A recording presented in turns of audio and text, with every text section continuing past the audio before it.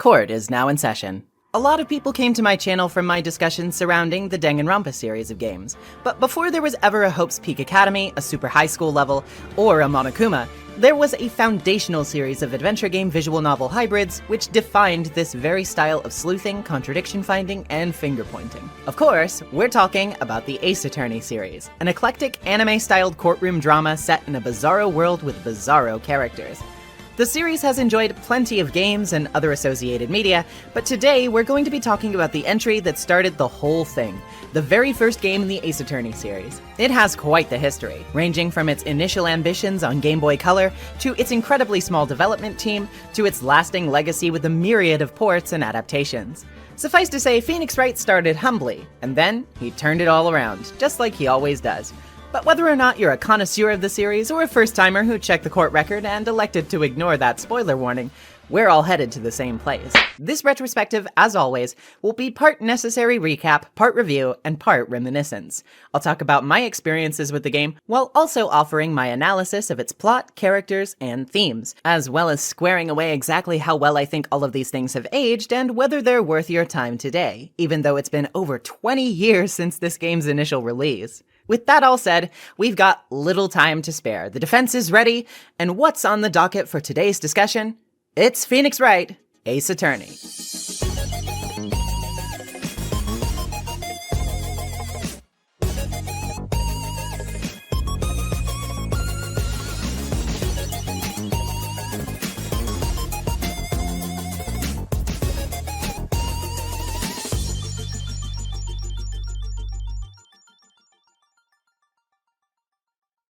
Phoenix Wright, when first released, was not, in fact, called Phoenix Wright. Our tale begins with a man named Shu Takumi, a developer at Capcom. In the year 2000, after wrapping up his work on the action-adventure game Dino Crisis 2 for the first PlayStation, his boss, Shinji Mikami, tasked him with something a bit abstract.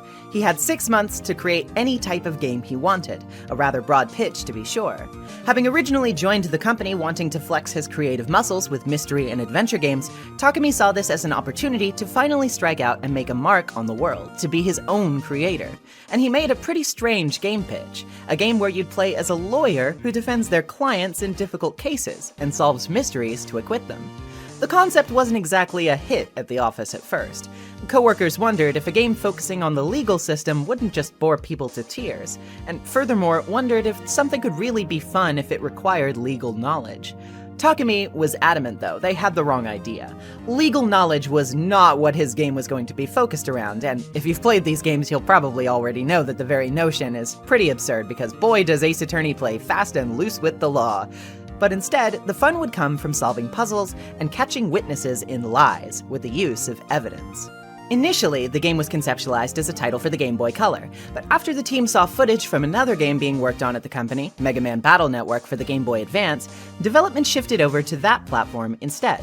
Initially, the game began with the premise of its main character being a private investigator who would then take up his own defense in court after being framed for the murder of a person he finds at a client's office, since his assigned lawyer is useless. One staff member rather creatively suggested that the main character be a hamster? But while this suggestion was not taken, early drafts did give him a pet hamster, which also did not make it into the final version of the game. The working title of the game was Surviban, Attorney Detective Naruhodo-kun. Surviban was a bit of a mix of the words survival and the Japanese word for trial or court, that being saiban. Other names were considered as well, like Boogie Woogie Innocence and Bingo Bango. Along this arduous process, however, Takumi began to consider that his focus on a gameplay loop where you found contradictions didn't actually have all that much to do with being a detective, and decided that the primary focus of the game should lie in its courtroom sections. This finally solidified the direction for the game, and its ultimately final title, Gyakuten Saiban, or Turnabout Trial. This troubled development wasn't out of the woods yet, however, as the team of only 7 people shrunk by 2 when they left the company. The game was fortunately carried the rest of the way by 2 members of the Resident Evil dev team, who worked part-time upon request from Takumi's division leader and team member Inaba. Takumi wanted to design the game to be intentionally simple enough for, quote, even his mother to play. Given that professional voice actors were more rarely used in games at that time, and the project already had something of a shoestring budget, the game's voice clips were provided by members of the game's own team, even though there were not any plans to include them initially. Takumi would provide his own voice for the main character Phoenix Wright, while artist Tatsuro Iwamoto would voice the rival character Miles Edgeworth, and the composer of the game's music, Masakazu Sugimori, would voice the game's final antagonist, Manfred von Karma. Inspired by the mystery author Edogawa Rampo, particularly his story The Psychological Test, which itself features a contradictory testimony which unravels a crime, and the works of Shinichi Hoshi, Takumi would set out to write the game, wanting to apply what he had learned by planting various clues throughout, then pull them together for a big conclusive ending. Multiple endings were never in Takumi's mind at this stage, as his focus was more on a linear story that was well considered and thematically consistent from the very start. Initially, in his first draft, the story would begin with what would become the final game's second case, but as it featured a rather lengthy investigation before the core courtroom gameplay, he decided to write a different case to kick off the proceedings, a tutorial case known as the first Turnabout. I've also heard a lot of people over time claim that the series is intentionally a satire of the Japanese legal system, but honestly, as compelling as I'm sure that hypothetically sounds, I could find nothing to suggest this in terms of direct evidence. Takumi has never claimed this, and I think he even said once or twice that he hoped not to offend anyone in legal professions with his writing. I think this probably comes from the popular understanding that Japan's conviction rate is so high. It's literally like 99%, so naturally, I think from that cultural standpoint, a defense attorney protagonist will necessarily be seen as an underdog. But that said as well, people really tend to act like they understand the Japanese legal system from this alone, and I would not make that same claim. I literally researched it for hours to try to wrap my head around whether a claim of satire was appropriate, even in the sense that Takumi could have done so subconsciously or because of pop culture, but generally speaking, I just think it's way too broad for someone without the lived experience to speak on casually. I'm just not gonna get into all of that because I am far out of my lane in regards to it. I just don't think the funny lawyer game is as deliberately satire as some people claim. Fandom myths are fun. Anywho, Gyakuten Saiban was initially released on Game Boy Advance on October 12, 2001. It was a modest success, with 62,169 copies sold that year. Though for the time it would remain Japanese exclusive for reasons Takumi would recount in an interview with him in 2017, saying the following. When I was in the middle of making the first game, I remember thinking to myself, I shouldn't create any plot points or puzzles based entirely around Japanese-only language tricks, just in case we make an overseas version. But when we finished making the first game, I remember asking the producer at the time, Mr. Mikami, so, are we making an overseas version? To which he replied, of course not, no way. So that's when I stopped trying to hold back and freely used whatever tricks I wanted when making the second and third games. Oops! While we'll be getting into the development of later titles when we discuss them in future videos, for now we'll just put it briefly by saying that the series continued to be an unexpected success, with 2 more Game Boy Advance entries released in the next several years. Finally, the time had come by the release of the third game for Takumi to reconsider Mikami's words. But the hot new Nintendo DS was right around the corner. In an effort to appeal more to the American market, the game's localization began work as a simultaneously enhanced port for the DS. But what of the loyal Japanese fans who had bought all of the games until now? Would excluding them from the customer pool for this new port not be a betrayal? Takumi considered this, and the plans were shaken up. The DS versions, previously only meant to feature slightly enhanced graphics, music, and an English localization, would now include a brand new episode which took advantage of the DS's touchscreen and microphone capabilities. This extra episode, Rise from the Ashes, became considerably longer than other episodes in the series, shocking Takumi as he realized just how short the original game was upon replaying it. Finally, after much waiting, the English version of the game, bonus case and all, was released for Nintendo DS on October 12, 2005, the series' 4th year anniversary. Development and implementation of all the new content, plus the localization, meant that the port's dev time ended up being just as long as developing a brand new game from scratch. Subsequent ports would arrive on WiiWare and mobile phones in 2009, Nintendo 3DS in 2014, and finally on modern consoles as part of the Ace Attorney Trilogy release in 2019. In Japan, the port would be titled Gyakuten Saiban, Yomigairu Gyakuten, or Turnabout Trial, Turnabout Rebirth, to distinguish it from the GBA version, while we in English-speaking countries would receive it as Phoenix Wright, Ace Attorney. And this is where I come along. As a kid, I received this game shortly after Trials and Tribulations, the 3rd game in the series, was released in English. At the time, I was in elementary school, about 4th or 5th grade to be exact. My brother had given me a very legal means to play a ton of games on my newly acquired DS, and since I had so much at my fingertips, it was only natural I'd want to give everything at least a cursory whirl, right? This led me to pick up games that I had no idea whether I'd even have any interest in, just to see if they stuck. When I first saw the title, I thought to myself that it was kind of quaint. I mean, who would want to play a video game where you're an attorney, I thought, with an almost smug sense of morbid curiosity. I decided to try it, thinking it would be something I could laugh at if nothing else. What I didn't know then, that I would find out briefly, is that the law had never been so exciting before. And now, finally, our court record fit to burst, we can begin discussing the game itself. Please, Mr. Wright, is Hun the best response you can muster up? We were great together! We were Romeo and Juliet, Cleopatra and Mark Antony! Why did I become a lawyer in the first place? Because someone has to look out for the people who have no one on their side. Amateurs. Listen to me, Mr. Wright. In the courtroom, evidence is everything. Without it, you have nothing. You are nothing. Please furnish me with the title of your personage. You spiky-haired cretin! Nick, I'm hungry. You just had a burger. Yeah, but I have a separate stomach for sweets. This photo is worth 1,000 words, and they all read guilty. I can tell you're grasping, yet I cannot deny the possibility of what you say. My sister's trial is tomorrow. I'll never kill anyone again, sir! You've got to believe me, sir! When there's gunshots, there's bound to be bullets. I'll have your badge, boy. Yes, well, before that...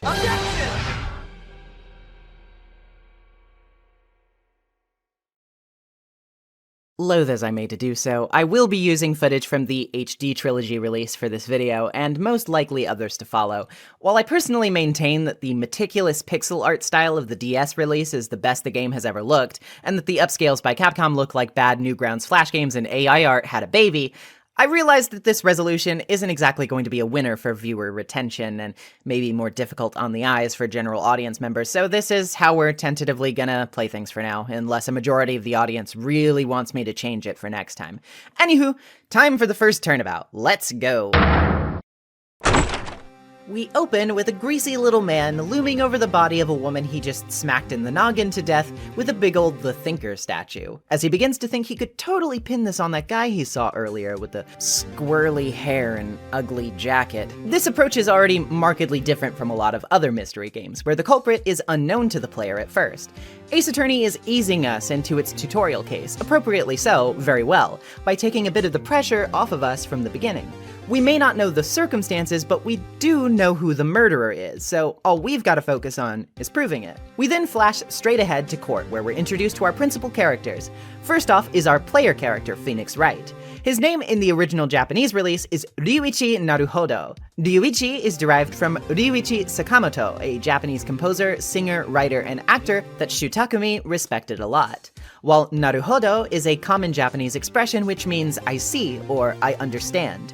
The name Phoenix Wright began in localization as Roger Wright, with an emphasis on alliteration and the potential for jokes with the name Roger.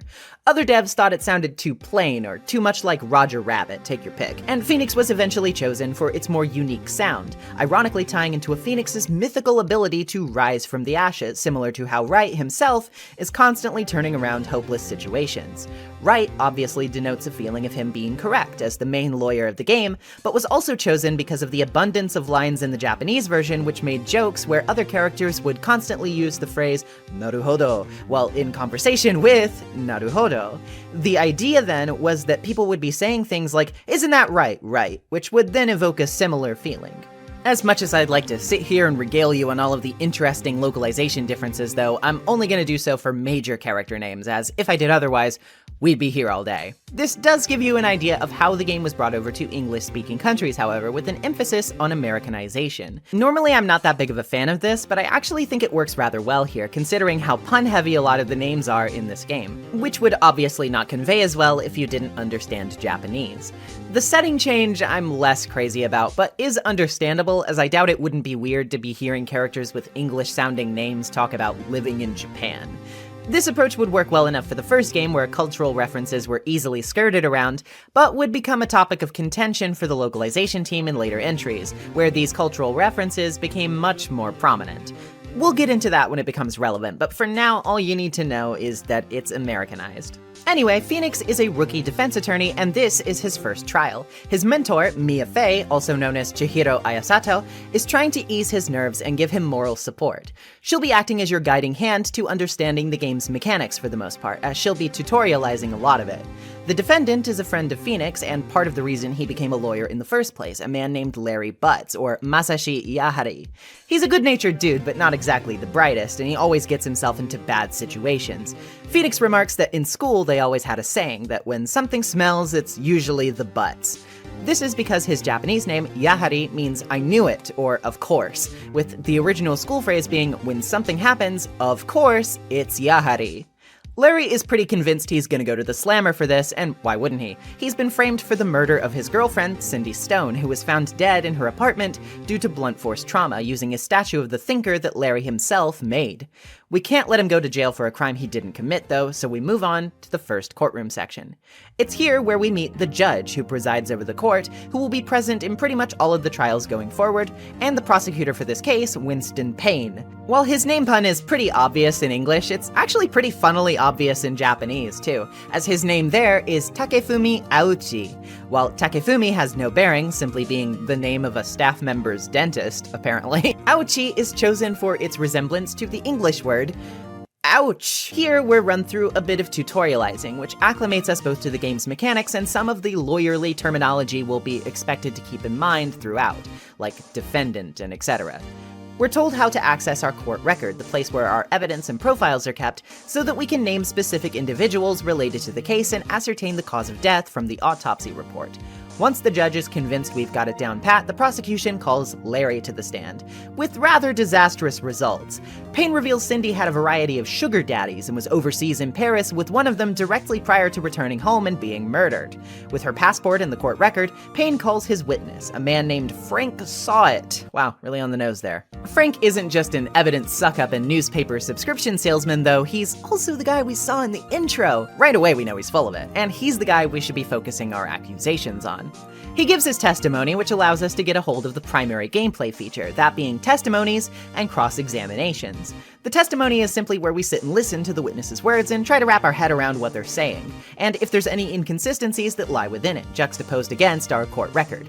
In the cross-examination, we're then given an opportunity to call them out on any of those inconsistencies with a well-timed objection! Frank's first slip is pretty simple, saying he found the body at 1 p.m. when the autopsy lists the time of death as 4.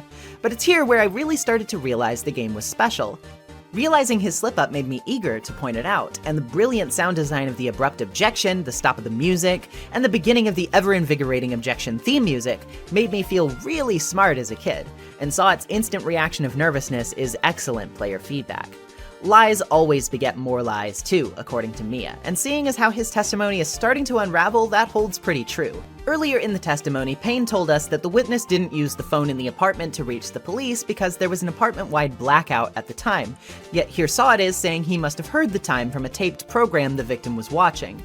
Pointing this out gets you another rewrite of history, where Saw It claims he saw the time from a table clock in the apartment, which he claims was the murder weapon. Of course, the murder weapon was a statue, as Phoenix points out, but not so fast.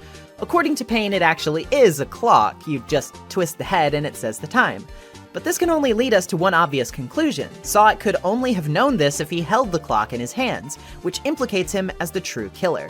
Breaking down and throwing his toupee in your face, Saw It has one final defense to save his hide. You can't prove that the clock was slow on the day of the murder, so therefore you have nothing to nail him down with. Phoenix nearly gives up, but Mia asks him to think outside of the box, advice that will follow us further and further into the game. Don't think of when the clock was slow, but why it was slow. That passport tells us all we need to know. It would have had to be slow because she had just returned from Paris, meaning that the clock was actually 9 hours fast, now and on the day of the murder. Defeated, Saw It foams at the mouth and passes out, and Larry Butts is officially declared not guilty. We learn that Saw It was actually a burglar who let himself into the room while the victim was out, but once he was stumbled upon, he hastily did the deed in an attempt to shut her up. And this is what resulted from all of that. Despite the congratulations you receive from Mia, though, Larry doesn't actually seem too happy. Not only is his girlfriend dead, but she was cheating on him too? He's pretty unconvinced that she even cared for him in the first place, but Mia isn't so sure, and asks you to show him something that could prove otherwise, our first instance of presenting evidence outside of court, which is something we'll be doing quite a bit of later. The evidence is, of course, the clock statue itself. It's a pretty heavy clock, and Larry made two, one for himself and one for her. She could have brought any old clock on her trip, but she lugged this thing to Paris, Phoenix says, because she must have cared about him to some extent. Giving his own clock to Mia as a gift, Larry disappears happily, though his payment status is in question. Mia regales us with some important thematically resonant words. Things change depending on how you look at them. People, too. Promising to tell Mia more about his relationship with Larry and how that inspired him to take up attorneying, Phoenix has wrapped his first case, but a tense narration warns us that this promise would not be so easily kept. This case isn't exactly the most sprawling or epic in terms of story, nor complex in the way of difficulty, but it doesn't really need to be. This case exists to set things up, and it does so pretty expertly and concisely. The runtime is short and sweet, it tells you how to navigate the courtroom sections, the main part of the gameplay, and it gives you a sweet taste of the thrill of finding contradictions in witness testimonies, the main source of fun that Takumi wanted the audience to gravitate towards. It does that excellently. Saw It is a goofy, easy to take down, but entertaining first villain, and already we can see the charm of the main cast, and our POV character, Mr. Bluff Your Way to Victory himself. Mia is also an entertaining straight man who lays out the mechanics well, and provides us with a bit of intrigue in the form of the episode's cliffhanger. She also gives us a starting point from which to view Phoenix's skill as well as his principles, and her words will linger large throughout the rest of the series, as a benchmark for its thematic aspirations. Her ability to see the best in someone painted as somewhat selfish is telling to her kindness, and it shows us that even if Cindy may not have been the best girlfriend, she didn't deserve what she got, and she may not have been as heartless as the prosecution may have wanted to paint her in their attempt to incense Larry. But as heartwarming as this all is, Mia is about to break our heart soon as we head into the second episode, Turnabout Sisters.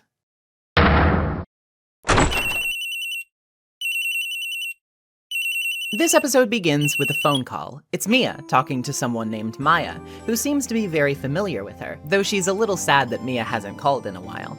Mia asks Maya to watch after a piece of evidence for her, and it's the thinker clock that we're familiar with. The clock isn't working right now though, according to her, as it had its clockwork removed in favor of storing some papers for something upcoming. She promises a meeting with Maya later that night, where she should come to Mia's office and they can go have dinner with Phoenix afterward. The call ends, but Mia is confronted by someone else later that night. This mysterious stranger demands Mia return what's theirs, and though she claims at first not to know what they mean, they clarify that the papers that they're looking for must have been swallowed by that thinker clock.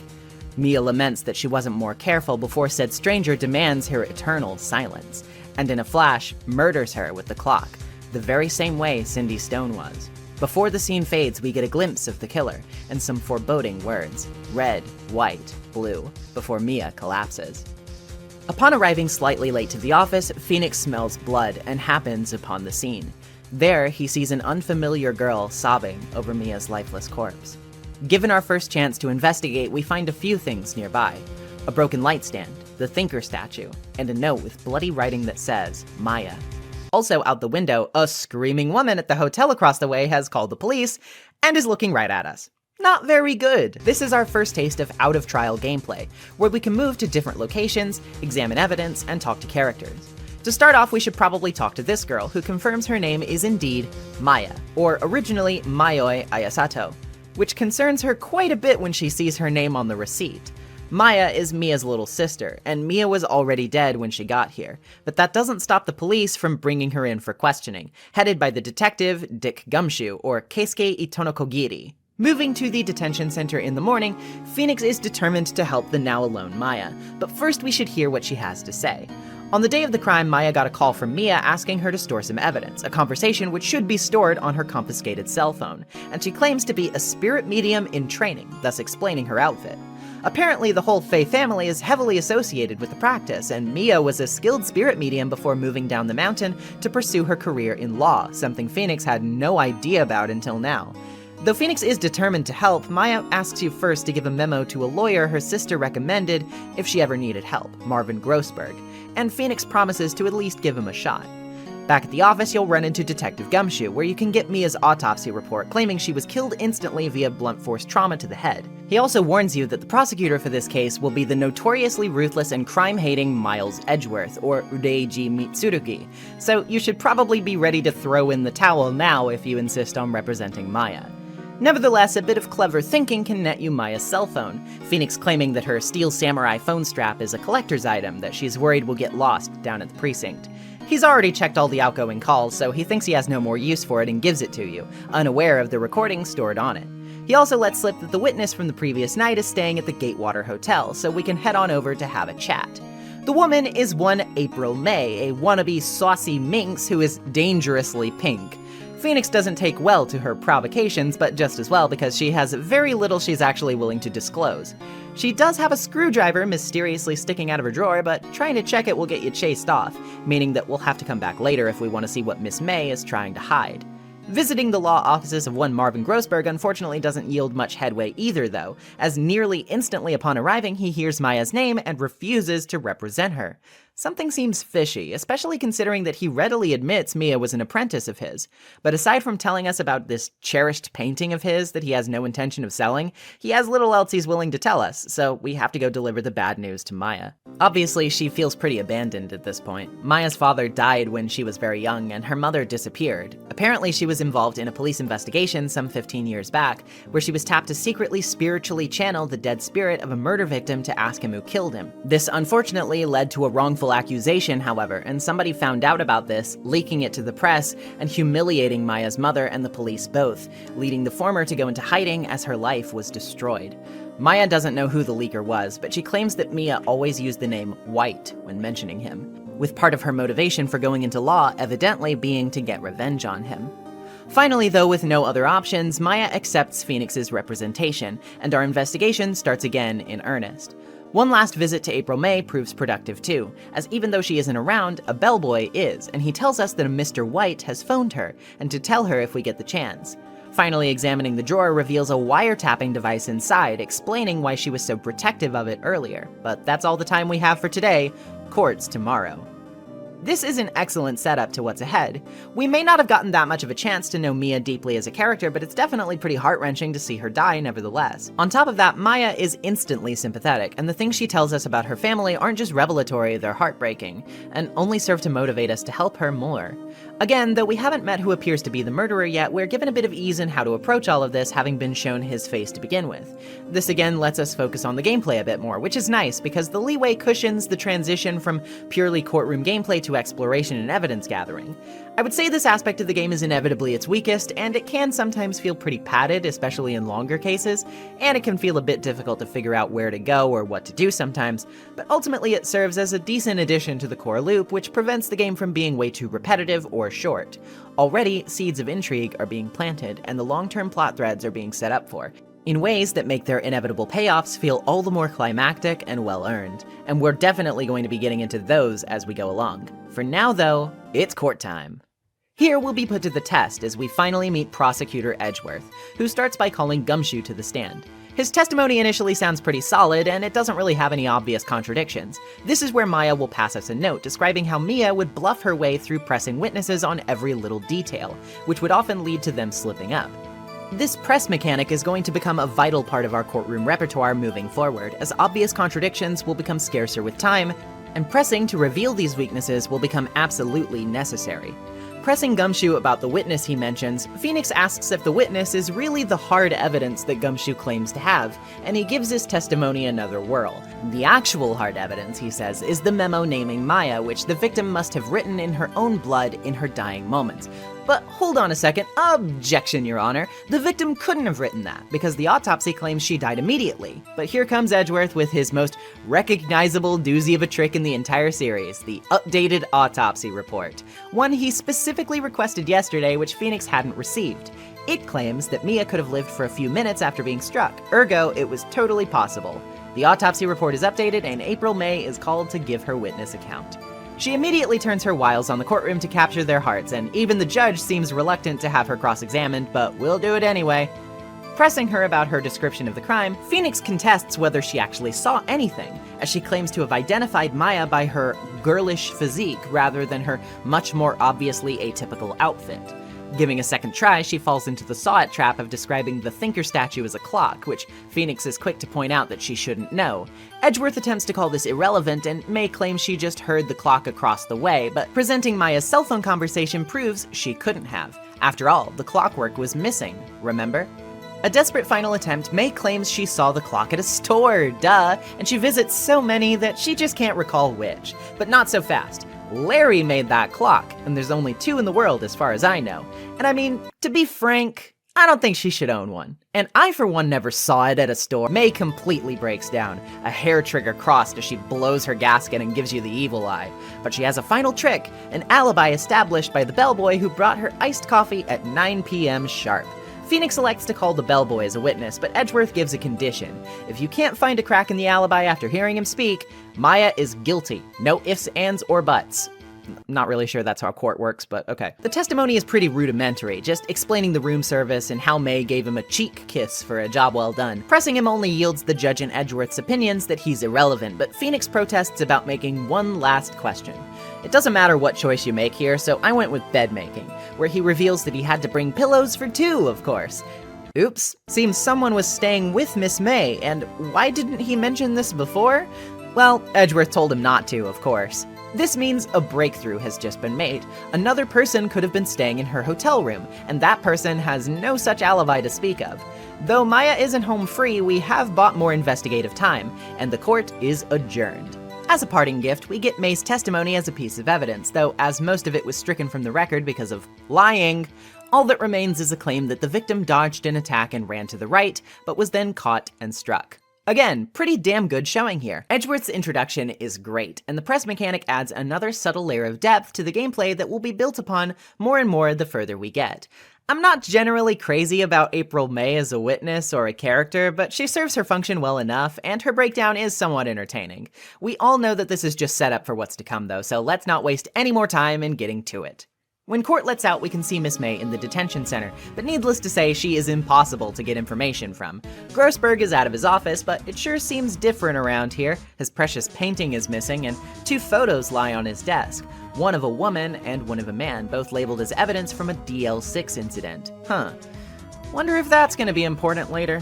Back at the Gatewater Hotel, the overly eager bellboy will give you an affidavit swearing to the identity of the man in the photo if you show it to him, claiming that this is indeed the man who was staying with Miss May.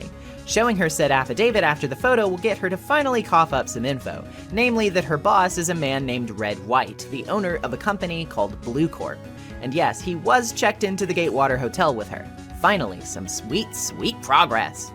At Blue Corp, we meet the gaudy, bedazzled fellow himself and learn a few things. Apparently, Miss May is his secretary, and Blue Corp is a company that buys and sells information. White, of course, refuses to say anything of worth about the murder unless you put him on the witness stand, but he all but claims the law is in his back pocket, so he won't be testifying anytime soon. There's also a somewhat familiar painting on his wall. If you bring it up to him, he gives you a hearty punch to the gut and tells you to go ask Grossberg about it if you want to know so badly. Finally, it seems, at least somebody who is hiding things will talk to us. Grossberg admits upon being needled that White is blackmailing him, a result of the DL6 incident. It seems the woman in the photo was in fact Misty Faye, the mother of Mia and Maya, who was tapped to channel a spirit for the police, and DL6 was the crime in question. This was top secret, but Grossberg leaked this information to White, who promised him riches in exchange, which he deeply regrets. After the fiasco, the police sought the one who squealed, and White returned to Grossberg with blackmail on his mind. He's been paying the guy ever since, just to keep his secret under wraps, which is why he couldn't defend Maya, and he warns you that taking him down will be nigh on impossible. Phoenix is no quitter, however, and returns to the office to do some digging into Mia's dedicated files. Strangely, it seems the file for W is completely missing, but the file for, self-inflicted unaliving remains. It features clippings related to plenty of celebrities, politicians, and other important figures who did the deed, and on them all, Mia has written White, perhaps seeing a potential pattern. Adding these clippings to the court record, you return to Blue Corp to rather carelessly wave them in White's face, which gets him to react predictably. He turns his power directly on you, phoning up the police to let them know he'll be testifying tomorrow after all, and that the real murderer is right in front of him. That's right, he's implicating you, and he thinks he's hot enough shit that he can get away with it. For now, he does, and you're swapped out with Maya in the detention center, but Phoenix isn't shaken yet. He has the evidence. All he has to do is switch defendants. He'll prove White's guilt, and his own innocence, in court tomorrow. Ah, the true killer at last, and what is there to say about Red White? Well, he's instantly hateable, I'll at least give him that. They do a pretty good job of building up his influence and the way he's ruined the lives of so many people up until now, which is definitely strong motivation to want to take him down. I find him a bit disappointing in the way of actual personality, though. He's cartoonishly glitzy and self-obsessed, and while the gag of him inventing overly complicated words to sound smarter does gel with his general self-important billionaire persona, it does little to make him legitimately intimidating. These kinds of jerks rarely are in real life, content to project an unearned guise of it because of their petulance, but White is supposed to at the very least be somewhat intimidating, I assume, given his position. I should be stoked to tear down an egomaniacal rich dude who callously ruins the lives of others for his own personal gain, but he's just a bit too obviously pathetic and stupid for me to feel very challenged by him at the moment, and to be honest, the trial doesn't do much to assuage this feeling for me. Well, Edgeworth at least doesn't seem to like him much more, I guess. He can barely get the guy to state his name and profession. When he does start testifying, though, he predictably makes up some BS. He tells a similar story to Miss May, but says it was Phoenix chasing down Mia. When you press him on that, he gets a bit more granular, saying she ran to the left, which is an in for a contradiction, using Miss May's testimony that claims she saw Mia run in the opposite direction. This seems to genuinely confuse him, though, and Phoenix is able to chalk this up pretty quickly. He did see what he thought he saw, it was just that he was in the Fay & Co. law offices at the scene of the crime when he did. He tries to course correct, but he overdoes it, claiming she ran both ways and incurred 2 blows for her trouble, which is easily disproved through the autopsy, which specifies a single fatal wound. He claims next that she actually dodged the first strike, but during the same testimony he claims he heard that thing fall in the office. He's referring to the broken glass light stand, which he of course couldn't have seen through the window at the hotel given his POV. This seems like the nail in his coffin until Edgeworth offers him an out by suggesting he take the fall for the wiretapping instead of the murder, giving him the chance to pretend he saw the stand at an earlier date. With some reluctance he does just that, and Phoenix seems down and out. Suddenly he hears a familiar voice, and at the shock of seeing his own dead boss, he passes out. In the lobby, he nearly passes out again when he sees her, but he finally realizes what's going on. Mia's spirit is actually being channeled by Maya, who was finally able to cross the threshold and perform a successful channeling because of the emotional distress of watching Phoenix nearly give up. Mia tells us that we already have what we need to finish White off, and tells Phoenix to look at the back of the bloody receipt, which was obviously drawn on by White himself to frame Maya with. The receipt is for the light stand, purchased the day before the murder, thus rendering White's claim that he saw it a week ago as a damning lie. Finally, back in court, when faced with this and a list of names that Mia gives you to read aloud for the jury, White crumbles. He admits to bludgeoning Mia, and you get your hard-earned not guilty.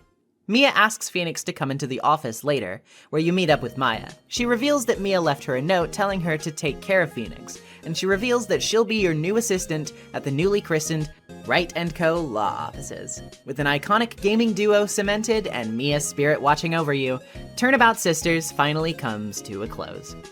And hey, that was pretty okay, I guess.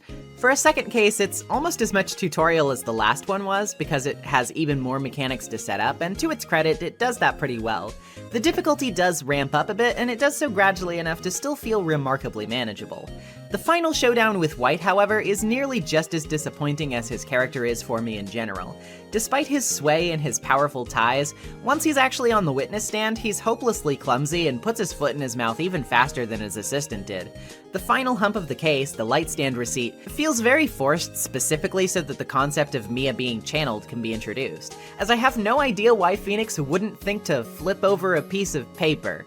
I don't necessarily dislike the concept of spirit channeling, by the way, and I think it gets utilized in some truly incredible ways later down the line, but this particular instance is also super underwhelming. It definitely feels like a utilization that's reliant on needing to introduce the concept, rather than thinking of a good reason for it to be introduced here, if that makes sense.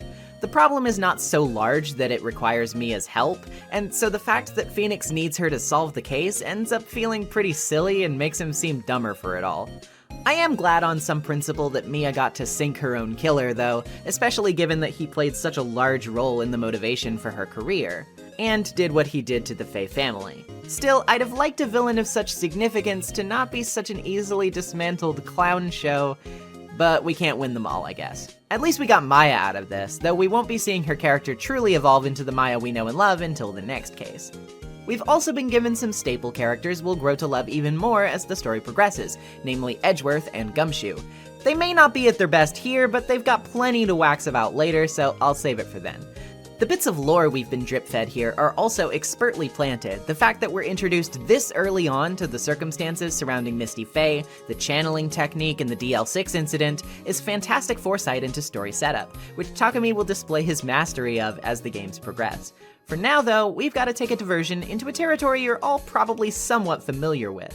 A little phenomenon known in games like this as third case syndrome. Heyo, it's Turnabout Samurai time!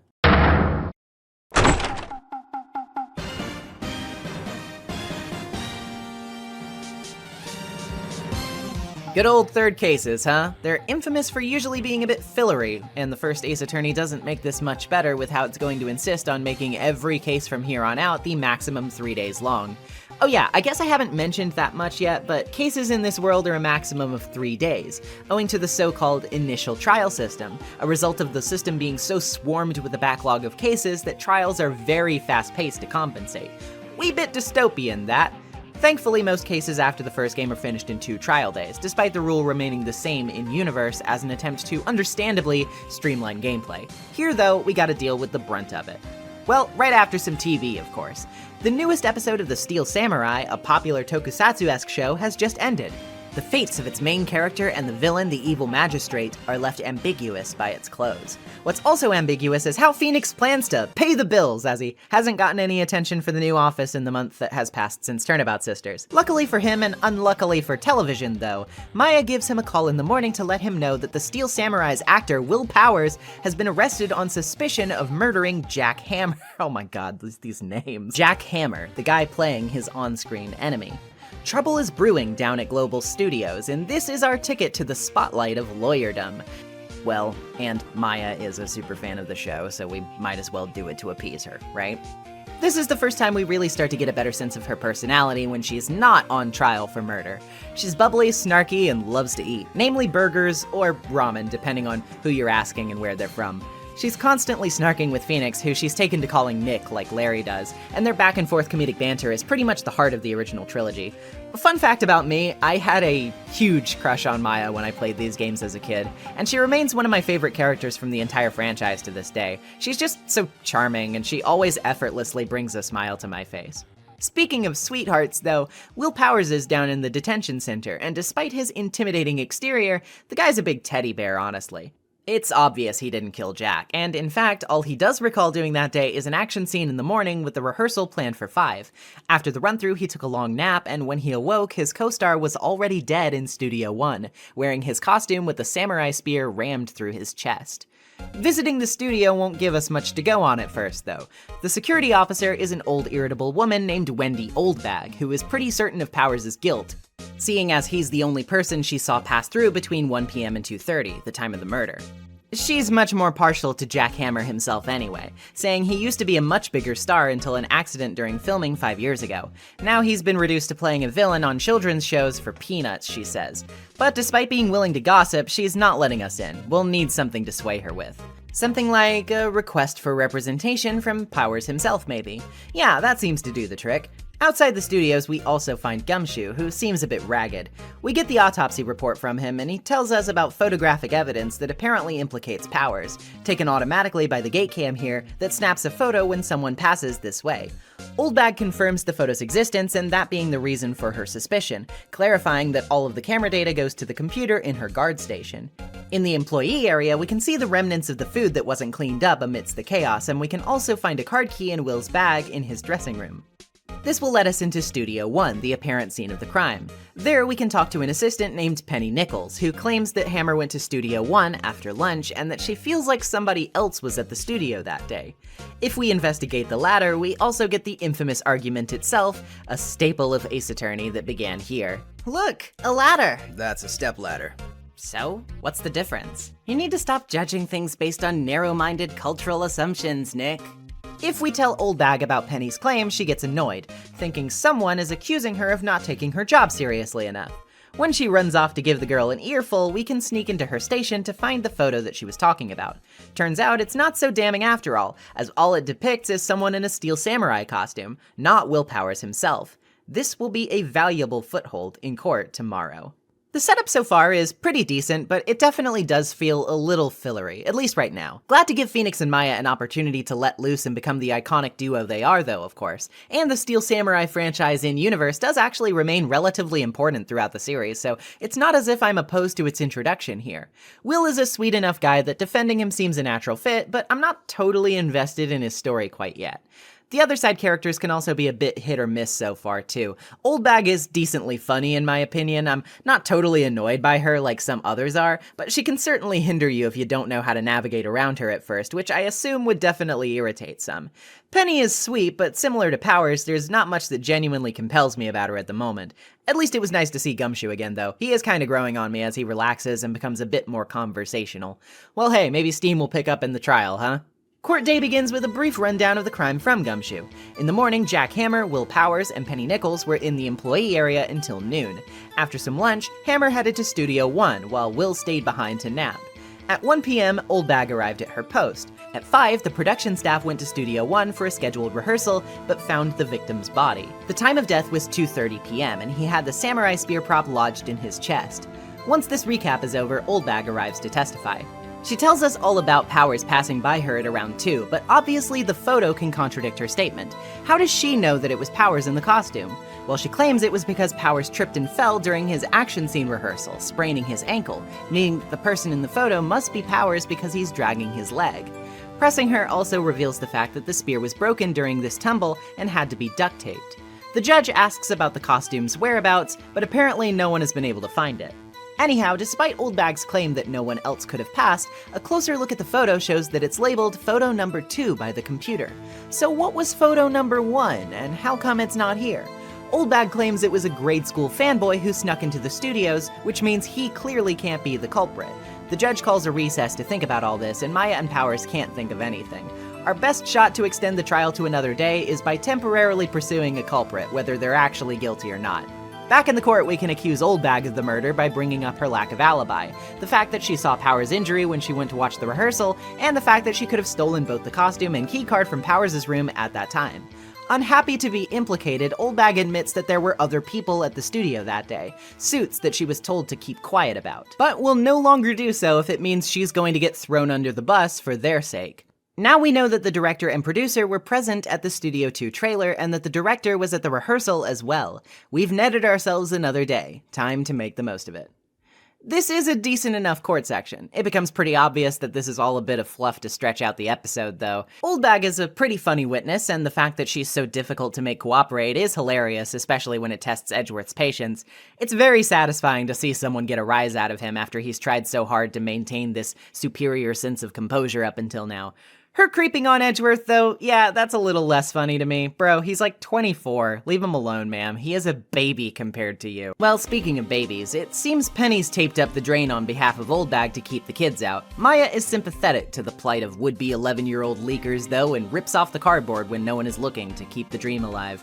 We love a gremlin in this house. One of these kids is actually a regular, according to Penny, who says he's always snapping photos. She also mentions how the producer apparently saved the studio at a turbulent time, which is why she's so revered by the higher-ups.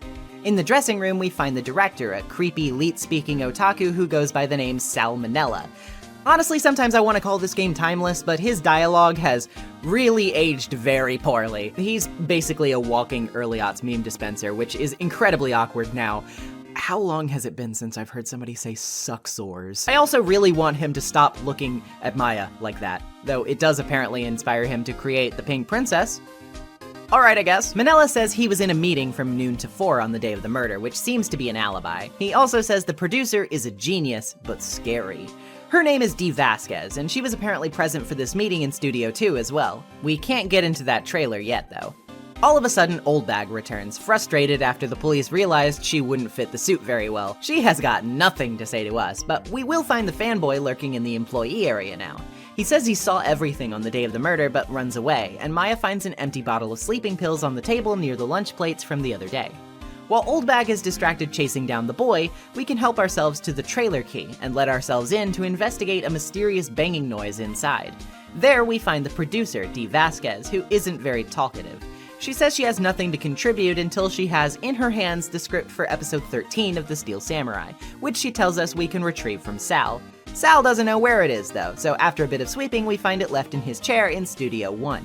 Giving Vasquez the script loosens her lips a little, but what she tells us still isn't very convenient. The path was blocked from Studio 2 to Studio 1 between 2:15 and 4 p.m. because of a monkey statue head which fell over in the wind. Its broken clock sitting at 2:15 proves as much too. The alibi is pretty rock solid it seems, but Maya is ready to bring out the big guns by channeling Mia back at the office. She reminds us of the one lead we have, the boy named Cody Hackins. Back at the studio, Oldbag has given up chasing said boy, but has taken his trading cards hostage. To get them from her, we need to willingly give up access to Studio 1 to allow her to pay her respects, which is genuinely a little sweet. Oldbag is Oldbag, of course, but I like when more comedic characters get humanizing moments like this. Anywho, with the cards in tow, we can present them to Cody in exchange for some information, but he doesn't actually budge. He has more of that card, and he wants a better card if he's really gonna talk. Luckily for us, Penny, in the Studio 2 trailer, collects these cards too, apparently. This is the last one she needs to make a full set, and she'll give us an ultra-rare premium for it. With that secured, we can offer it to Cody, who finally coughs up info. Swayed by Mia's charming personality, no doubt, Cody gives her a photo album. Apparently, it's full of final blows the Steel Samurai has landed in live shows, ones he's attended and taken photos of, claiming never to have missed a single one. As for the day of the murder, he says he got to the studio at 2, got lost in the woods for a bit, but then saw the Steel Samurai kill a bad guy with his spear, after which he ran off. This sounds bad for us, but before we can convince Cody to maybe keep a lid on that, Gumshoe swoops in to place Cody into police protection. He will be testifying tomorrow. Whoopsie! We finally have all of our key players in check at least. Some of the shenanigans here are mildly entertaining, but I can't help but feel like this is where the episode really starts to show its desire for padding. Essentially, most of this investigation segment is made up of fetch quests. Go find this person who tells you to bring them this thing from another person. The other person wants this, so you can get it. You need to find that thing, so you can give it to them to get the other thing that you need to give to this person. The actual information we learn here is about as much as we learned on the first day, but it takes so much longer because we have to run back and forth so many times, and that does get a bit tiring. This is still only day 2 as well, which means that after tomorrow's trial we have another investigation and day in court to deal with, so I think it should go without saying by this point that we've been spending a bit too long on this case for how much actual content it has. Oh well, I suppose we'd better refrain from stretching it out anymore by complaining about it, right? Let's get to court. It's Mr. Manella's turn on the stand today, and he starts off by giving us a rundown of his day. He says he skipped lunch because of his meeting, but if we press him on it, he'll admit he ate outside the trailer during a break, despite saying before that the meeting had no breaks. He'll admit to this, but it was just 15 minutes long, according to him. Because of this, and Mr. Monkey's head blocking the path, we can't really make any headway, no pun intended, with this discussion right now. Maybe we'll have a little more progress with Cody's testimony after a recess. The boy recaps a bit of what he told us before. After sneaking through the woods to avoid security and seeing the Steel Samurai fight a bad guy, his description of said fight is awfully vague, and he claims he didn't have his precious camera, the one he takes with him everywhere, at the time. Obviously, this is worth questioning, and Cody doesn't take long to admit he lied about that fact. He had his camera, but his eyes were glued to the action, so he couldn't take a picture, he says. Again, Phoenix questions this. He reckons Cody didn't see the fight while he was finagling with the camera, as he admitted earlier to not knowing quite how to use it very well just yet. Again, he owns up to this, saying he missed the shot. Again, a bit of pressure later, and he backtracks. He got a few shots, but none of them were good, so he erased them. This all leads to a breaking point, as Phoenix reminds him of his photo album of final blows. Why didn't he at least keep one shot if the Steel Samurai won the fight? Well, it's simple. What if the Steel Samurai didn't win? What if he was the victim of the crime? Cody admits it all. It's just as Phoenix says, which leaves us with quite a few questions to answer. As for his motive, we can't be sure yet, but we can speculate a good few things here. Jack Hammer was the one inside the costume, and he knew to limp because he saw Powers' injury. Cody is a bit calmer now that he knows the Steel Samurai he saw was a phony, and he gives us one picture he saved, which doesn't seem to reveal much until we see the big 2 on a studio gate in the frame. Seems the location of the murder was different than we thought. Hammer was actually killed in Studio 2, meaning Mr. Monkey's head blocking the path would present no problem for a would-be murderer, and this opens up everyone in Studio 2 to being potential culprits. We have one last hurdle to our theory before we can be let out of court to investigate for the day, though. Edgeworth wants proof that Jack Hammer stole the Steel Samurai costume. Our proof is the empty bottle of sleeping pills near the plates in the employee area. Powers was asleep for a long time after all. Hammer could very well have drugged him to get his hands on the costume without any hassle. The bottle is sent off for fingerprinting, and the judge extends the trial for one more day. Some pretty good progress here. This trial certainly feels more productive than the last, that's for sure. We finally know the location of the crime, which is a pretty decently executed twist in and of itself, and while I think Hammer being the one who stole the costume was a bit more obvious, it still makes a decently compelling note. Why did he steal the costume? Why'd he go to Studio 2? And why'd he end up dead in Studio 1 after this? All questions that we need answers for. If anything was underwhelming about this trial day, it's probably just that I dislike Sal's character. He's a creep, and when he's not, he's just kind of a fat joke. And Cody can grate on the nerves a little, even if I'm more forgiving of him since he's just a little kid.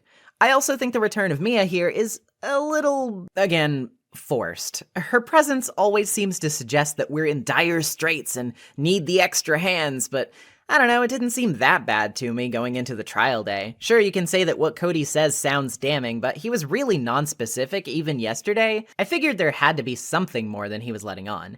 It's not as bad as Phoenix needing Mia to tell him to turn over a receipt, of course, but again, I'm not really sure we needed her here. If anything, the most I think she was able to accomplish was to just get Cody on their good side a bit easier. Well, anywho, time for the final hunt. Back at the office, Mia heads out, and Maya asks for the skinny. We'll need to figure out Hammer's motive today and nail down the true killer while we're at it. In detention, Powers tells us a bit more about the higher-ups, reiterating that Vasquez saved Global Studios from an incident 5 years ago that put them in trouble, and it seems to line up with Hammer's fall from grace. Very interesting. Oldbag confirms as much too, not seeming to be too big a fan of Vasquez herself, and she's also pretty incensed over us framing Hammer in a bad light in court. In the employee area, we find Gumshoe, who's been tasked with examining those plates. Sure enough, there's traces of sleeping pills on them, and the bottle turned out to have Hammer's prints on them. In the dressing room, we find Penny, who reveals that the Steel Samurai will be ending soon, and the Global is talking about closing up shop when it comes to children's programming to distance themselves from the scandal.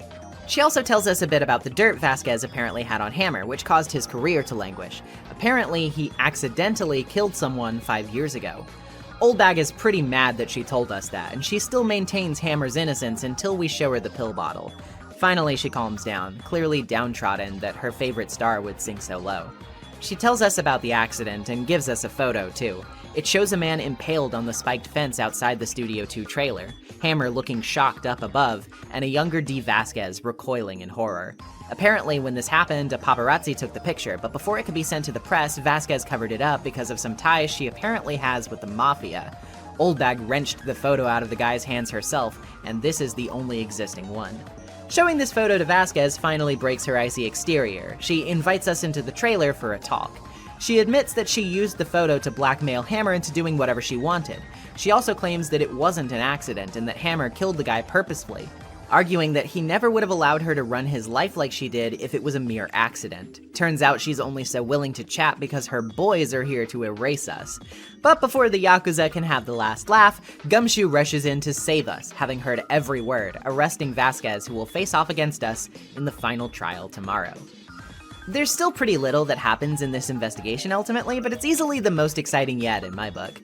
The puzzle pieces are finally coming together, Oldbag continues to be surprisingly humanized here, and hell, even Vasquez seems to have an interesting chip on her shoulder, despite her attempt to have us whacked. Hammer's story is not a mere black and white case, and it's hard to tell whether it truly was an accident or if Vasquez is right and he did do it on purpose.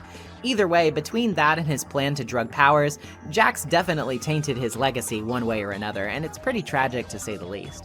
We may not know exactly what happened yet, but everything is finally starting to make more sense, and the true killer should be pretty evident now. All we need to do is assemble the picture in front of the judge and make our closing arguments count. It's go time.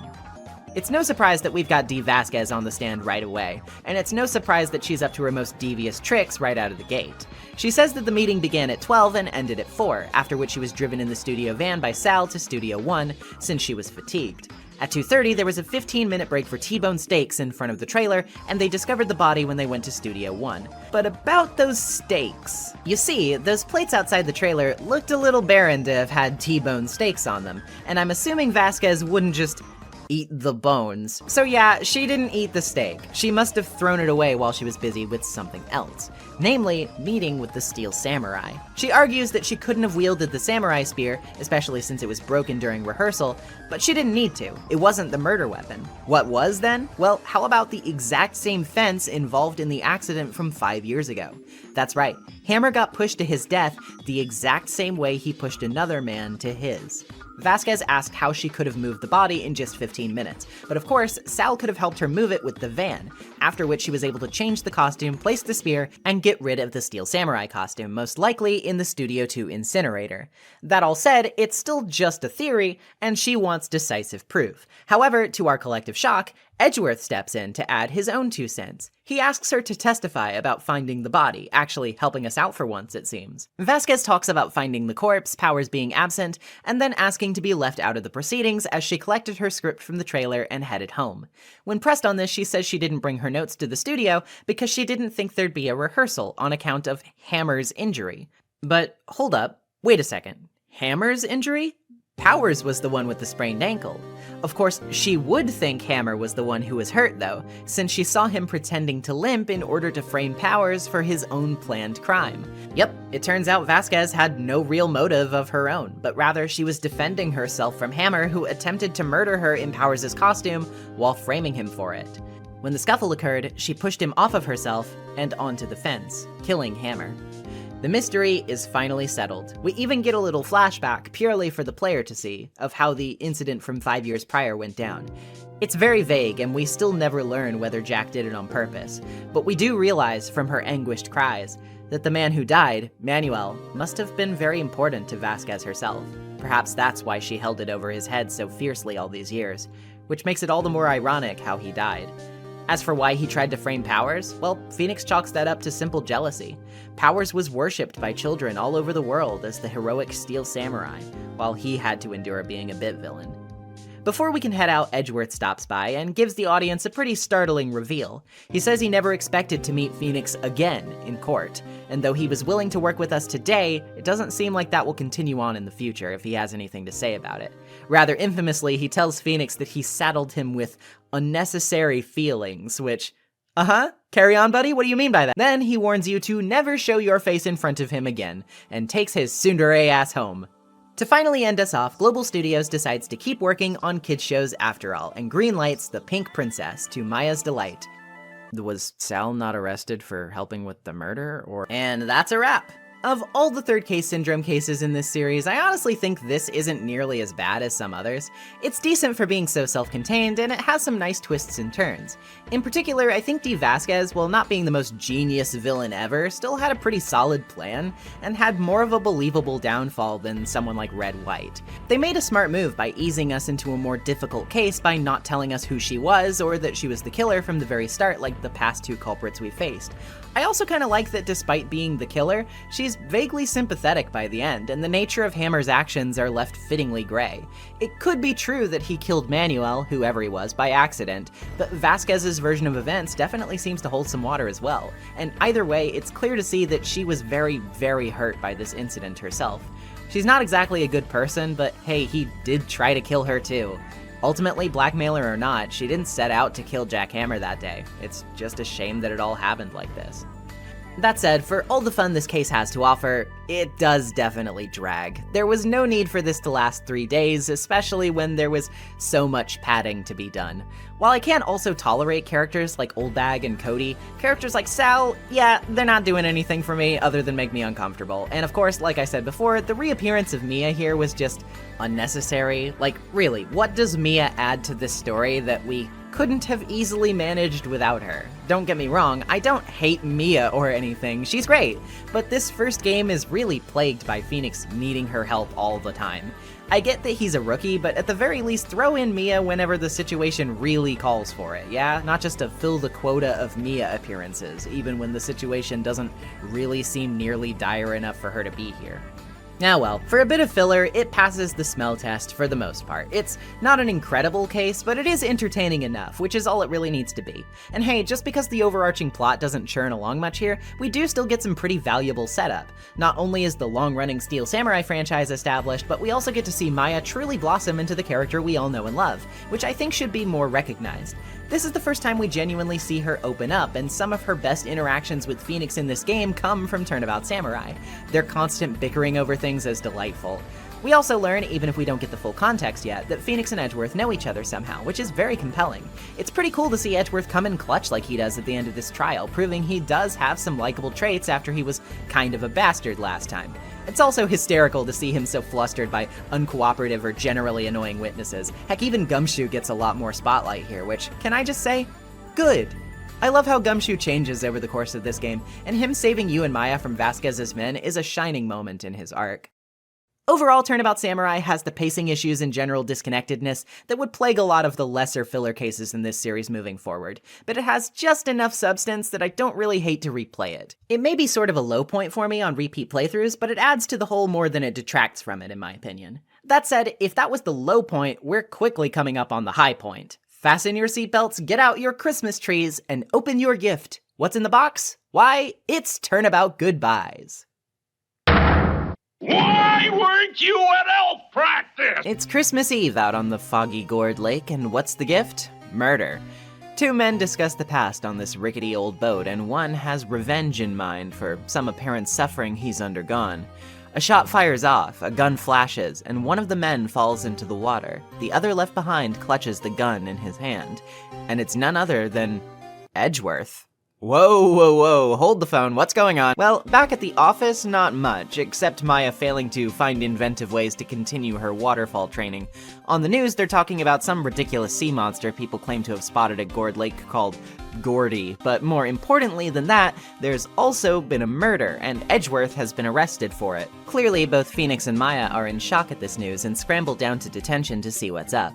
Edgeworth isn't very cooperative, predictably. When not accusing Phoenix of coming to laugh at him, he says he's still a novice and that he doesn't want his help. He even claims to have been out on Gourd Lake to see Gordy when he's asked, which, yeah, not very convincing. Even showing him our trusty attorney's badge won't help matters, as he says every other defense attorney has turned him down, and the case is near hopeless. Once again telling us to stay out of it, Edgeworth leaves, which means we'll probably have better luck asking around down by the lake. Gumshoe is here, of course, and he's very upset about Edgeworth's arrest, as the only guy around who apparently believes in his innocence. He says it was apparently called in by a witness, but he can't tell us more than that. He's also bewildered that Edgeworth won't let you represent him and confides that he was apparently very talkative about Phoenix after the Steel Samurai case. He doesn't have the autopsy yet, but he draws us up some directions to go to the precinct where he works so we can check in later, and his hands are a bit too full to tell us not to go snooping around. At the public beach, we'll see some hot dog stands and party poppers on the benches. Further into the woods, we find a camera setup and an SUV. Pretty ballsy for whoever this is to camp right next to a no camping sign. Either that or they just can't read. Curious about the mic next to the camera, which suggests it's sound activated, Maya sets off one of the party poppers and, for her trouble, wastes a whole roll of film. This, of course, angers the owner, Lotta Hart, who comes out to see what all the fuss is. She's a bit of a firecracker, a good-humored southern girl and university student at Country U, who's apparently here to photograph meteor showers, and she's been here for about 3 days. She apparently isn't the witness Gumshoe mentioned, though, because she's unsure about any kind of murder. Phoenix, of course, asks if gunshots might have triggered her camera to take any automatic pictures last night, though, and she's pretty excited to potentially be of some use to an investigation, so she goes off to her SUV to check it. While she's doing that, we might as well cover some more ground, right? Well, let's head to the criminal affairs department that Gumshoe tipped us off about. Here we can get an autopsy, even if they're still having trouble identifying the victim. The police are pretty hellbent on the Edgeworth did it angle, but Gumshoe still isn't convinced. He says the reason he believes in Edgeworth so much is because Edgeworth himself put a lot of trust into the investigators while pursuing his verdicts, which definitely does give us a glimpse at some of his humanity there. Maya finds the photo of the victim strangely familiar as well, but for now we need to head back over to Lotta. She's got a photo. In fact, she has two. One shows a foggy silhouette of two men on a boat with one holding a gun. Lotta is convinced from all this that she remembers being a witness to the murder, and she decides she's going to zip her lips so that she can hand her info over to the cops instead of us. Dang, at least we have the one photo. Down by the beach we meet... Santa? No, it's actually Larry, who got this costume from his new girlfriend, Fiancé, another model apparently. He just doesn't learn. He is pretty surprised to hear about the murder though, on account of the fact that he, Phoenix, and Edgeworth were all in grade school together. Wait, what? Oh boy, things are just heating up, much like those samurai dogs he's peddling, though he admits they were originally named gourd dogs and are only selling better right now that he cheaply renamed them to invoke the Steel Samurai's popularity. Anyway, sucks about Edgeworth, right? He even wonders aloud why the guy would end up becoming a prosecutor, seeing as how he always talked about following in the footsteps of his father, who was a defense attorney. With an article all about the Gordy business, which says Gordy's appearance was marked with a loud banging sound as a parting gift, we head off from Larry and give Mr. Grossberg a visit. He's a pro, maybe he knows something about all this. Well, boy oh boy does he. He's a lot more helpful to us this time around, since it's not his blackmailer we're dealing with. He hadn't heard of the murder yet, but he does recognize the victim's photo from the autopsy report. The man is Robert Hammond, a defense attorney who worked at his office for a time, and who was involved with the infamous DL6 incident. Remember this? It came up back in Turnabout Sisters, as the murder case where police enlisted help from Misty Faye to channel the spirit of the victim, and ended up getting the wrong man. This very channeling session was leaked out by Red White, leading to the ruination of Misty's life and the driving force behind Mia's career. Turns out, this case is probably integral to the current proceedings. Hammond was the defense for the man who was accused, the one who got him off the hook, and the victim whose spirit was channeled, well, that was none other than Gregory Edgeworth, our Edgeworth's father. Seems it's finally time to get Miles to open up, and maybe this photo of Misty Faye will help us convince him. He's a little shocked that in just a few hours we've already learned this much. He didn't want Phoenix to know about DL6, which is why he was so adamant to refuse us before. But now that the proverbial cat is out of the bag, he's got no reason to really shut us out anymore. He tells us about how he witnessed his father's death, and how the statute of limitations on the case will be up in just 3 days. The statute of limitations, for those not in the know, is basically an expiration date for a crime investigation. It can't be opened back up or relitigated once that time passes, and then, legally, it will be as if it never happened at all. Seems strange that it's all coming back up right now though, huh? Edgeworth also tells us the suspect that was found innocent promptly disappeared from public view, but would be around 50 now if his math is right. He doesn't want to talk much about his dad though. Finally, Phoenix shows him the lake photo, asking if he really did shoot the guy, and Edgeworth cracks. He didn't do it, he says, and he asks if we'll defend him. Of course we will, right?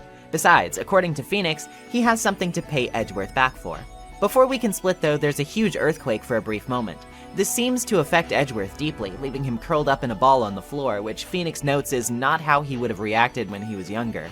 Something has definitely changed about him ever since his father's death, and the signs are piling up. At Criminal Affairs, we can let Gumshoe know that we've finally been given the go-ahead to represent Edgeworth, though he's pretty pissed that we ended up saddling him with another witness in our attempt to find info.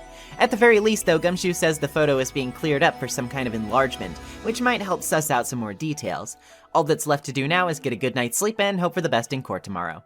What a start. This is a fantastic hook right out of the gate. Not only is our rival for the majority of the game in the hot seat, but his previous ties to Phoenix are becoming more prominent than ever. Even if we didn't have any interest in defending the guy, which, I mean, I can only speak for myself, but I do. But even without that, surely knowing how he and Phoenix became so intertwined is of intrigue, right? The mysterious DL6 incident coming back up does wonders to make the plot of the game feel interconnected, and it even makes Turnabout Samurai feel pretty cohesive, as it's what we needed to get Edgeworth to actually take us seriously once we got to this point. Learning that the victim was Edgeworth's father is just another huge puzzle piece to slot into the larger whole too, which not only builds upon the previously established mystery, but also helps all of the main cast feel as though they're tied together in some way. The incident that would change Edgeworth's life forever would drive Phoenix to come following, to meet Mia Fey, whose life was irreversibly altered by the echoes it had on her and her family. Mia's murder would help Phoenix come into his own and to team up with Maya, who is also deeply affected by Misty's disappearance. Hell, even Grossberg is tied up in all of this, having known both Red White and Robert Hammond, not to mention mentoring Mia in the first place. Everything is coming to a head here, and this is just the start of the case, and we're not done introducing key players that will shake up the story just yet, because the following day starts with just one word: Karma. Yes, according to Edgeworth, his mentor, Manfred von Karma, known as a god among prosecutors, will be up against us in this case.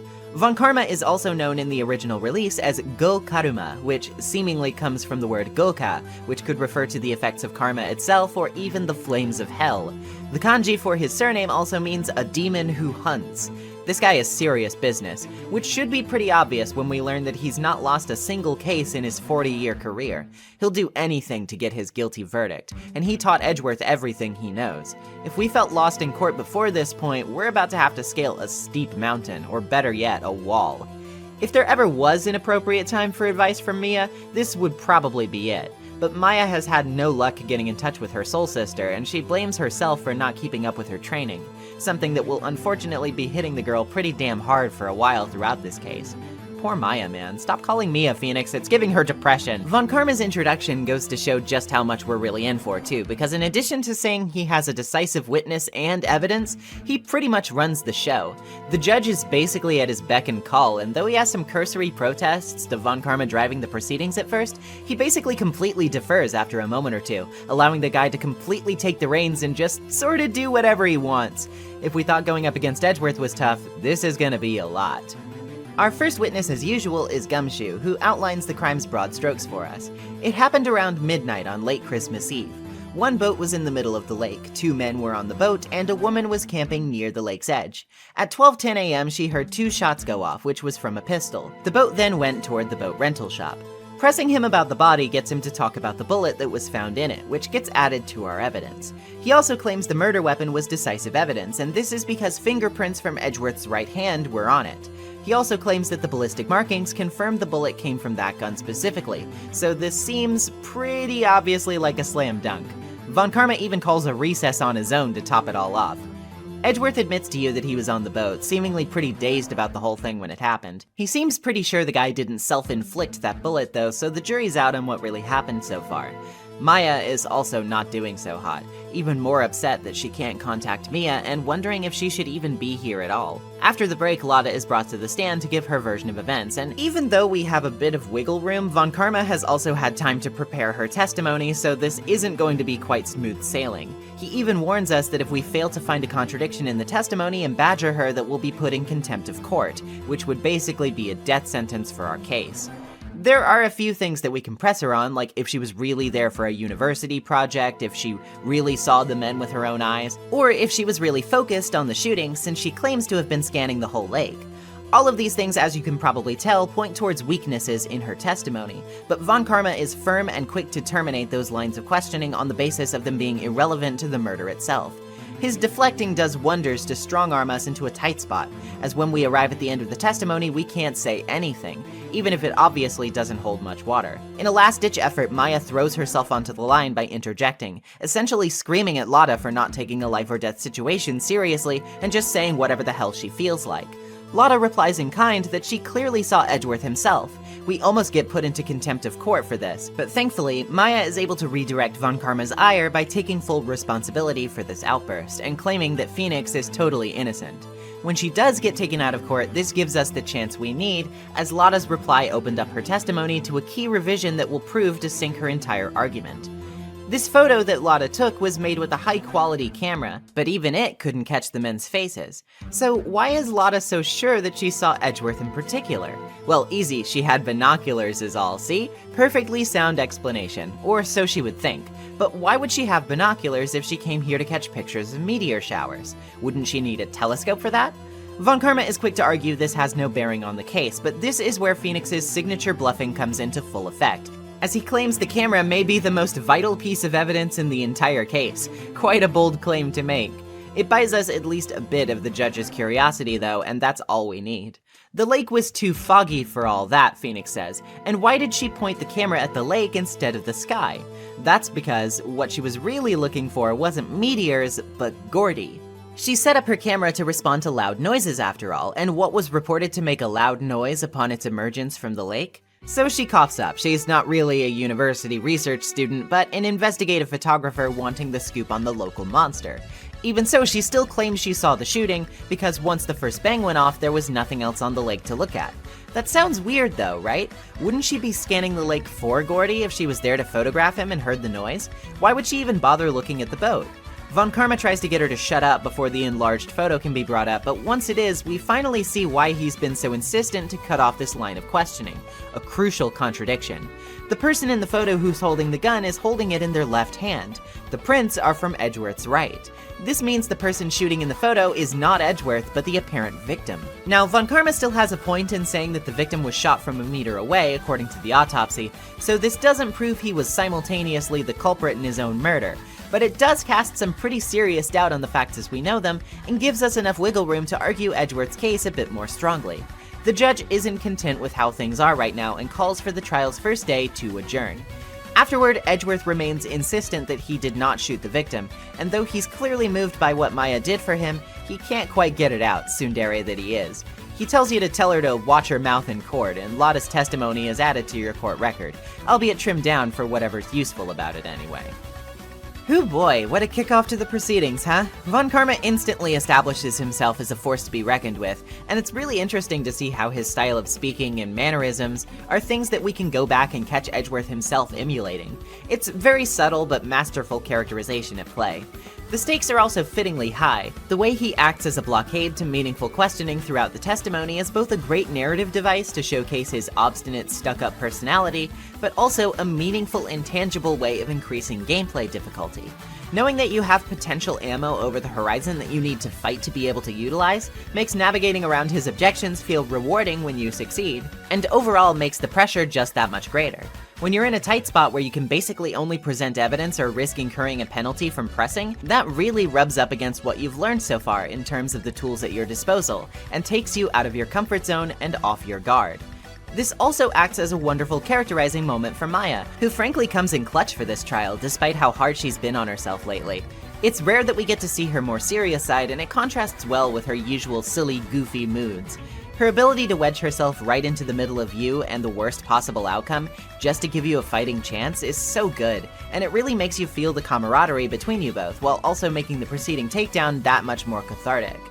We may still have a bit of this mystery left to uncover, but this was a productive trial day, even if it was a scary one. We can only hope to nail down more as we head back out to investigate. Well, after we visit Maya in detention, of course. Gumshoe told her she'll be off the hook after questioning since it's her first offense. But she's kinda broke, so Phoenix is gonna need to cough up bail. On top of all that, Mia is still MIA in more ways than one, so we're going to have to keep doing our thing on our own for now. Lotta didn't stick around her campsite, it seems she still feels guilty. Gumshoe is there, however, and he congratulates us on a good show. Tomorrow's trial is gonna bring in that original witness that Von Karma had previously prepared, but we do have something to be happy about. It seems Edgeworth was genuinely so moved by what Maya did that it really got to him, and he decided to pay her bail, no questions asked. Even Gumshoe himself shed a tear as she was getting dragged out, apparently. That's honestly really sweet. This is probably a characterization highlight for me for both Maya and Edgeworth. After that, we can pick her up and be on our way. Back at the entrance, we'll see where Lotta's gotten off to, and yeah, she does feel pretty bad, admitting that she probably got too excited about the prospect of being a witness. She's still determined to find Gordy, though, and she wants to make all of this up to us by exchanging some information. Yeah, she wants to make it up to us by having an exchange. You know, Lotta, I don't really think that's how that usually works, but maybe Larry can give us some information, because he's back down by the beach again, along with his big inflatable steel samurai balloon. Apparently it hasn't been up recently because he just got his compressor repaired. Over at Criminal Affairs, Gumshoe is a little steamed that we're having a wild goose chase for Gordy when Edgeworth is in the hot seat, but when we explain to him why we're doing it, he relents and helps out. He has a few secret weapons to help us find the sea beast and offers us a dog, a fishing pole, and a metal detector. You know, all notoriously great at finding sea monsters. Fun fact though, the dog, named Missile, is actually based on Shu Takami's real-life pet Pomeranian of the same name, who unfortunately passed away in the summer of 2018. Rest in peace, little buddy. At least he's immortalized in a few great games, this one and Ghost Trick 2 notably. Unfortunately, the doggo will not be coming with us because what we really need is the metal detector. Surprisingly enough, sweeping it near the boat rental shop will yield a broken air tank with some familiar flags on it. Wonder who this could belong to. Hey Larry, what's up? He's actually pretty embarrassed about the whole thing, so he denies it for a while, but with some quick thinking, it's clear to ascertain what exactly happened. Larry was trying to use this air tank to inflate the Steel Samurai balloon while his compressor was busted, but it didn't go very well. The air tank made a loud banging noise and flew off into the lake, taking the Steel Samurai and its flags along for the ride. Larry has been looking around in the lake at night for it for days and only just recently got it back on Christmas Eve. Wait a second, Christmas Eve? Wasn't that the night of the murder? Well, apparently he left right around midnight, so he might have just missed it, but maybe we should keep this in mind. That all said, it seems we've solved one mystery at least. Lotta is pretty disheartened to hear that Gordy was nothing more than a runaway balloon, but she did promise us a scoop if we gave her one, so fair's only fair. She gives us a second lake photo taken by her camera, which she says Von Karma told her not to mention. At a glance, it doesn't appear very important since it doesn't show any boats or much of anything at all, but don't count it out as relevant just yet. She also tells us that the witness tomorrow will be the caretaker from the boat rental shop, which means we should probably give him a quick visit. He's a strange, seemingly senile old dude who thinks Phoenix and Maya are his relatives Keith and Meg, and he seems to think this shop is a pasta restaurant called The Wet Noodle, which he asks us to run after he passes on. Phoenix, desperate to learn anything he can from the guy, accepts, reasoning that plenty of people would probably want to eat Phoenix noodles. That said, it's probably best to rein this conversation in a bit, so let's show him our badge. That's enough to snap him out of it a bit, allowing him to realize that you're probably not his son.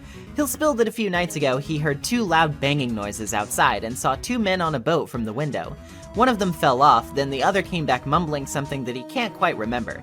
He doesn't have much else to say, but he does have a rather chatty parrot named Polly, who he says he tells anything he needs to remember. The bird rather candidly hands out his safe password 1228 to Maya when she asks, which is pretty hilarious. But when we're about to leave and Maya asks if we've forgotten anything, what Polly says next will stop you dead in your tracks. Don't forget DL6! Huh? What did she just say, Nick? One more time, Polly. Don't forget DL6! Why would that bird Polly know about DL6? We have to figure out who that old man is. Oh, What? he locked the door from the other side. Oh boy, seems we should probably have a talk with Gumshoe about this.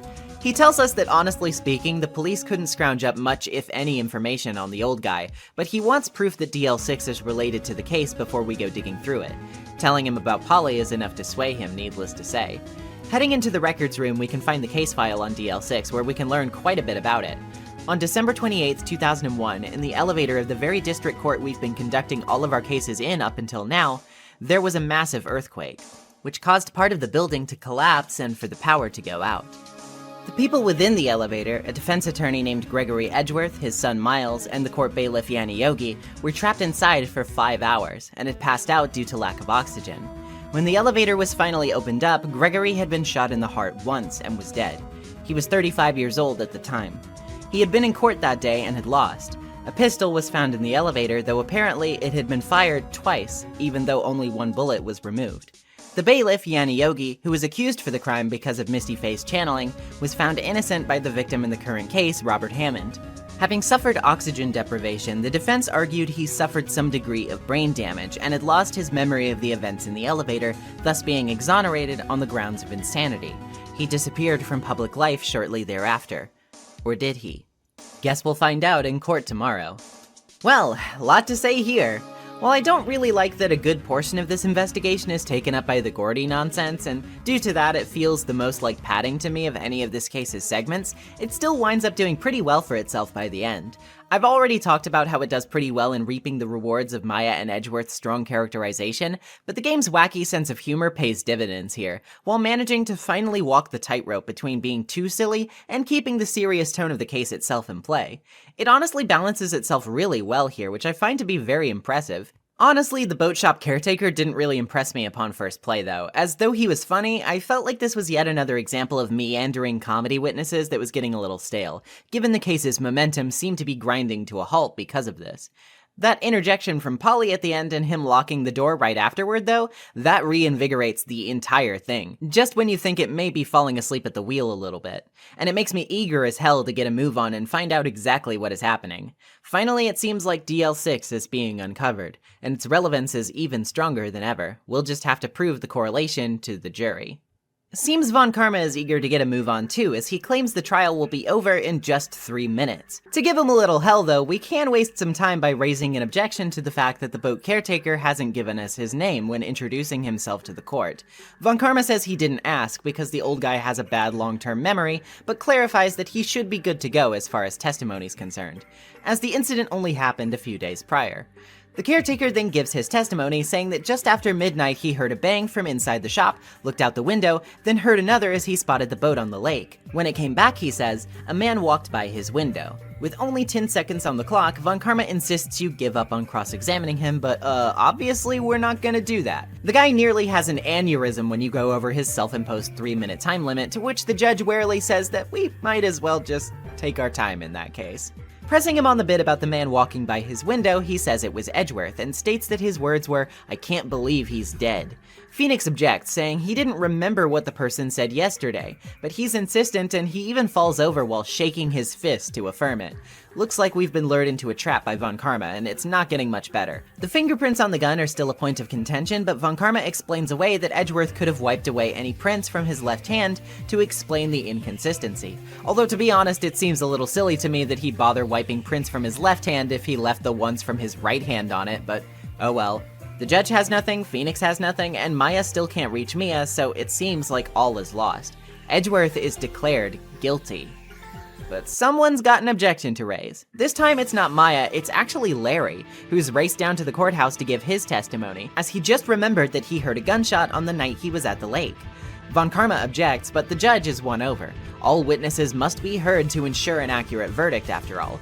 He withdraws his guilty verdict for now and calls a small recess. That was way too close, but this is our big chance. Even though Edgeworth admits to picking up the gun in a daze, he has a small reassurance for us. Every trial Von Karma has ever run has been perfect, and his success has always been predicated on rigging everything in his favor. He doesn't let the narrative escape his grasp, and he always prepares his witnesses precisely as he needs them to be, so he can ensure that. Larry, by this metric, is effectively a loose cannon, and Von Karma has no time to file his testimony down into something he can use properly.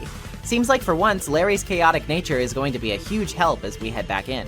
His story's pretty simple. He was out on the lake looking for something, and we know what that something was. Once he found it, he slipped back into the rental dock, but heard a bang. He looked out over the lake, but saw nothing, then decided to go home after hearing that one shot. Phoenix is confused by this, though. Both Lotta and the old man heard 2 gunshots after all, so where's the second? Well, Larry admits he may have missed it as he had his headphones on and was listening to the radio, even apparently remembering exactly what the DJ said when he heard the shot itself. This is where we get a particularly infamous quote from this game, which is still remembered in reference to this day, when Larry says the DJ called out, "Hey, it's almost Christmas," right as he heard the gunshot. Phoenix is quick to point out that almost Christmas means it wasn't Christmas, even though the other 2 witnesses heard their 2 shots after midnight. So what does this mean? Well, Von Karma tries to spin it as Larry just being confused, but we have proof that for once, he isn't. The second lake photo. Now, sure, it doesn't show anything, but what's important here isn't what the photo shows, but why it exists. The photo was taken just before midnight according to its timecode, and if you'll recall, Lotta's camera was only set to take pictures when loud noises rang out. This is the mysterious 3rd gunshot that came before all others, and the pistol proves it, having fired 3 times if we double-check the evidence. So why were the shots 25 minutes apart? Well, time to do what Phoenix does best, run with it. Edgeworth was not, in fact, on the boat with the victim, Phoenix says, but on the boat with the murderer, who assumed the identity of the victim and met with Edgeworth. As for who this person was, well, he can't say, because he never told us his name, now did he? Implicating the caretaker, we call back to Larry's testimony. He heard the shot just as he was returning the boat, which means that the shot came from the boat rental shop itself. As for why the guy went out with Edgeworth and made 2 useless shots before swimming to shore, well, it was simple. He needed to create a witness. Knowing that anyone near the lake would naturally look over after hearing one shot, then make some pretty loaded assumptions when they heard another and then saw one of the men fall out of the boat. The judge calls for the caretaker to be retrieved at this. Looks like we're on the right track. Edgeworth even confirms that he received a note signed by Hammond telling him to meet at the lake.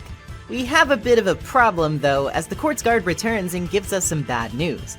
The caretaker is gone. He ran for it. In the midst of this chaos and with too many questions raised, the judge dismisses court for the day. Out in the lobby, Edgeworth begins to admit something to Phoenix. Something about a nightmare he's had for many years, about a crime that he committed. Hoo boy, what a trial day, huh? I feel like obviously we could have had a bit more progress if the investigation was tightened up and the fat was trimmed, but this is Ace Attorney 1 after all, we gotta go on for 3 days. Even so, this is still an incredibly strong segment. Obviously, the "it wasn't Christmas" bit is classic and everyone loves it, so I don't need to take many notes there. But honestly, I think more people should give Larry some credit for this. Before Takumi would amp up Larry's comedic tendencies for the sequels and honestly make him a bit of a creep, which I really don't like, he was honestly at his best here in Turnabout Goodbyes in my opinion. He may be a goofball and he's not exactly the sharpest tool in the shed, but he does care. He hasn't seen Edgeworth since they were kids, but obviously the case has been on his mind since Phoenix brought it up to him, and hearing how Edgeworth has changed has obviously been a topic of concern in his mind. So now, at our lowest possible moment when all seems lost, Larry bucks the tradition of being the bearer of bad news and actually does something really selfless to help a friend. His testimony isn't perfect, but it doesn't need to be. He gave us all the wiggle room we were missing with Von Karma's carefully prepared statements, and we would have lost if it weren't for his help. Larry is a good friend, and I think more people should remember this side of him, even if Capcom seems to have forgotten it. Anywho, the caretaker hightailing it out is obviously another highlight in terms of exciting developments. Really sells the idea that this case is ramping up, because nothing like this has ever happened so far. What kind of deep dark secrets are lurking behind all of this? What happened in the DL6 incident, and how do all of these things tie together? Well, it's time to finally start figuring that out. Back at the office, Larry arrives, and upon Maya's insistence, we finally get the scoop on what went down between them both and Edgeworth. When they were all in 3rd grade, you see, Phoenix was accused of stealing someone's lunch money, $38 to be exact, from their locker during PE class. Since he was the only person who was absent, all of the children yelled at him, accused him of being guilty, and set up a mock classroom trial to determine his guilt. Nobody believed in him, and even the teacher took his guilt for granted, telling him to apologize. This, Phoenix says, is the first time in his young life where he ever felt truly alone. During the trial, though, the supposed victim of the stealing, which was Edgeworth himself, stood up to everyone, telling them that unless they had actual evidence for Phoenix's wrongdoing, that he shouldn't be assumed guilty, and that they should all be quiet. Larry, too, chipped in, saying that everyone should be ashamed for picking on a defenseless person. After this, the three became close friends until Edgeworth suddenly transferred schools sometime later, the reason for which we should probably know pretty well by now. Years later, Phoenix discovered Edgeworth's name in a newspaper, discussing how he had become a prosecutor and the lengths he would go to for victory. Bewildered by this sudden change in his friend from childhood and wondering what must have happened to him, he wrote letters, gave calls, but got nothing back. Finally, Phoenix decided that if Edgeworth wouldn't reply to him in that way, he'd have no choice but to see him if they met in court. Thus, he took the path of a defense attorney. So yeah, I'm not exactly going to propagandize about shipping in this video, but I think the Wrightworth crowd has a point. Sure, you can say the unnecessary feelings line gets shuffled out all the time without context, but literally studying law for years, taking the bar exam, which is notoriously difficult in general, much less in Japan, where the game was originally set, and thus becoming a whole-ass attorney in general, just to meet this guy again? Yeah, I'm gonna say that's a little extreme for a pal. Speaking of pals, back at Gourd Lake, Gumshoe is pretty impressed that we managed to delay the verdict by the skin of our teeth yet again, but tells us the woods are off limits because the park ranger finally found out that someone was camping where they weren't supposed to. Oops. The balloon also isn't at the beach anymore. Seems like Larry skipped out on work entirely just to come help Edgeworth, which is really pretty sweet.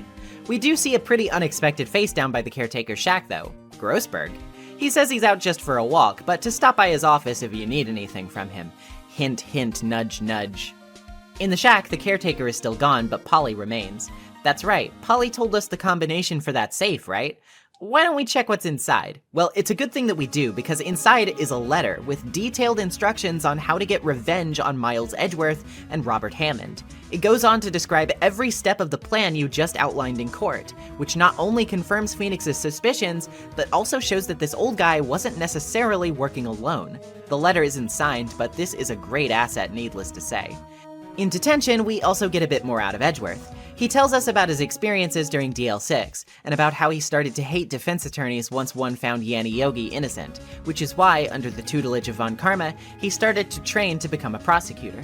If we show him the letter, he's shocked, noting how it says that it's the last chance to get revenge on, quote, the two men who ruined your life, which Edgeworth reckons might be referring to the statute of limitations on DL6 running out in just a couple of days. Given the context, he suspects that the old man might just be Yanni Yogi. As for why he'd want revenge, well, Edgeworth admits that in that recurring nightmare he mentioned having since childhood, he relives the incident in the elevator. Once seeing his father and Yogi grappling with each other, he picks up a pistol that falls to his feet and throws it at the two men to try to stop their fighting. Then he hears a shot, a scream, and passes out, which he says has haunted him ever since. It's clear what he thinks happened, and why he thinks Yogi might want revenge on him. He thinks he killed his own father by accident. But why don't we get a second opinion about this letter at least? After all, Grossberg knew Hammond, maybe he'd know something about this. We talked to him for a bit about Edgeworth's dream, which he says could very well be a good motive for Yogi because even though he was found innocent, Hammond only did it for himself, and never trusted his own clients as far as he could throw them. That innocent verdict came at the cost of Yogi's public image, as once he was declared not guilty on the basis of insanity, he was ruined socially and scorned by society. His own fiancée even did the deed shortly thereafter, having been presumably unable to take becoming a social pariah. So that's a motive squared away, but who could have written Yogi the letter with the instructions? Grossberg asks your opinion, to which Phoenix casually tosses out Von Karma's name. He is a big enough jerk after all. This kickstarts a realization in Grossberg, though. He used to read reports by Manfred Von Karma all the time, and he swears it. This is the same handwriting. Hoo boy. That's a lot to consider, but on top of all that, why would he want to frame Edgeworth? Well, it might not be so unbelievable after all. Grossberg tells us that on the same day of the incident, Gregory lost in court in a trial where Von Karma was prosecuting. The legendary prosecutor didn't leave that trial unscathed, though, as Gregory had accused him of using faulty evidence, and that accusation stuck.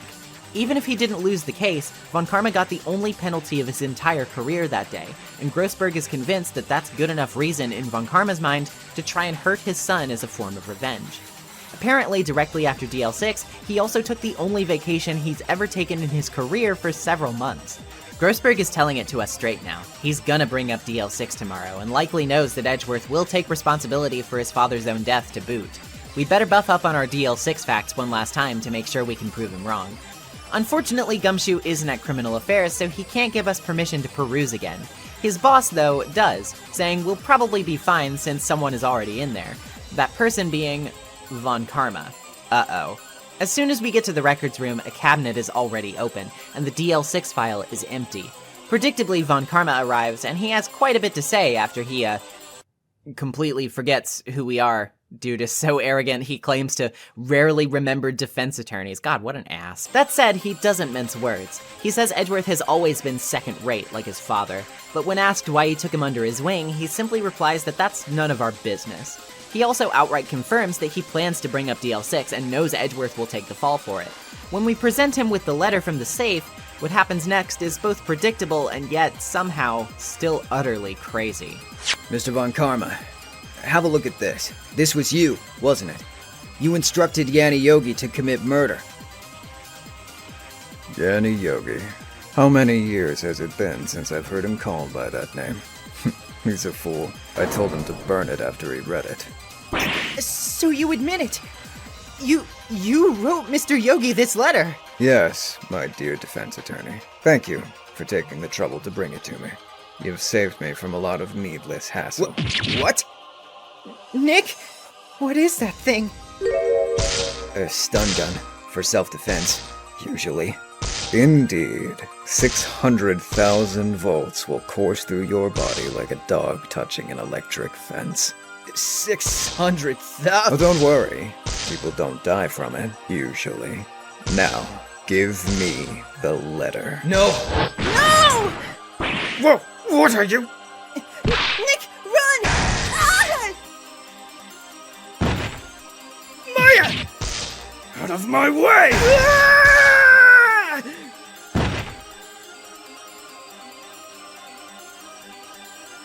When they finally both come to, Von Karma is gone with the letter and all of the DL6 evidence. Maya's self-confidence is completely shot, too.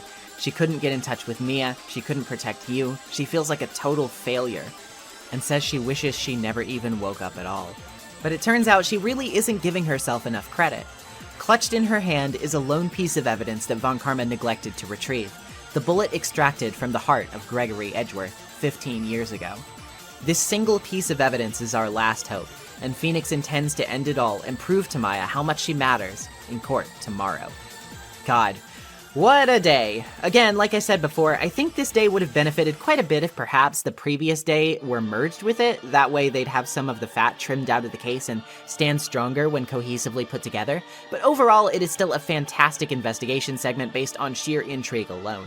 It's still pretty short, and again, when you really look at it all in retrospect, not a ton happens, but what does happen is so high-octane and unbelievable, it easily becomes one of the most tense and thrilling parts of the entire narrative for me.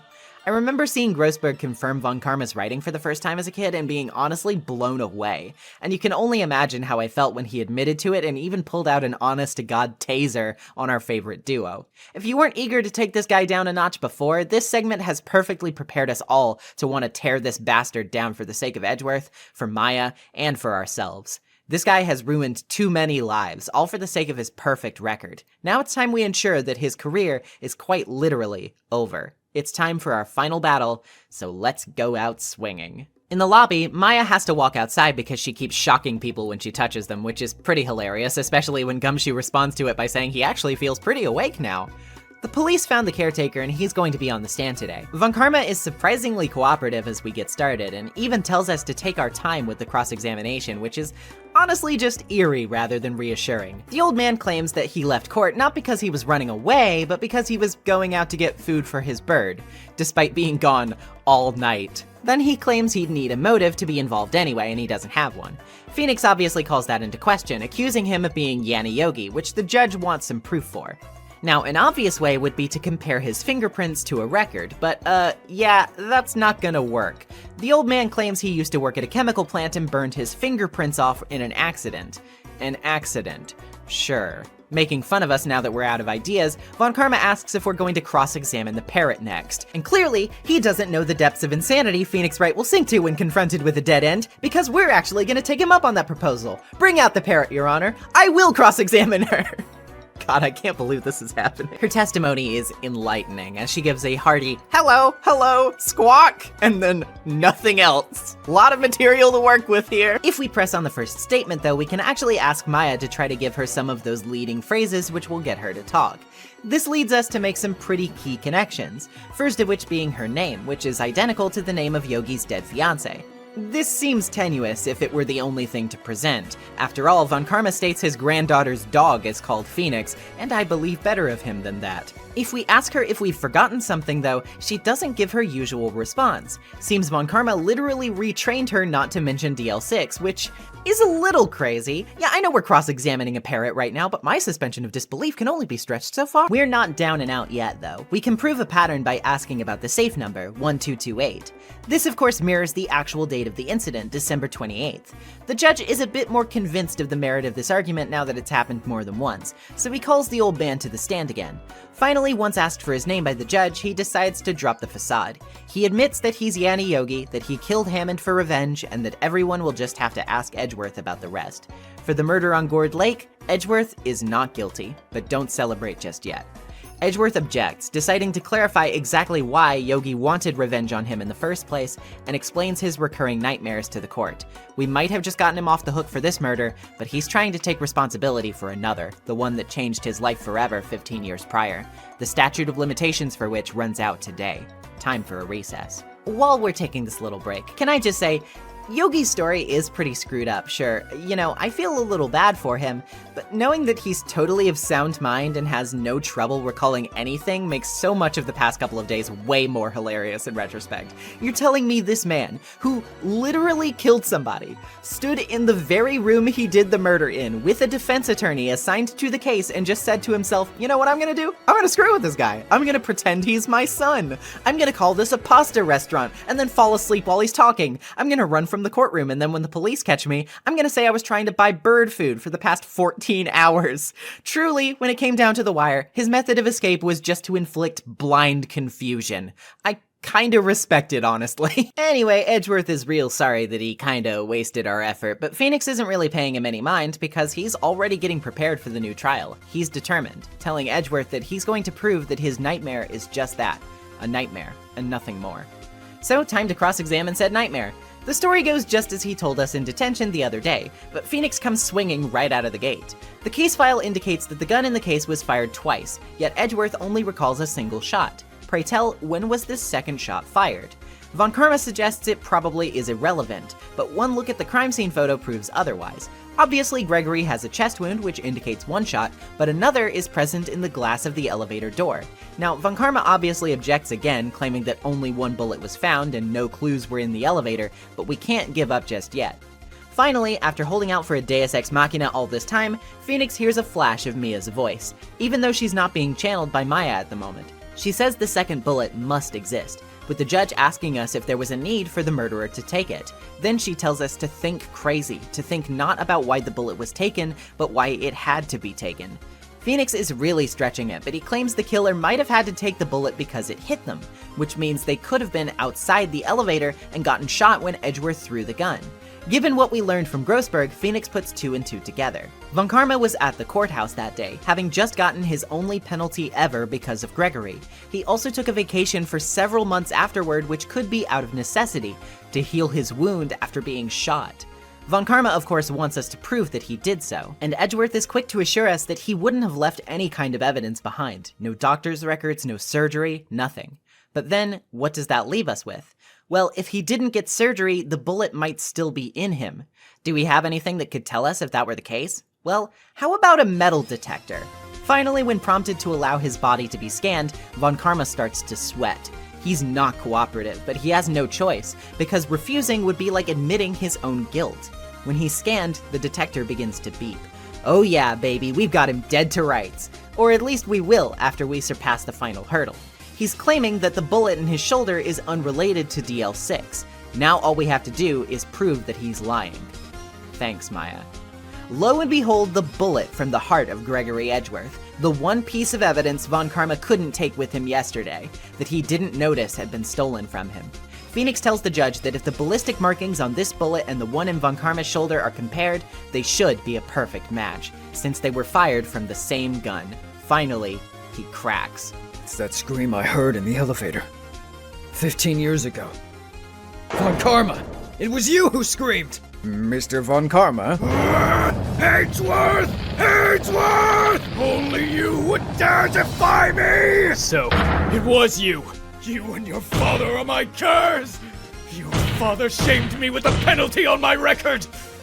And you left a scar on my shoulder that would never fade! I'll bury you! I'll bury you with my bare hands! Death! Death!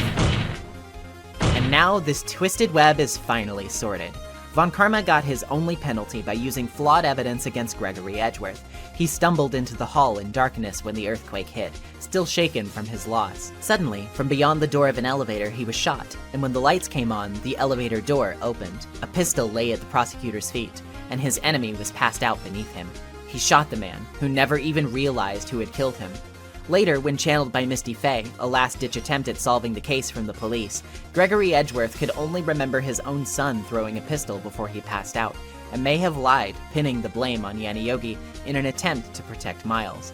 Yogi was found innocent by Robert Hammond, but only on the grounds of insanity, which ruined his life, robbed his fiancée from him, and sent him down a years-long spiral that would eventually culminate in the murder on Gourd Lake.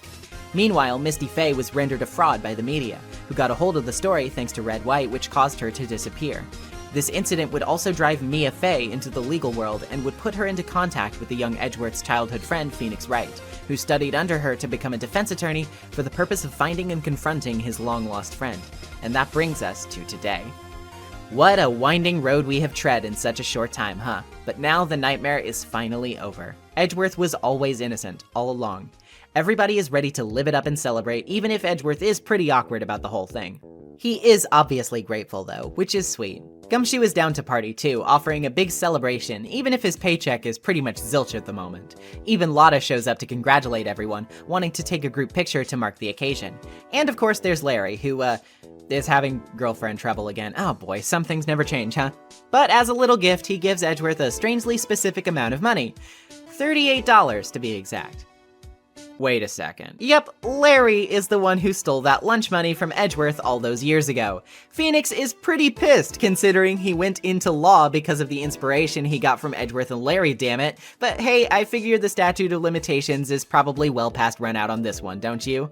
After the group photo, Gumshoe leads everyone to a night on the town, but in the middle of the night, Phoenix notices a letter on his desk from Maya. Seems she, plans to leave to finish her training? Uh-oh. Rushing to the train station, Phoenix catches her just in time, and she's clearly taking her perceived uselessness pretty hard, claiming she's the only person who couldn't help. But of course, we show her the bullet to prove her wrong. She's given pause by that, but still claims she wants to finish her training, and that she'll be back, because there's no way we can run this place without her, obviously. There's our chipper old Maya. As the train chimes for departure, Maya runs off to hop aboard, tears streaming from her eyes as she thanks Phoenix for all he's done. We get a sweet little montage of all the fun faces we've come to know over the course of the game, culminating with Lotta, who says she's going to become a paranormal photographer because, get this, when she took our group photo, she caught a genuine ghost on camera. Our last shot is of said photo, and hey, would you look at that? Looks like somebody stopped by to say hello after all. Thus ends Turnabout Goodbyes, and let's take a moment to talk about it, shall we? Honestly, what a perfect ending. I've talked at length already about how much this case pulls from what's been previously set up to tie everything cohesively together, and it culminates so brilliantly it makes everything up until now feel like it has narrative weight and history behind it, which makes the final confrontation with Von Karma so spectacular. And man, Von Karma, right? Sure, he's definitely a pretty cartoony villain, but he is still extremely effective. The moment he first appears, he makes it clear that he's going to be a much more powerful obstacle to us as players than anything we have encountered before, and he quickly goes about proving it. Sure, he isn't exactly the most nuanced villain, but I do think he benefits from being such an unlikable prick in terms of how cathartic his downfall is. Besides that, you do still kind of wonder about his reasons for taking in Edgeworth, as he really never elaborated on this and in fact refused to do so, even when he had basically just admitted to a murder in the same conversation. Cross-examining a parrot is certainly a highlight, and even if it was a little goofy, it is such a fantastic jaw-drop mom-get-the-camera kind of moment when you realize you can sink Von Karma's ship with the metal detector, which seemed so incidental and borderline useless before. This episode is pretty much the highlight of the entire game for many people, and it's inarguably a highlight of the entire series. Back in my Danganronpa 1 video, I said that the lead up to that game's climax was the kind of moment that were I playing it as a kid would have made me want to stay up past my bedtime and hide under the covers to keep playing it just so I could see what happened next. That hypothetical anecdote didn't come from nowhere, however, because Turnabout Goodbyes was exactly what made me do that in elementary school. It has a solid, interconnected plot, it advances the lovable characters we come to know to some of their highest heights, and it flawlessly balances both its intense drama and its surprisingly side-splitting comedy, despite the mostly dead serious tone. Turnabout Goodbyes is, in my opinion, a perfect microcosm of what makes Ace Attorney so special, and acts as a shining example of how good it can be. Don't get me wrong, it has its issues. It really doesn't need to be 3 days, much like how other cases in this particular entry suffer from the same problem, and thus some of its more unique characters like Lotta or Yanni Yogi feel like they could have been a bit more enjoyable if their respective segments didn't feel quite so dragged out. That said, if my only issue with an otherwise fantastic case is that there's maybe just a little bit too much of it, I don't think that's a problem worth being too harsh on. And besides, it's the final case, right? We can give it a pass for that. Huh? Sorry, what? My copy of the script is outdated? There's an updated script you had edited just this morning. Well, that's preposterous. I didn't get that. Okay, let me take a look. So there's another episode. Yeah, remember how I mentioned that the DS version of this game came with a bonus case for returning buyers and how we in the US just had it from the very beginning? Yeah, well, I hope the credits didn't confuse you because the game is not over yet. Basically, all ports of this game past the original GBA release include this new episode titled Rise from the Ashes. Really? No Turnabout in the title? Why would you leave it out for just this one? I don't understand. And it is one of the most polarizing cases in the entire franchise. Many call it one of, if not the best Ace Attorney case ever made, and others still loathe it, call it one of the worst, most stretched out cases in the franchise. Quite the diversity of opinions, huh? Considering that the case was written for the DS ports, Rise from the Ashes was written in the real world after the third game in the series had already been released on GBA in Japan, but chronologically it takes place only a couple of months after Turnabout Goodbyes, and before the events of the second game in the series formally kick off. What do I think of this oft-debated piece of Ace Attorney history? Well, I suppose we'll find out, won't we? Besides, it's just one extra episode. I can't imagine it would stretch out the runtime that much longer. What are you doing? Don't look at the time code. Don't look at the time code. We're at the final stop of our journey, so let's buckle up to do this one more time. Let's rise from the ashes and see what's afoot in the 5th episode of Phoenix Wright, Ace Attorney. Hi there, this is Future Marcy, coming to you not live via the magic of editing. I'm going to be inserting a couple of new bits into this compilation version of the retrospectives, just to clarify my thoughts on a couple of things that I got wrong or just like misphrased. I'm probably not going to get literally everything that I need to, but these are just like the major ones that stand out to me. So sorry for the interruption if you're watching this and you're like watching these for the first time, or if you're just kind of marathoning through them. I appreciate it, by the way, thank you. But anyway, my clarification that I wanted to make here is that throughout this end section of the first Phoenix Wright retrospective, I said that all of the Rise from the Ashes tracks were done by Masakazu Sugimori, who did the original OST for the first game on GBA. I was wrong. I actually clarify this in a text-on-screen thing in the Ace Attorney 2 video, which you'll see in a bit, but all of those tracks were actually done by Naoto Tanaka, aka Akemi Kimura, who did the OST for Ace Attorney 2. So, just so you know, I got that wrong. Sorry. We begin, frankly, with one of the best intro sequences in the series. And I'll just let it speak for itself.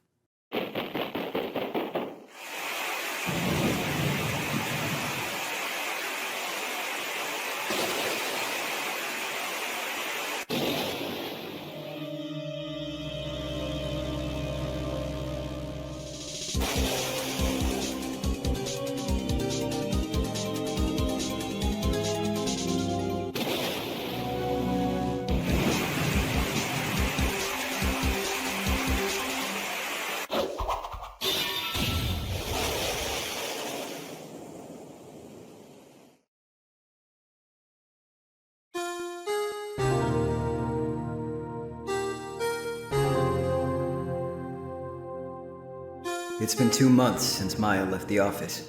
2 months without a single trial. I've had offers, but none I took. That is, until the day that girl showed up. That girl happens to be this girl, who's looking for help from Mia Fey. Once she realizes Mia's not here, though, she quickly becomes interested in Phoenix's services, after realizing he's the lawyer from the Edgeworth case. Phoenix doesn't really want to budge, but when she says something about how she needs help and how her sister's trial is tomorrow, it reminds him of a familiar face. So he relents and hears her out. Her name is Emma Sky, known originally as Akane Ohodzuki. While her surname means treasured moon or jeweled moon, which may suggest her importance to someone, Akane is commonly associated with the phrase Akane Sasu Sora, or a glowing sky, which may explain her English surname. She fancies herself a scientific investigator, but despite her enthusiasm for the field of forensics, she confides that right now it would probably be safer to say that her profession is that of an 11th grader. She's a bit younger than Maya, in other words, but she'll be filling our sidekick role for the foreseeable future nonetheless. Apparently, her sister is in some hot water, having been accused of stabbing someone, and Emma wants to use science to clear her name, since she knows her sister would never do such a thing. As for why she came looking for Mia, apparently this sister of Emma's actually went to the same school as her at one point. Emma really cares about her sister, obviously, but she admits that recently she's been acting differently, and that she kind of hates it. However, shocking twist, when we go down to detention to talk to her, we actually find out that she's the chief prosecutor, in charge of overlooking every case a prosecutor takes in the district. This is Lana Sky, or Tomoe Hotsuki, and she's got a whopper to start us off with. She confesses to the murder outright, claiming to have committed it at the underground parking lot under the prosecutor's office at exactly 5:15 p.m. The victim was a local detective who worked with the department, and he died from blood loss due to a single stab wound in the stomach. His body was found in the trunk of one of Lana's subordinates' car. She's sporting a bandage on her hand from having apparently cut herself by accident while stabbing him, and she was even seen by a witness to boot. As this is an incident of someone at the department being killed, she's upfront. The police are going to do everything in their power to find her guilty, and Phoenix might as well accept that now. Well, seems we've really got the odds stacked against us, huh? Apparently she sought the help of Mia because of their friendship in school, having helped Mia study to become a defense attorney. She also drops another classic line nearly on the same level as unnecessary feelings by saying that Mia was attracted to her, and when Phoenix asks for a bit more context, Emma clarifies that, of course, she means intellectual attraction, because Lana's so smart. Sure. Okay. Although, to be honest, one little thing that's always confused me here is why she would have sent Emma after Mia. Like, Mia has been dead for a little while, and while you could maybe argue regularly that if you haven't seen a person in a while, you might not have heard about their death, I kinda doubt the chief prosecutor of the district wasn't in the know about the Red-White case and wouldn't have heard about a prolific defense attorney's death, but hey, what do I know? Anyway, this isn't much of a discussion, really. Lana basically tells us we have no chance, but after Emma clearly displays distress, interpreting Lana's lax acceptance of the situation as outright abandonment since Emma needs her, Lana turns, just tells us to do what we can and not to stress too much about it, since our client has already admitted guilt. Well, turning things around is in the Phoenix Wright playbook, right? Might as well get investigating and see what kind of miracles we can potentially whip together. Emma is not doing so hot afterwards, swearing that Lana used to be a happy, smiling person that got along with everyone, which Phoenix has a bit of trouble envisioning, but we might as well check out the crime scene, right? We're not going to get much of anywhere, though, as we're warned not to poke around too much by an officer in a sheriff's outfit, Jake Marshall. Still, Emma doesn't want to walk away totally empty-handed, so we can tempt fate a bit. There's an obvious wallet on the ground, so we can start with that. You know how I said that this case was made specifically for the DS port? Yeah, well, that's where this really becomes obvious, because Emma's scientific investigation methods are basically elaborate excuses to utilize the DS's unique features. Unfortunately, while these were somewhat novel in the DS release, they're a lot less special and way more cumbersome in the HD console port, since there's no real touchscreen functionality for me to work with here. The idea is pretty simple anyway. All of our evidence can be rotated around like actual 3D objects, which can yield more clues about them. Doing so with the wallet will help us pop its seal, finding an ID card inside for a Detective Bruce Goodman, ID number 5842189. We then meet a woman selling bento boxes who alludes to having some involvement with the case, so yeah, she's the witness, obviously. She claims to have seen the stabbing with her own eyes and introduces herself as the cough-up queen, Angel Star. She's not a big fan of prosecutors, evidently, pretty unimpressed with the apparent award ceremony held yesterday to give out a King of Prosecutors trophy. Apparently, the winner of that trophy had the corpse dumped in his trunk for his trouble. How's that for a gift? She also implies the stabbing involved multiple stabs, despite Lana saying the victim died from just one wound. As for why she's here in the first place, well, she apparently comes around to sell lunches every day and to visit her boyfriend who works in the security room. One of multiple she has, I guess. And they're all cool with this. Huh, alright, didn't expect to see that in a game from 2005. Anyway, maybe we should give that high prosecutor's office a visit, see who the lucky winner was. Well, actually, it's Edgeworth. Rather hilariously, Emma vague tweets him in the same room by talking about how stuck-up and snobbish he seems, only to learn who he actually is and feel horrible since she's a huge fan. Oopsie. Poor Edgeworth is none too pleased, as you can probably guess, that a corpse was hanging out of his car trunk, but he's also been assigned to this case, so he's not stoked to have to prove the guilt of his superior either. He's been going through the ringer between this, the case from a couple months ago, and the eternally swirling rumors that he forges evidence to win his cases. He kinda hates the trophy he got, in fact, figuring it's just another way to mock him by those at the department who don't trust him. And he wasn't exactly thrilled to have to skip work to go down to the police station and receive it either. He met Lana 2 years ago on his first big case of note, where she took him under her wing, so he's really taking it hard, especially since the apparent murder weapon was his own knife from his toolbox. On the day of the murder, Edgeworth says the department was going through a yearly procedure called evidence transferal, where old evidence from closed cases is sorted and put away, effectively being permanently shelved. He gives us his parking stub, which proves he arrived back at his office at 5:12 p.m., very close to the time of the murder. Before we can chat much more though, an eclectic and clumsy officer named Mike Meekins barges in to deliver information on a case for Edgeworth. Our favorite prosecutor's a bit stressed though, as you might can imagine, and he demands that unless it's related to the case that he's focusing on right now, that it can wait and that Meekins should just get lost. As we go, he points us to the police department, so we head on over. Emma is a bit surprised that it took us 30 whole minutes to get here, even with very little traffic, and out front we see a couple of things of note. Namely, a big cardboard mascot dancing around called the Blue Badger, and the person dancing with it, which is... Gumshoe? Well, hey, good to see him again. He immediately tells us not to bother taking Lana's case. Thanks for the support, dude. That said, even he doesn't know much about the proceedings, as he was apparently kicked out of the investigation, effectively ghosted because he's sympathetic to Edgeworth, while only the highest-ranking members of the force are being led in the building right now. Damn, that sucks. The investigation is apparently being led personally by the chief of police, who assigned Officer Marshall to the scene, which seems fishy since Marshall is evidently just a patrolman. Furthermore, the rumors about Edgeworth are even worse by Gumshoe's admission than we thought. Some people think he's only taking the case to snatch up the chief prosecutor position, but at the very least Gumshoe gives us a letter of introduction so we can get a look at the crime scene. Before we go, we can take a look at the Blue Badger, which apparently the chief designed and Gumshoe himself built. It's battery-powered but has no switch, so it just dances endlessly until its battery dies.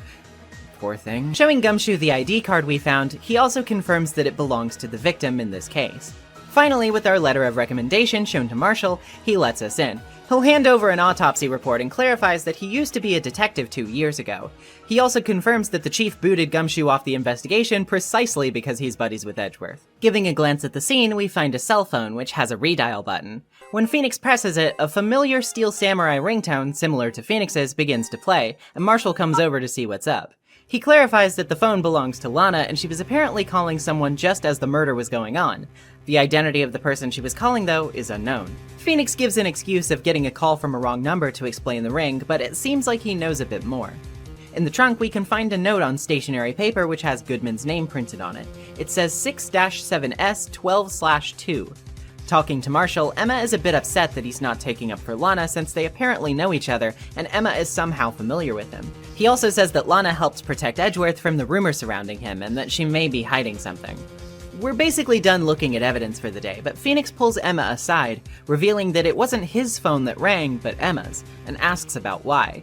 Emma admits that Lana called her, but that she hung up almost immediately and still isn't sure what it was about. Thus ends the first leg of our investigation. This case is just getting started. I'm sure you've probably already noticed, but this case is big, and that's one of the primary points of contention people raise when discussing it. It comprises a lot of the runtime of the DS port, and will thus comprise a lot more runtime in this video than previous cases, as I'm sure you can tell. I've already talked before about how cases in this game tend to feel stretched just by virtue of having 3 trial days, but you can imagine that with how much is going on here, it having the same exact amount of days while also having each section be significantly longer than usual would really start to add up. Still, I'd be lying if I said I wasn't immediately intrigued by the premise. A chief prosecutor in the hot seat, a detective being killed in the prosecutor's office, the rumors surrounding Edgeworth becoming more of an evident plot point. I'm all for it. And I'm also pretty interested in all these new characters. While I'm not exactly deeply compelled by someone like, say, Meekins, I'm curious to know what Angel Star's beef is, disregarding the beef she serves in her lunches. I also really want to know more about Jake Marshall. Like, sure, I want to know about how he knows Lana and Emma, but I also need to know, why is he like this? Why does he dress like a cowboy?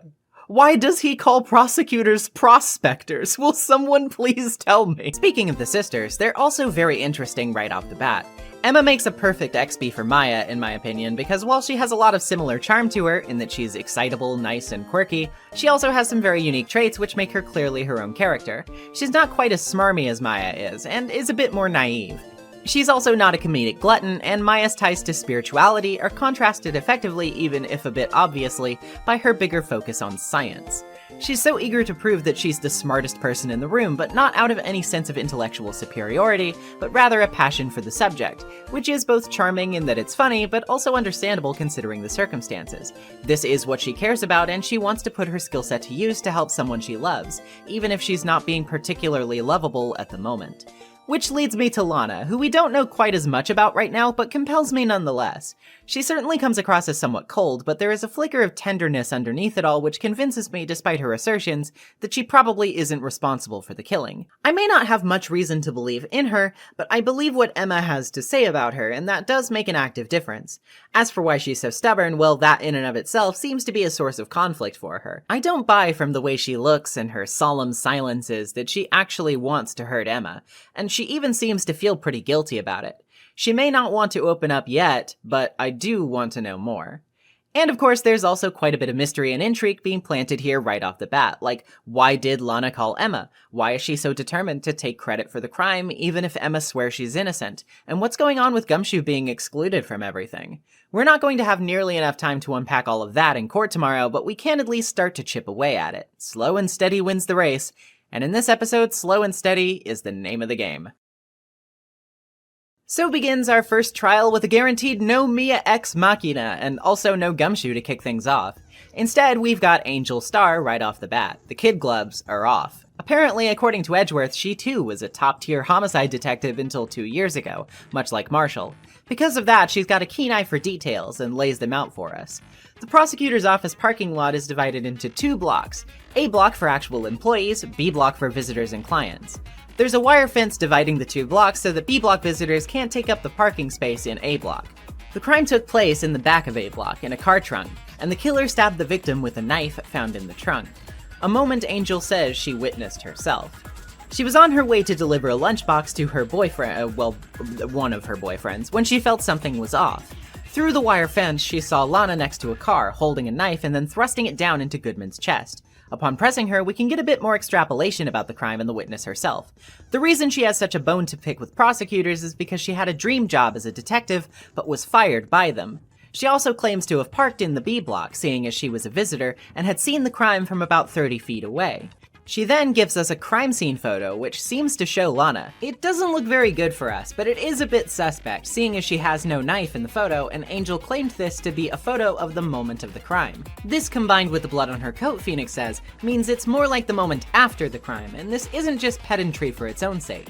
Angel follows up by saying Lana's gloves prove the murder was premeditated, but once again, Phoenix objects. The murder weapon was a knife from the car's trunk, which was, needless to say, totally improvised. If Lana had planned to kill Goodman all along, why wouldn't she bring a weapon with her? Angel isn't dropping the assertion though, and speedily redirects her testimony. Unfortunately for her though, she slips up again, asserting that Lana was so savage as to drive the knife in again and again, despite the autopsy stating that he was only stabbed once. She seems genuinely confused, having mistaken something for blood that was near her chest, apparently, saying that it must have been her red muffler. Once again, Phoenix has a problem, which Edgeworth interrupts and takes credit for, saying that in the photo, Lana isn't wearing it. Okay, good point, sir, but that was mine? So okay, she's gonna have to swerve elsewhere to get back on track. So she talks about her apprehension of the suspect. Afterward, she says Lana tried to run behind a partition, but she was quickly caught up to by Angel herself, and she must have been confused about the muffler, she says, because she heard Lana mention it while she was being arrested. As they were struggling, she also apparently kicked over an oil drum. Pressing her about catching up to Lana, she clarifies that she scaled the 9-foot fence to get to her, but how could she have done so in so little time? On the subject of the muffler, she states that Lana said it while on the phone, having tried the emergency phone first, but then resorting to her cell when realizing it was out of order. There's a problem here though. If Angel saw Lana using the phone, she couldn't have seen behind the partition from B block, and Phoenix argues she was instead in the security room, where she had brought lunch for Marshall earlier like she said. This is of course a bit odd. Why would she lie about this? And her photo seems to be from the viewpoint of B block too, so what's going on? Well, Phoenix chalks it up to distance. You see, the security room is still about 30 feet from the crime, but the time it would have taken her to get to the scene is significantly more than if she were just behind a fence. The door to A block was locked at the time, so she would have had to run all the way around, and on foot it would have taken about 5 minutes. That's objectionable. What murderer would hang around for 5 whole minutes after killing someone? Angel has one last revision to offer though. She mentions that Goodman's shoe has 2 types of blood found on it, his own and Lana's, which she says is decisive evidence against her. She didn't mention it before because she didn't trust Edgeworth, but he argues it doesn't stack up to evidence law, which declares all evidence shown must be approved by the police department. But wouldn't you know, she actually did have it approved behind his back earlier today. Oops. But hold the phone. If we check the bottom of the shoe, there is blood there, yet the scene has no bloody footprints around it. Except hang on, this can be explained actually. The oil drum Angel says that Lana kicked over while being apprehended was full of water, which washed those footprints away. This is really convincing the judge, who's itching to sentence, but Emma incenses Angel by implying she's on the prosecutor's side, and could be lying. Offended by the notion of ever buddying up to prosecutors, she presents another crime scene photo just to back herself up. Stuck between a rock and a hard place, Phoenix musters the strength to go it alone without Mia's help by envisioning her words to him to never give up. Once again, we look at the latest photo and hey, is there not something in the muffler here? Wait, muffler? Is that what Lana was mentioning on the phone? Not her scarf, but the car's muffler? The judge calls for a short recess at this new revelation, and we hear from Marshall out in the lobby that Lana was wearing her scarf that day. Back in court, Edgeworth is not happy, clearly in disbelief about something. Seems we have a new face in the room, someone we haven't met up until now, and boy oh boy is this guy gonna be important going forward. Turns out that this is the District Chief of Police, Damon Gant, otherwise known in the original as Kaiji Ganto, meaning Cliff Jr. and Ocean Kindness, which is supposed to reflect his personality, supposedly, imposing like the edge of a cliff to those who work under him, but as gentle as the ocean as well. And hey, he does always tend to ask people if they've been swimming lately. He's a lively, friendly sort, who seems like the kind of guy anybody could get along with. He's extremely extroverted, quick to nicknames like Worthy, Righto, and Udgy for the judge, and he has a boisterous laugh. At the same time though, he takes some pretty eerily long pauses sometimes, and can just as easily reprimand you with the same calm coolness as he displays with his compliments. Oof, probably don't want to get on this guy's bad side wherever it is. Anyway, why is Mr. Gant here? Well, he brought the muffler with him, found in Edgeworth's car muffler. Encased within it was a broken switchblade knife with a blood-stained tip. Edgeworth is pretty furious that the department didn't find this already, but Gant reminds him that he's in charge of the investigation as lead prosecutor on the case, so really, it's kinda his bad, actually. Examining the knife also yields a somewhat unsettling fact, a tag bearing the letters SL9, very reminiscent of a case code like DL6 before it. Gant is reluctant to disclose details about an unrelated case, but says that the department was hardly in shape to do an investigation anyway, seeing as someone was also killed over there at 5:15 p.m. Wait, huh? Another murder happened 30 minutes down the road at the exact same time as Goodman's murder?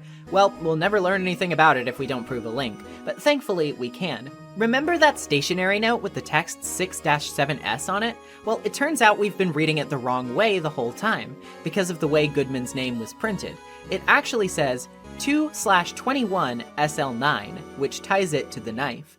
Apparently, this knife was evidence from a long-closed case stolen from the department's evidence room on the day of the murder.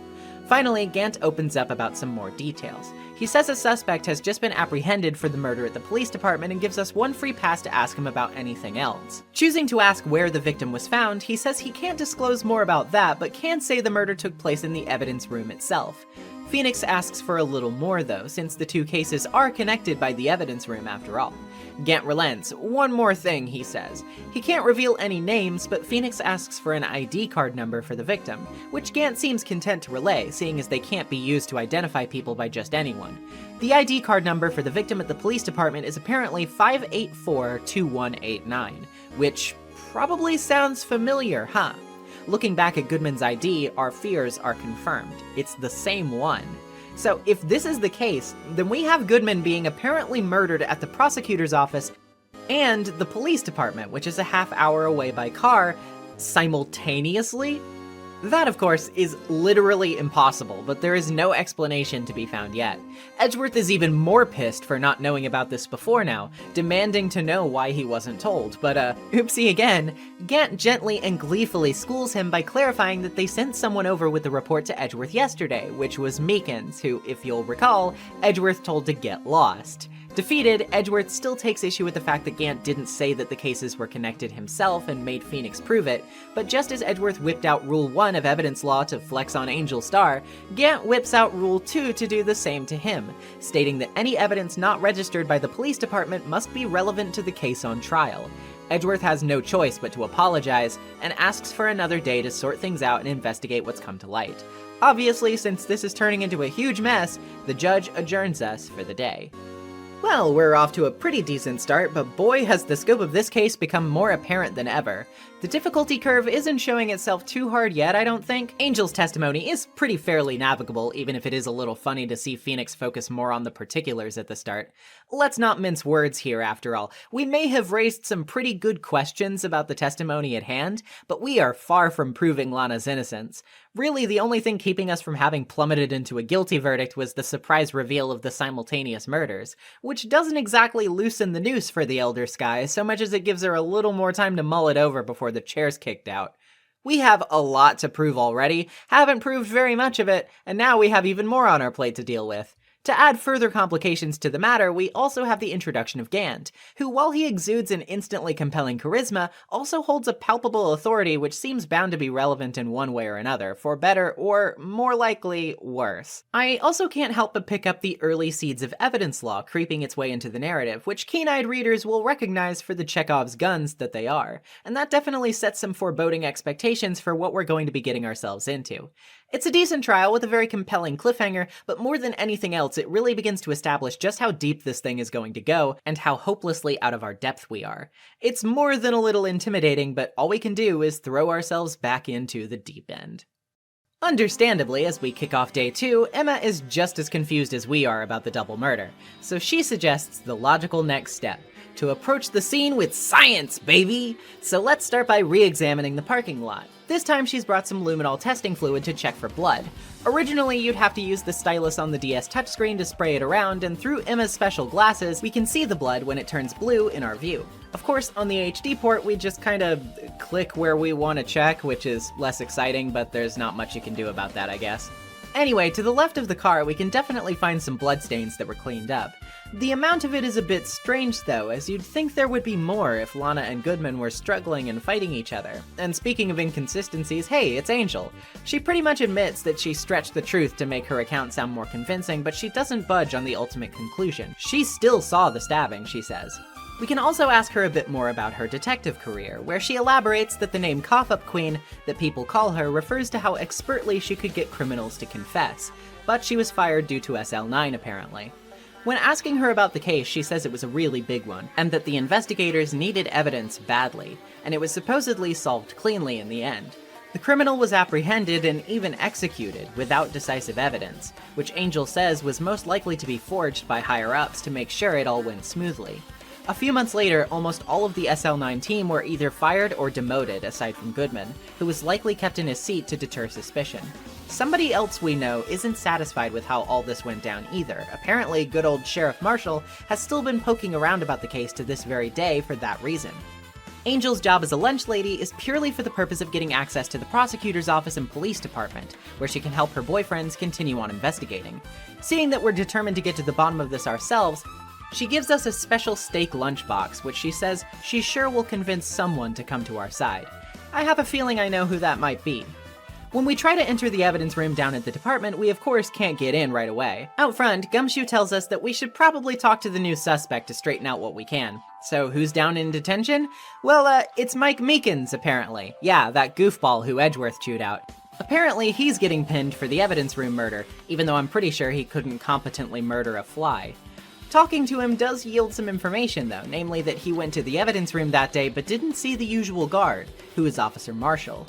He thought he saw a suspicious person inside, so he followed, and was apparently threatened with a knife when he asked for the guy's ID card. As for whether he really was Bruce Goodman, Meekins can't be sure, since he doesn't really know any of the detectives well, so he wouldn't have been able to recognize them.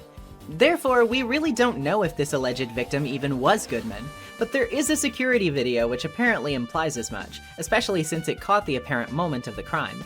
At Criminal Affairs, we bump into Gant again, who admits that they haven't found much yet. He is plenty happy to tell us that Edgeworth is being questioned by an inquiry committee for his blunder in court today though, which he says could turn out ugly depending on how it goes. As for the evidence room incident, he's got no comment on the matter, but he does tell us the chief of detectives is a bit looser-lived. So talking to him about it, he tells us that Gant ordered everyone to search Goodman's desk to see if they could turn up anything, and all they found was a half-filled-out lost item report with the same date as the murder. Apparently Goodman lost something important that day, and it seems pretty obvious to me what that is. Now for the hard part, asking Gant for permission to search the evidence room. He's surprisingly cooperative actually, giving us a guest ID card to get in too. Huh, that was easier than I expected. Once we get there though, there's still a hurdle. We still need to talk to Marshall first, and once we give him Angel's steak lunch, he's thankfully a bit more willing to chat. Marshall admits that just as Meekin said, he wasn't at his station at the time, as he's lost a little bit of his vigor for the job ever since he got demoted. Plus, he's just not very good with technology and doesn't really feel like learning the machines. As for SL9 though, he's kept on about it because he thinks something is foul with the whole thing, but the case officially went dormant 2 days ago on account of the evidence transferal. Back on topic though, while he may not be fond of machines, he understands the security cameras and card readers well enough, and if nothing of incident happens on the security tapes, they get wiped automatically to save space.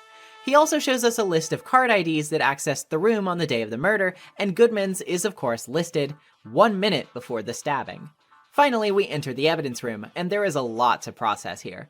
Gumshoe is here too, apparently, given charge of the investigation for the day, but he's alone, because his team is preparing for the trial, so no, yeah, he got kicked out again. He also mentions that Edgeworth's questioning probably stands to reason, given his involvement in SL9. Oh boy, even more players to deal with. As for the lockers here, he tells us they're only able to be opened via fingerprint ID, which means only the owner can get them open. They are, however, pretty new, and he says that some people on the force haven't even realized that they were there. Pressed a bit more about SL9, Gumshoe tells us the criminal was a serial killer, and the case was built up around one fatal mistake he made. Edgeworth was in the spotlight during this case, and the rumors of him forging evidence started around this time. He also tells us that Goodman was the lead detective on SL9, and may have taken the switchblade knife out of here himself. When Gumshoe takes a look at the card record, he's also pretty shocked, but for a different reason. Edgeworth's ID number is the second number on this list. Getting a closer look at the scene, we find a rubber glove hanging on some police tape, which is another item from the SL9 case. Below Goodman's locker, there are fragments of something, which we do a somewhat awkward 3D minigame to put back together. Unfortunately, it seems like some pieces are still missing, but it looks like some kind of weird jar when all is said and done. We also, on Emma's suggestion, start spraying luminol, and there are definitely results. Near the left lockers, there's one locker with a bit of cloth sticking out of it, and there's traces of blood on it. Spraying the upper right locker to the left of the scene will also reveal a bloody handprint, which unsettles Gumshoe since it's on his locker. Spraying the scene itself reveals an obscene amount of blood, which naturally squicks Emma out, and seems to be quite a lot for the incident that apparently took place here. That's all we can get here, so let's move on to the High Prosecutor's office so we can check up with Edgeworth. Or, the bellboy from Turnabout Sisters. Yeah, apparently Edgeworth calls this guy all the way over to the prosecutor's office to serve him tea sometimes. That's pretty extra. And funny. Edgeworth isn't exactly laughing, though, since he's having a bad afternoon, as one might predict. He just barely got let off by the inquiry committee, who's decided not to consider the mishap as a concealment of evidence since there was a communications error. He says he'd had similar accusations tossed his way ever since SL9.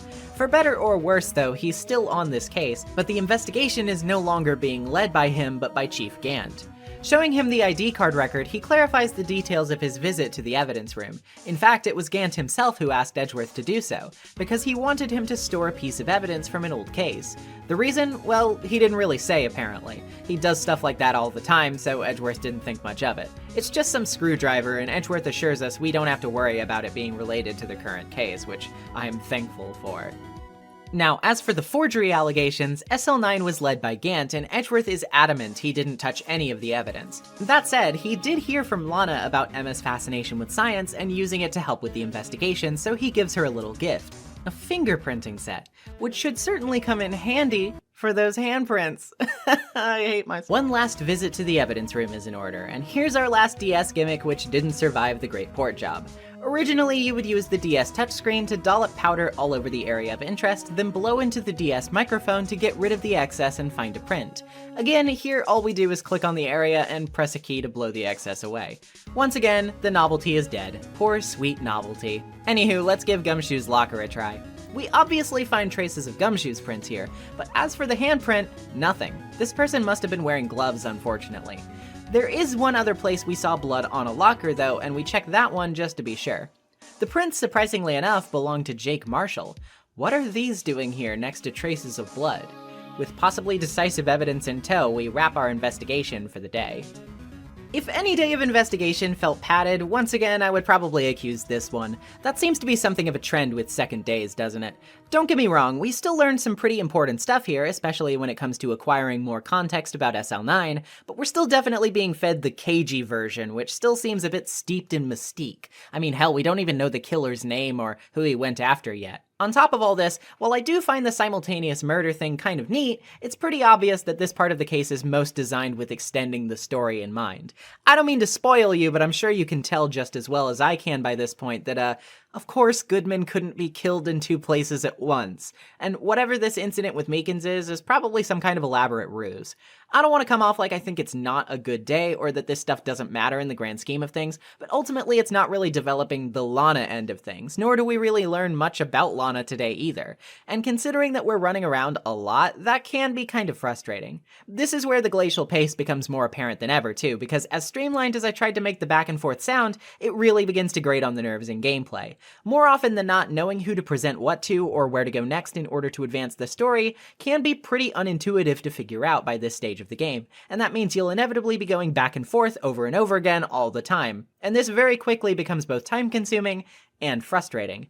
Top it all off with the DS gimmicks definitely not really translating very well to console ports, which I understand isn't necessarily their fault, but still, and a breakthrough which, I'm gonna be honest, scans to me as decently obvious red herring material, and this day felt pretty slow. I can only hope things quicken up once we get to the trial. Surely it will, right? Right? Well, before we can get into it, we need to chat with Lana, who tells us that everyone is pretty much lost on the details about this one right now. When Phoenix tells her about his suspicion of Marshall, she's not quite convinced. Once we get inside, who's testifying but Mike Meekins? Oh boy, I'm gonna be honest, I know a lot of people can't stand this guy, but personally, I think he's like, okay. He's not particularly compelling to me, but at the same time, I don't find him detestable. That said, I'm of the mind that he probably wouldn't even be as hated as he is if it weren't for this particular trial day, because this is about the biggest starring role he's ever going to be offered, and, well, you're about to see why that association might not exactly be the most flattering to be saddled with. So he begins testifying about the incident, similarly to what he told us, but he also elaborates a bit more. Apparently, when he confronted the suspicious man, he was attacked, tried to fight him off, and then passed out, under the impression that he must have committed murder once he was woken up. We've got to press everything here, learning that Meekins' duty for the day was to protect the dancing blue badger to ensure it didn't get broken during transferals. After the King of Prosecutors ceremony, the whole department was abuzz, so he thought it might be a good idea to move it to the evidence room so that it was somewhat out of the way. He also gives us his card number here, allowing us to account for when he entered the room via the card record. Apparently, it was used twice, 25 minutes prior to the crime and then at around the same time as Goodman's card was used. The first time was his moving of the blue badger like he described, and then to pick it back up, whereupon he saw the suspicious man and confronted him. When held up by a knife, he panicked, swinging his arms around and getting himself cut on the hand for his trouble, before finally trying to grab the man and take the knife away. His coat was splashed in Meekins' own blood, but then he punched the guy dead in the face, knocking him out cold. Then, at 5:30, Meekins was awoken by other officers and was arrested after he put the blue badger back outside of the department. The judge seems pretty content with the testimony's details, but the question still remains of whether Meekins actually confronted Goodman, or if it was someone else. To that effect, Meekins presents the previously mentioned videotape of the incident, as sent over by Chief Gant. And here is where this trial day reveals its horrible true colors. We actually watched the videotape, rendered in revolutionary 2005 Nintendo DS 3D. In it, the camera pans slowly back and forth as we see the blue badger dancing and hear its grating tune along with it. Over the course of the video, we see Goodman walk in, open his locker, and get snuck up on by Meekins. He spins, cutting Meekins, and they begin to struggle. The camera pans away during the fight, and then we see Meekins knocked out against the wall with Goodman gone. Then, a final pan back to the left. Now, I know what you might be thinking if you haven't played the game. What is so bad about this? Well, just you wait. During Meekins' new testimony, he talks about how the person in it had to have been Goodman since he opened his fingerprint ID locker. But Phoenix has an idea and presses on this notion. To be able to point out the issue though, Edgeworth insists we point it out in the video itself. And oh boy, not to get ahead of myself, but let me just go ahead and give you the skinny. This video and pointing things out in it is the primary feature of this trial day. It shows up again and again and again. And while it's not exactly offensive the first time around, it's, paced decently slowly. Now, please imagine for me what it would be like to watch this same video over and over again, every time you need to point out something within it. And if you're a first-time player, probably way more than usual because you'll be trying to figure out the problems in real time and have to point to very specific spots to present or else you get it wrong and then have to watch it again. And each time, you are also subject to the slow, cyclical torment of listening to the ear-grating Blue Badger theme over and over and over again. And now, some of the Meekins hate begins to make sense to me. The character himself doesn't actually bother me. As I said, I think he's average, if a little goofy. His whole gimmick is that he's a bit naive and earnest to a fault, and he shouts a lot because he's nervous. This isn't exactly the worst set of character traits in the world. There's nothing uniquely terrible about him, which I think deserves more scorn than your average loudmouth. However, since his most prominent appearance is in this trial, and this accursed video features him, I think some have developed an almost Pavlovian response to seeing him. Whenever I see that face, I remember the security tape, and the dance, and the music, and oh god, I'm pissed off again. Anyway, let's not spend any more time on this than we absolutely have to. Phoenix points out that prior to Goodman opening the locker, its light is on, which means it was already opened. Looking closely, we can see that something falls out of it as he does so, which might have been stuck between the locker door and the sensor. This is the rubber glove from SL9 that we found at the scene, which could have acted as an insulator, meaning anyone could have opened the locker. Meekins has another argument though, the ID card. This doesn't prove much though, of course, as Goodman had been filing out a lost item report earlier, which was likely the card considering where we found it. The working theory now is that Meekins actually confronted whoever stole Goodman's ID, meaning that no murder even occurred in the evidence room at all. Of course, this pivots suspicion back to Lana, but Phoenix argues that he has reason to suspect Marshall, and Edgeworth agrees to call him to the stand after a recess. Whether she thinks he is guilty, Lana admits to Phoenix that Marshall probably knows something. Lana does too, of course, but seems unwilling to admit it, even to Emma. Then, at Lana's request, Gumshoe brings us files on the SL9 incident, and we learn that she was a witness during it. On a list of people involved in the case, we see Emma's name, and the true name of the case is revealed to us as the Joe Dark killings. Visibly shocked and upset by this information, Emma runs off and we're ushered back into court. With no Chipper assistant to provide color commentary for us, we're on our own in our bid to confront Marshall, and watch this videotape a few million more times. He says that he was told to make his rounds about 3 times that day, but as previously mentioned, he doesn't have it in him, and is relying primarily on the security camera and ID card reader to cover for him. He doesn't seem to know anything about the fingerprint lockers though, and claims he was nowhere near the scene at the time. Phoenix comes out swinging right away with Marshall's fingerprints though, and now we're in the thick of it. He says the locker his prints were found on is his, so it's only natural to find them, and that they were just coincidentally close to where the bloody handprint was placed. Even after pressing him, he says we've got nothing if we can't prove he was there. Phoenix argues that because of the way the camera was set up though, he could have made his way through without being seen, because he knows about the camera's behavior, the layout of the room, and the fact that the camera doesn't show the floor. Presenting the tape again, our proof is in the last sweep of the room. A piece of cloth is sticking out from Marshall's locker where it previously was not, which means he must have opened it during that time.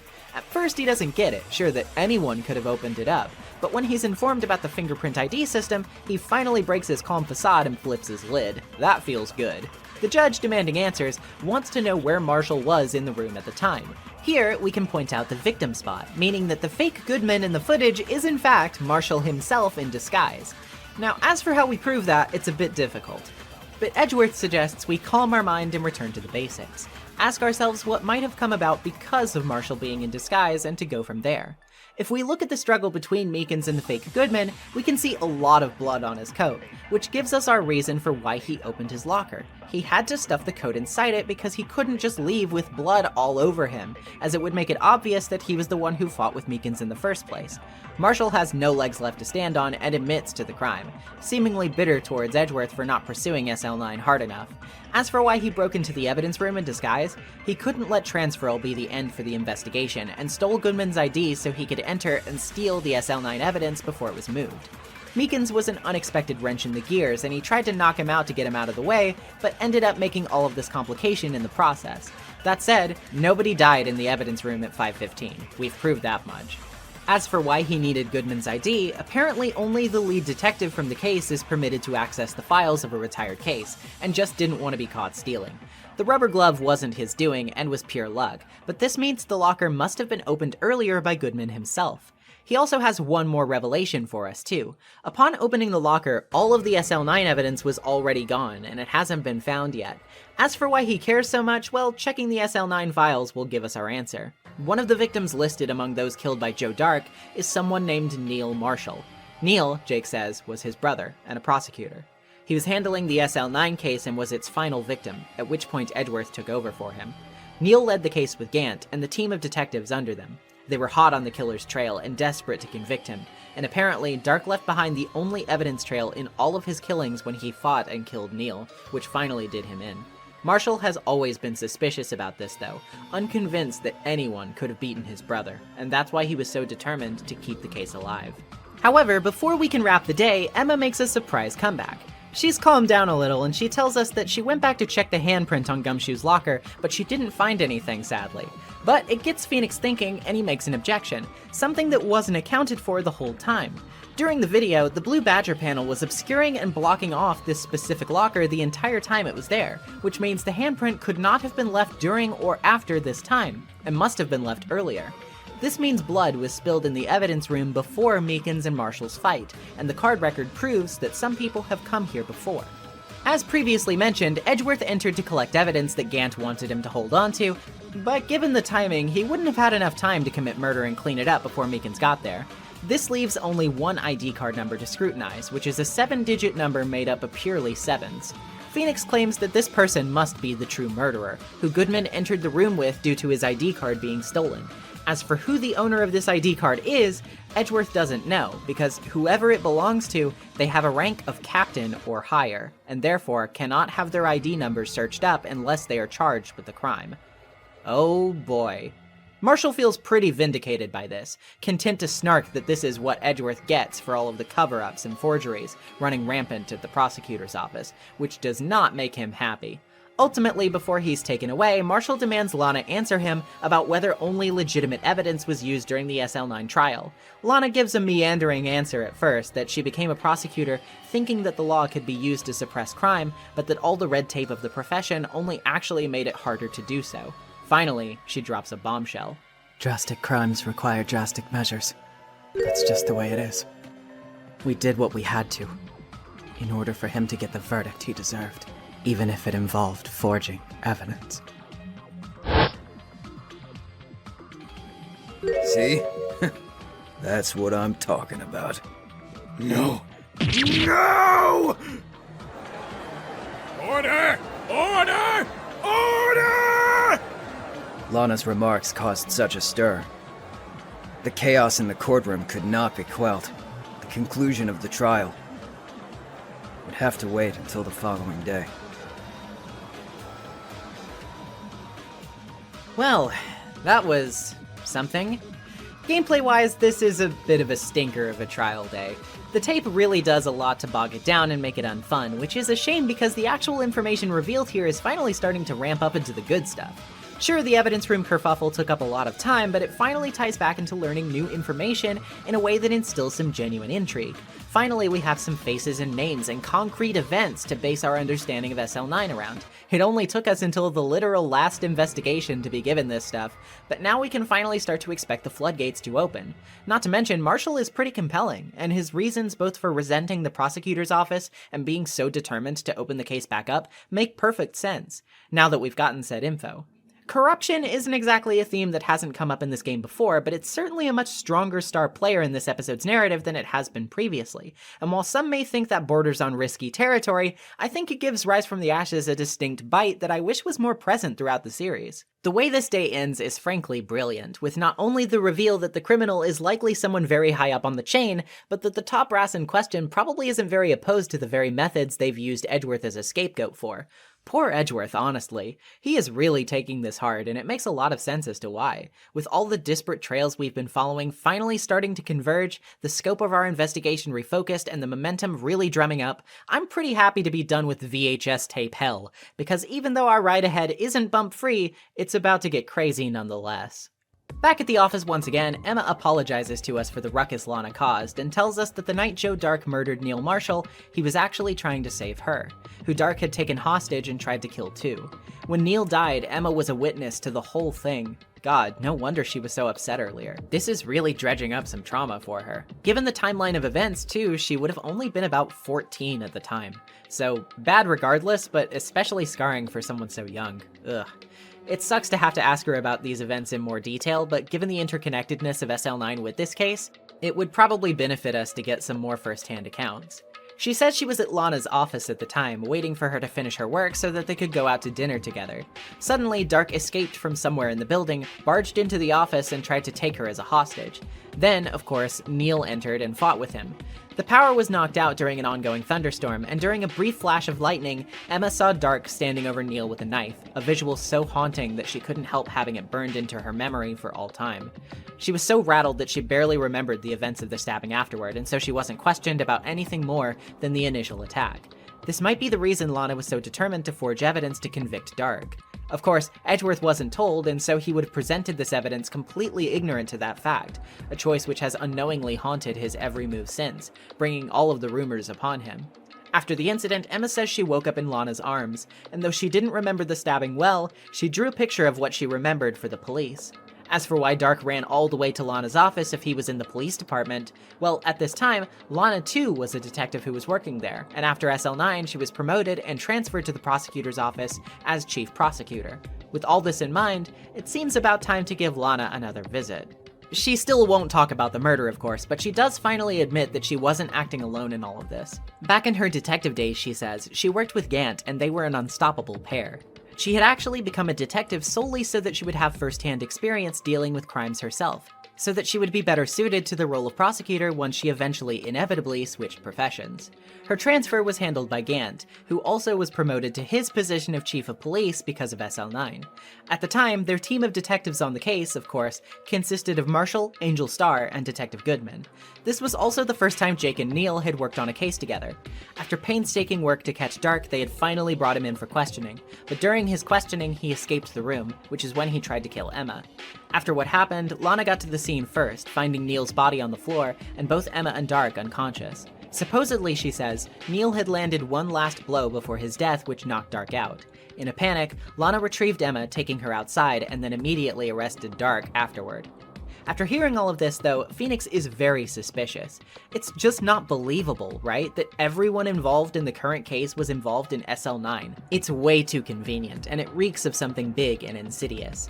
The case may officially be solved, but there are people, as we know, who disagree with that assessment, and by now we should obviously be on the same wavelength. We'll never know more unless we visit the original scene of the crime, though, so we'd better get down to the police department and see what we can do.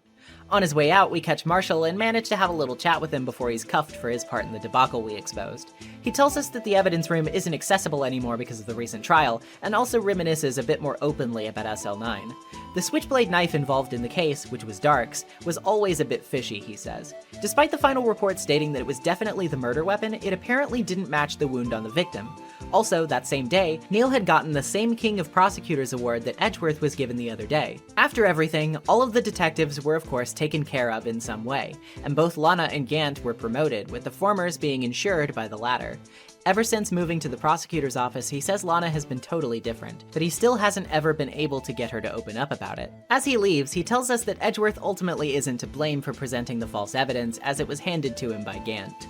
Nobody is really hanging around criminal affairs on account of a meeting in the conference room, but the chief detective tells us where Gant's office, the scene of Neil's murder, is.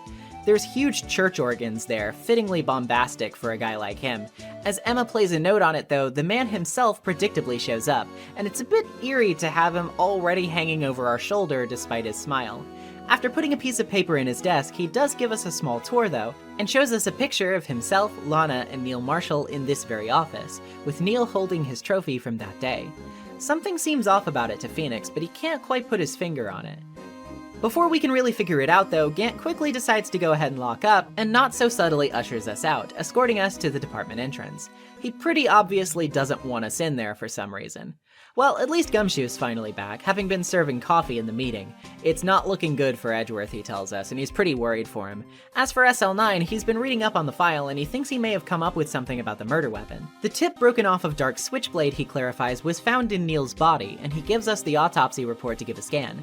As for Dark himself, he was apparently just a businessman prior to his killing spree, but one day he accidentally hit and killed someone with his car and went on a spur-of-the-moment spree, killing witnesses and witnesses of him killing the witnesses. He tried to bury the bodies, but then killed a jogger who saw him doing that. Finally, sometime afterward, he gave himself up. Despite all of this being the story, Gumshoe says it's mostly conjecture, as it was never really proven beyond a shadow of a doubt, which means he likely would have gotten off unscathed if it weren't for Neil's murder and what ensued afterward. We tell him that to follow up on all of this, we really need to look into Gant's office, but he's not crazy about the idea of sneaking us in with his credentials, considering it would almost certainly lose him his job.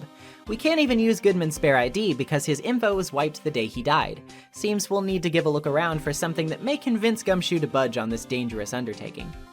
Back at the prosecutor's office, Edgeworth is finally out of the meeting too, and throws something he was in the middle of writing on the ground when we enter. He blames himself for the forged evidence, of course, as is his tendency to do. Guy's just too hard on himself. He also worries that the evidence list he has for SL9 is way too short, apparently only half as long as those he usually gets. When we show him the Gant team picture from the chief's office, Emma points out that Neil's trophy looks different than Edgeworth's, which prompts him to tell us the story of how the statue was first made. It's based on an ancient Chinese tale, as the word contradiction is made of two characters which mean halberd and shield.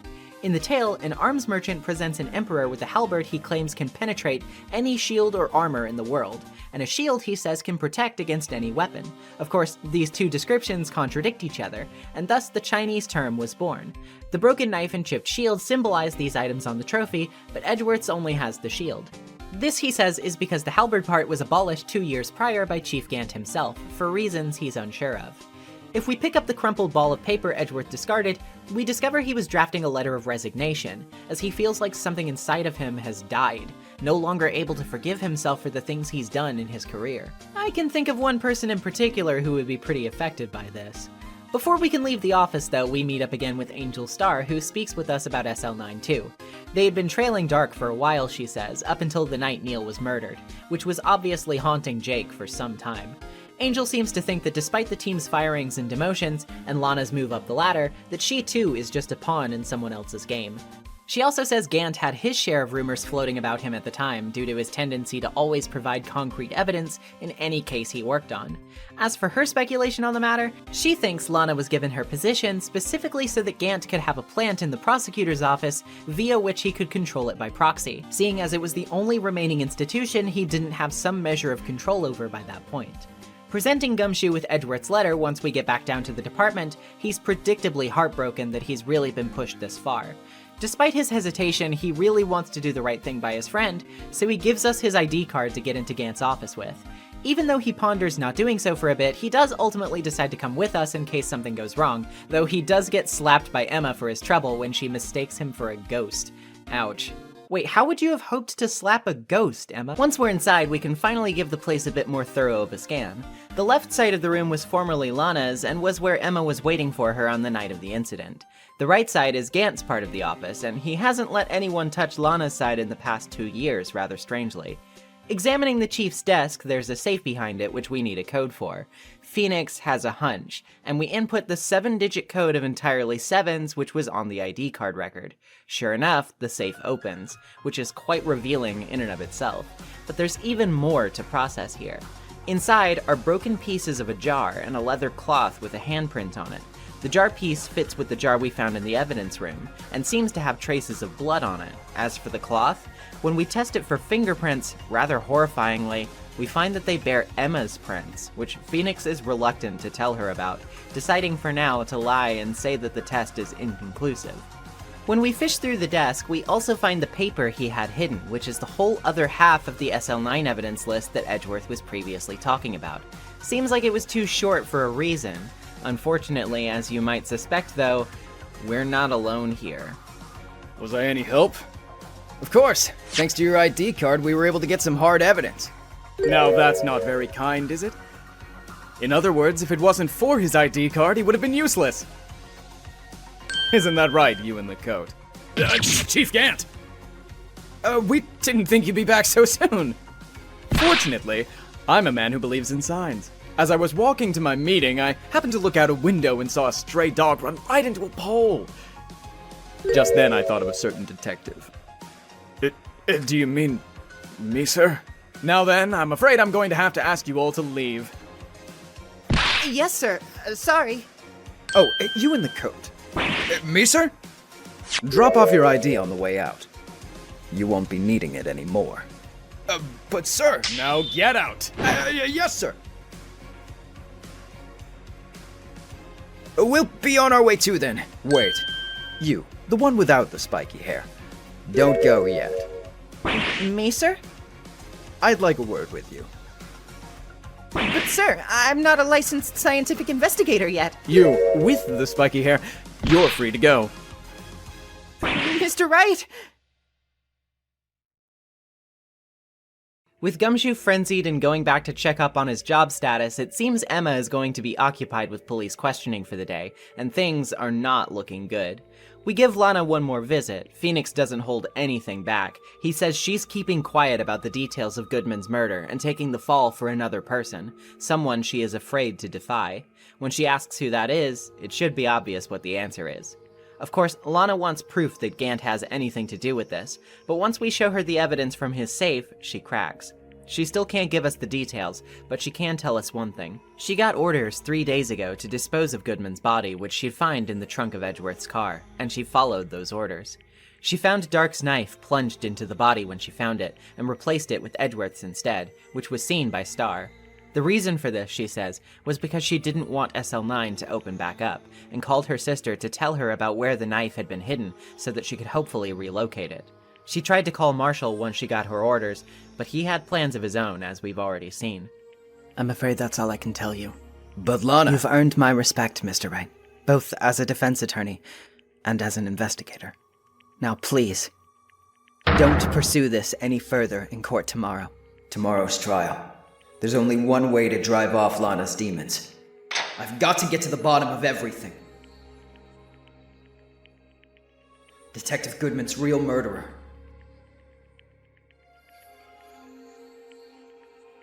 And what went down in the chief's office 2 years ago. Finally, we're at the home stretch. And what an eventful investigation this was.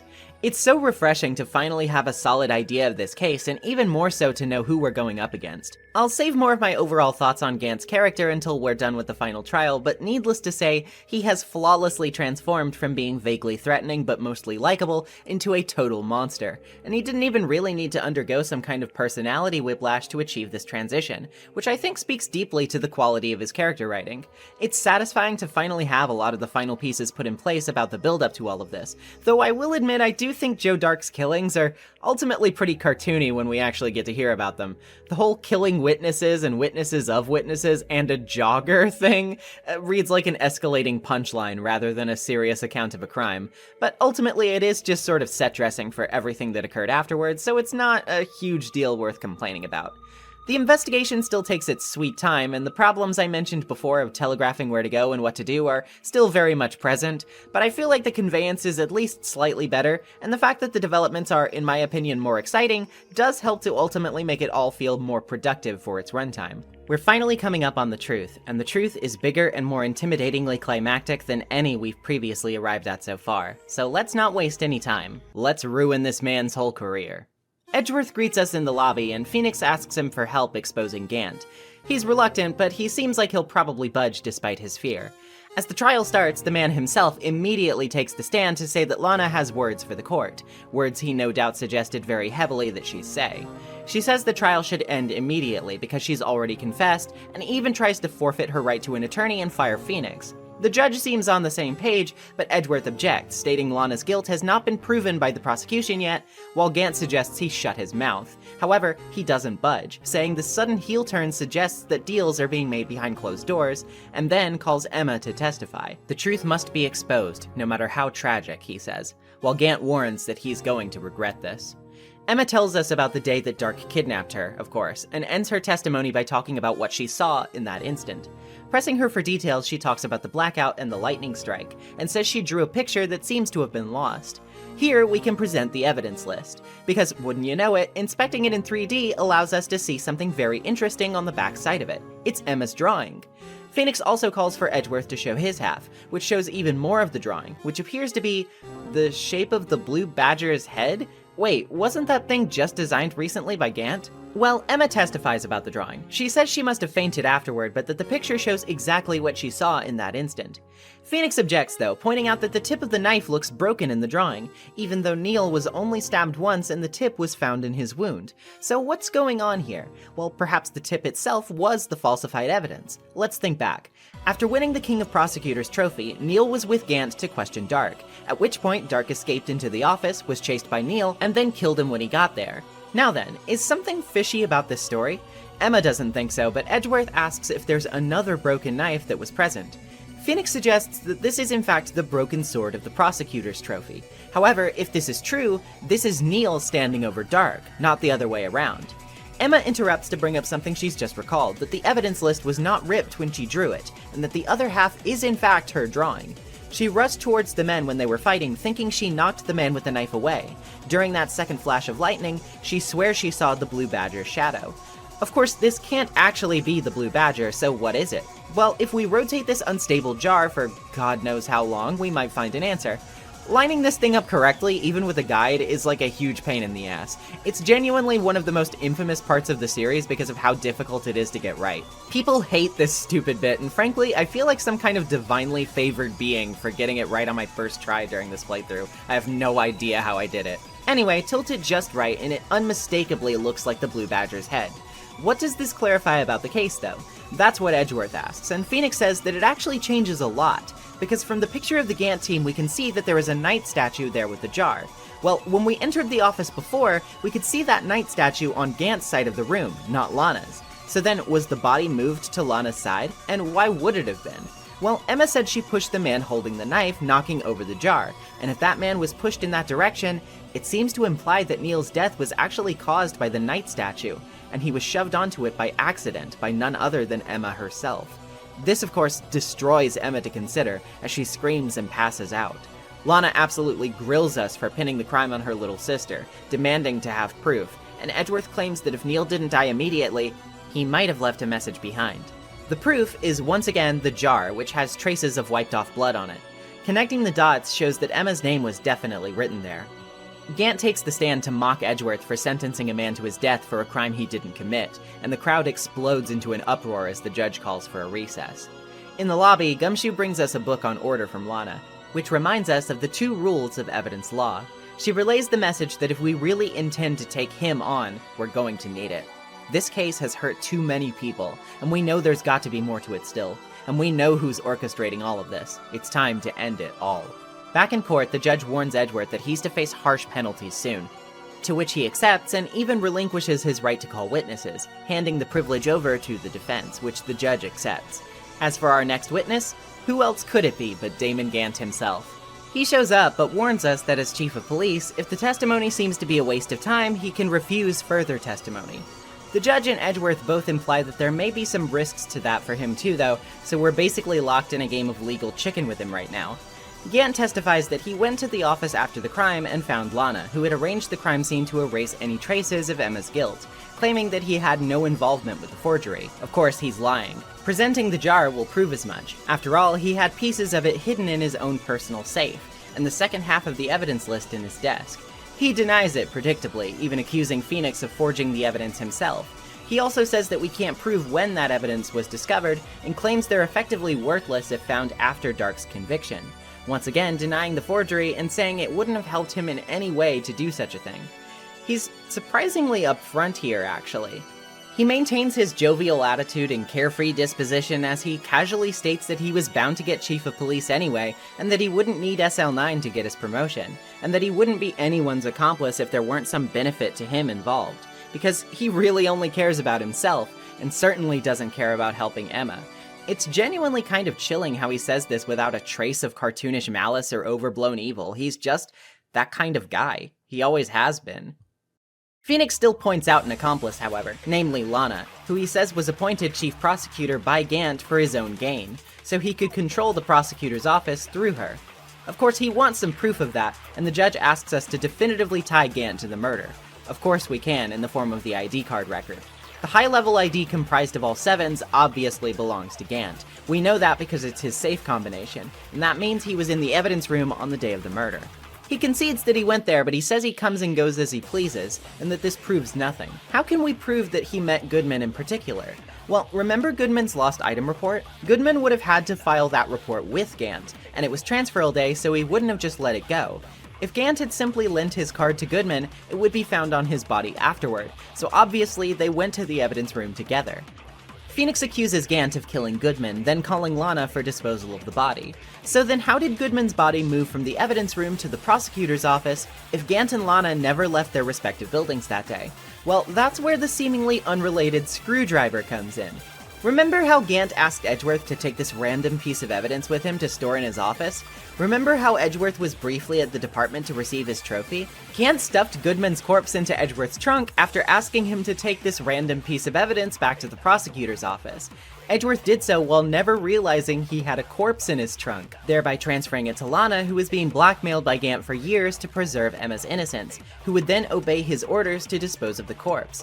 With all this excitement flying about though, Gant says he's tired now, so he's gonna head out, invoking his right to refuse further testimony. Phoenix can't prove concretely that he killed Goodman yet, so the judge calls for a recess while penalizing Phoenix for accusing Gant of such a heinous crime. Edgeworth objects to this decision though, saying that someone else is capable of testifying about Gant's involvement, that being his accomplice, Lana herself. Gant sticks his head back in to warn Lana that if she helps us, Emma will be found guilty. Out in the lobby, Edgeworth explains that Gant's not in as good of a position right now as he tries to imply. Refusing to testify further now means he's giving up his right to testify later on if he changes his mind. Emma has come back to consciousness, having heard everything and having a greater understanding of the circumstances now. She blames herself for Neil's death and how much Lana has suffered, but we're not done yet. Emma deserves better than this, and we need to make sure that she gets it.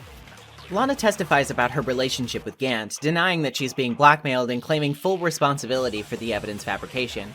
She goes a step further though, claiming that she just wanted to find Dark guilty and was in no way motivated by helping Emma.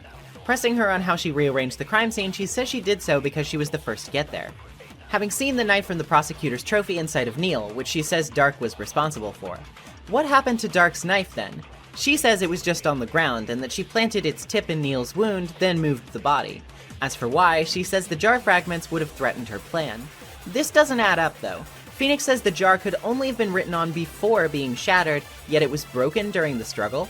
Lana says she noticed blood traces on the jar, but she couldn't see it well in the dark, so she wiped it just to be safe. The fragments were large, so she's sure she got them all. Did she though? There's one prominent piece she didn't wipe off, and that piece was in Gant's safe. Information which definitely shocks her to hear. If this is true, Gant's piece must have really been collected before Lana arrived, and that means he got there first. We're finally starting to unravel just how deep Gant's plan really went. Phoenix asks her to testify again, saying that if Gant fabricated the evidence ahead of time, Emma may not even be involved to begin with. Lana is scared, but she pushes ahead. She tells us that upon arrival, Neil was indeed impaled on the suit of armor's sword, and Emma and Dark were unconscious nearby. She genuinely thought Emma had done it and erased the evidence to protect her, claiming she had Gant help her remove the body from the sword and move it. She also says that she has proof that Neil was on the armor, which we should have gotten from her earlier. Wait, what does that mean? Oh, it's tucked into the back of the evidence law book. And something is up here. A piece of cloth from Neil's vest is cut out in the picture. That seems familiar. Suddenly, Gant reappears, and though he says he knows he forfeited his right to testify, he's still allowed to present evidence. Then he turns to us, saying that we already have evidence to prove the murderer's identity.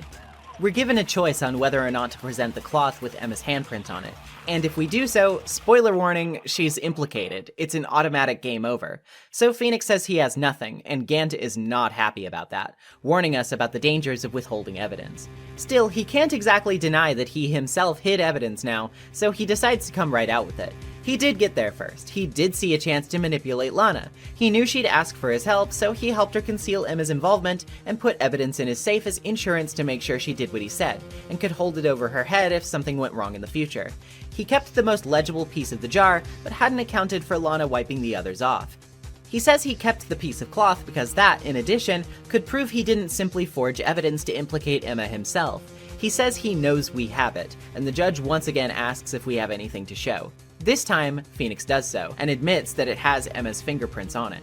Once again, Emma is shocked, and Lana questions how we could just lead her around in a circle like that. Things are looking grim. You purposely concealed this conclusive evidence. That, my friend, is a serious offense. I'm looking forward to pressing charges after the defendant is convicted. I'll have your badge, boy! What's the matter? Cat got your tongue? Aren't you going to tell us how it feels? How it feels to be the one who single-handedly turned a poor little girl into a murderer? Before I do that, there's just one little thing I have to clear up.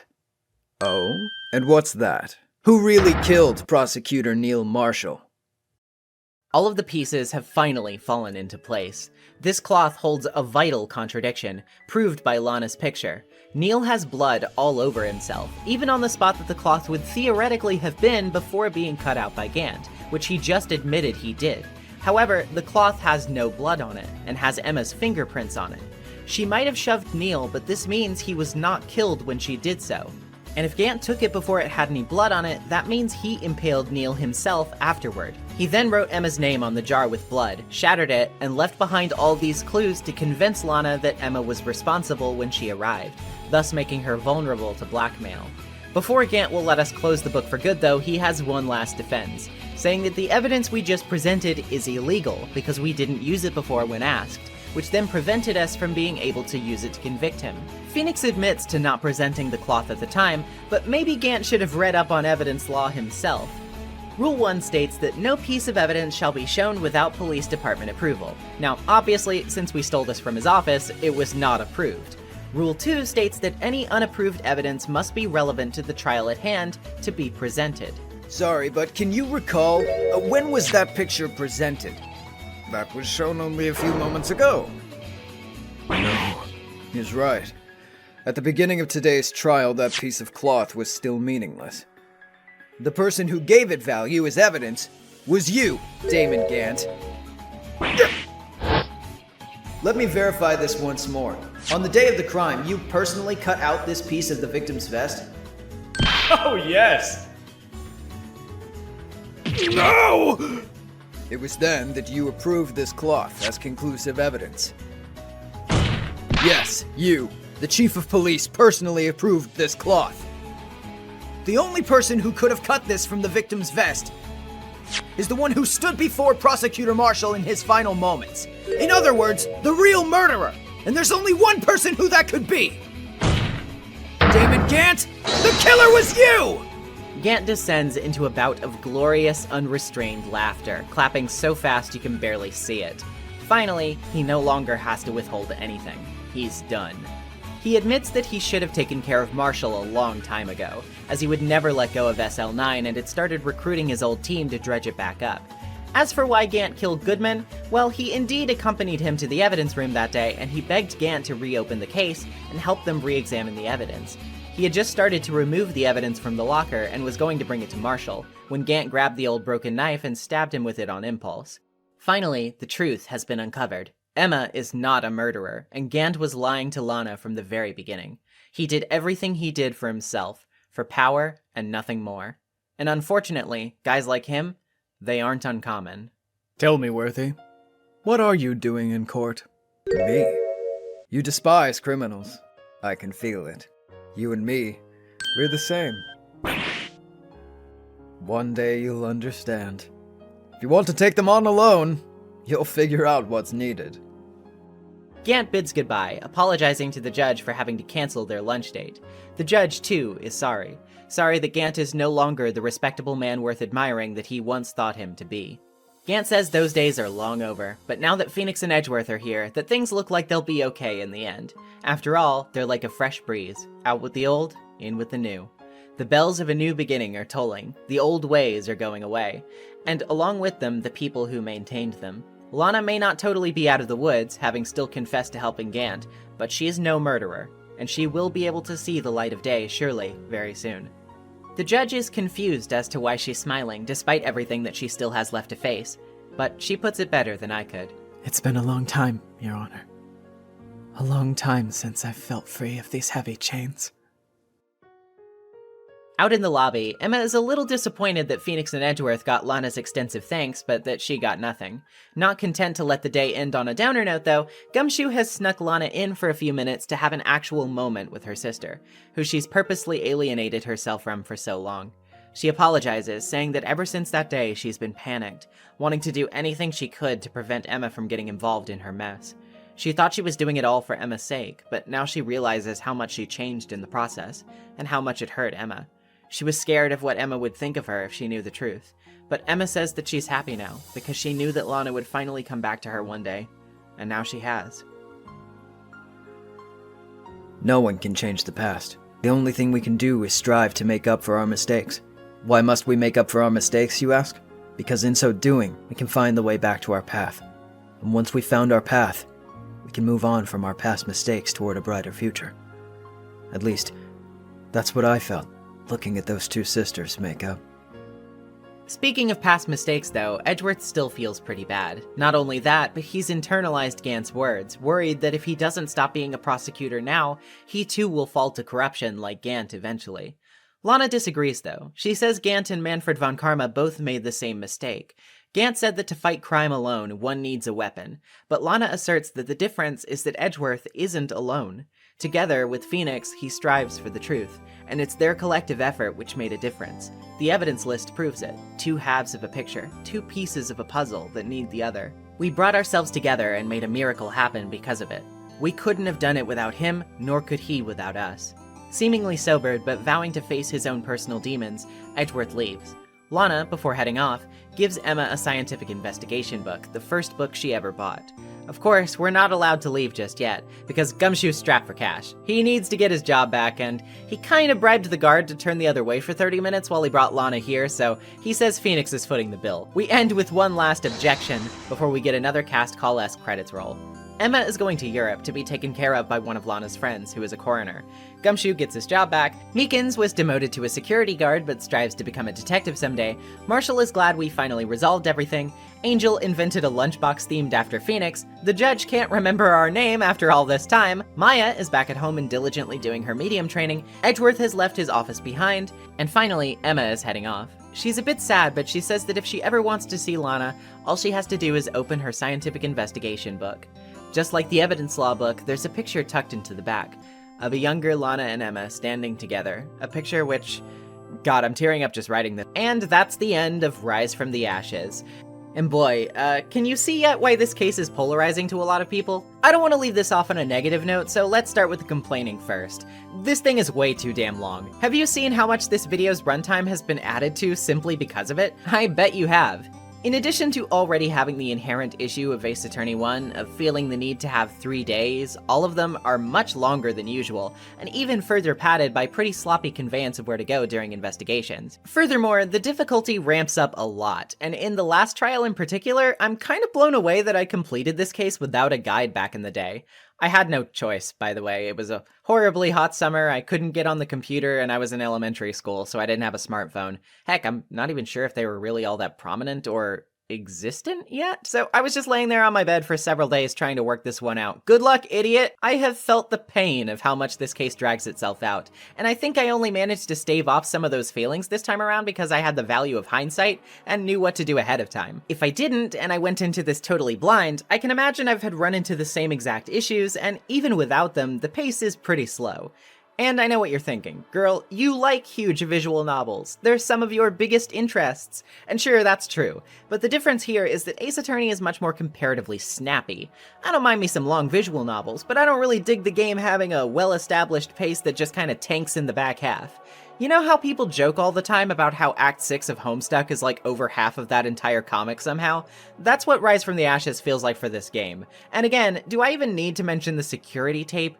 The jar? So much is infamous about this case that, like, yeah, I can kinda get why some people hate it. However, that all said, I can't really. Because all of that aside, this is easily one of the best stories in the series in my opinion.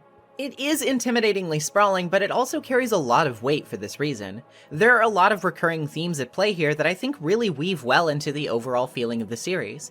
This feels fittingly dramatic and has some serious gravity to it, which somehow even surpasses the sheer bombast of Turnabout Goodbyes.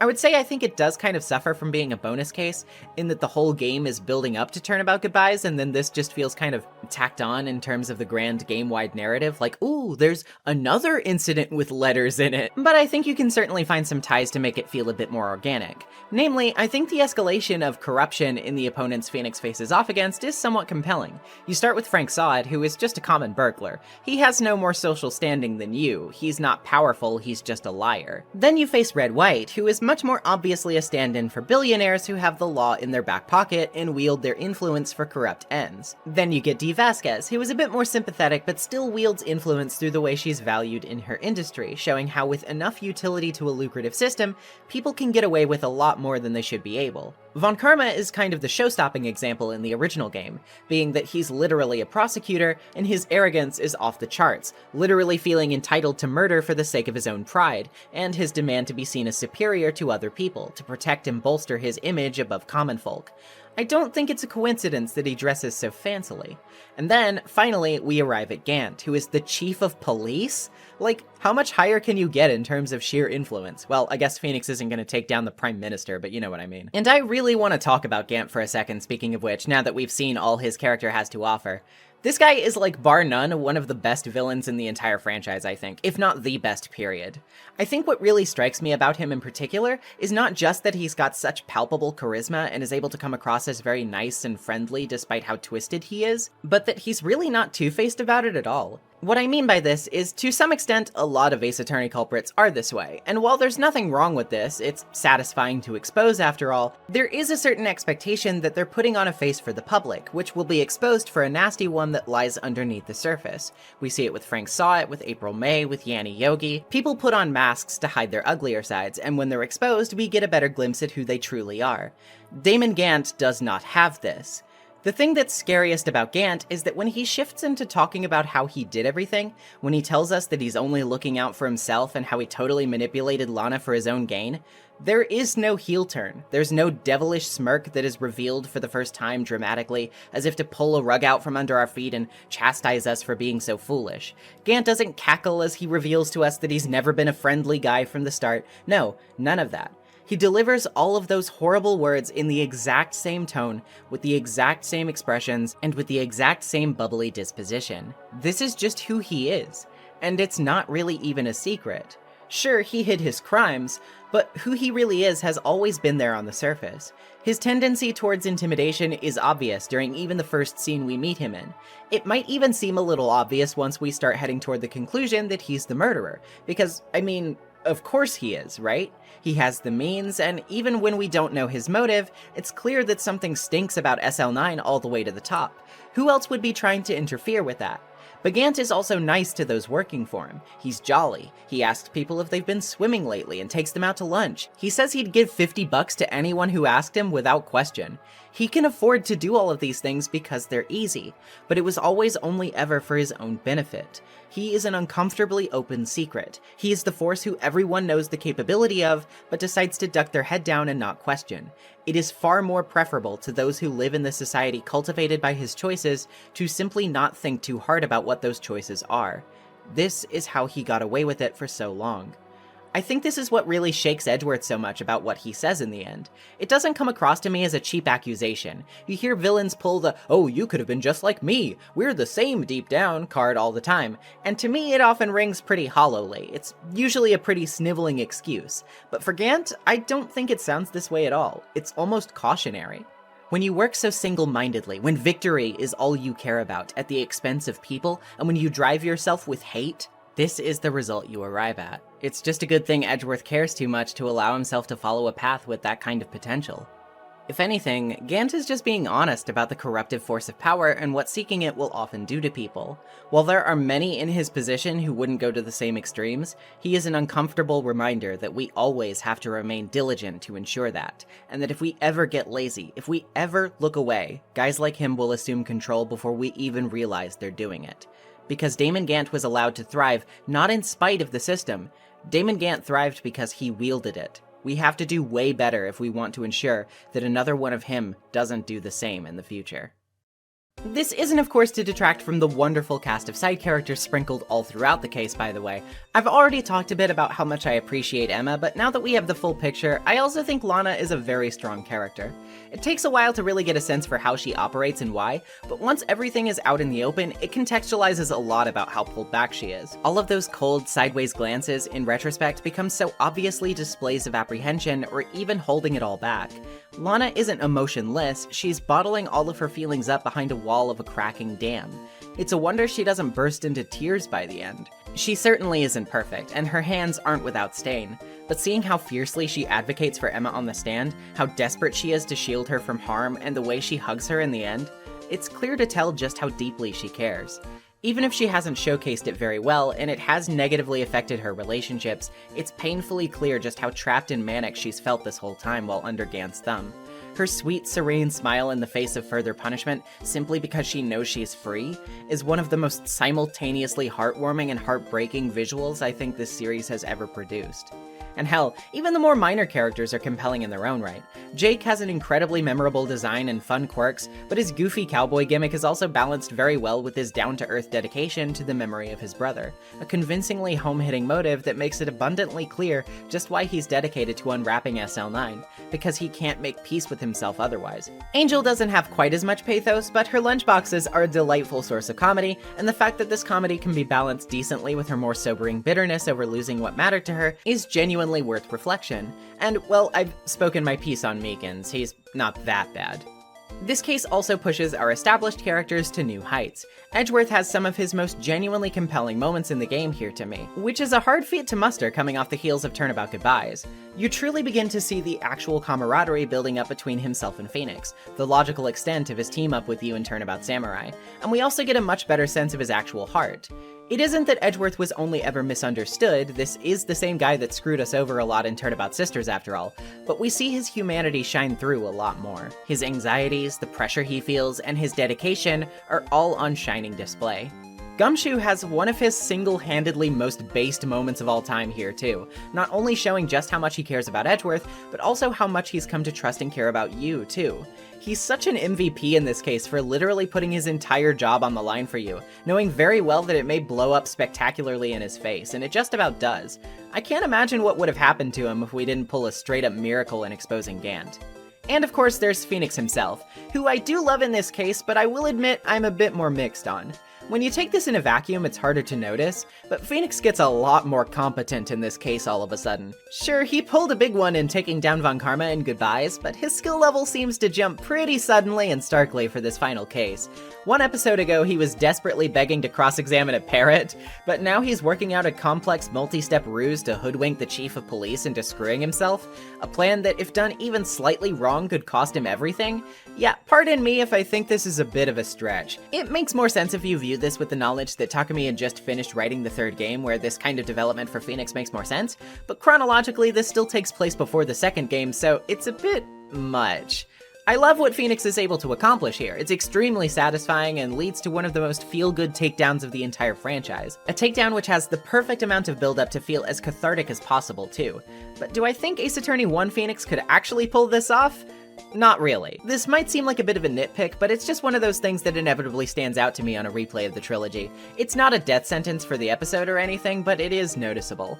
Overall, I think Rise from the Ashes is a lot of things. It is on paper one of the single most compelling stories ever devised for this series, if not adventure games in general. It has a lot of really interesting and captivating ideas, wrapped up in extremely solid characterization, perfectly escalating stakes, and more than enough twists and turns to feel like it's constantly evolving, right up until its utterly pitch-perfect finale, and an ending that makes me choke up every time I play it. But that's if I play it, because most of the time when I replay the trilogy, I get up to the end of episode 4 of this game and then skip ahead to the start of Ace Attorney 2. And why is that? Because Rise from the Ashes, regardless of how incredible its story is also wrapped up in the mechanics and progression of the game itself. And in this sense, I think no matter how good the story itself is, it is failed on quite a few levels. Ultimately, while I do love a lot about this case, I replay it far less frequently than many others simply because of how much of an investment it is, both in terms of time and energy. Again, with the value of hindsight, I didn't find it quite as draining on a replay as I did on my first run through it, but on that first play, I was exhausted by the time I reached the end, and it took me years to ever touch this case again, even though I enjoyed its narrative. And ultimately, I think that says a lot about how it's executed. It's great enough to be worth replaying, but tedious enough to make the frequency with which I do that a lot more rare than the other episodes in this package. I think that's kind of a shame, but at the same time, I think it's sort of quintessentially Phoenix-esque, isn't it? To power through dire straits and still deliver in the end even when there's plenty of rough spots. Well, maybe that explains the title of it, who knows. All I know is that while I certainly have my problems with it, it is an excellent way to end this game, and worth the amount of investment it asks of us, even if it's just once, because that once is worth experiencing.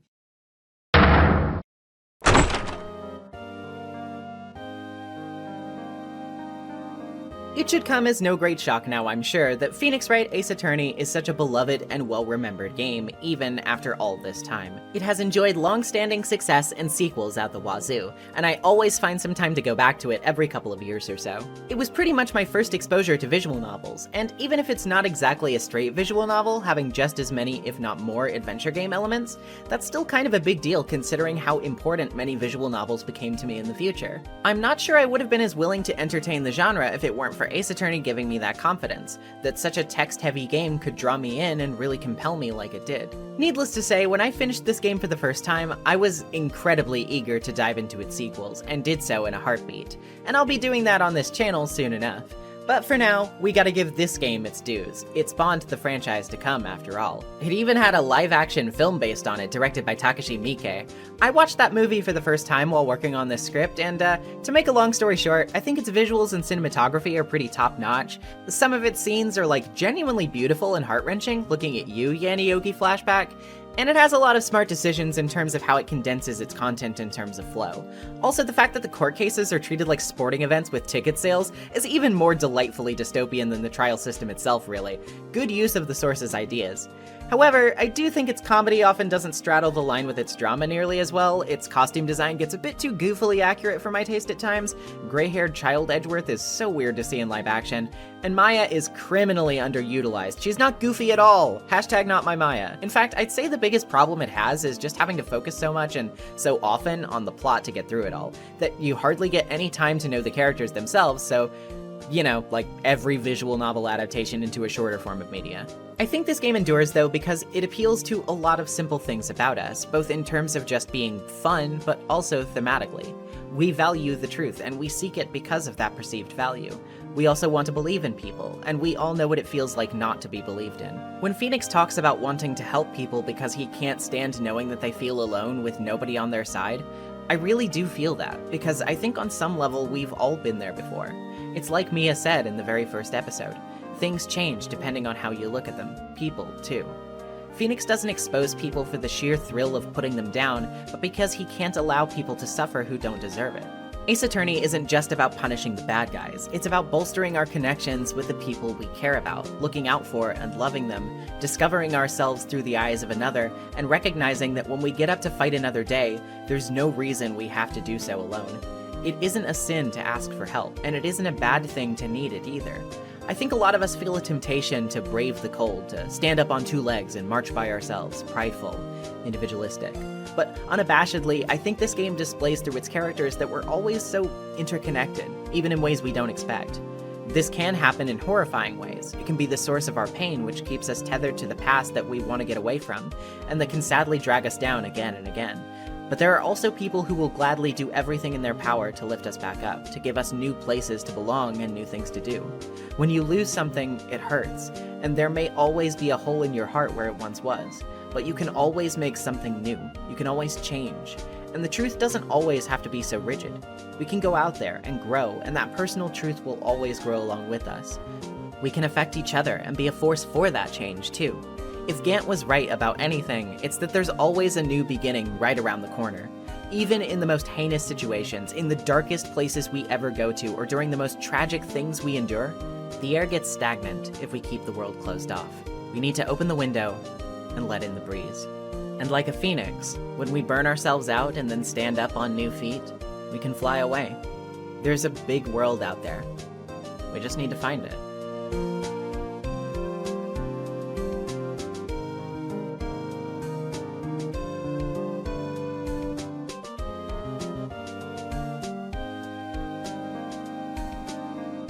After a long and hard development process, most people would want to get away for a while. And that's exactly what Ace Attorney series creator Shu Takumi did.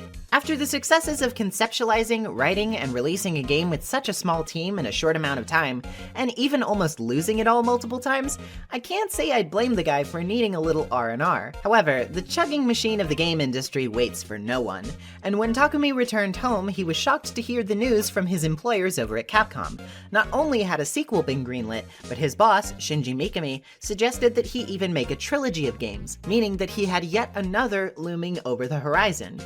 Development for Justice for All began as soon as Takumi returned home, with producer Atsushi Inaba telling him that he had 3.5 months to write the game's entire script, which Capcom wanted to be 5 episodes, as opposed to the original game's 4. Considering that it took Takumi about a month or more to write each of the original game's episodes, he obviously thought that this was an intimidating task, and on top of that, he felt fresh out of ideas, as he had put every idea he had into the first game, thinking it was the only chance he'd get to make something like it. But Takumi buckled down anyway, giving himself a schedule where he would take half a month to write each episode. Due to GBA memory constraints, the planned 5 episodes had to be shaved down to 4 after all, which left 1 episode on the cutting room floor, which we'll talk a bit more about in the 3rd installment. During the writing process, Takumi would even occasionally drink whiskey to get through it all, which he tried to hide, but everyone kinda noticed it anyway.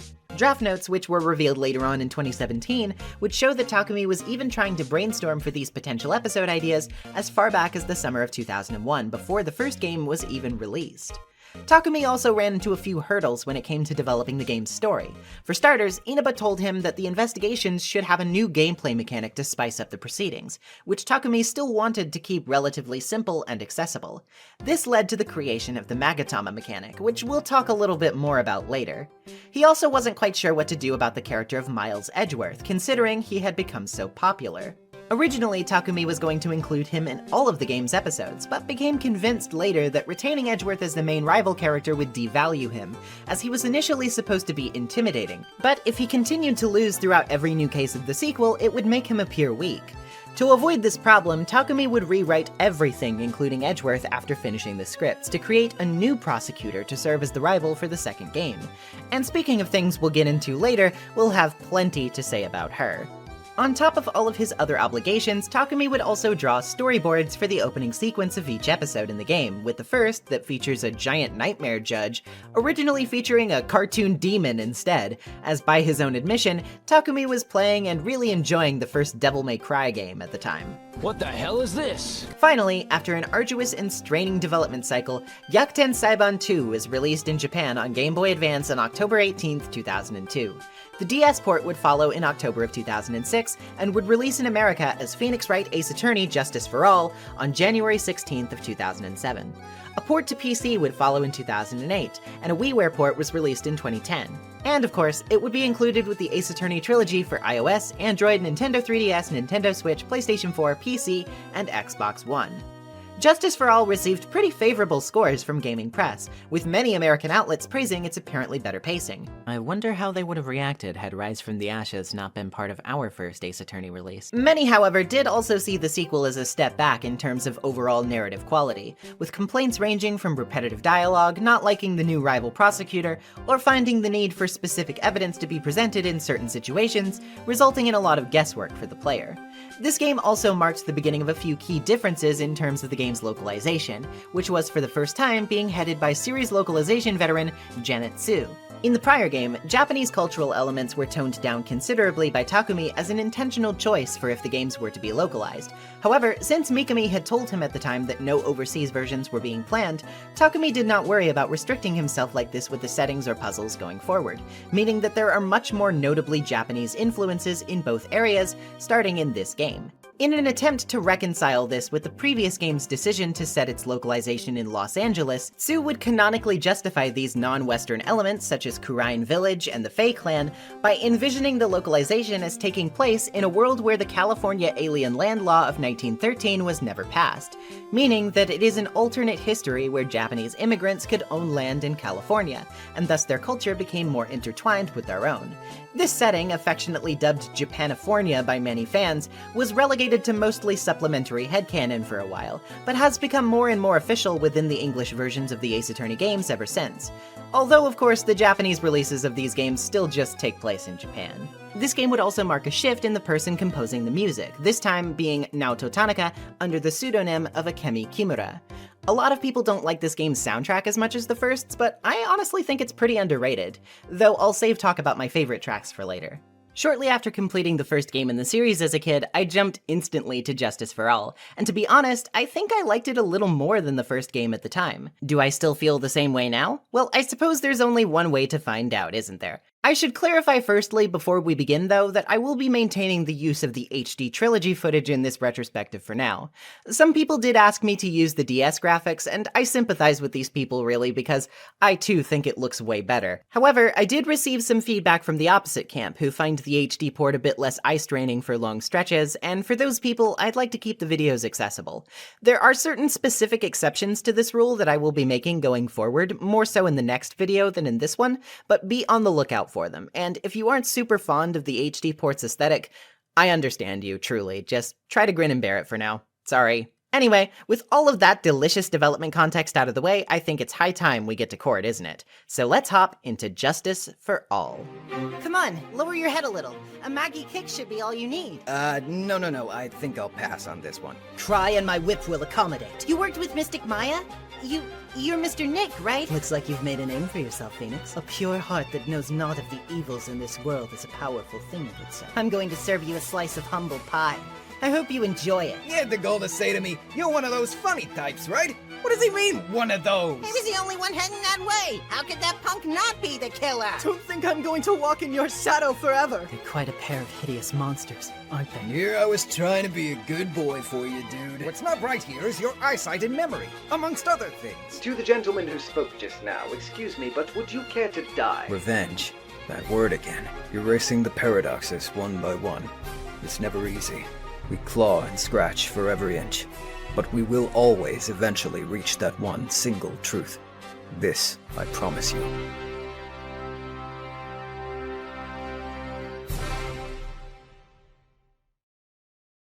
Let's begin. It's time for our new tutorial case, the Lost Turnabout.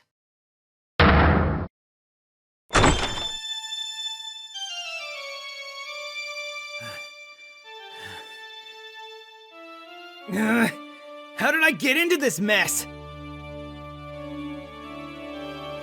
That's far enough!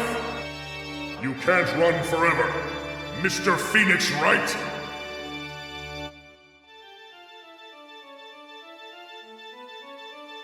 What? What have I done wrong? I cannot allow you to go on like this. Huh? But I'm just a simple defense attorney! Silence! You are no longer worthy of your title!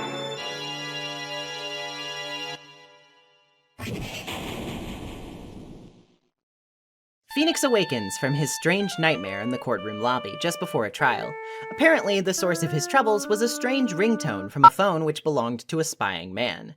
The fellow clocks Phoenix on the head with a fire extinguisher to get it back, and minutes later when Phoenix comes to, he has classic anime amnesia. Yeah, in case you were wondering how exactly the game planned to plop you back into the fray while also accommodating the need for new players to be caught up on the key details, this is in fact how it's choosing to do so. The Lost Turnabout is a case in the not very enviable position of both reintroducing the mechanics and characters of the first game, while also doing so in a way that will allow newbies to the series to feel right at home and not alienated by tons of information they won't get, all while balancing this with a solid, simple case that will eloquently explain the way the game works. This, I would argue, is not something that this case does especially well, unfortunately, and it might be one of the most lackluster in the entire trilogy as a result. Why is this? Well, let's get into the skinny of it and see what's up. Phoenix is quickly greeted after his noggin crushing by his new client, a starry-eyed policewoman who has put her life into his hands. Of course, Phoenix doesn't remember anything about this girl, but we can get a bit of insight. Her name is Maggie Bird, whose punny name may not be as easily interpreted at first glance by English players as it is by Japanese ones. Originally, her name in the Japanese version was Mako Suzuki, a play on words originating from the phrase Make Suzuki, which basically translates to continues to lose. This refers to the fact that poor old Maggie here has constantly bad luck and will often find herself in terrible situations, this just being the latest one. Her English name tries to replicate this by referencing the magpie bird, a bird said to bring bad luck. So what happened to Maggie exactly? Well, she's being accused of what else but murder, and the victim is her boyfriend? Close friend? She kind of makes it vague. Dustin Prince, another officer on the force. Oh god, how did it take me that long to realize the pun of that name? Once again, our tutorial prosecutor is Winston Payne, who rather hilariously shows a burning need to take down Phoenix after their first encounter in the previous game, while amnesiac Phoenix can't recall who he is in the slightest. The first witness is a depressed Detective Gumshoe, who himself seems to have a bit of a crush on Maggie and hates to testify against her.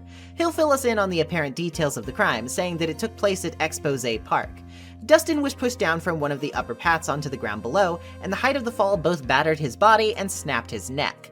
The time of death was determined from where his broken wristwatch stopped, and Payne even gives us a photo of the crime scene. During all of this, Maggie will act as our assistant on the bench, basically giving us the same tutorializing that we received from Mia in the first game. Pointing us toward the court record, we can find the extra damning evidence that Payne seems to be so confident about. A pair of broken glasses were found under the victim's body, and Maggie just so happened to lose her main pair too, though she claims the ones found at the scene are not hers.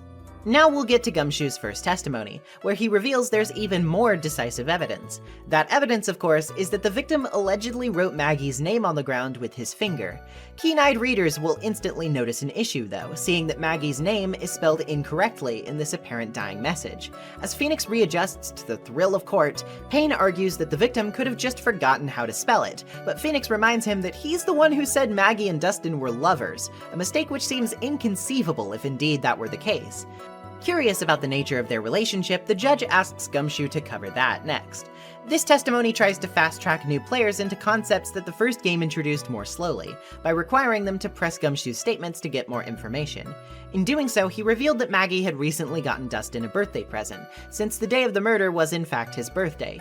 It was a custom order she had gotten over 2 months ago, a left-handed baseball glove in Dustin's favorite color, yellow. This little factoid, however, makes Gumshoe's next testimony rather suspect, as he talks about the writing on the ground.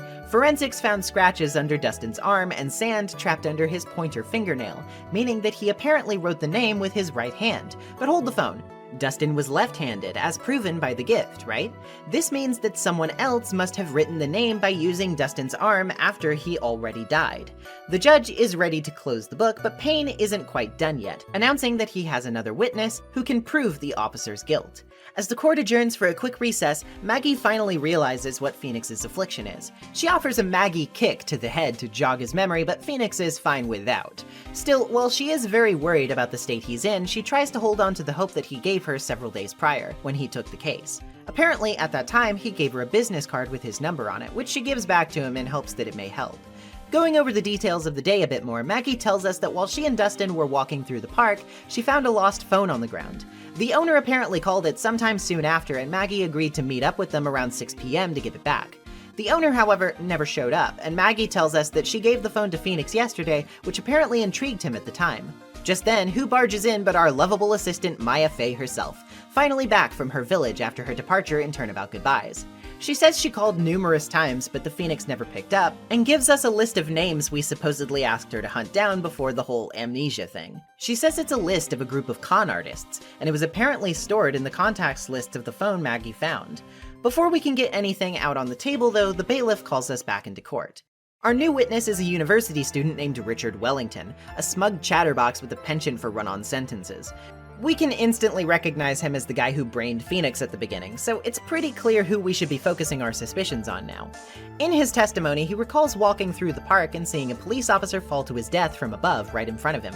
Of course, he says that when he looked up, he saw Maggie, but he also saw a banana that fell with Dustin's body? Hold on, what the hell is he talking about? Phoenix correctly guesses that Wellington actually saw the baseball glove, and this makes it pretty easy to tell that his eyesight isn't exactly stellar. Apparently Wellington wears glasses but didn't have them at the time because he lost them. Trying to pivot from this blunder, he says he immediately called the police after witnessing the crime and must have called at about 6:45 p.m. Of course, a few things don't add up about this. First of all, the murder took place at 6:28, which means it took him 17 minutes to make that call. Why'd he take so long to do so if he says he called them immediately? Well, apparently he had to search for a phone booth, because he also lost his cell phone. Before we get too excited though, he says he found it already. Still, his explanation makes no sense anyway. As in the crime photo, you can see a phone booth directly behind the scene of the murder, meaning he wouldn't have had to go very far to find one. To top it all off, Phoenix gets an idea and presents the broken glasses found under Dustin's body, which Wellington confirms in a brief moment of stupidity are his own.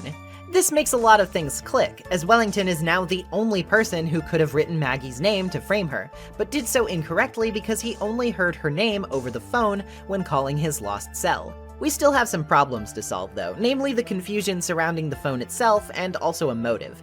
For the latter, we've got the list of names from the con artists group, as Phoenix argues Wellington was one of the members and was fearful his phone would be searched once he came to meet up with Maggie and still saw Dustin in uniform. Wellington breaks down into cartoonish cackles as he demands Phoenix to prove the phone is even his to begin with, and he already has it and apparently has no numbers on it at all. Phoenix can't even use fingerprints because apparently the phone was covered with sand when it was found, and Maya reminds him that he wiped it off pretty thoroughly beforehand. At this very moment though, Phoenix finally gets his memory back, realizing that Wellington was the one who knocked him out, and gets an idea. He gives the judge his business card, pointing out his own phone number on the back, which he has Maya call. All of a sudden, Phoenix's phone begins to ring, but it's not on his person. Obviously, it's on Wellington's, as it becomes clear that in his haste to retrieve his phone, he took the wrong one by accident. Out of explanations, Wellington chokes himself purple with his scarf until he passes out, and Maggie is declared not guilty. Still somewhat depressed by everything that's transpired, Maggie vows to start a new lease on life and escape from her recurring misfortune.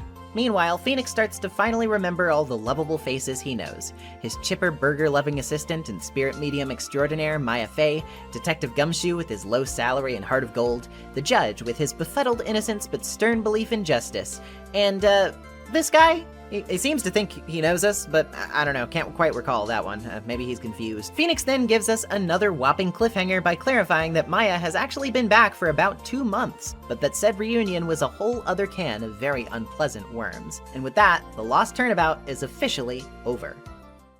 This case is very bland. Amnesia plotlines are about as basic as you can get, and while I can certainly understand the logic behind using it as a framing device here, it just ends up making the retreading a bit too stale for returning players. I get that they wanted to account for newcomers to the series this way, but I think there were definitely better ways to go about this, which they would thankfully get right in future installments. For that matter, it doesn't even end up fully paying off as an idea because it's a little inconsistent with how much it wants to hold the hand of new players while leaving them in the dark about other things.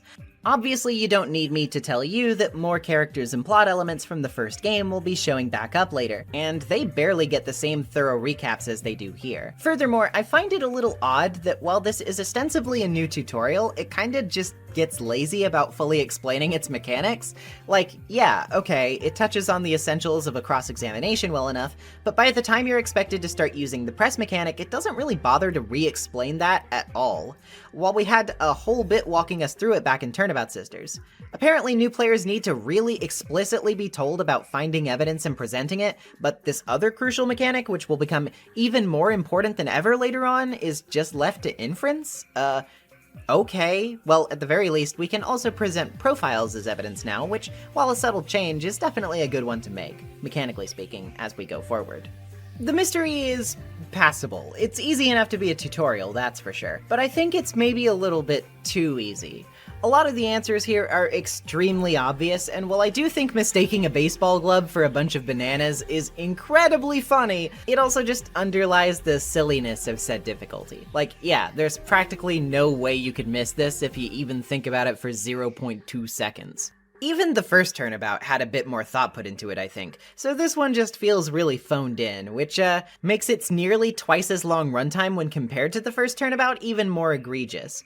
On top of all this, Wellington is a really incompetent and annoying killer, and while I assume his smugness is just written so extremely that we'll be satisfied to take him down, I find him much less tolerable than someone like Frank Sawit, for example. They were both easy tutorial villains, but Wellington is far more grating, and I think that while this may capture the energy of the games well enough, it sets an exhausting tone a bit too early for its own good.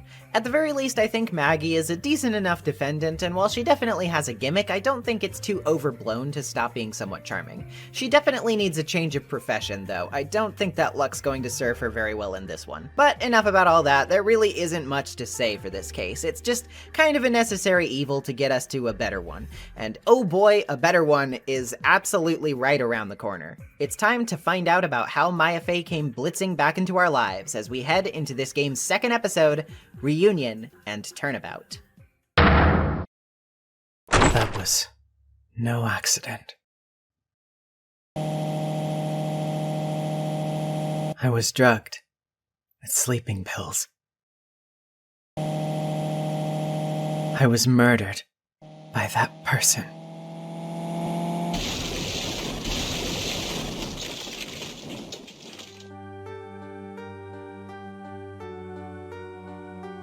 That's why I took my revenge. It's only fair, isn't it, Eni?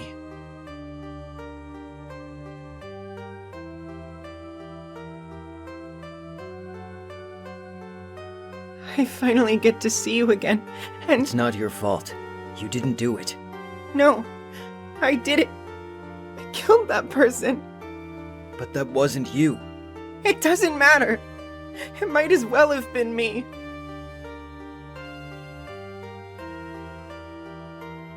I can't believe something like this happened. The events of that gloomy, rainy afternoon that started this whole mess keep playing through my mind.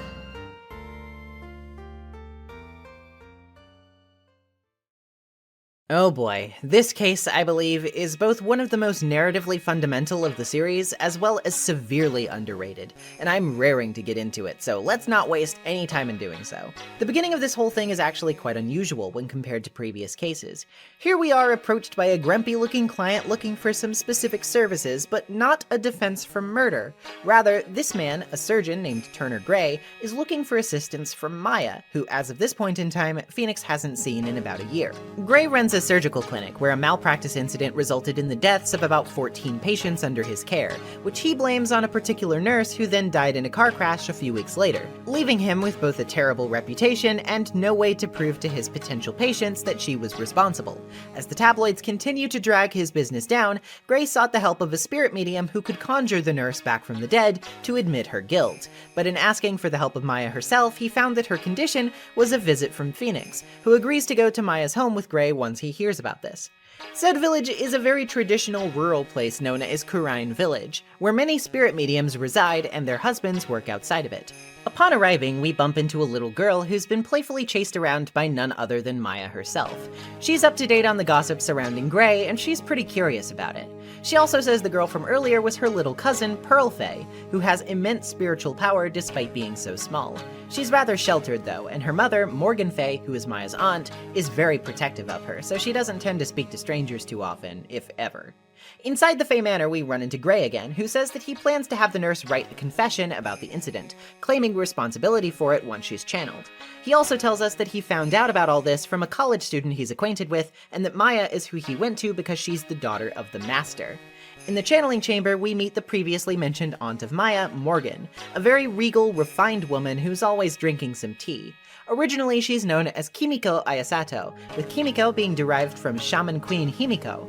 Apparently, localizing her dialogue was one of the most difficult challenges for the team, as in the original Japanese version of the game, she speaks in a very archaic manner, which would be tricky to replicate.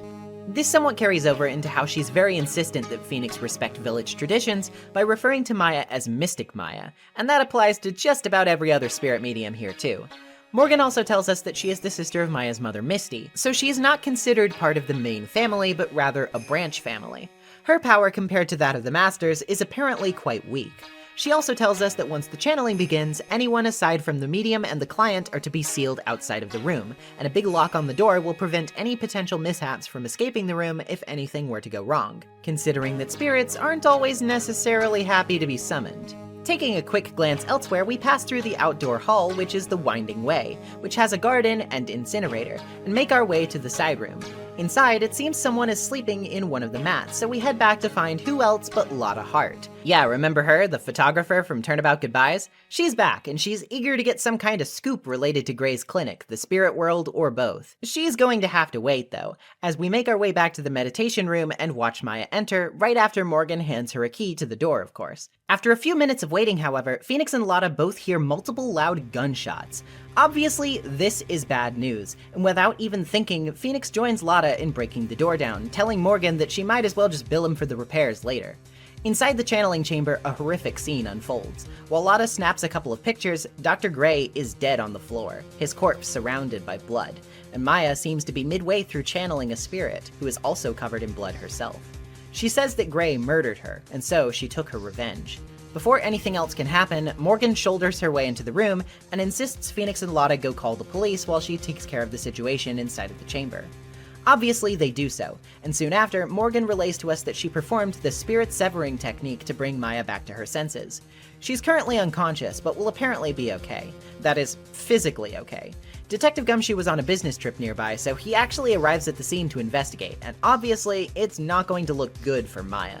Apparently, after Gumshoe takes a look around, he confirms that Gray's cause of death was a shot to the forehead, but also, mysteriously, he has a stab wound too. In the side room, we wake the mysterious guest who was sleeping there, a college student named Eenie Meenie, who is apparently here studying parapsychology. She was the one Gray asked about spirit mediums, and she says she's been napping here because she felt ill. Since she was asleep, she claims to know nothing about the murder, but also denies having much knowledge of Gray himself, aside from being a patient of his once. On the way back, we also spot Pearl again, who quietly runs off before Phoenix can get her to say anything. Realizing that the investigation will last well into the night, Morgan offers to let Phoenix sleep in the manor for the night, as Maya is escorted off by the police. In the morning, Phoenix gives her a visit, leading us back to the conversation the two had in the intro. Maya also tells us a bit more about the situation and her family. She says that while currently the title of Master is held by her mother, she will inherit that title someday soon, as after a certain amount of time, Misty will be officially recognized as dead and gone by the village, since she hasn't come back in all this time after her ruination in the DL6 incident. During the channeling, Maya says everything goes blank in her memory after she sat down and closed her eyes. Apparently, during a spirit channeling, the medium's soul lingers out of their body to make room for someone else's, and thus they lose consciousness. Maya remembers having a dream at the time, though, where she was dead and buried underground, but smelled something familiar. Once again in the hot seat, Maya can't help but crumble, but Phoenix isn't about to let her feel alone again. Are you sure? I mean, I'm guilty. I'm a murderer. No one's decided that yet. But I did! I killed that person with these 2 hands. That's enough, Maya. It's hopeless. If you defend me, you'll lose, I'm sure. Stop it! Help me. Nick, help me. I'm scared. Don't worry. I will. Before we go, Maya also hands us her magatama. Magatama are basically beads, which date back to prehistoric Japan. They originally were used as primarily decorative jewelry, but were also frequently used in ceremonial and religious contexts. As for why Maya wants us to hold on to hers, she says that we can absolutely get help from Pearl if we present it to her, so it's time to get back on the beat. Before heading back to the village, Phoenix quickly grabs a newspaper clipping from his office about the malpractice incident, which Gray had left there the day prior. Back at the manor, we talk to Morgan again, who laments the situation further. When bringing up Pearl, she displays immense pride for the girl's abilities, which she says surpass even that of the main family, which could easily qualify her to be a master if she weren't part of the branch family. She's pretty insistent that we refrain from speaking to her, seemingly determined to keep her consistently sheltered, which is, Anyway, examining the rest of the chamber, we also find a strange hole a few inches off the ground in the large folding screen near the back. Morgan heads out, and we head back over to chat with Eni. She seems a bit squirrely, but won't offer any new info. We can also see a wooden box in the room that wasn't here before. Finally, out in the winding way, we manage to catch sight of Pearl again, who I guess I should finally reveal the original name of. Originally, she is known as Harumi Ayasato, with the kanji for her name meaning spring and beauty. While Maya often calls her Pearly in the English version, this nickname in the original is Hami-chan. Her English name comes from a much darker place, though, named after the illegitimate child of the protagonist from the novel The Scarlet Letter. She seems to be holding a familiar-looking key. Showing her the Magatama like Maya asked, she begins to cry, prompting Phoenix to worry that if Morgan walks by, he's gonna be the one being spirit-channeled next. She collects herself, though, calling Phoenix Mr. Nick, and begins her big running joke of misinterpreting Phoenix and Maya's relationship, thinking of them as a couple. She also gives Phoenix the key and spiritually charges the Magatama with little effort, causing it to have an unearthly bright glow. Saying that we will now be able to see the secrets in people's hearts, Pearl asks to temporarily accompany us, basically to tutorialize this new game mechanic, which we'll be discussing in just a minute. Chatting with Gumshoe again, he tells us the case against Maya is looking pretty grim, especially because of Lotta's photos. Asking him about the malpractice incident, he also gives us his own newspaper clipping, which gives some more details about things. He also drops a bombshell, saying that the prosecutor for tomorrow will be none other than Prosecutor Von Karma. Wait, Von Karma? Hello? That guy literally got sent to jail for murder and organizing another murder that he tried to frame Edgeworth for. How could this be? Well, obviously it's not the same guy. It's actually his successor, his child. Apparently, she's a prodigy who studied in Germany, becoming a prosecutor at just the age of 13. And she's only 18 now, meaning she's exactly the same age as Maya. Phoenix also recalls Edgeworth, but for seemingly unexplained reasons, for the moment, he doesn't really want to think about his angsty lawyer husband. Instead, we should be focusing on that new ability Pearl was hinting about. What was all that? Well, we can actually find out by heading over to talk to Eni. Once again, she denies knowing Gray, but this time... Whoa. Say hello to the new investigation mechanic, that being Psyche Locks. Psyche Locks are sort of a metaphysical manifestation of a person's determination to hide something from you, locked within their hearts. The strength of their secret is represented by the number of locks on it, which can be broken if we present the right evidence. This extends the tried and true courtroom gameplay mechanics into the investigative gameplay, and even comes with a life bar of its own to further emphasize the pressure. This was the attempt to spice up the proceedings and otherwise make investigations both more in-depth and rewarding that Shu Takumi came up with, and I think it works very well. The art direction of the background sinking away into darkness, the ornate but brightly colored locks with their intricate designs, and the harsh interweaving chains create a pretty striking visual representation of the kind of fierce repression these people are fighting to keep up, and the eerie warbling tune that accompanies it perfectly underscores the sort of strange mystical feeling of these interrogations, where it feels like you're literally leaving the real world behind for a moment to dig into a person's very mind. The Psyche Locks are basically almost entirely absent from the anime adaptation, and from an art direction perspective, I think that's one of the single biggest misses of the entire thing, to be honest.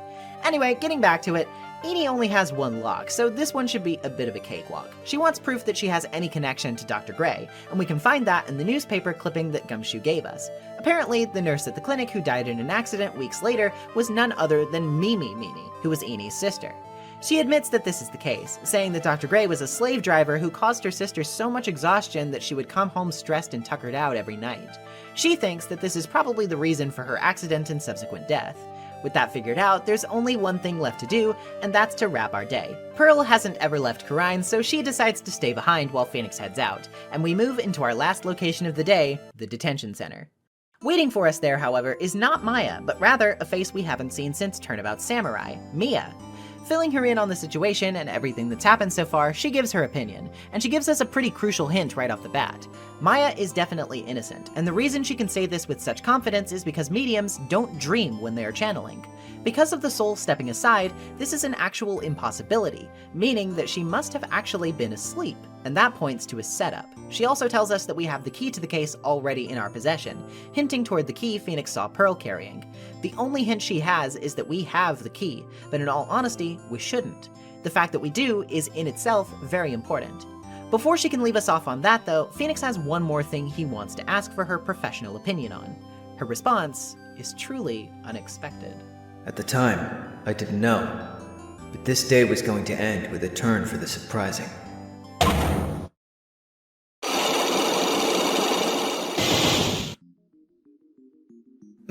Mia? What? What's wrong? That's right. Only I can see the psyche locks, which means Mia must know something about the real murderer. But for this to be something that she would hide under lock and key from even me, what in the world is going on? Well, well, well, what an intriguing beginning to this case, wouldn't you say? First, let's address the elephant in the room, though. You might be thinking to yourself, hey, are these sections longer than usual? And indeed, they are. Toward the back half of the original game, Ace Attorney began using its 3-day trial system as a structure for its pacing, meaning that each case had 3 investigation sections and 3 trial sections each. This, however, as I said before, ended up leading to a lot of places in which these cases felt a bit stretched out or otherwise padded to fill that time when it wasn't really necessary. In an attempt to tighten the pacing, Justice for All has made a pretty clear and I think great choice in shaving this structure down. From now on, each case will only have 2 investigation sections and 2 trial days, and while each one will on average last longer than the first games tended to, barring Rise from the Ashes, it will overall use that time a lot more wisely and consistently. A lot of the intrigue, the plot advancement, and the Chekhov's guns have to be much more front-loaded when this limit is self-imposed, and I think it really begins to bring out the strength of Takumi's writing when he has to reevaluate what is most important to both character and plot, and pare it down as best as he can while still allowing the story room to breathe. And hey, speaking of that story, it's a delight to have Maya back, and very narratively interesting to finally be able to visit her and Mia's home. We already learned a decent bit about the Faye family in passing in the last game, so getting to learn more about their traditions, their relatives, and their history is very immersive in how it helps this world feel more lived in and cohesive. The newly introduced characters are also great, and we'll definitely have more to say about them at the end of all of this. It's also just generally charming to have some recurring faces continue to pop up. I remember being pretty surprised to see Lotta return when first playing this game, and I'm glad she does. It sort of lends the feeling of a long-running sitcom to the series in many ways, calling back to the vibe of having a large rotating cast which build up histories and bits to enjoy, which only makes the slice-of-life comedy that much more entertaining. This familiar comfort is also offset with anxiety though, as even if we know from the jump ahead in the Lost Turnabout that Maya will be okay, it's hard not to feel scared and sad for her when we see just how hard she's taking the situation. It was already bad enough to be framed for the murder of her sister only a year prior, but to put her in a situation where, even if only for a bit, she sincerely believes that her body may have been used to kill someone, I can only imagine that's a horror few would ever want to face. I talked a bit already about what I think of the Psyche Lock mechanic, but I do genuinely think it's a great thing to introduce. Beyond how much it slaps aesthetically and how its application to the gameplay keeps it feeling a bit more exciting though, I also have to commend how it is used as a narrative beat. Obviously, while Eni's lock was pretty easy to solve, it was still pretty surprising to see, and if you found the scene with Mia at the end here shocking, so did I when first playing this. It's a great setup and payoff, accustoming us to the idea of what they mean both narratively and mechanically, easing us into the idea of countering them, and then immediately hitting us with 3 of them from a person we otherwise greatly trust. Instantly, where there was a growing sense of relief, it is supplanted yet again with this sort of unease and tension which comes from being caught totally off our guard and not knowing exactly how to address it. And it's this feeling that we're going to be left with before entering the trial, which is also a great way to ramp up the tension of meeting our new rival prosecutor for the first time. As you may suspect, Psyche Lock reveals are going to be used liberally and masterfully from this point forward to hit on several key narrative purposes, simultaneously heralding shocking reveals by their own nature as a representation of secrets being kept, while also acting as something of signifiers for the player's current progress in an investigation, and a measurement of their skills outside of the courtroom. And finally, to tie all of this up into a bow, setting this reunion against the backdrop of an already intriguing scenario, that being the unreliable accounts of Dr. Gray and the incidents that took place at his clinic, does wonders to make these threads more complex and interweaving them. This could have very easily just been another sort of lore dump chapter about Kurine where a banal incident took place within it, but in dragging players in from the outside, it injects some duality into it all, and also allows us to learn more naturally about the village and its people alongside the multiple characters who are doing the same thing. and some suffering for their lack of understanding, which also gets us thinking about how these more fantastical concepts could be made part of an otherwise traditional murder mystery. In this way, it's basically inserting supernatural elements into the regular mystery framework, yet it does so in a way that cleverly avoids jumping the shark the whole time, grounded by both its clever balancing act of these two worlds and the emotion and personal histories contained within its characters. And that drama is only going to continue to escalate as we head into our first trial day. Apparently Pearl came all the way here on foot because she doesn't know what a train is. Oof. Ouch. Maya tries to tell her a bit about Phoenix's history with prosecutors of days past, but again, he seems strangely averse to the topic of Edgeworth and basically commands her not to talk about him. Moving into court, we're finally introduced to the prodigious daughter of Manfred von Karma, Franziska von Karma. Originally, she is known as May Karuma, with May meaning dark, gloomy, or night. Despite her young age, she is deathly self-serious, has a tendency to lean on the word fool to describe all manner of things, and she's packing a whip, which she uses casually to dispense some slapstick frustration whenever her patience is tried. According to her, she gave up a promising career in Germany to travel here solely for the sake of revenge. She also has a habit of using everyone's full names, which is very funny. We will get way more into Franziska as we go, but I already think she's set up pretty distinctly here, both in ways that call back to her father and set her apart from him. And I think it's an interesting note of characterization that we can probably already tell that despite her fixation on appearing very adult and in control, she is temperamental, impatient, and quick to make demands, like you'd expect from an older teen with a bad attitude. As she ushers in Gumshoe, the trial finally gets underway. He outlines the crime with the help of a map, recapping like so. The channeling chamber has only one door, which was locked and has no windows or other exits. At the time of the murder, only Maya and Dr. Gray were in the room. Maya then channeled a spirit, and gunshots were heard within the room a few minutes later. The door was broken down by two witnesses, Phoenix Wright and Lotta Hart, and they rushed in and found the victim already dead. As for the cause of death, that was a pistol shot to the forehead, fired from a point-blank range. He was, however, stabbed before he was shot. It was a bad wound, but it didn't kill him instantly. We need to press this one hard for information, and thankfully we learn quite a few things. The pistol belonged to Dr. Gray for starters, but has Maya's fingerprints on it. The gunpowder burns on Gray's forehead prove the shot was fired point blank. And finally, the knife belonged to the Fay family and of course, also had Maya's fingerprints all over it.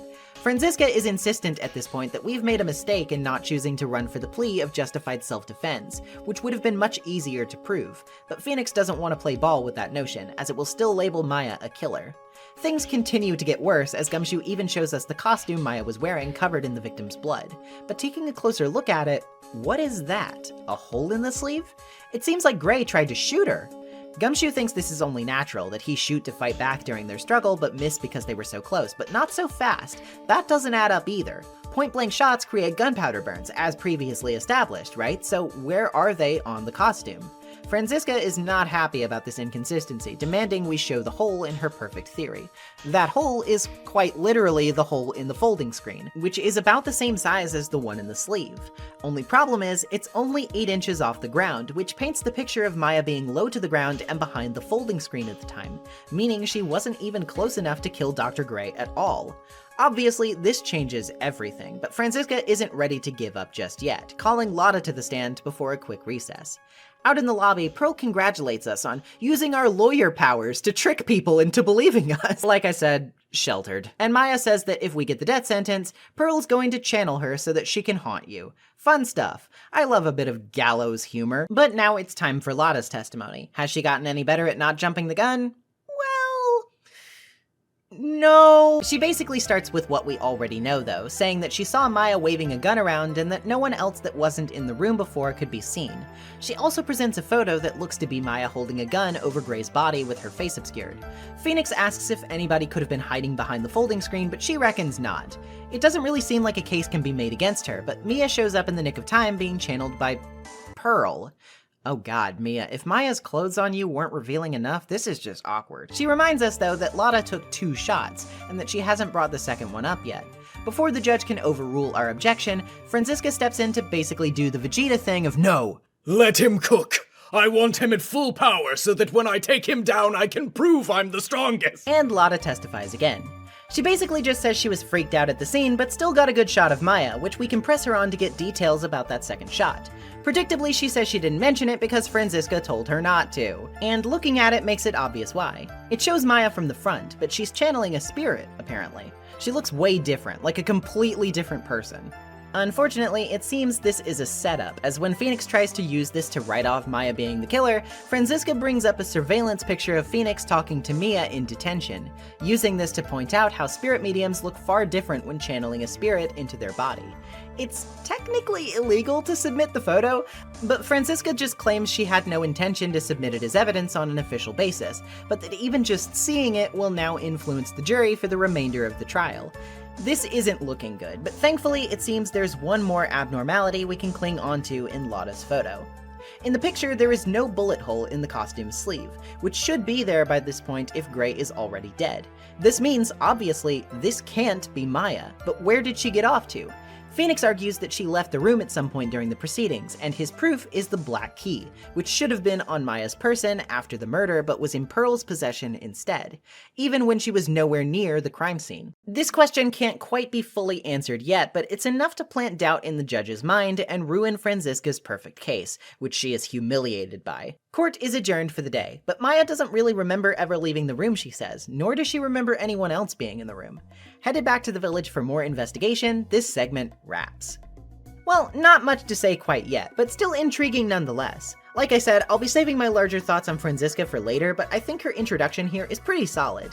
I think a lot of people hate her because of her attitude, and while I do find that somewhat understandable, I wouldn't necessarily chalk it up to any complaint on my end. I don't think her more bratty characterization is a detriment to the story. I think, if anything, it's a pretty decent reflection of how she contrasts the enemies who have come before her, and how she's ultimately still pretty young and naive at the end of the day in her own ways.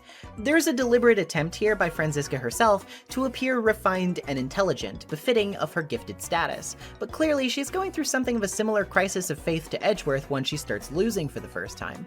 Franziska has never tasted defeat before, and she hasn't quite come to terms with the idea that it's even possible, and being that she's much more entitled to the notion and doubtlessly has strict expectations of herself due to her upbringing, this case is already starting to get under her skin and how the scales are tipping in the defense's favor.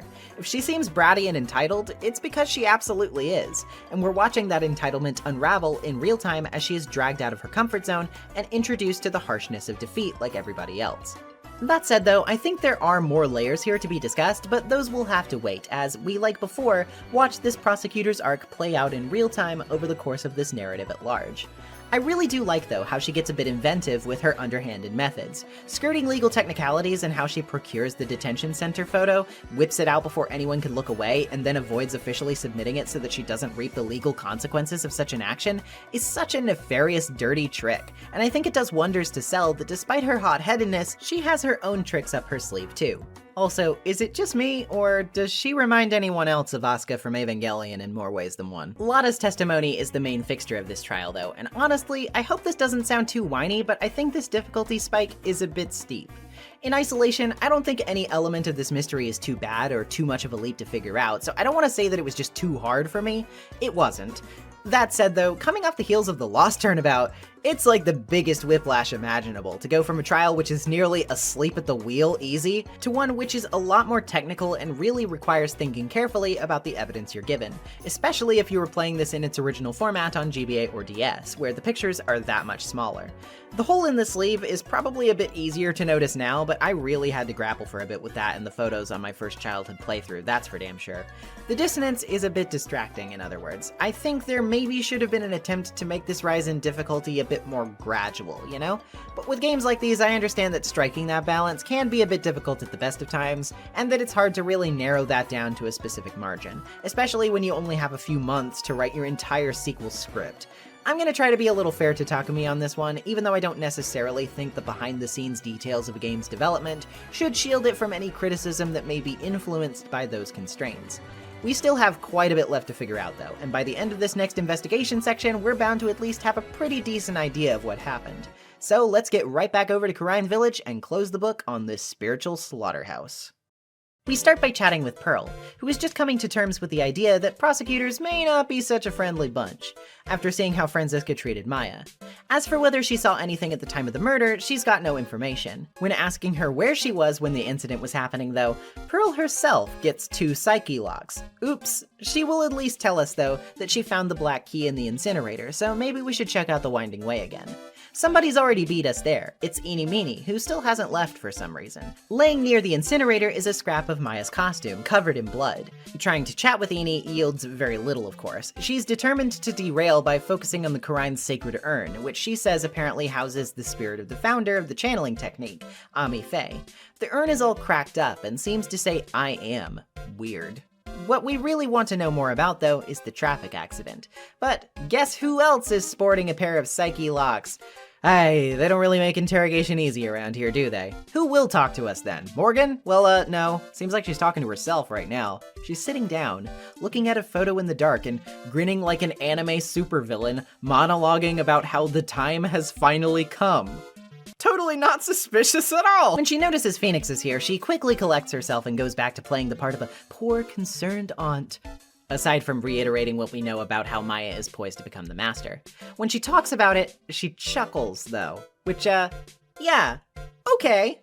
I'm starting to think I get a little bit of the picture here. But how do these pieces fit together? Well, speaking of putting pieces together, Maya makes an interesting note when we ask her about Pearl's alibi, saying that she's always playing with a bouncy ball that she keeps in the big clothing box we saw before. Keeping that in mind, we head back and engage in a wild goose chase with Lotta, who feels guilty again and doesn't want to be looked at. We find her hiding in the clothing box in the side room, which gives us a decent idea of how spacious said box is. Mysteriously, said box also has a small hole in it, several inches off the ground. The aforementioned ball is also nearby. Confronting Pearl, it's time we finally break those locks. Was she playing with her ball during the murder? That she was, but it seems like something must have happened while she was doing that. Something she doesn't want people to know. Well, what bad thing could have happened involving a ball? Maybe something that would lead to the sacred urn being cracked all over? Especially since it seems to say "I am" instead of "Ami," meaning it was put back together wrong.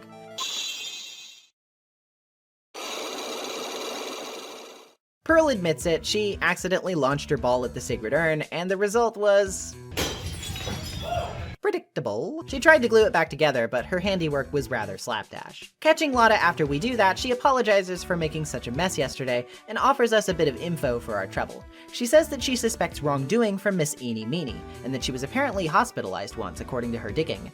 She recommends that we check out a clinic in town, the Hottie Clinic, for more details, giving us an address to follow up. There we meet the director, or, well, actually he's basically just a creepy old man pretending to be the director. He calls himself Hottie, but we don't really know what his actual name is. He's basically just your typical Master Roshi-esque lech, one of my least favorite character archetypes of all time. At least the localization had the decency to edit out his creepy lines about Pearl of all characters. Ugh. He tells us a bit about Enie's surgery, since he was apparently creeping on her in particular for a while, and said she sustained serious traffic injuries which resulted in her being wrapped in a full-body cast. Yeesh, that definitely sounds serious. The doctors apparently had to reconstruct her face wholesale from a driver's license photo she brought, and she had just gotten it recently before then. The license itself likely burned up in the car, though. He also gives us a newspaper clipping about the incident, which seems to imply that the incident was one and the same with her sister's car accident, and lists Eenie as the passenger who managed to get out. Lotta's on a similar page as us when we talk to her about it. She says that she thinks Morgan may be plotting to steal the master's seat if Maya gets convicted, and that she just saw Eenie in the garden. Time to break those psyche locks, it seems. Grilling Eenie, we get right into the thick of it, asking her about the accident. She wants proof that she was even in one, which is where the newspaper clipping comes in. She tries to deny it, actually arguing that Eenie Meenie is a common name. Unluckily for her though, Hottie held on to that photo of her, so we can show that to prove that she was there. That's one lockdown. She relents and admits to being in the hospital, but denies that it has any relation to the current case. That said, we know that's a lie, as the driver was her sister, Mimi Meenie, who worked for Dr. Gray. That's our connection. The second lock breaks, and Eenie admits that she was in Mimi's car at the time of the accident. She was sleeping when it happened, and while she did manage to make it out, she couldn't do anything to save her sister's life.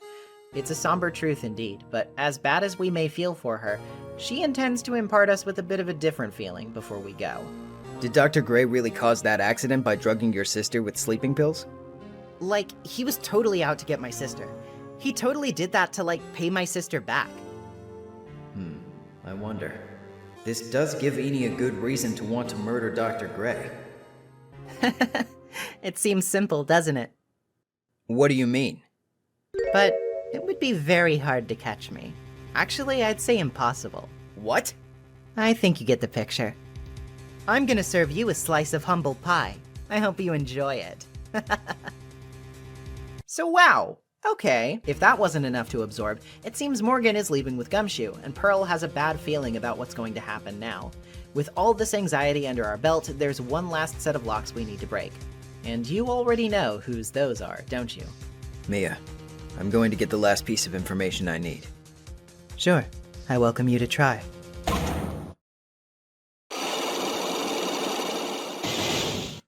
Phoenix thinks Mia is protecting someone, since these locks appeared when he initially asked if she knew anything about the murderer. She asks who she'd be protecting, and obviously, that's Morgan, one lock down. However, Morgan definitely has an alibi for the time of the murder, so what was she doing? That cloth scrap can answer that. She changed Maya's clothes when they were alone in the manor, when Phoenix went to call the police with Lotta. Then, she attempted to burn them. As for proof that this scrap is from Maya's costume, that would be the black key, which was on Maya's person, but was found later by Pearl in the incinerator, 2 locks down. Again, Mia reminds us of Morgan's alibi, and furthermore asks us why she would have a motive to kill Dr. Gray.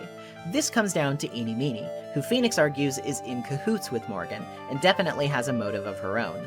All locks are broken. And Mia raises a concern I think we're all cognizant of by now, that Morgan may be collaborating with Eeny because of Mia and Maya's mother and her sister, Misty Faye. Why is that? Well, we'll get into the thick of that in a bit. We have everything we need now. Now we just need to prep for court. Less to say about this day. It's mostly just putting the pieces together of the stuff we've already been talking about. It comes as very little surprise to me that the suspicious airheaded interloper is behind the murder, but there's definitely quite a bit of nuance to her story already. Obviously, if she's the murderer, that's still bad, but from everything we know of Dr. Gray's winning personality and the fallout that resulted from Mimi's car accident, it's easy to assume that those feelings would reach a boiling point given the potential. We can't let her frame Maya, though, especially not given whatever Morgan's got cooking up. The Faye family was already decently intriguing in terms of its drama in the last game in my opinion, but spinning a web of inter-family politics, grievances, and revenge, that is juicy content, and I'm all here for it. I love me a good story about generational trauma, and good God is it really doing some legwork here already, especially when contrasted against the victims of said trauma right now, Maya being the most obvious, and Pearl by extension too, for reasons we'll dip more into in a bit. And hell, even if she's dead, obviously Mia is taking this pretty hard too, given that she wouldn't even tell us without breaking some psyche locks first. It's not hard to see why, either. Morgan is her aunt too, after all. Both she and Maya probably have tons of memories surrounding her, and they both seem to pretty earnestly love her. One can only imagine the horror that must dawn on you when you realize that someone who's been in your life since you were a child, someone who you've always trusted and cared for, is trying to sabotage you for their own ends. It's a bitter pill to swallow. The streamlined investigation format is really paying dividends here, I think, because none of this feels particularly padded at all. The chasing Lotta sequence is a little awkward, but it's not really that big of a deal, and other than that, I can't really think of anything that doesn't progress the story fast enough. I mean, I do really dislike Hottie's character, but I guess they can't all be winners. I think he's genuinely my biggest complaint of this case, and he's thankfully not around for very much of it. I also think it's pretty clever how the usage of psyche locks is obviously increasing, but it's still pacing itself by ramping up the number of locks we have to approach pretty steadily, and adjusting its difficulty accordingly. Speaking of difficulty though, it's going to be a difficult day in court, isn't it? Let's get down to it. We start with Maya lamenting that Franziska is so much more mature than her, despite the fact that they're the same age. Pearl is in higher spirits, insisting that Morgan is here to cheer us on, but Phoenix asks her to channel Mia for help, just in case. She's a bit reluctant because she wants to watch the proceedings herself, but she acquiesces. When she goes off to do so, Phoenix quietly claims that he's glad she didn't put up much of a fight, as he doesn't want her to see what's going to happen next. This is genuinely pretty sweet, actually. Deeply tragic, don't get me wrong, but Phoenix thinking ahead and calling for Mia's help not just because he needs backup, but because this way, Pearl won't have to inevitably watch her own mother spout horrible lies and then be exposed for her own crimes against Maya. It's very compassionate of him. That's really good characterization, and a genuinely good excuse to have Mia involved in the proceedings, as opposed to another "please help me turn over a piece of paper" incident. Anywho, Franziska's hyped and ready to go. Apparently this case is being broadcast worldwide, and she's ready to ruin our whole career live on camera because she's just so extra. Morgan is up to testify first, and her account is quite a bit different than what she said before. She says she previously was protecting Maya's image, but will now reveal the truth, which is apparently that when she tried to wrangle her while Phoenix and Lotta were gone, Maya shoved her away, chopped the back of her neck, and she passed out.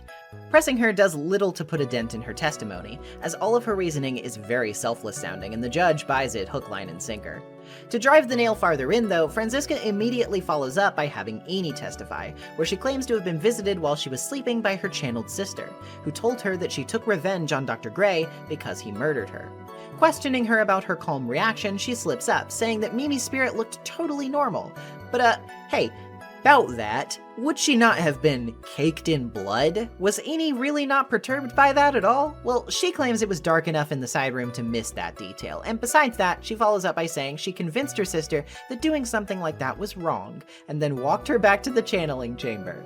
This is pretty suspect, though. Phoenix asks her if she saw anything strange on the way back to the chamber, and when she says no, that's when we have her. Objection! You see, Pearl was sitting in the winding way trying to glue the sacred urn back together. There's no way you could miss something like that if you were really passing through. Furthermore, she even mentioned something about Phoenix and Lotta calling the police and Morgan being in the chamber, but how would she have known this if she were truly sleeping in the side room until after the murder? That's because she was really in the channeling chamber, and where would she have been? Behind the folding screen.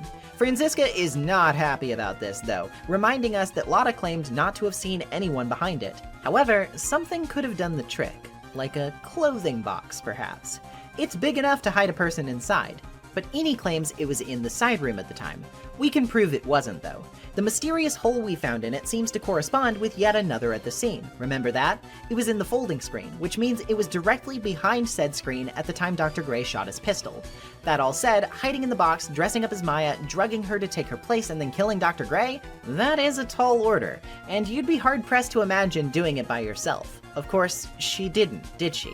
She enlisted the help of Morgan Fay to pull off her crime. She was in wait until the channeling began, snuck up, drugged Maya, and then stabbed Gray. She then hid Maya in the clothing box to take her place, but was unprepared for the struggling doctor to start shooting. He missed, leaving a hole in her sleeve, the folding screen, and the box itself. Eni then came around, took the gun from him, and finished him off with it. Just then, Phoenix and Lotta arrived, and Morgan immediately intervened to keep them from learning too much and to cover things up. However, this isn't the end. Franziska makes a good point that we've come up with a good case for the how, but not quite the why. Why did she do it? Well, for the accident, of course. Eni denies this, though. She says a revenge killing isn't her cup of tea, and there was never any proof that Gray drugged Mimi to begin with, so why would she go to all that trouble? Besides that, we also have no proof for why Morgan would want to help her with it. The judge is not very swayed. Still, Mia encourages us to insist our case, with Phoenix butting in that he can prove the motive if he's just given some room to start putting it all out there. Eni seems confident that she's going to get away, but Franziska flies a bit too close to the sun, doubtlessly spurred on by her pride, and says she'll hear Phoenix out just so she can savor his defeat all the more. It's time for a recess. Maya's not doing so hot, obviously. Now that everything about Morgan is out in the open, she has no idea why her aunt would do such a thing. But Franziska gives her little time to mope.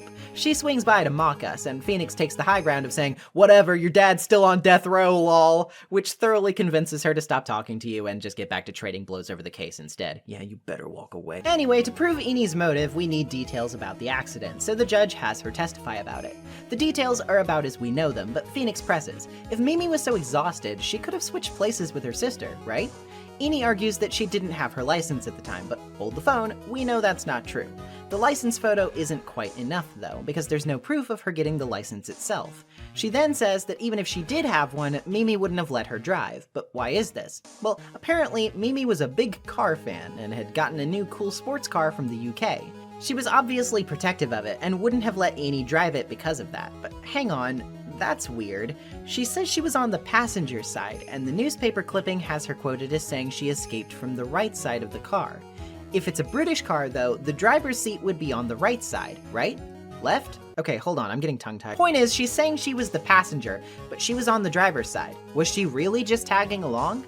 Let's ask a better question, though. Who is the woman on the stand right now? Well, how about Mimi? Sure, she doesn't look anything like Mimi, but she apparently didn't look much like anyone until she had her surgery. And whose photo did she give to the doctors to help reconstruct her face? That's right, Enie's photo. And thus, it all comes down to this. What would her motive be? Well, Gray learned about the occult from Enie and got his idea to channel Mimi's spirit to absolve himself of the malpractice incident, right? But what would have happened if Maya really tried to channel the spirit of Mimi when the woman herself was still alive? It would have exposed that she'd faked her own death and taken her sister's face to escape from it all. With that in mind, Dr. Gray signed his own death warrant the moment he confided his idea in who he thought was someone else. Dr. Gray was right.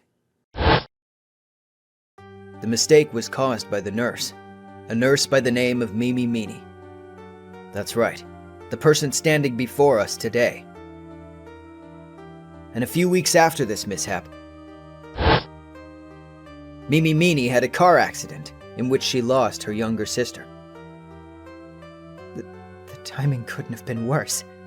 14 patients dying in that incident, and her own sister's life extinguished. It was all too much to bear. I found a way for myself to escape it all. The only way. She lost everything in the flames of that accident. Her sister, and even her own face. This was her last chance. Her chance to throw away her past and start a new life as her sister. Unbelievable. A plan beyond my wildest imagination. That jerk. If only he hadn't thought of that channeling mumbo-jumbo. Mumbo-jumbo? Becoming Enie has been the most horrible experience in the world. Spirit channeling? The occult? I hate it! I hate it all!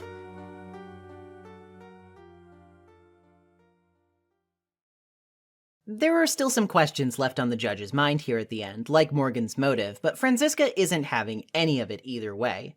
Phoenix pokes the bear too by reminding her that her defeat will be broadcast worldwide. Her pride in tatters, Franziska whips him silly until he passes out, declaring the court a sham as the judge decides to go ahead and give Maya her not guilty because, well, he'll be out for a bit. Slapstick aside though, when we get out to the lobby, one of the most heartwarming scenes in the entire series, for my money, plays out. Congratulations, Maya. Sis!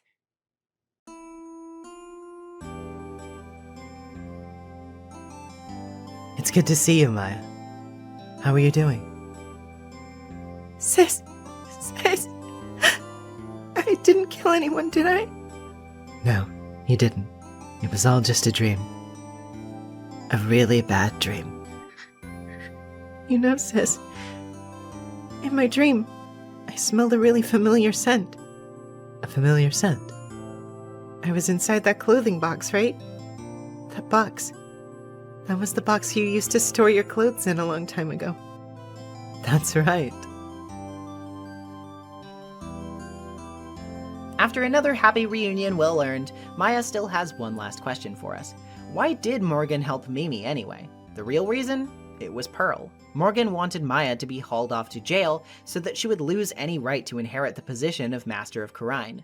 The next person in line would have had to come from the Branch family then, and since Morgan's power is so weak, it would obviously end up going to her prodigy of a daughter instead.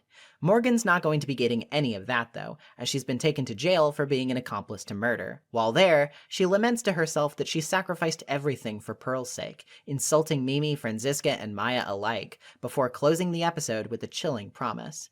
That she will wait patiently for a chance to present itself. Your time, she says, will come.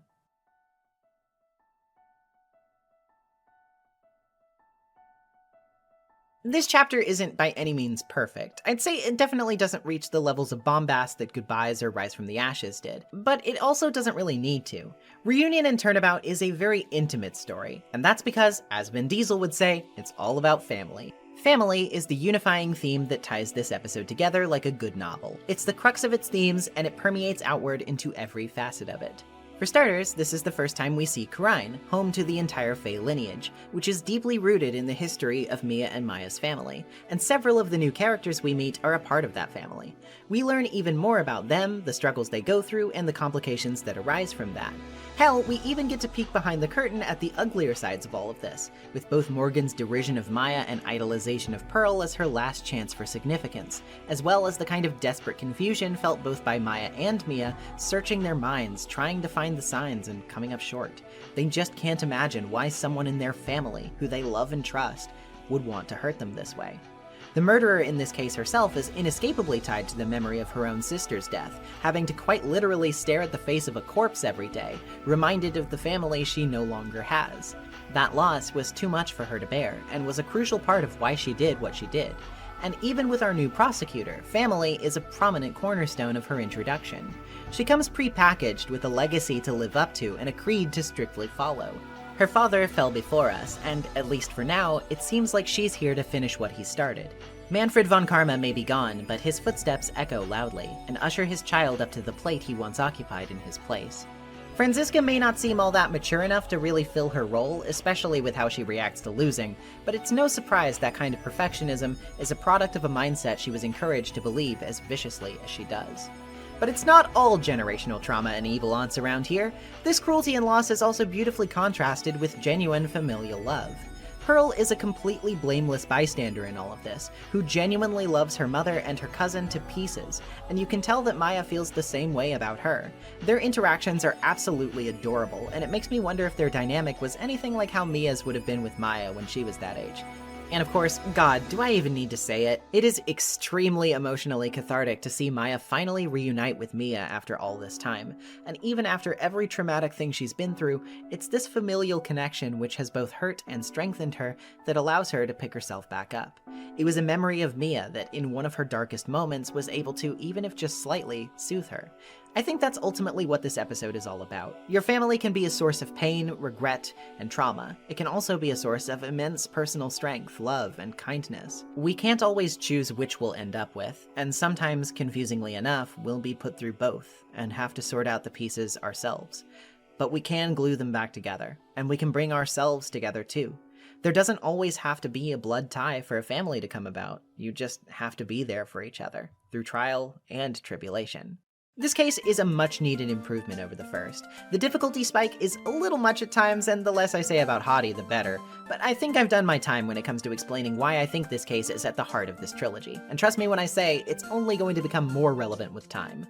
Mimi was a pretty decent villain, and I genuinely find her motive pretty sympathetic despite it all. It's just nuanced enough to see where she's coming from, even if you can't agree with her actions. Her ditzy personality housing a more sinister and confident side makes me feel like she's basically like if you took April May from the first game and made her, a good and interesting character. So hey, better late than never, guys. Morgan is a very intriguing villain too, considering the depth she's adding already to the established lore status quo. As far as Case 2s go, this is an extremely strong showing. The game may have started slow, but it's really won me over here. It's too bad I can't really say that about the next one though, huh? Yeah, you all know what's coming up. The laughs are on me. I get it. Have your little chuckle, except for you, Mo. Shut up, Mo. We'll get to you, Mo. Yeah, it's time for Turnabout Big Top. Let's grit our teeth, honk our clown noses, and get it over with. Ladies and gentlemen, boys and girls, welcome to the show! Prepare to witness a man who has mastered the wonder of flight!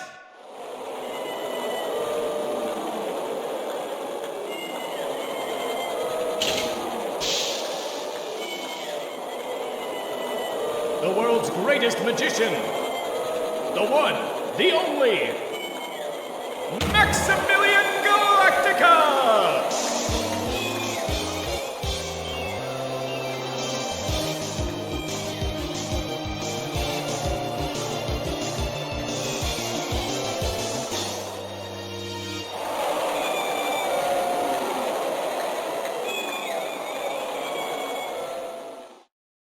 Turnabout Big Top is one of the most reviled, clowned on, pun entirely intended, most poorly received cases of this entire franchise. Is it the worst in any of these games? Probably not. Is it the worst in this trilogy? I mean, in my opinion, Yeah, I'd say so. I've seen some people go to bat for it though, claiming it's not that bad, or that people are too hard on it because it's the popular opinion, and people should give it a fairer shot. And you know the drill.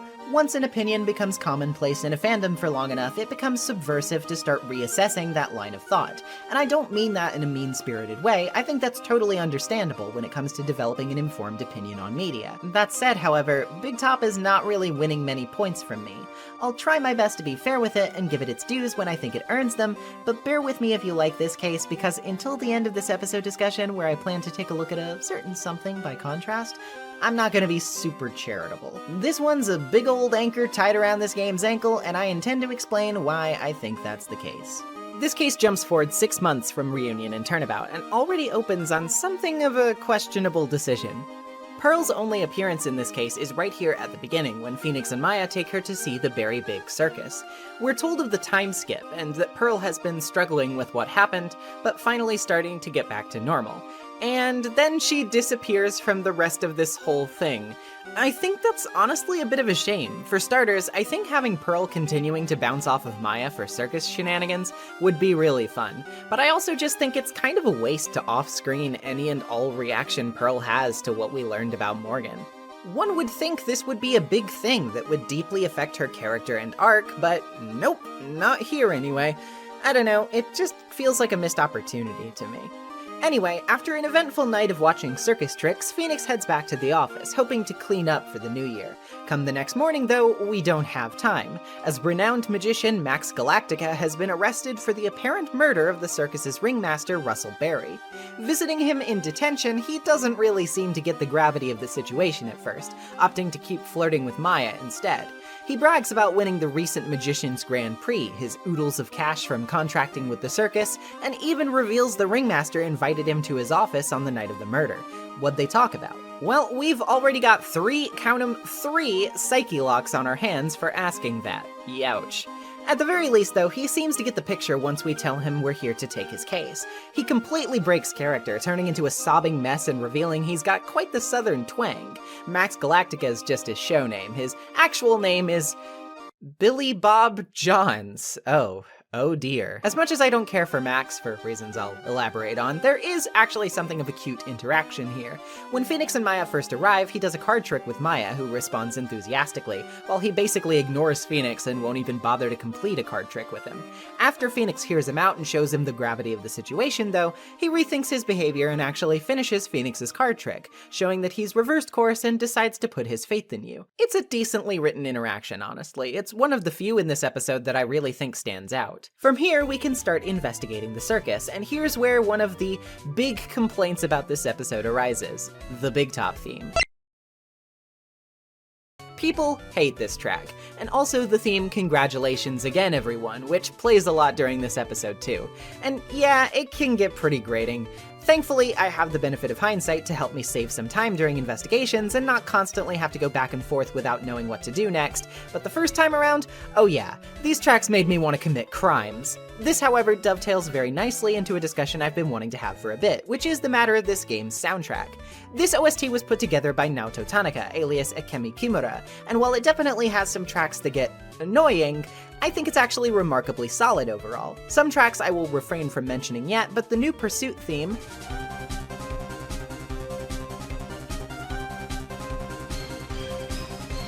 the new Courtroom Lounge theme,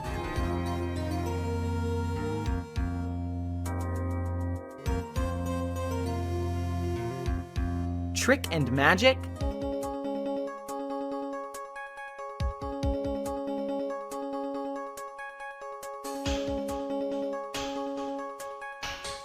the Reminiscence themes,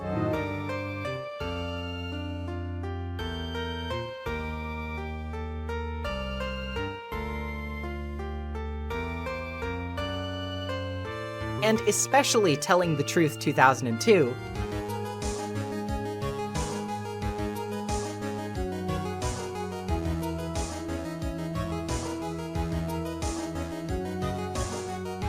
are big highlights for me. This OST has a lot of energy, which makes sense considering Tanaka would also later contribute some tracks to Metal Gear Rising, Mad World, and Bayonetta.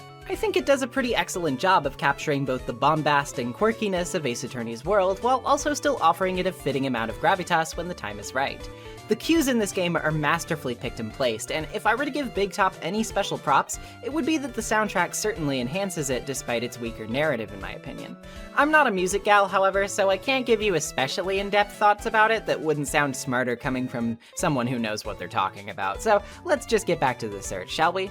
In the tent, we first meet a tiger named Regent who tries to bite our face off. Very nice.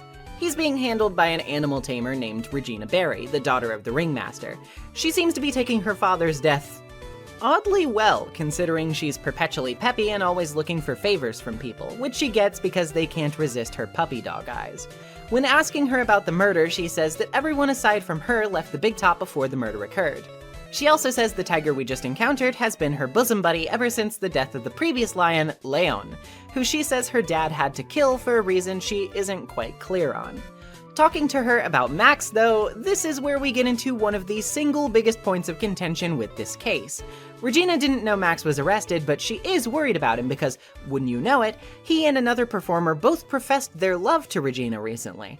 Ah, young love, right? Well, the question is, how young exactly? You see, this love triangle is going to be a big focus of this case. It's a cornerstone of all of the proceedings, and Regina is a 16-year-old girl. Max, our defendant, is a 21-year-old man. Oops! Yeah, I do suppose Max Galactica should be in the detention center, shouldn't he? But maybe not for the reasons other people think. The game has no hard opinions on this matter whatsoever. It doesn't frame it as creepy, just as normal. This relationship is treated like it's perfectly standard, and I don't care for that one bit. This just makes the case so much grodier right off the bat, and trust me, it only gets worse. Anyway, last Regina saw her pops, he was leaving in a hurry from his office, which we may recall he had a conversation with Max in shortly before the murder, so let's check it out. Examining the office, we can find papers on the table discussing Max's salary, dated about a week ago. On the wall are some promo posters of Max, which Maya steals one of, because who's gonna miss him, right? In the plaza, we can catch up with Gumshoe, who confirms Franziska's on prosecuting duty once again. Once again, Edgeworth comes up, and both Gumshoe and Phoenix say Edgeworth is gone. The detective also clarifies the ringmaster's time of death was around 10 p.m., in this exact spot, apparently due to a blow from the head. He thinks something is fishy about the crime scene, but he can't quite figure it out. Phoenix has an idea though. There are clearly footprints from the victim in the snow, but none leading away to indicate the presence of a second person. How did the murderer get away without leaving any footprints? Did they fly, perhaps? Oh boy, get real. Max has a bad reputation for his arrogance around the circus, but Gumshoe says he has better proof than that. Max's signature silk hat was also found on the ground at the crime scene, and the guy's signature emblems are that, a cloak, and white roses. There's apparently a witness too, who we can't talk to yet.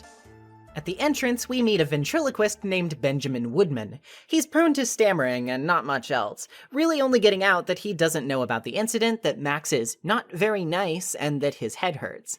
Sneaking by the rooms in the plaza, we meet Lawrence Curls, aka Mo the Clown, a prankster and punster who's obsessed with the corniest jokes of all time. A lot of people really hate this guy, but for now I honestly think he's kind of okay. He gets on my nerves for a different reason. I actually think the bit where he demands Phoenix to tell him a corny joke to get him to talk, then immediately has the most deadpan resting face you've ever seen in response to how bad Phoenix's joke is one of the best comedy beats in this entire game. It made me laugh out loud. Mo is a longtime friend of the ringmaster and says he was a great guy who everyone loved. He was always ahead of his time, he says, but he realizes that his and the others' acts are getting a bit stale in the modern day. He pins a lot of blame on Max though, who he can't seem to stand. He apparently witnessed part of the murder, having been woken from his sleep by it, but he refuses to give us many details. The little he does give comes after Phoenix's horrible attempt at humor. Apparently, after he went to bed, he heard a big thump and looked outside his window, seeing the crime scene, hinting about seeing Max. He even says Max hit Ben over the head the other day and tells us to check the cafeteria for more details. In the cafeteria, we can find a broken glass bottle. Oh wow, holy shit, Max. And now it seems we have enough clues to tackle those psyche locks. Max responds to the other performers' ire by basically just saying they're jealous of his swag, except for Regina, who he wants to marry. Ugh. As for his meeting with Russell, he says that he left to check on something important, saying he'd be back in 10 minutes. Obviously, he never came back. What were they talking about before this, though? Max says it was about his pay, but those papers we found confirmed that that conversation happened a week ago. Trilo, one locked down. As for what he was actually called for, how about his behavior? Like smashing a glass bottle over someone's head? That's two. But who was that person? Why, it was Ben the ventriloquist, obviously. 3 down, that's a wrap. Max admits he got into a fight with Ben over Regina, and that's when he was called into Russell's office. He tried to circumvent his reprimanding entirely and asked Russell for Regina's hand in marriage. Distressingly, the ringmaster was apparently totally cool with that, and now Max says the matter is settled. He even apparently shut Ben up somehow, and the way he says he accomplished that was by hiding his puppet Trilo, who Ben seemingly can't muster the confidence to talk without. The puppet is apparently hidden in Russell's office, so obviously if we want Ben to talk, then we've got to return it. Doing just that, Ben finally speaks up, using Trilo in his strange self-masochistic routine as a medium to do so. Trilo is the total opposite of Ben, extremely volatile, rude, and talkative. And oh yeah, even though Ben himself claims not to be interested in Regina, Trilo is in love with her, wants to marry her, and wrote a song about doing touchy-feely things to her. Yeah, how old is Ben again? 31 years old, you say? What the hell? Earlier in the same conversation, Ben even says he's been at the circus for 4 years, meaning that he met Regina when he was 27 and she was 12. I don't know how much more of this I can be expected to take. Anyway, Jesus, let's get this conversation over with. Trilo says Max murdered Russell and that he witnessed Max walk by directly beforehand. So, even more witnesses, great. On top of all of this, we also get our attorney's badge stolen by a monkey named Money, who Regina says loves taking shiny things back home to his stash. She thinks Mo might know more about that. Mo tells us a bit more about Regina herself while we're over, saying she's extremely sheltered because she was born and raised entirely within the circus, knowing very little about the outside world as a result. He takes us up to the lodging house's top floor to find Money's treasure pile, which is in the room of a performer named Acro, a trapeze artist.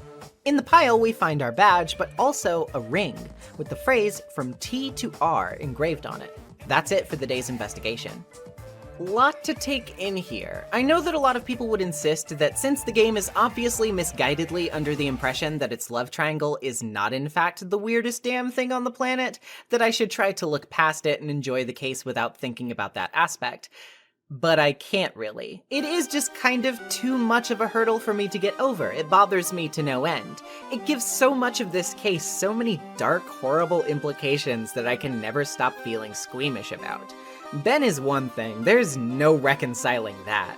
But even with someone like Max, who is still pretty damn bad but not as much older, to me it's a matter of power dynamics and life experiences first and foremost. Max is a famous person who has worked long and hard and very clearly has experience in life, arrogant and self-centered to the point of delusions of grandeur as he may be. And Regina, well, we just heard it from Mo. She's practically been infantilized to the point of total ignorance to the outside world, and she's still a minor. There is really no comparison here. Clearly any adult men coming onto this girl are full stop taking advantage of her, and that is really, really gross. Now, if you want me to put my rage blinders down for a second and evaluate the rest of the pieces totally neutrally, fine. Here's my assessment so far. It's okay. The setting is unique, I'll certainly give it that, but I've never been a huge fan of circuses, just not quite my bias. And yes, the circus music does grate on me. The character designs here are sort of fun, but at its core, I think what's bogging this case down for me a lot so far, love triangle aside, is Max himself.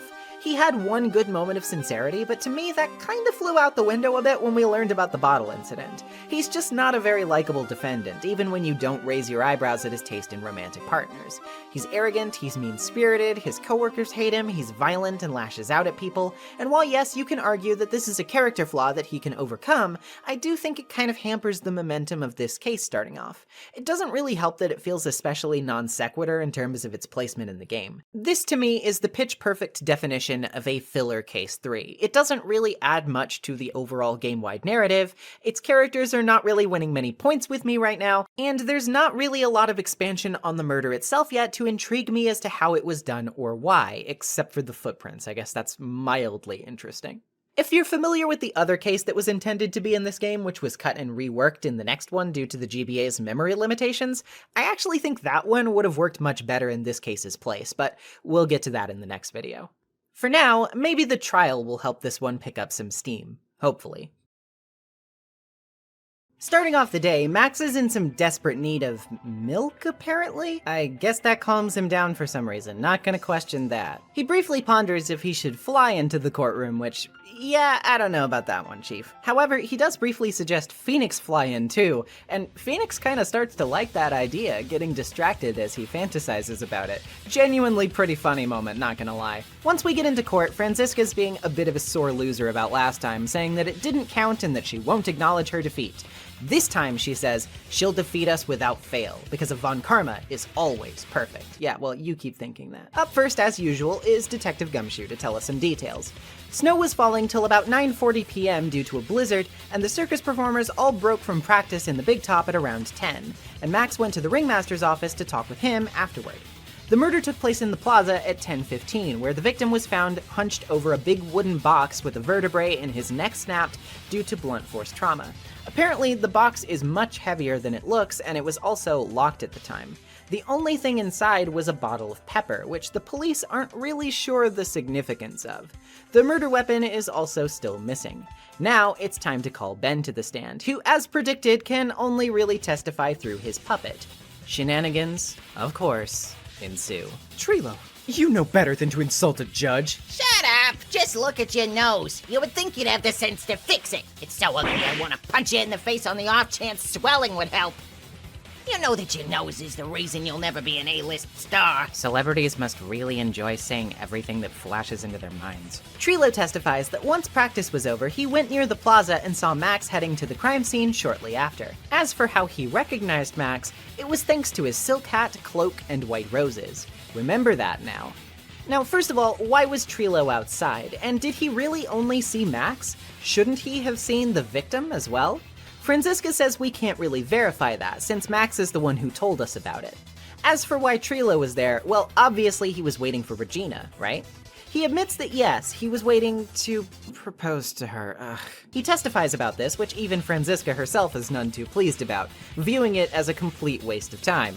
Hey, guess we're in agreement there. Trilo mentions something familiar in that testimony, though, claiming that he had something he was going to give her for the proposal but wasn't able to, so it's still in his pocket. Is it, though? We found an engagement ring in Money's shiny object pile, and sure enough, when we present it, he cracks and admits that that's it. Apparently, Money stole it right after he witnessed Max pass by, and while he did try to chase the monkey down, he got away. This creates a hole in his testimony, though. He couldn't have been watching the plaza the entire time if he left to chase Money down, could he? This means that while his attention was diverted, someone else could have passed through. He's still pretty insistent that it was Max, though, because of the symbols, and because he didn't acknowledge Trilo saying good evening to him. Phoenix finds this unusual, though. Max is a romantic rival to him, and they clearly don't like each other. Why would Trilo say good evening to him? No, it's more likely that they would have started fighting, considering the glass bottle incident. But who really passed by then? Well, what if it was just the ringmaster himself? Trilo greeted him because he saw that it wasn't Max. Now then, the question remains of if the ringmaster really was the one who passed, and if so, why was he dressed like that? Let's ponder this over a small recess. Max tells us he never went near the crime scene, so obviously that's going to be an issue to solve. He did say he took his stage clothes when meeting with Russell, though, so it seems the ringmaster exited wearing Max's outfit when he left to take care of whatever business he had, but only the silk hat was found afterward. Where did the cloak and roses go? Maybe we can find out once we're back in and hear from Mo. When he's called to the stand, at first, he's really uncomfortable because it's, you know, a court, and nobody here is really down to laugh at a joke routine. He tries his luck anyway, though, and doesn't get too many pleased responses. He even wastes his entire first testimony talking about how he laughs at his own jokes to compensate for the silence, at which point he's shoved back on track. He says the night of the murder he went to his room after practice and almost fell straight asleep. Before then, though, he glanced out the window and saw two silhouettes. One was the ringmaster and one was Max in his cloak. Then, he says Max hit the ringmaster over the head. Now, this is a pretty infamous part of this trial, and I think it's the reason why most people have a distaste for Mo. Kind of like the Pavlovian response to Meekins due to the security tape in the first game, this testimony does a lot to kill this character for most because of one particularly unforgiving feature of it. You see, the judge is downright tired of Mo's derailing and attempts to be a funny man, so he stipulates quite harshly that if we press him unnecessarily and it causes him to derail, we will get a penalty for it. Yes, not presenting the wrong evidence, pressing Mo will result in penalties if we don't choose the right statements. And this is a bit of a crapshoot if you don't know what you're looking for. Besides that, it's just kind of stretching the logic a bit thin in my opinion. If you want to raise the stakes, at least think of a good reason for it narratively. Why should I be penalized if the witness gets off topic? That's his problem, not mine. Well, anyway, what we need to ask him about is his statement about glancing out the window before sleep. Yesterday, Mo told us he heard a loud thump outside, but he hasn't mentioned it yet, so he adds a statement about how that's what made him look outside. But hold on a second, this doesn't really check out, does it? On his last statement, he also clarifies he didn't see a murder weapon. What did he see? It couldn't have been the crime because he heard the thump before he even looked. This means Mo didn't actually witness the crime. As for why he said he did, well, apparently Franziska told him to say that. Up to the same old Von Karma tricks, eh? He maintains that he saw Max's silhouette, though, claiming that the symbols are what clued him in. The silk hat, the black cloak, it was all there. But, was it? Shouldn't he have mentioned the white roses, too? Mo didn't see any. Franziska says it was too dark, but remember, they were white, and if any fell off of Max's person, they should have been found. Trilo mentioned the 3 symbols as well, so where is the discrepancy coming from? Mo testifies again, and the judge literally tells us he'll end the trial if we make a single mistake, so you literally cannot press anything. Thankfully, this one is easy to handle, as Mo ends his testimony by saying Max was wearing the silk hat the entire time. How could that be when it was found at the crime scene, though? Furthermore, how did the murderer leave the scene if they left no footprints in the snow? Franziska admits she had Mo hide the truth regarding this, but only because his claim is so ridiculous that nobody would have wanted to hear it. What is this claim? Well, Mo says the murderer left the crime scene by jumping up and flying off into the darkness, disappearing into the sky. Obviously, the judge is at a loss for words and can't very well render a verdict confidently with things so up in the air. Out in the lobby, Max tells us he obviously can't really fly because he uses wires to do that. So we've got a lot to answer for, but this is the end of the first trial day, so we'll have to do some more investigating to get the answers that we need. Hey, this one was a bit of a doozy. Trilo's testimony isn't so bad, aside from the obvious things that I hate about him. I actually have to say that when he's not talking about Regina, he's a pretty funny character. His testimony is a little less than substantive, though, so while I like his animations and some of the banter here is fun, it does feel a bit padded. Mo's testimony is a lot to handle. I really don't hate Mo as a character that much, but I can't blame people for being irritated about him when this is his most prominent appearance in the episode. Like I said before, the way the pressing is penalized here is way too harsh of a punishment, and it's way too stark of a jump in difficulty for basically no reason. It's like they wanted to have a really tense section in this trial, but couldn't think of a good reason to have it contextually and just made something up. What we've learned is decently interesting, however. I don't know that I think it should have taken an entire trial day just to cover what we've gotten ultimately, but at the very least, a bit of padding isn't 3 trial days of padding, so it's still staying relatively on pace right now. Feels good to be halfway done, if nothing else. Big Top's most interesting elements to me don't really show up until this next investigation though, so it's probably about time we get to it, huh? I apologize if it sounds like I'm skirting past some analysis, but truthfully, it's best for this case to put it all together when the pieces are there, so let's do that. Back in detention, Max says we'll have to get him out quick because he agreed to do a TV special with some producers where he performs a prison break. If we don't win the case, he'll have to actually break out of prison instead of just performing it, so pressure's on. Somehow this seems like only one of many bad ideas Max has had. His story doesn't really change much from the other day, but he does tell us a bit more about why he has such a bad attitude toward the other performers. In his opinion, they're squandering their talents because they lack ambition. He was the happiest he's ever been in his life when he won the Grand Prix, and thinks that when the other performers settle into comfortable routines, never changing or trying to grow in their craft, that they're depriving themselves of the potential to succeed like that. To an extent, I think this is somewhat humanizing. If it weren't for other factors, I dare say it actually reframes a lot of Max's worst behavior. I don't think it totally reverses course on my opinion of him though. There's still way too much wrong here for this to make him a good guy suddenly. It's a welcome bit of nuance though. He also wants us to show the other performers his Grand Prix photo to motivate them, so we're gonna take that for now. Back at the entrance, we meet up with Ben and Trilo. Trilo admits that he thought he saw Russell first, but the lack of a response and the symbols confused him. He's also apparently practicing for the Grand Prix himself, so hey, there's your ambition, Max. In the plaza, Gumshoe tells us that Franziska is currently investigating the top floor, Acro's room. Also, he had to sit and listen to all of Mo's jokes after the trial. Poor guy. Speaking of Mo, he's in the cafeteria, and he doesn't really care about Max's photo since he's seen it plenty of times apparently. Max even makes everyone look at his, quote, enormous bust every day. We'll get to that in a second. Mo swears he saw Max's face that night, but he's got no extra info on that. As for the bust, he says it's a statue of Max's visage, which is usually on the table here, but was stolen 5 days ago. A picture of it is on the bulletin board, and Mo notes that the board seems different. As to how, he says there was a note posted on it early on into the day of the murder. Some of it remains, but it looks torn off, and the only remaining part says, "To the murderer."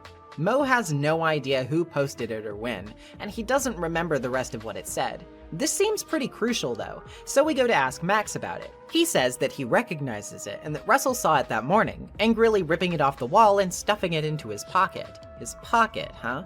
Well, I think I know where to find that. In the Ringmaster's room, we can examine the tailcoat pocket to find the rest of the note, which says, "I have conclusive evidence of what took place. Meet at 10 o'clock p.m. tonight at the Lodging House Plaza." That, of course, is when the murder took place. Maybe we should head over and see the only other place we haven't investigated too thoroughly yet. First, we've got to stop and catch up with Gumshoe, though, who runs off when he begins hearing beeping noises, saying that he always hears them right before he sees Franziska. She tells us that Acro is going to testify about seeing the murderer fly by his window tomorrow, but she also enlightens us on her own personal motives a bit, too. Why do you keep giving Nick the evil eye? It doesn't matter if you prove the defendant guilty tomorrow, nothing will be able to bring your dad back. My dad? You must mean the esteemed Manfred von Karma. Of course, your dad. I know you miss him. Enough out of you. One more word and you'll get a mouthful of whip. Now, when did I ever bring up my papa's name in this or any other conversation? Then what's this revenge thing you're talking about? You wouldn't understand, Mr. Phoenix Wright. I have to see him again, one more time. Him? I'm sure you know to whom I refer. Miles Edgeworth. Wait, of course. Of course Franziska would know Edgeworth. He was taken in by her dad after DL6 after all. Even though he was older, Franziska viewed him as though he were a little brother to her. It's Phoenix's fault, she says, that he's gone. And now, Phoenix finally opens up a bit about that hanging plot thread. Edgeworth was never quite the same after that case. And then, with the case after that one.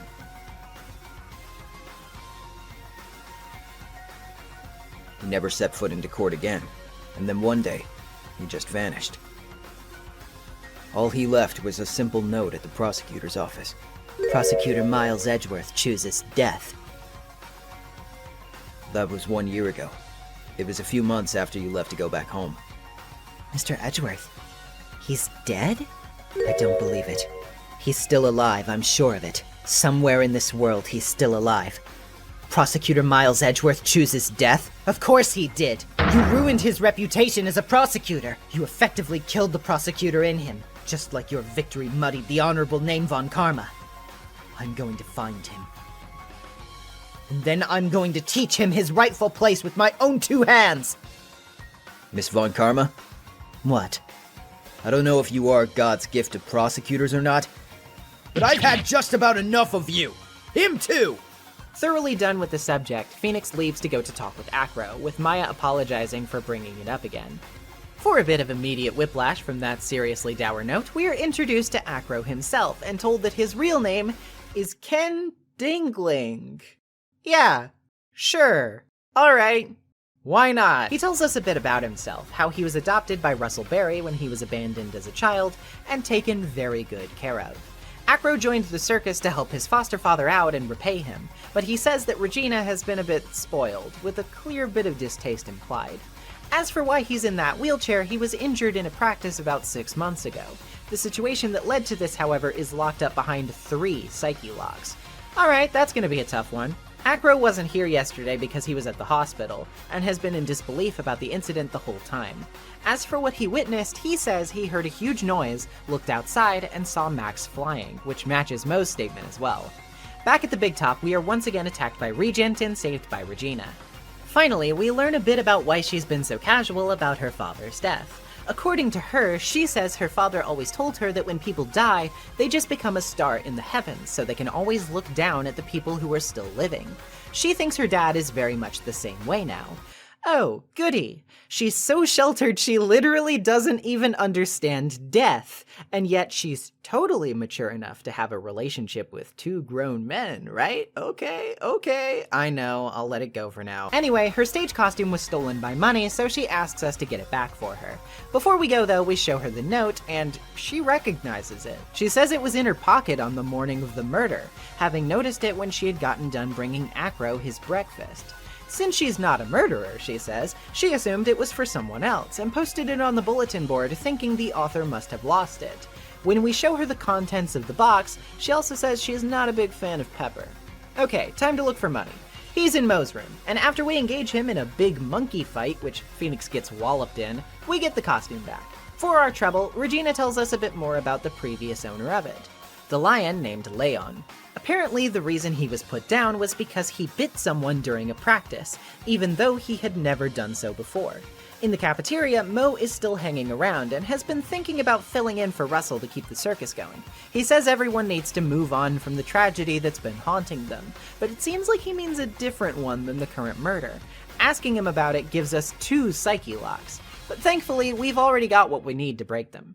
The incident was 6 months ago, and it was caused by Leon the Lion, wasn't it? 1 lockdown. Mo says he can't tell us who was involved because he made a promise not to talk about it. When prompted to say who this person is, obviously we have to say Acro. The timelines line up after all. Both locks are broken, and Mo talks. Apparently, during a stage practice, Leon bit Acro's brother and trapeze artist Bat, also known as Sean Dinkling. This miraculously didn't kill him, but it did put him in a coma which he hasn't woken from. Apparently, the reason this happened is because Bat was in love with Regina. Wait, let me just check something real quick.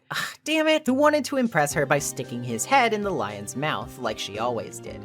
If he succeeded, she agreed to go on a date with him, but we all know how that went. Apparently, right before he bit down, Leon had a strange look about him, almost as if he were smiling. The police were never informed of the incident, for fear that the circus would be shut down. After our chat, Maya sneezes because of the pepper on Mo's burgers, and Mo remembers that, oh yeah, Regina always loved teasing Bat and making him sneeze with pepper. Editing note, it was the other way around, but you get the picture. Time to break Acro's psyche locks then, huh? Even though he says his injuries were thanks to an accident, I don't think a lion mauling you counts as an accident. 1 lockdown. That said, why would Leon attack Acro, he asks. Well, because he was trying to save his brother, obviously. That's 2. He's pretty sure Mo must have told us about this, but he still says that he doesn't really blame anyone for it happening and still views it as an accident. There's 1 lock left though. Who could he be hiding his feelings of animosity towards? Who does he think was responsible? Well, of course, it's Regina. He says that Regina never taught Leon to attack people though, so there's no reason for him to hate her. But we have proof, the note, which was slipped into Regina's pocket right after she brought Acro breakfast. That's all of him. Acro confirms that Leon broke his legs and that he still visits Bat in the hospital. Apparently, Bat also got a gift from Regina on that day, a scarf, which is now covered in his blood. Acro too says that Leon looked to be smiling when he attacked. Before we can do anything with the scarf though, Franziska bursts in after eavesdropping and takes it. The battle tomorrow is going to be uphill, but we're definitely not going in blind. Okay, this day is actually a lot better in my opinion. It's not quite as plotting, and now that the information is coming together, the actual murder side of this murder mystery is actually becoming a bit more interesting. It helps that the love triangle element is severely downplayed compared to before, although I'm still not exactly thrilled that we're introducing yet another adult man who was in love with Regina. Literally, how hard was it to just make her older, guys? I haven't even mentioned yet that Phoenix and even the judge get flustered by her too, with the latter saying he would totally marry her. Like, gross, stop. Hell, now that I think about it, this section is pretty lacking in both Max and Ben in general, so that's probably why it took an uptick. Anyway, that aside, this incident from 6 months ago is certainly making the plot thicken in a way that I find interesting. Acro seems like a pretty swell guy, but his flickers of disenchantment and scathing words interspersed with his kind musings make for a very simmering kind of antagonist, and I like that. Oh, what's that? Spoilers? Sorry, but come on, who else could it be? You and I both know well that Acro is super suspicious at this point, but honestly, that's okay. I find it interesting. I just want to know how he did it and the full extent of his reasoning, that's all. I also just genuinely felt the atmosphere start to grow on me a bit here. Sure, the circus music isn't my favorite, but I can kinda see what Takumi was attempting to go for here. If it weren't for the major missteps, the vibe of a forlorn, empty circus caked in bitter snow, unfurling as its big, happy family is coming apart at the seams and losing their anchor, it is a compelling idea, and it only makes you want to see these guys pull it together somehow. There's something about the way Mo is pretty much the most somber and adult of all of them that actually does it for me. It comes really close to making me genuinely like him a lot, even if I have some problems with him that echo off of other issues I have, more on that later. I also don't know how much I can credit this to Big Top specifically, since it's kind of unrelated to the rest of the proceedings entirely, but the scene between Phoenix and Franziska here is also really solid. It's a pretty decent rug pull to reveal that she actually has no bitterness surrounding her father's defeat, and is instead pursuing Edgeworth. While we can definitely gather that there's more to that picture than we know right now, it only adds to the surprisingly human background elements that are supplementing her character. It definitely makes me want to know more about her upbringing with Edgeworth, or at the very least, the way they interact with each other. Edgeworth's dynamic with Manfred, seeing as he was both raised and mentored by him after the dude literally killed his father, has always been a fascinating point of contention for me, especially after Manfred left his reasons for doing so decidedly vague. And this brings even more dimensions to the situation. Speaking of Edgeworth, I want to know what happened to him now, more than ever, so there's also that. This is hands down Big Top's best investigation day, and day in general so far. It has a lot of things working against it, and ultimately those things will always prevent me from enjoying it as much as I could, but this certainly is a big step in the right direction, and I can only hope it keeps up for our final day in court. According to Mo, it's going to be pretty tough to bring down Acro, considering he's walked the tightrope between life and death more than his fair share of times. He wants us to give it our all though, because he's actually brought Regina here today. He knows that what she's going to see and hear will probably really shock and seriously upset her, but he thinks it's better that she finally stop being sheltered from some of the crueler facts of life and death. An honestly very good characterization moment for Mo, yet again. Props. Obviously, Acro is called to the stand as soon as we get in. He testifies that just after 10 p.m. he heard a thump outside, then saw someone fly by his window. He swears that, though he only saw the figure from behind, it was definitely Max. How'd he recognize him then? Well, Acro says by his symbols, the silk hat and cloak, not the white roses though, since he saw him from behind. However, Max's hat was found at the scene, right? How was Max leaving with it if it was later on the ground? With the judge confused as to why Acro would make something like that up, we come out swinging, accusing Acro of being the true killer. Both he and Franziska are very willing to scrutinize Phoenix for that claim though, as Acro is obviously in a wheelchair and he claims that it wouldn't have been possible for him to do it. Franziska asks if we're about to accuse Acro of having an accomplice similar to the last case, but nope, he did it by himself, of course. As for where he committed it from, well, they said it. He can't move around freely without help, so he did it all from his own room. We're going to need evidence to support that claim though, and that's where the bust comes in. Max's bust is basically life-sized. If you drop that onto someone's head Wile E. Coyote style, it would no doubt kill them. Acro is physically strong enough to lift it and drop it out the window too. He argues it would have been impossible for him to do this and look out the window at the same time though, as the force exerted on his lower body would be far too great and he'd practically fall out the window just trying it. What could have helped him with this? Well, how about the mysterious wooden box found at the crime scene? By positioning the box very specifically, Acro would have known exactly where the victim's head was when they leaned over to hoist it up. Acro also likely put it there himself, lowering it with a rope. Furthermore, the box is, as previously established, super heavy, so anyone would have to hunch over to pick it up, thus eliminating any possibility that their head would be positioned elsewhere. That said, the bust was originally in the cafeteria, right? How would Acro have gotten it up to his room? Well, he wouldn't have. He has a little buddy hanging out in his room who loves shiny things, right? Max's bust has some pretty shiny stuff on it, so it's no stretch to imagine that Money would want to take it for himself. Acro probably just used it because it was in the pile and heavy enough to serve for his purposes. This leaves us with the question of why several people claim to have seen Max at the scene though, as Franziska so eloquently reminds us. Fortunately, as I'm sure you've realized, this isn't really difficult to square away. People were seeing the bust, not the man himself. What about the cloak people claim to see though? Well, this is where things get a little contentious for people. You see, the actual solution is that Russell put the cloak on the bust. How exactly? Well, when Russell leaned over to grab the box, the bust dropped on his head, and the force of the impact caused the cloak to lift and get snagged on the front of the bust. I'm sorry, what? Like, no, I get the idea here, but this is just a bit outlandish. And I know what you're probably thinking. Ace Attorney is outlandish. We've had testifying birds, whips in court, the whole 9 yards. But while that is true, I think we have to agree that a mystery story should at least keep its physics grounded for the most part. A lot of people take umbrage with this reveal because it's just difficult to imagine that actually happening, and it makes the leap in logic necessary to even get the right answer a bit cumbersome. It's the type of thing that if you were to painstakingly save scum and go through all your evidence to find, you would probably click your tongue and say to yourself, how the hell was I supposed to figure that out?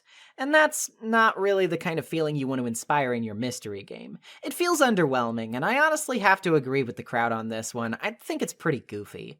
But c'est la vie, that is the answer. After this point, Acro lifted the rope to reel the bust back in, and Mo just happened to hear the impact and see Max flying away because of this. As for our proof, it's the silk hat, because the real hat was found at the scene, discarded from Russell's body. That means that since Mo saw a hat, it had to have been the hat on the bust.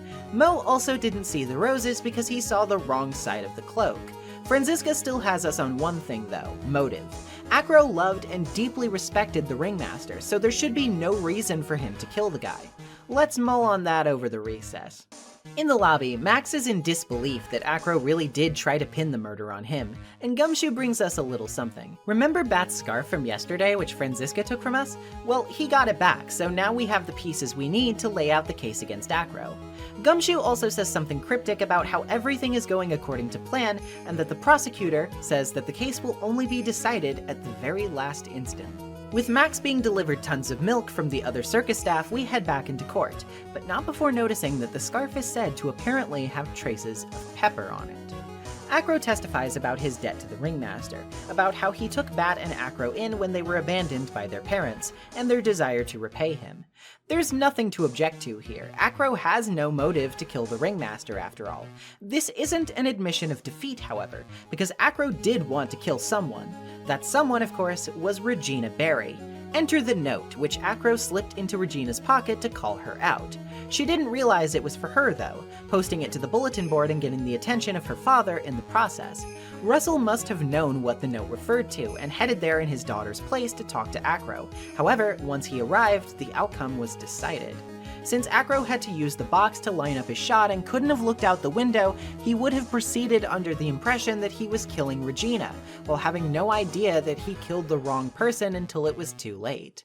As for what the note refers to, we already know. The seasoning bottle within the box itself proves as much. Acro was calling out Regina because of the incident where Bat was attacked and put into a coma by Leon. But that was an accident, right? Well, not quite. That's where the scarf comes in.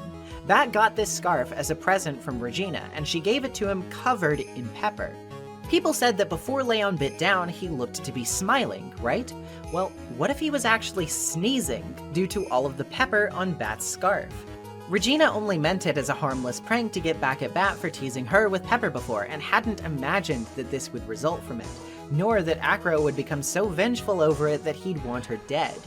Acro wants some proof though, especially since the bust hasn't been found. There's very little we can do about that, as we can't make like a magician and produce it from thin air. It looks like Acro might get away, until Maya begs for a bit more time, urging Phoenix to think about where the bust could possibly be. We're down to the last second, right? That's when Gumshoe said it would be decided. Going out on a limb, we say that the bust is in this very courtroom. And as for where, well, Acro's been wearing that blanket over his legs for a while. Any chance that it could be hidden under his wheelchair? You can't accuse the judge of hiding it, though, if you want him to immediately destroy you. Franziska did conduct a surprise search of Acro's room, after all. There would be very few options for him to hide it. Finally, Acro gives it up. He's been had by 2 pros, he says. We were right. He was hiding the bust under his chair, and he burned the cloak to ashes after the murder. He congratulates Franziska for her foresight, but she doesn't seem too happy, even seeming to openly wonder why in the world she searched his room to begin with. Weird. But that aside, Acro knew all along that Regina meant no ill will toward her brother, but he couldn't stand her naive insistence that Bat would just become a star, while Acro was suffering, waiting for the day to come when he'd wake up, not knowing if it would ever actually arrive. Now, he won't even be able to be there when his brother awakens. So, you are saying that you were a victim in all of this as well? No, that's not what I mean. I'm nothing but a murderer. That's who I am. Though this trial has ended tragically, it still ends with a verdict of not guilty for Max. Regina is nigh inconsolable after realizing what she has, and she still worries that Acro may want revenge on her. But our proof to the contrary is Bat himself, who Acro wanted to be able to see open his eyes again. Regina promises to wait and stay by Bat's side until he awakens, and Mo decides to take up the mantle of Ringmaster from now on. Swayed by Mo's determination to improve, Max also agrees to stay at the circus. All's well that ends well, right? Elsewhere, we hear Gumshoe on the phone talking about how everything happened just according to plan. The person on the other end of the phone? None other than Miles Edgeworth, finally heading back home once again. And that's the end of Turnabout Big Top. Okay, lot to digest here. Like I said before, I actually think Acro is a pretty good villain. Some would say he's pretty subdued compared to other Ace Attorney villains, but I actually think that works to his benefit. Usually the settings of these cases are a bit less bombastic, so having cartoony villains to accompany them feels appropriate to keep the tone a bit screwbally. Here though, the entire case takes place in a circus, and the broadcast of it are already very over the big top, as it were. Acro, by contrast, keeps things a bit more leveled out and dramatic, and I can certainly appreciate that attention to detail. That said, this case certainly suffers from a lack of it in many other places. The age gap business really does drag the whole thing down, and not just because of the love triangle. Russell being totally cool with marrying Regina off to Max, that's pretty bad too, especially when you consider how deliberately and overtly he sheltered her all her life. Again, until now, she doesn't even really understand the concept of death, which is something even children learn eventually. There is no world in which she's ready for a relationship with people this much older than her, especially when she's not even a legal adult yet. I think the very idea, honestly, of a kid being this sheltered and cut off from reality is just a sign of pretty bad parenting in general, and makes Russell's decisions surrounding Regina's life all the more questionable as a result, which, you know, that's a problem, because Russell is the victim here. I know we're not always supposed to sympathize with Ace Attorney victims, hell, a lot of the time we aren't. But in this particular instance, it's clear that the game wants us to think that he's a good guy, and, well, that's a little tough for me, really. Same difficulty with Bat, like, yeah, I don't think he should have been put in a coma by a lion, but it's hard to really swallow this insistence that he and Regina had a totally above-board, innocently sweet relationship when, no, he was yet another adult man hitting on her. To top it all off, one of the only people here not being creepy to Regina is Mo, and like I said, he acquires some issues in how he's written because of how this other stuff echoes off of him. Like, sure, good on him for not being creepy to the teenager and actually trying to help her a bit. But he still never rose any concerns about this stuff, still never pulled Russ aside and asked him if the way he was raising Regina was really going to be good for her, and he even states before that he noticed and thought it wasn't good but never said anything. Silence is complicity, Mo. Bad Mo. Which is a shame because, you know, that stuff aside, I do actually like the guy. It's just, like I said, this whole problem drags down almost everything around it. I truly think most of this case's issues would be resolved if this one element was entirely absent. And hey, wouldn't you know it, this hypothetical doesn't just have to be one. Quick pivot, I didn't mention it in the first video, but you've been seeing a bit of footage from it in this one so far. There is an Ace Attorney anime produced by A1 Pictures and later Cloverworks, which aired from 2016 to 2019 and covered the original trilogy in its entirety, with some extras here and there. In my personal opinion, it's largely just meh. The original content is the best part about it, and I find the adaptations of the actual cases themselves pretty underwhelming, both in terms of presentation and pacing. The one thing it is very good for, though, is almost fixing Turnabout Big Top. You heard me right. The anime version of Big Top is way better, and let me give you some reasons as to why that is. First of all, the love triangle is entirely absent. No fooling, it's never mentioned. Thank God. Now, don't get too excited. The ring from Trilo to Regina still exists, though it doesn't really have any plot relevance or get explained at all. And of course, Bat is still in love with Regina too. The rest of it, though, totally wiped, and the plot improves leaps and bounds because of it. Mo's relationship with Russell is much more solidified, and a bit more deeply explored too, adding dimensions to who I consider to already be the best character in this episode, so props there. Hell, they even managed to make Max more likable, toning down his arrogant nature just a smidge, and adding in the detail that while negotiating his contract, he asks Russell to distribute his raise evenly among all of the circus's performers, to encourage them. This makes his speech about wanting to see them stop wasting their talents and aspire for more connect much more strongly, and works to humanize him much better in my opinion. It helps that now that he's not a creep, I can actually enjoy his character for what it's supposed to be, and I'm surprised by how much more I ended up liking him as a person in the anime version of this episode because of this. To top it all off, the performers all even get a cute moment where they help Phoenix reenact the murder trick in court, which, while it's still goofy, makes it much more fun to watch. And instead of crying out in the lobby, Regina gets a genuinely very powerful character moment where she directly confronts and apologizes to Acro, which means his apology isn't just to the court sweepingly, but personally to the person he's wronged. And I think that enhances both of their characters a great deal, while finally giving Regina herself a much needed bit of agency. Ultimately, I wish I could have enjoyed Turnabout Big Top a lot more.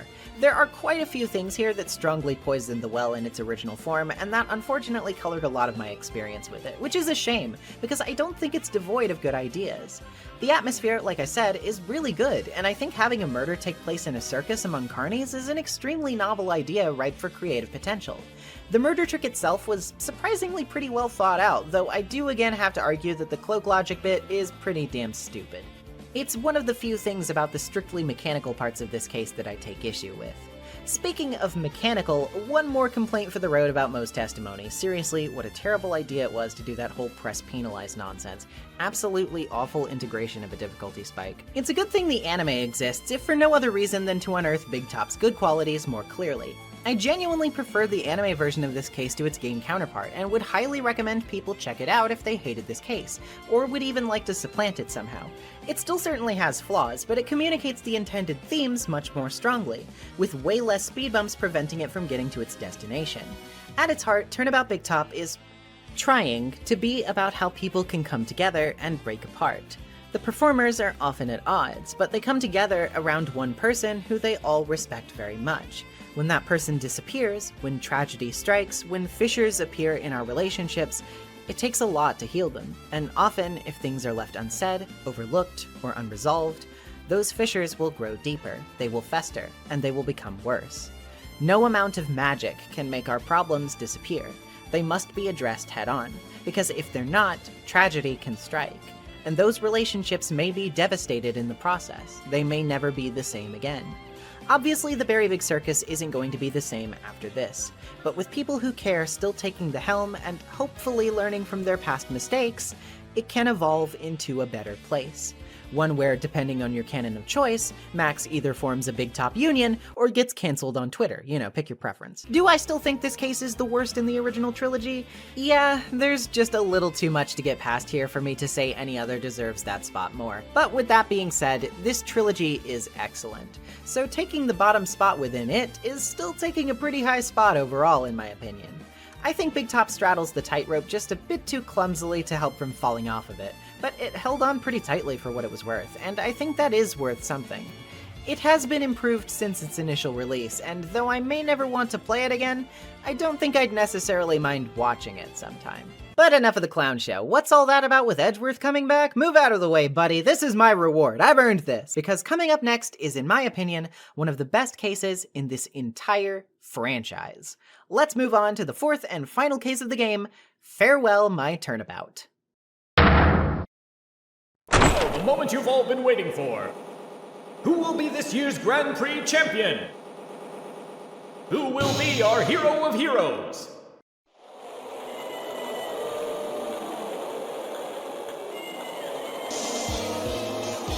Will it be last year's runner-up Gem and Ninja?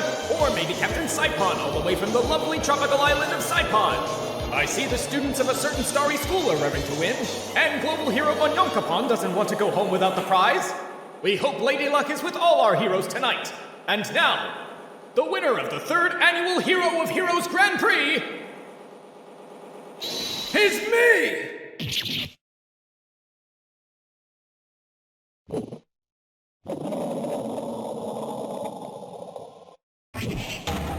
Whoa! The true hero of the night has appeared in our midst! It looks like this year's Grand Prix goes to this fantastic warrior, the Nickel Samurai! Too bad, Gem and Ninja. Looks like the title eluded you again this year. Farewell My Turnabout is, by all accounts, a case that does not appear as monumental as it is at first blush. It's difficult to argue that despite the fact that I think it's pretty good overall, Turnabout Samurai is not the most glossed over of the original game. It's the most like filler, and people don't really view it very highly as a result. Ending your second game with what appears to be a sequel to it with a similar setup, returning characters, and another spotlight on tokusatsu show business seems like a disaster waiting to happen. How can this stand on par with something like Turnabout Goodbyes, you may be wondering? Well, looks can be deceiving, as this case will prove many times over. Dare I even say that may be one of the main themes of the case itself. This case is easily one of my favorites in all of Ace Attorney history, and I am very excited to get into it starting now. We begin with a ceremony at the Gatewater Hotel from all the way back in Turnabout Sisters, the Hero of Heroes contest. The winner is the Nickel Samurai, successor to the Steel Samurai, and we've been invited by the latter, or rather his former actor. Yep, Will Powers from Turnabout Samurai is back, and he's excited for his understudy, Matt Ungard of Global Studios, for winning the contest. He was competing against his rival, the actor for the Gem and Ninja, Juan Carita of Worldwide Studios, who seemingly didn't bring along his iconic red guitar tonight for some reason. You're accompanied by an excitable Maya and an equally mystified Pearl, and everyone is buzzing about a supposed press conference that's to take place shortly, where the Nickel Samurai is going to confess something. Phoenix briefly heads to the bathroom before the conference is set to start, seeing 2 rooms for Matt and Juan, both of which have gifts left near. Once we return, we get a ticket to the conference from Powers and make our way to the hotel lobby. Unfortunately though, it seems like the conference has been cut short due to unforeseen circumstances, and the voices over the PA tell us the police have requested everyone to stay put. Uh-oh. To top it all off, who else has returned but Wendy Oldbag? She's a security guard at the hotel now, but not much has changed aside from her strange astronaut attire. Apparently Global Studios started letting people go after the Steel Samurai case, and now she works here. She says she can't tell us the details, but that another incident just like that one has occurred yet again. Better try to check it out. Well, before we can though, Maya gets pulled aside by one of the staff, who tells her she's got a call waiting. We proceed ahead with Pearl in tow to check the hallway, and we stumble upon Lotta arguing with Gumshoe. The latter tells us the Nickel Samurai has been arrested for allegedly killing the Gem and Ninja, or Juan Carita. He and Ungard, the Nickel Samurai's actor, have been duking it out for the spotlight for a while now, but now it doesn't look like either will be able to keep it. Lotta has been waiting around for a big scoop, and it appears she definitely got one. Phoenix is sure Maya's going to want to defend Ungard, seeing as she's a big fan. Where is she anyway? Isn't she back yet? Well, when we meet up with Powers, we get our answer in a very unexpected way. He's holding a transceiver he says was handed to him by a bellboy who told him to give it to us. While we're chatting with him about Ungard and Carita, and he's telling us about how the Nickel Samurai was supposed to show up to this press conference in costume, the transceiver in our hand beeps. Is this Mr. Phoenix Wright, the attorney?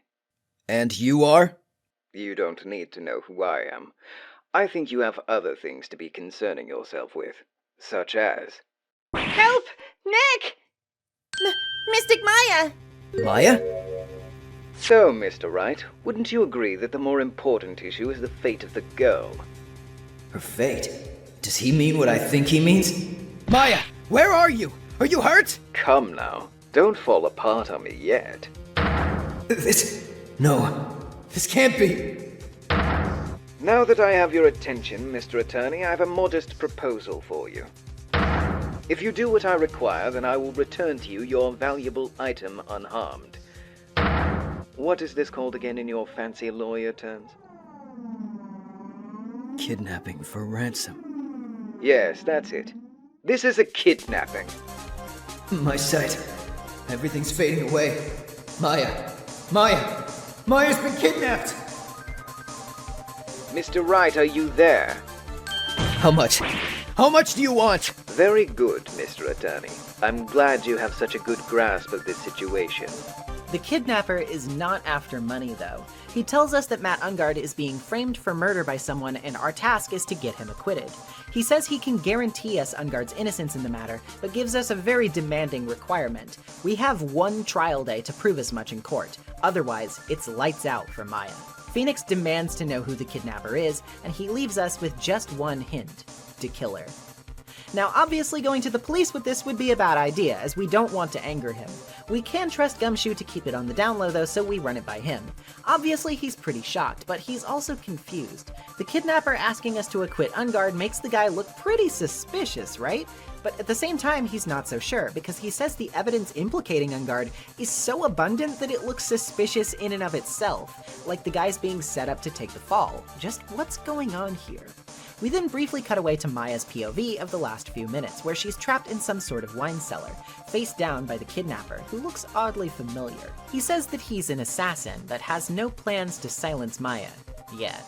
Then, the call from before plays out, before returning to Phoenix's POV the next day. We weren't able to investigate until the police finished their sweep, but now we've got to hit the curb and do some digging, with a tired Pearl by our side. Neither have been able to rest knowing what's happening with Maya, and now it's time to make sure she'll be safe. In the detention center, we meet with Mr. Ungard himself. He seems like a bit of an airhead, a surfer dude type, who can't stop talking on his wristwatch phone to consult people for answers to things. Seems easily manipulatable, that's for sure. He does claim he's innocent though, of course. Asking him about the press conference leads to a bit of a strange claim though. He says he knows nothing about it. Wait, what? Wasn't he supposed to be the one holding it though? In costume, no less? He's not quite convinced to accept us as his lawyer, but when Phoenix gets desperate and shows him the transceiver, letting just a little bit too much slip, Ungard seems to be unsettled and accepts us onto his case.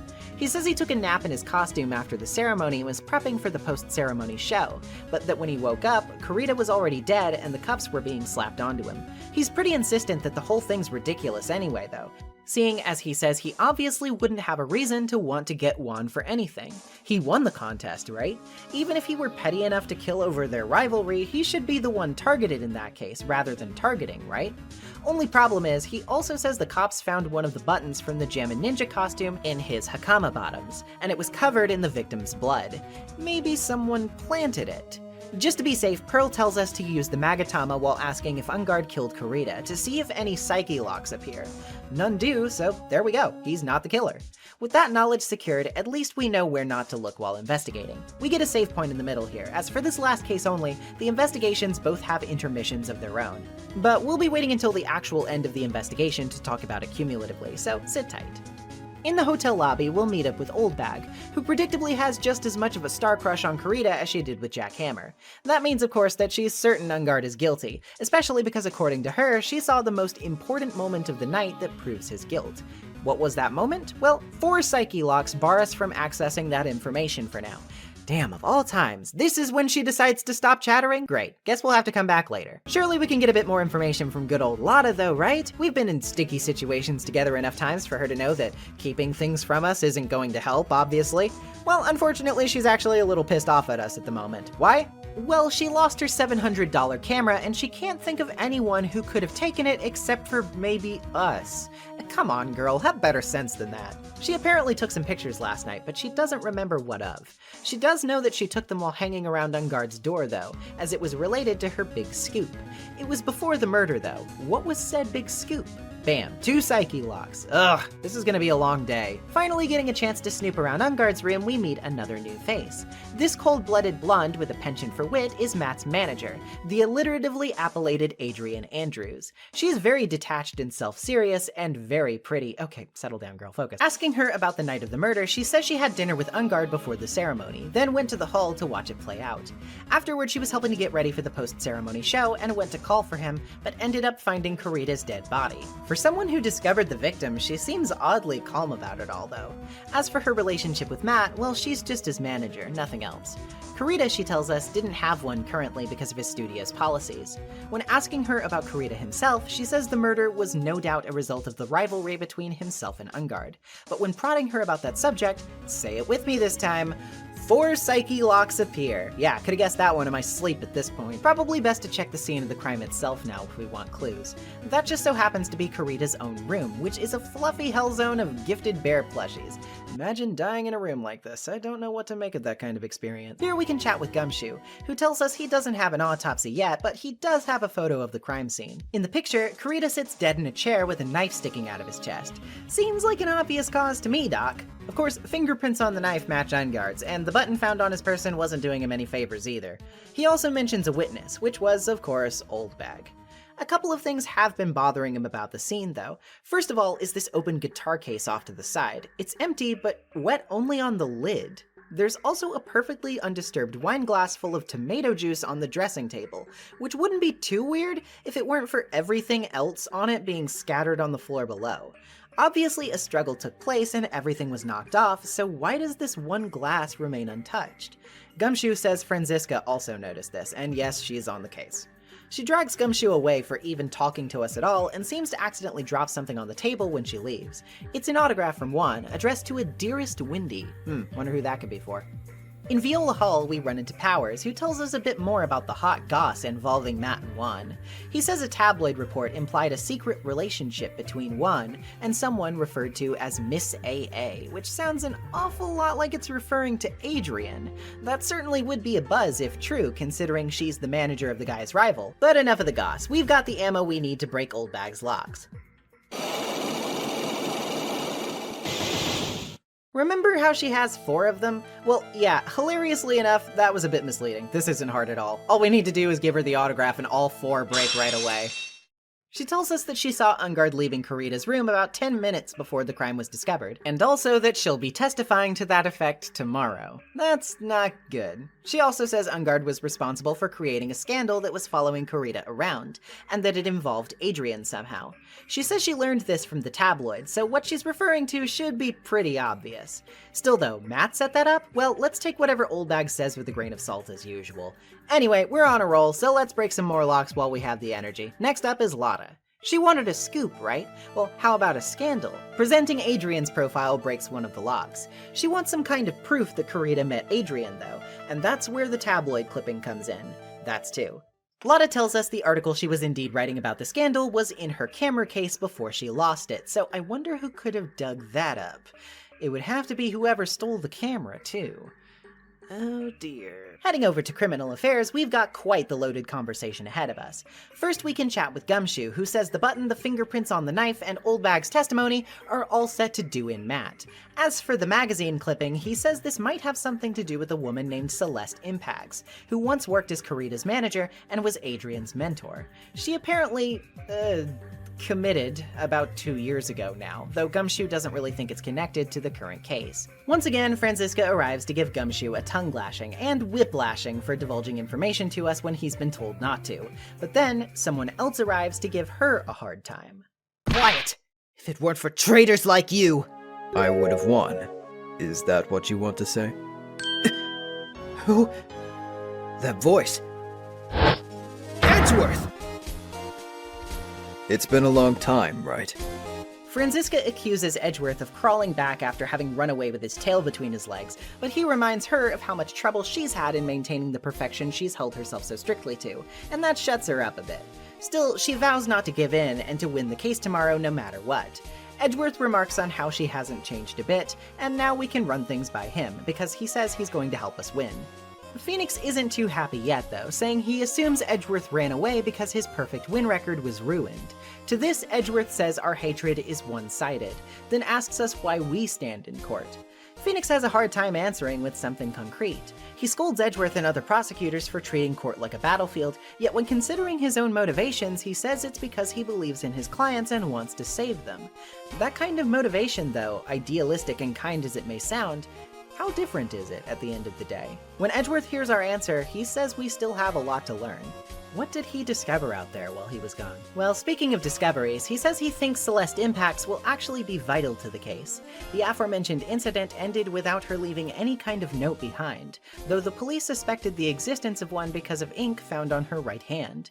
As for where it could have gone, well, they suspected Juan Corrida of hiding it since he discovered her body. These details are only one part of a two-part report, though, as the second part discloses another person's attempt to follow in Celeste's footsteps. That person was Adrian Andrews. Yes, collected and cold as she may seem, Edgeworth says she has a secret she works hard to keep hidden, a dependent nature where her will to live and sense of self revolves around an object of stability. For her, that was her mentor, and when she died, Adrian claimed the world around her had turned pitch dark, leaving her with nothing to hold on to and no one to guide her. As for whether Matt knows anything about Celeste, well, he's not budging on the subject. He just warns us not to invade his privacy and buzzes off to lunch. Very interesting. Guess we know whose psyche locks we can break now, though. Just before we can chat with Miss Andrews, though, we see her consulting with Franziska, who tells her to remember something for later. She also tells us about how she's been finding Gumshoe with a transmitter that she uses to track a bug she placed in his coat. So that's where that beeping noise has been coming from. Anyway, let's talk to Adrian. Take that!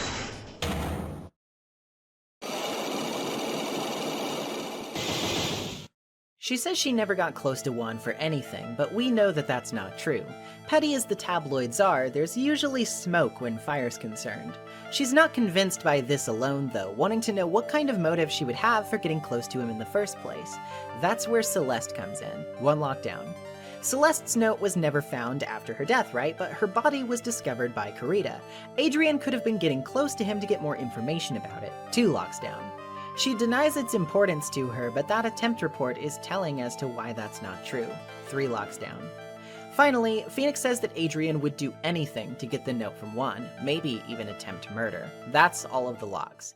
She finally cracks and confesses that yes, she's had dependency issues all her life, and yes, she was deeply scarred by Celeste's death and wanted to get her hands on the note so she could find out the truth. That aside though, she's insistent that she would never resort to murder in order to accomplish that, and she earnestly requests that Phoenix not expose her attempt on a whim to others, as it's something she would rather not have thrown around about herself. Phoenix understands, promising to keep it to himself. But before we can leave, Pearl asks her about the card she's been fidgeting with all this time. She says she found it after the crime, and it looks as if there's a picture of a shell on it. Back at the office, just as we're contemplating our game plan, we get a call from Killer. He says Maya is safe, but that she won't be for long if we don't work fast. He hasn't gone anywhere near her, but that also means she hasn't been fed, and she's not going to last long if she's being starved. Just in the nick of time, however, Mia arrives, being channeled by Pearl. It seems Maya was smart enough to channel her too before this, which means Mia can give us some details on her situation. She couldn't find out any details about the kidnapper's identity, but does describe her surroundings, and promises to give us any other details she can whenever Maya channels her again. We end off the investigation with one more cutaway to Maya's situation. She tries to sneak out of the cellar door using a card she found on the ground, one that looks exactly like the one we saw Adrian toying around with. As we're left on a cliffhanger of Maya opening the door, the day ends. What a start, huh? It feels like there's so much to get into here, and yet I find it difficult to tell where I should start. Let's take this one thing at a time. First of all, Maya's been kidnapped. Hello! Talk about a motivation. I can't describe how antsy this made me feel all throughout my first playthrough of this case. No matter where you are or what you're doing, this little detail looming in the background makes everything so much more tense. It actually makes slow periods feel more frustrating and predisposes you as a player to feel a little bit more short with people and on edge, but in a very good way, if that makes sense. It's immersive in that I'm fully emotionally engaged with the premise, and the game has accomplished that by making me worry for someone I've gotten to know over the course of 2 whole games. Like, of course I care about Maya by this point. She's one of my favorite characters, how could I not? And now you're just gonna rip her away from me and tell me that her life is in danger? That's gonna make me mean. and you won't like me when I'm mean. This also predisposes us to just be in exactly the right position to be thrown for a loop when it comes to our usual expectations and beliefs, though. A lot of people say that Justice for All is when Phoenix starts to actually have something of a character arc himself, and I have to agree on this point. Shu Takumi said that when writing for Phoenix initially, he basically wrote as himself, without giving too much thought as to the character beyond some important points of background details, like his relationship with Larry and Edgeworth. Once he got going with the sequels, though, he developed a desire to round out Phoenix's character more, and make him more individually compelling, which all starts with needing something to learn. AA1 Phoenix is very much the hero of the downtrodden, a guy who turns up to do unambiguous good for the good of others. But here, when he's put under pressure, he's already starting to unravel in ways that will become very important here thematically. For starters, he scolds Edgeworth pretty harshly for only caring about winning, and he just about bit Franziska's head off for the same thing in the last case. It's not exactly difficult to see why he would feel that way, of course, but it's deeply interesting to see how he falters when he's prompted to address this same impulse in himself. We've heard plenty about prosecutors with perfect win records who have a blow dealt to their egos when they're thrown off course, but is Phoenix not just as desperate to maintain his? At this point, he's won 8 cases in a row, which for a defense attorney in this game's universe, much less one based within Japan initially, that is like miracle worker levels of unheard of. His reputation is starting to skyrocket, and it's no surprise that that might be getting to his head a bit, especially when he talks about wanting to save people. We of course know that Phoenix is a good guy. He doesn't do this because he wants to prove he's the man or anything like that, but with every personal goal in a person's life, there is often nuance in tow. He may not be working selfishly, but Phoenix Wright certainly does not want to lose, and while the reason he can't is very specific right now, he'd better watch what he accuses other people of if he wants to remain entirely self-aware. Edgeworth seems to be one step ahead of us in that respect, and hey, good to see you again, buddy! I want to say more about Edgeworth, but I'll save that for a bit from now. We've got some stuff we need to get to first. Like, for example, Adrian Andrews. This is another example of how Phoenix needs to change, isn't it? Usually, it's the primary form of catharsis for us as players to extract people's secrets, catch them in lies, and rub their face in it. There's nothing pleasant about dragging out Adrian's secrets, though. It's easy to tell that the incident surrounding Celeste's death and her reaction to it was deeply scarring, and it actually feels a bit wrong to so callously throw it in her face like we do. Again, Phoenix believes in his client no matter what, and that means right now we need to find whatever we can that will implicate someone other than Matt. Phoenix scolds people like Edgeworth or Franziska for single-mindedly going after his clients when they're clearly not at fault, but in so strictly deciding his client's innocence is paramount, he's also starting to hassle people who really don't seem to deserve it, and that's a wonderfully cringy bit of cognitive dissonance that makes my skin crawl a bit during this psyche log section. It's so incredibly well written, and perfectly starts to chip away at your unbreakable narrative confidence in Phoenix's perspective. Remember this, these seeds are being planted for a reason. As for the murder itself, it's definitely interesting, but I'm going to refrain from commenting as much about it until we have more details. The evidence certainly points one way, but as we all know by this point, it can sometimes be misleading. There are plenty of reasons to suspect Matt, but there are just as many to point us in a different direction. Who's telling the truth here? It seems more up in the air than ever, and a kidnapper breathing down our neck isn't really making that process much easier. Before we move on to the next day, though, I figure we should briefly loop back around to Edgeworth and bring up the elephant in the room, though. If you recall from the first Ace Attorney video, the bonus case in that game, Rise from the Ashes, offered an explanation for Edgeworth's departure at its end, which seems to follow directly into his absence for most of this game.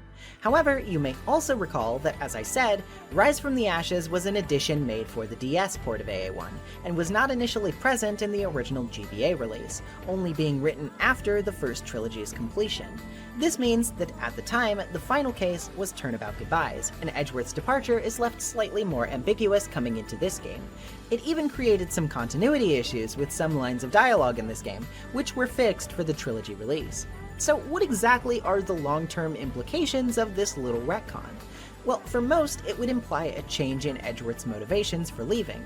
Some people prefer one over the other, but generally I see most gravitate toward finding the bonus case's explanation more satisfying.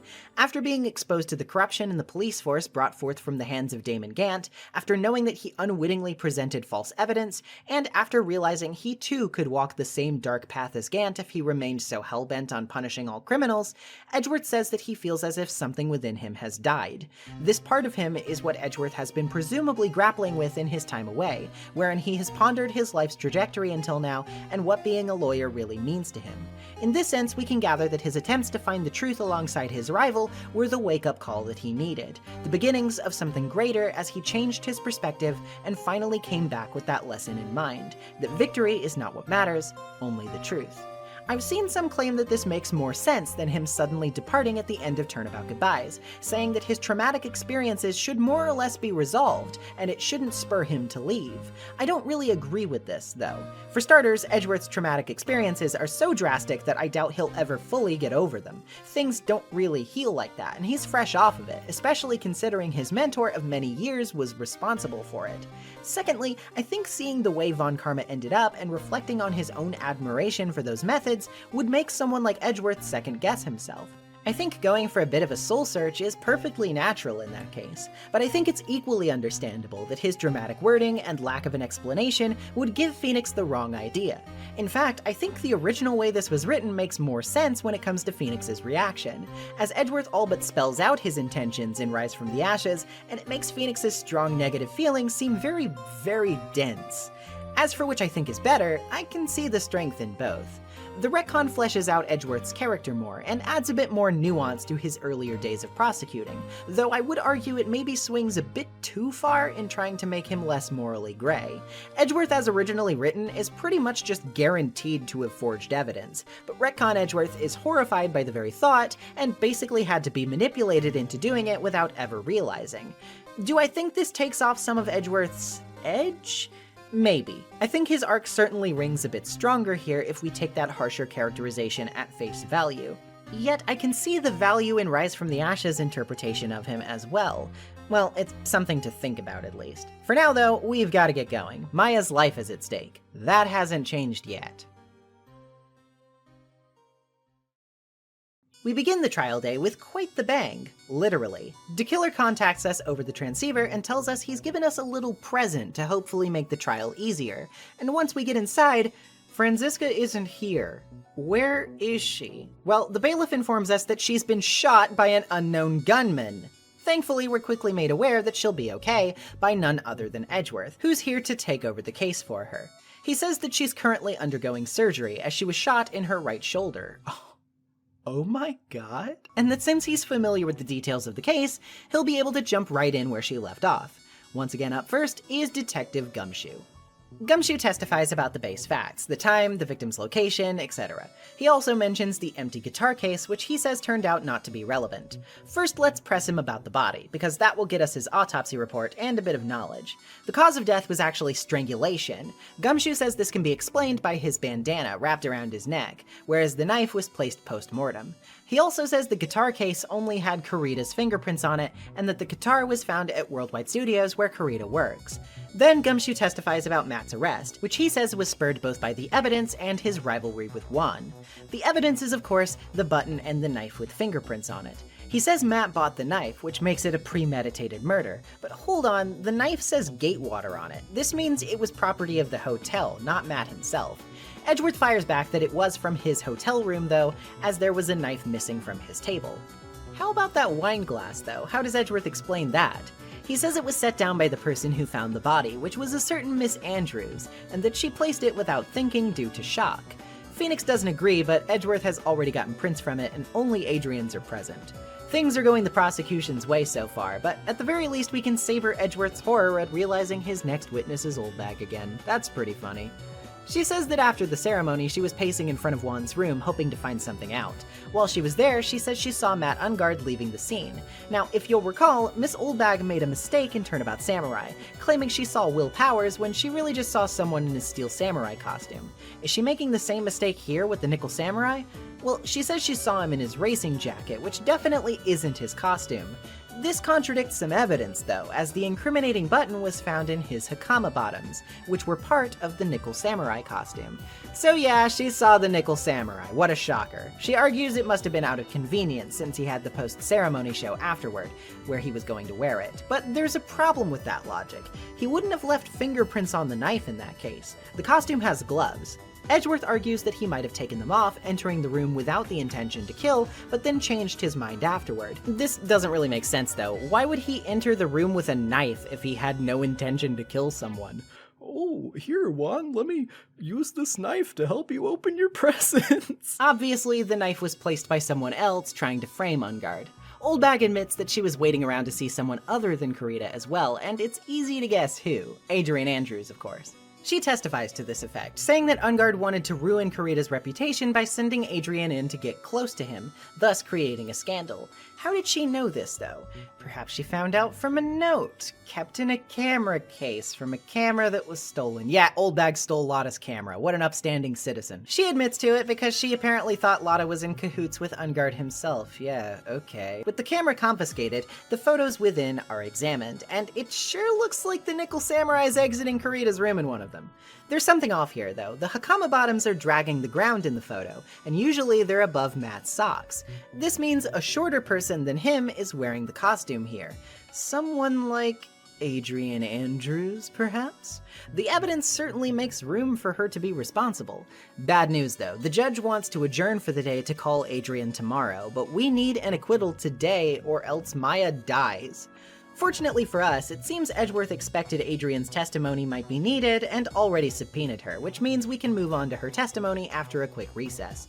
That was very close. Matt is a little stunned at the idea that Adrian could have framed him, but says that she could have planted the button on him when waking him up, true. Mia also reminds us that finding Celeste's note could be a decent motive for her to kill Juan. When we get back into court, Adrian does acknowledge that she had a relationship with him, but firmly denies wanting to talk about it. She just sticks to the relevant details, saying that before the show she went to wake Matt, then went to Juan's room and found him dead. Feeling faint, she poured herself a glass of nearby tomato juice. For someone as cool and calm as Adrian, we're gonna need to throw her off her rhythm if we want to get anywhere here. Pressing around gets her to admit that she knocked the flower vase over onto the guitar case, but isn't that strange? In the crime scene photo, the guitar case is already open. If a vase fell on it, then wouldn't pieces be inside of the case? Not to mention the water should be in there too, instead of simply on the lid. Did she touch the case? She says she was a bit dazed at the time, so she doesn't really remember, but she might have. But wait a second, it only has Karita's fingerprints on it. She argues at first that she was wearing fancy gloves for the event to come, but if so, why were her prints on the glass of juice she had presumably just set down? This means she must really have a good reason not to want her fingerprints on the case if she went to all that trouble. But what could have been inside it? How about the Nickel Samurai costume? Sure, Matt was wearing it at the time, but there could have been a spare. Why would there be, though? Well, there's the press conference that was supposed to be given by the Nickel Samurai, right? But if you'll recall, Matt knew nothing about it. Someone else seemed to be planning to confess something for him, and that someone must have been Juan Karita. Adrian admits to this, saying Juan planned to take Matt down with him if he didn't win the Grand Prix, disclosing a horrible secret to the public about him. It's such a powerful secret that it would destroy his career, apparently, but Adrian claims she doesn't know what that secret was, having only helped set up the conference itself. This only proves further to Adrian that Matt had a motive, though, and she argues the evidence supports this, especially because of the button she says was torn off during their struggle. Hold on, it was covered in blood, right? And Juan was stabbed after he had been strangled to death. The blood could only have gotten onto the button after he was already dead, which means it was taken deliberately. For what purpose? Maybe to plant on Matt Ungard, perhaps. Adrian could have easily procured the knife as well, and who could forget her height is perfect for explaining the photo of the Nickel Samurai. It makes a pretty strong case, but we still need a motive. Again, the judge tries to push the trial to the next day, with Phoenix slipping in his desperation and mentioning Maya. He doesn't slip on all the details, but it's enough to catch Edgeworth's eye, at which point he steps in to convince the judge to hear more. He wants a testimony about why Adrian would pour a glass of juice after discovering the corpse. She says she actually poured it for Juan himself, having not noticed he was dead upon first entering the room. Wait a second though, she didn't notice? What, with a knife sticking out of his chest? Unless she's the one who planted said knife, of course. This is way too much for Adrian to handle though, and she immediately takes a stance of not saying a word, remarking that someone told her not to if it came to this. Mia reminds us that the previous day, Franziska had a very pointed conversation with her, and must have told her not to testify at that time, which means she's clinging to Franziska's word for dear life right now. Should we really force her to continue like this? She definitely seems to have had the opportunity, but she also seems pretty damn insistent of her innocence. Well, it doesn't matter what we choose, because Edgeworth will insist she continue regardless.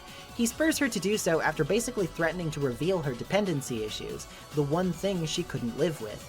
And, he doesn't mince words about her reaction to that. What will you do now, witness? You know what I'm about to do, don't you? I will now reveal to the court the true nature of the pitiful woman known as Adrian Andrews. Please, please stop.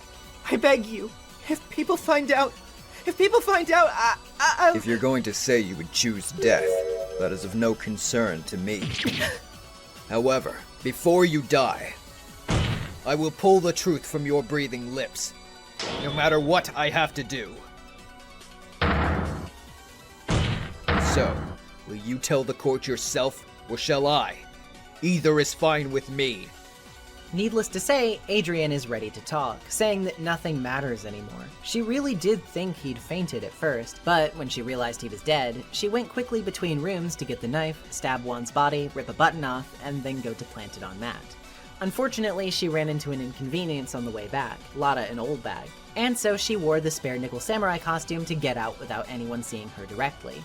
She also admits that she got the spare costume for Juan on his request, and only intended to frame Matt because she thought he did it anyway, and didn't want him to get away with it.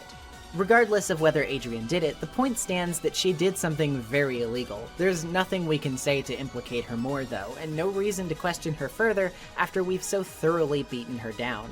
It doesn't feel good for once, to have cornered a witness so far. And it especially doesn't feel good when the judge finally makes up his mind to extend the trial to another day. Phoenix buries his head in his desk, defeated as he laments his inability to save Maya. All we can hope for now is that the kidnapper has a change of heart. Edgeworth has one last question for Adrian, though, asking where exactly she got the card she's been fiddling with. She says she found it next to the body and must have slipped it into her bag without thinking. Just then, Edgeworth explodes on her. Witness. That card. Give it to me. Hurry! Edgeworth? Do you have any idea what you have stupidly yet inadvertently done? I can't believe you hid this from me all this time! I didn't mean to. What is this all about? Just what exactly is so important about this card? And what will happen to Maya? We'll find out soon enough, but this trial day is over. Well, a lot going on here, huh? For starters, let's talk about the beginning, shall we? Oh my god! I cannot believe Franziska got a dramatic parallel wound to her own father. That is some delectably evil angst material right there. She literally got shot in the exact same place. I find it interesting, however, that she immediately gets it operated on, unlike Manfred in this instance. And from the looks of things later, she was probably pretty intent on showing up anyway and wasn't crazy about Edgeworth filling in for her. Might I remind you that this is an 18-year-old girl, and her grown adult father took the only vacation in his life to lick his wounds when that happened to him? She may still have quite a bit to learn before she's had her epiphany about what matters in life, but Franziska's already paving the way to being a better Von Karma if you ask me. She is still plenty prideful, but maybe the little differences here and there show that she's not beyond showing the light just yet. As for the testimonies, I'd say Old Bags is pretty run-of-the-mill, if not definitely funny. Her exclaiming that Lotta's note is actually just her top secret list of groceries to buy is never not going to make me laugh every time I read it. But it's definitely your average padding for the first half, and I think it picks up a lot more steam with Adrian's testimony. For starters, I think the case logic starts to shine here a bit more, as the puzzles strike a perfect balance in my opinion. They're not juvenile levels of easy like in the first case, and not a weirdly out there leap in difficulty like some instances in case 2 and 3. It's just creative enough to make you think while also being well telegraphed enough not to feel like total BS when you finally grasp it. Just like her Psyche Lock section in the first day, however, this testimony is also wrapped in that feeling of tense discomfort which comes from pursuing someone who really is suffering. This doesn't feel like righteously calling out the true murderer. This feels like harassing a woman who frankly has been through enough without us trying to pin a crime as serious as murder on her. And your discomfort toward that realization, battling it out in your heart against your urgency and need to protect Maya, is such a delicate tightrope to walk, both in writing and in expecting your players to go along with it. I think this succeeds at that excellently. It really does make me feel extremely conflicted, and I imagine it will do that even more for people who don't know what's coming and can't afford to throw Adrian away as a potential suspect. To top it all off, Edgeworth really pushes his luck here in terms of his good guy status. That "no concern to me" line is like cashing out all your goodwill points at once, because wowie zowie, that is an incredibly cruel thing to say, even if I understand why he said it. Ultimately, this will prove to have been prudent, both for the case and Adrian herself, so I'm sure she'll find it in her heart to forgive him, but woof, talk about risking it all with the character moment. This is not a complaint. I think it adds a lot more of Edgeworth's edge back regardless, and definitely does a good job at further establishing his nuances, even if he is ostensibly on the same truth-seeking side as Phoenix. This case has already gone a lot of places you would not have expected it to, in this game especially, and I do not hate to tell you this in the slightest, you haven't seen anything just yet. Let's move on to our second investigation day. With Mia out and Pearl back in the driver's seat, we need to get back on the beat. As for Maya, sure, we didn't get On Guard declared innocent just yet, but he wasn't convicted either. The only thing Phoenix can do to stay sane right now is just work under the impression that that will be enough to stave off the killer's wrath. Also, Gumshoe is here, because he's been fired again. Oops. He's pretty surprised about Edgeworth's behavior in court, and when it comes to Franziska, she's apparently being treated at the Hottie Clinic. Oh god, no. Predictably, it seems the fake director's been creeping on her, but she's been quick to whip him, which, if anyone deserves it, it would be him. Phoenix actually shows up with tulips for her, though he immediately regrets it when she becomes smugly amused by it. She indeed confirms that she intended to run her trial anyway, but she was convinced very barely to rest up by Edgeworth. She also denies telling Adrian to clam up and goes back to her room when the subject starts pivoting toward how that almost got Adrian convicted. Talking to Edgeworth, he reasons that he was only so harsh on Adrian because she wouldn't talk otherwise, saying that in court he puts himself on the line and expects witnesses to do the same. As for the card he was so worked up over, it's apparently the calling card of an assassin who he says is named Shelley DeKiller. Shelley is just the newest in a long line of the DeKiller family, and he leaves this seashell-like card as a mark of his calling wherever he goes, after killing a target. This means Juan Carita must have actually been killed by this assassin himself, and this means that even if Matt didn't kill Juan himself, he might have hired the guy. Phoenix still doesn't really want to believe it, but Edgeworth is worried about the possibility all the same. Before we go, he gives us a letter of introduction so we can get back into the hotel while the police are investigating. Then, briefly, we join Maya's perspective from where it last left off. She uses the card to escape through the door, then seemingly exits into a weird room full of electronics. There's satellites, recording equipment, a ripped-looking teddy bear, and a picture frame that has a photo of Celeste in it. It even says "With love, Celeste" on the back. Before Maya can get further though, DeKiller returns to halt her progress. Back with Phoenix, we head to the detention center. Right now, Matt isn't available, but the jailer gives us a note from him asking us to go feed his cat at home, since he didn't get a chance to go back and do so. The cat's name is Shu. Shu Takumi? And we see the little cutie just as we get there. We also see a pretty familiar looking man and door though, and it isn't made any less suspicious by the fact that the guy introduces himself as Matt's butler, John Doe. He's very vague with any answers he gives to questions, and at the end of his small talk he cautions us that not everyone is who they first appear to be, taking his leave. Back at the hotel, we use the letter to get past Oldbag and go talk to Lotta. She clarifies that neither of them were in the hallway the whole time, and that her tabloid article was mostly just wild speculation. She can't get her camera back from the police though, since it's being used as evidence. In Karita's room, Oldbag's ugly crying until we interrupt, at which point she tells us about his mountain of gifted bears, which is a result of a story from his autobiography where he claimed to fight a bear one-on-one and become friends with it. Yeah, okay, sure, Juan. We've got some more important stories to hear though, as the kidnapper calls us. Thankfully, he accepts the request to give us one more day, but the reception goes bad before we can hear from Maya. What's up with that?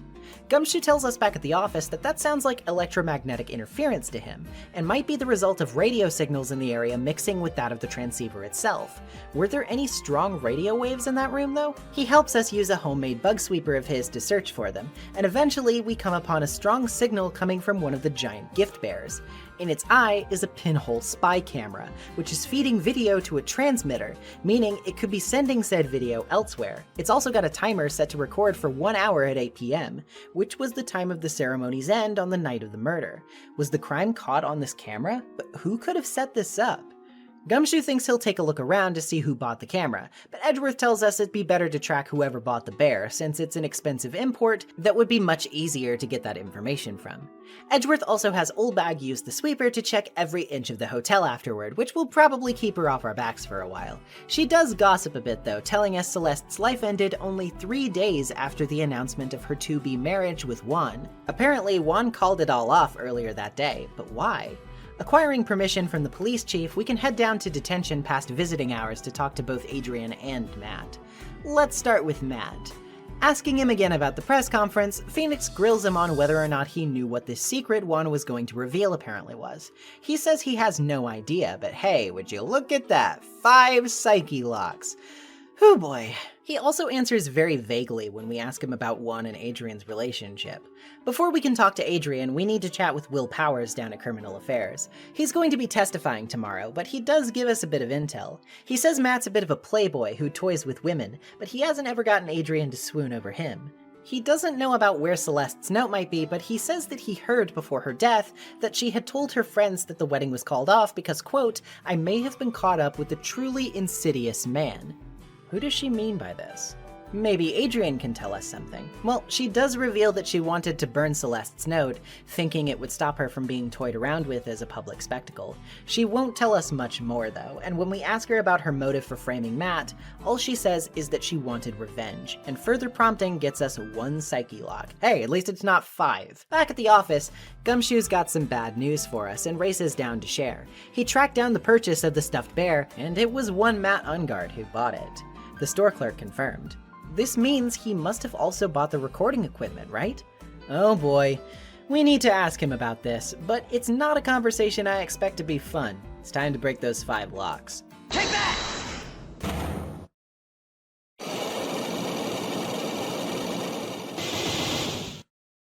He says he knows nothing about Juan's plans, but the spy camera and transceiver prove that's a lie, especially since they were hidden in the stuffed bear he bought, one lockdown. He wants proof he gifted the bear to Juan, so next we present the receipt. That's 2 locks. What was his motive in hiding the camera, though? Maybe he wanted to catch Adrian meeting with him. Well, that's the wishful thinking version, but we really know what to present. The card. Can it really be? Is Matt the client of Shelley the Killer? What follows is one of the most chilling conversations in this trilogy, and for our purposes, I don't want to deprive you of any of it. Well, I guess it's probably about time anyway. About time for what? I think it's time for you to meet him now, Mr. Lawyer Dude.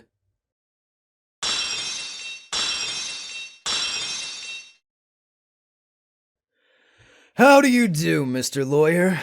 I'm Matt Ungard. Well done, Mr. Wright. I bet it wasn't easy to gather as much information as you have. So you were Shelley the Killer's client?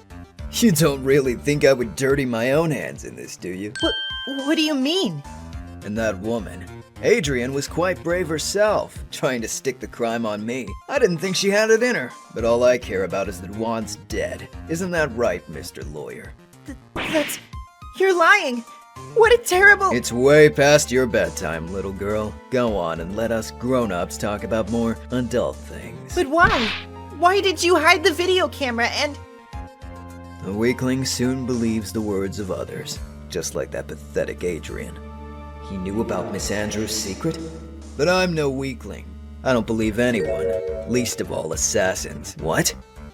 Oh, come now, Mr. Wright. Assassins aren't above blackmail. They turn their clients into cash cows by holding the sinful deed over their heads. And a superstar like me? How much do you think I'm worth? Care to guess? And that's why? Yes, that's where the video comes in. It's got his face and the crime scene recorded on it, preserved for all time. With that, I can keep him at bay and even blackmail him if I want. That's right. That video is my insurance. Isn't that what they call it, Mr. Wright? Why would you do something so wrong? Because I'm a grown-up and I can. Good enough of an answer for you, little girl? Why? Why would you kill Mr. Kurita? Because he was about to sling so much dung onto my beautiful public image. Scandals are a little annoying, aren't they? This is all because of that press conference, isn't it? If Mr. Kurita had been able to give it, then Mr. Ungard's secret would have...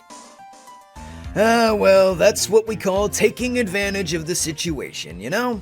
I had no interest in doing it, really, but bit by bit it crept up on me. And then the situation just presented itself perfectly. How beautiful, I thought. And that's how Mr. Kurita ended up dead. Let me tell you something.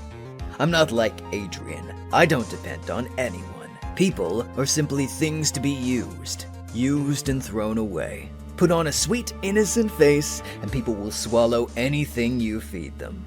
Adrian fell for it, the assassin too. Oh, and how can I forget? Even you fell for it, Mr. Lawyer. Everyone, all working their butts off for me. Mad on guard. Aw, did that leave you speechless? What a shame. What's wrong, Mr. Lawyer? You've grown awfully quiet. How could I have been so deceived by you all this time? When we first met, I asked if you had killed Juan Kurita. And you answered very clearly that you hadn't killed anyone. Hey now, I never told you any lies. The person who did the killing was that killer guy, right?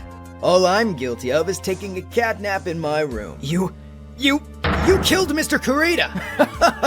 I dare you to say that in court tomorrow. Oh, but too bad. You can't. You're my lawyer after all, aren't you? You could always drop my case and refuse to represent me. How does that sound? Oh, but you can't, can you? That would be the one thing you absolutely can't do. Mystic Maya. You wouldn't want to test a killer. He's a man of his word, or so I hear. You could end up getting a certain friend of yours rubbed out if you lose. You scoundrel! So, if I were you, Mr. Wright, Esquire, I think I would give it my all tomorrow. Remember, everyone likes a happy win-win resolution. I'll get you for this! That is such a cliche phrase. Juan said something just like that, if memory serves. Of course, well, we all know how well things turned out for him, don't we? Good night, Mr. Lawyer. Still reeling and at a loss for what to do, we're dragged off by Edgeworth, who tells us we finally know the starting line of this case, at long last. This is the very type of complicated situation that Edgeworth says was part of the reason he needed to reflect on what being a lawyer meant. We have no choice to run away or back down. We have to figure this out and fight. Phoenix doesn't know if he can fight for a false verdict, especially not for someone like Ungard, but Edgeworth isn't talking about victory. He says he left because once his path to a perfect record was forever sealed off from him, he began to realize what really mattered above trite ideas like perfection, and urges us to figure this out for ourselves now. The killer calls and confirms who he is finally, saying the kidnapping is a form of additional service, in line with the honor and dignity of his profession and his relationship of trust with his client. Before his call ends though, a cat can be heard in the background, immediately spurring Phoenix to think back on Shu at Ungard's mansion. Edgeworth sends the police over, and he and Phoenix barge in. When they get there, they've just missed him. We find the hidden bear figurine though, as well as the lounge where Maya was previously. The tape deck in the VCR is empty, and so is the wine cellar. There though, we find the picture of Celeste, and a note is left on the back from Maya herself.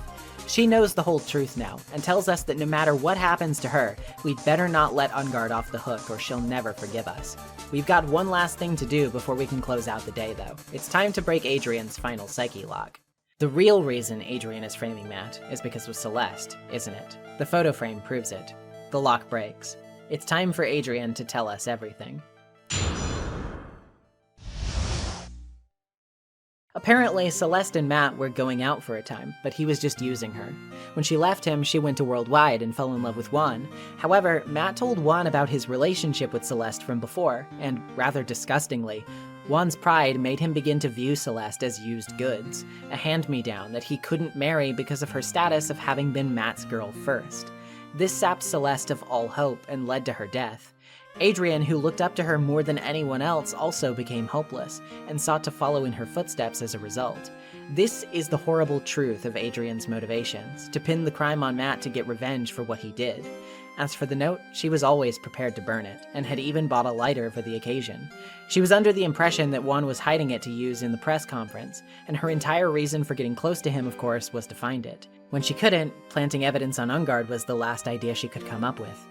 So, here we are, at the biggest crossroads we could possibly be at. Ungard is guilty. This is a fact. But if he's not acquitted, Maya dies. The only way to get him acquitted, however, is to pin the crime on Adrian, a completely innocent, tormented woman who has been destroyed because of the petty rivalry of these two men and the chaos they've left in their wake. Either way you look at it, someone's life is going to come crumbling down because of us. That's a very unenviable spot to occupy as this day draws to its close. Talk about really pulling a 180 on your audience, huh? In retrospect, it's been so obvious the whole time that Matt was guilty, but the only reason you would have to continue believing in him is because that's how Ace Attorney has always worked until now. No matter the odds, no matter how bad it looked, we've been encouraged to believe in our clients time and time again, and that belief is always rewarded. It's practically a theme of the series, how all of our defendants are usually down, out, and have nobody to believe in them until we show up. Phoenix himself dedicated himself to that belief because of the way he also felt alone and afraid in the past. And now, here we are, having that belief thrown back in our faces. It is such a shock to establish a reliable, well-cemented formula like that, only to take it away and hit us with the gravity of that situation. Because, of course you're not always going to be defending an innocent person as a defense attorney, right? That's just how the job goes. But this is the first time it's happened to Phoenix, and it stands to reason that both he and we as players will be blindsided by that idea. Matt is such an incredibly smug asshole of a villain. He's just as over the top in terms of his cruelty as someone like Von Karma, but I actually find him a little more entertaining solely because of how he spices it up with a bit of horrid charisma.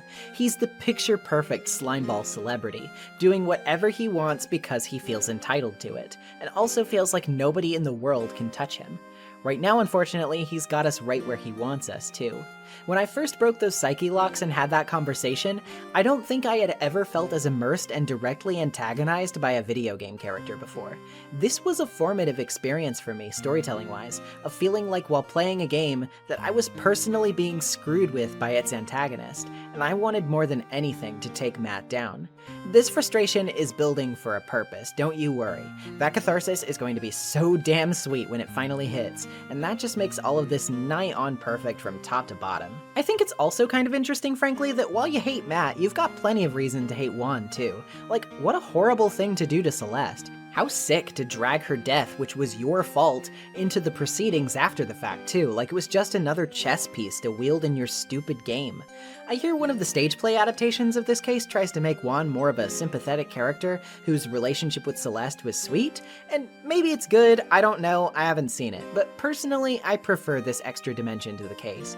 It just makes it more nuanced, and to me it perfectly centers our focus on who the real victims are here, that being Celeste and Adrian.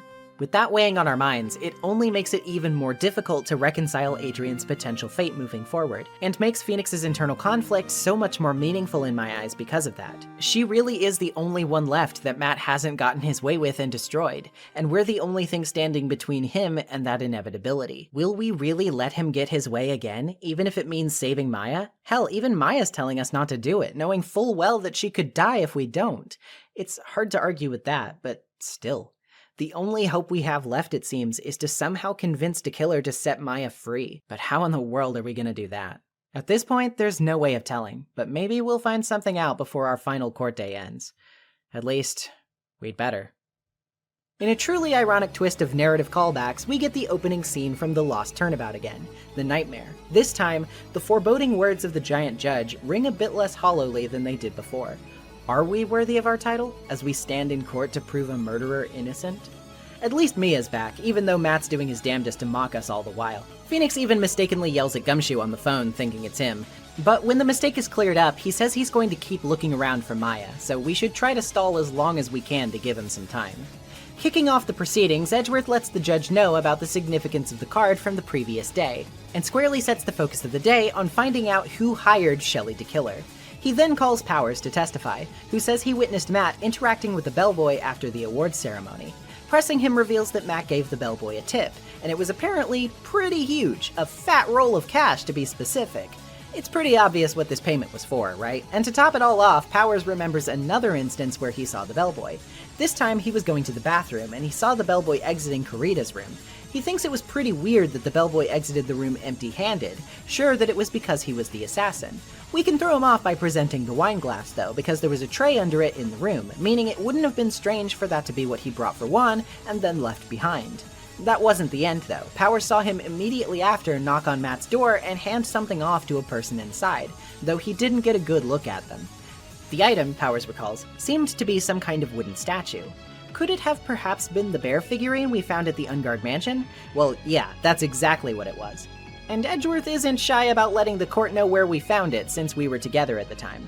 This casts aspersions on Matt yet again, but before the judge can call anything, Phoenix asks about the person receiving the bear again.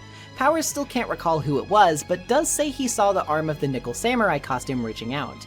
Afterward, Phoenix reasons that Ungard was asleep before he was arrested, so he wouldn't have had time to bring the bear to his own house. But of course, Edgeworth responds that since Matt and DeKiller were working together, DeKiller could just hide it there himself. Once again, we stave off a verdict by arguing that Powers had no way of knowing who was in the nickel samurai costume when the bear was received. The only option we have when it comes time to suggest another party is Adrian, of course. The whole court is not having it, but Edgeworth will call Adrian to humor us as the court takes a recess. It seems that all of a sudden Pearl has lost her connection with Mia, saying she was pulled away by a strong force. Gumshoe calls saying he has no leads on DeKiller's location so far, but before we can despair, Mia returns to Pearl, having gotten a look at Maya's surroundings just now because Maya channeled her. She says Maya is not in good condition and is being starved. She could see the very big circus about 300 feet away from Maya's window though, which also had a letterbox outside and seemed to be on the 3rd floor. That's enough info for Gumshoe to gun it. But let's just pray he makes it in time, because we are stretched thin here. Time for Adrian to testify about the bear figurine. It was a gift she gave to Juan, and it's actually an elaborate puzzle from Switzerland.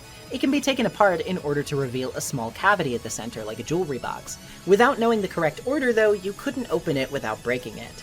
Only Adrian and Juan knew how to solve it, and inside is Celeste's note at long last. The judge reads it out and recounts how she was in despair after she was used by Matt and how he ruined her engagement afterward. This, Adrian argues, was Matt's motive for killing Juan, as he was going to reveal this note at the press conference. Phoenix argues that because the note was hidden in the bear, Matt couldn't have known that Juan had it, just like Adrian didn't. But Edgeworth reminds us of the spy camera, which was just the latest of supposedly many instances in which Matt had spied on Juan. He could have known for sure. What else do we have at this point to drag things out? Well, we can argue about the legitimacy of the note, since the handwriting hasn't been tested. The judge is willing to have it looked at, but moves to extend the trial to tomorrow again. Maya doesn't have that kind of time. Not only that, but Gumshoe calls in the middle of court, saying that they found DeKiller's hideout, but he got away again. Throwing the phone to Edgeworth, Edgeworth simply hangs up on him, but buys us one last chance by asking for a 30-minute recess, during which he'll be able to have a handwriting analysis finished. The judge agrees, and we roll out to check up with Gumshoe. Even though they couldn't get him, he does say DeKiller left behind some pieces of evidence. Since he's not technically employed by the department right now, he actually steals them and races our way, though the call cuts out when he apparently crashes his car. Oops. Edgeworth isn't sure there's a way to find him in time, but just then, Phoenix remembers someone who has a reliable method of tracking the guy, Franziska. Her tracking device should do the trick, shouldn't it? Well, if she'll agree to help us anyway. With the results of the analysis finished soon after, it's time for our final standoff in the courtroom. The results are actually a bit closer to what we proposed than we may have thought. Indeed, the handwriting cannot be matched to Celeste's. It's a forgery. It seems to very closely resemble Juan's handwriting, in fact, which means that yet again, even after death, Juan was trying to use Celeste in his fight against Matt. Ugh. That said, if Matt knew of the note because of his spy camera, surely he'd know it was a forgery too. Edgeworth isn't done yet though, as he's arranged for a special someone to testify during the break, that person being Shelley DeKiller himself. DeKiller is of course in hiding, but he's communicating in court via a transceiver, since his condition was that he wouldn't show his face.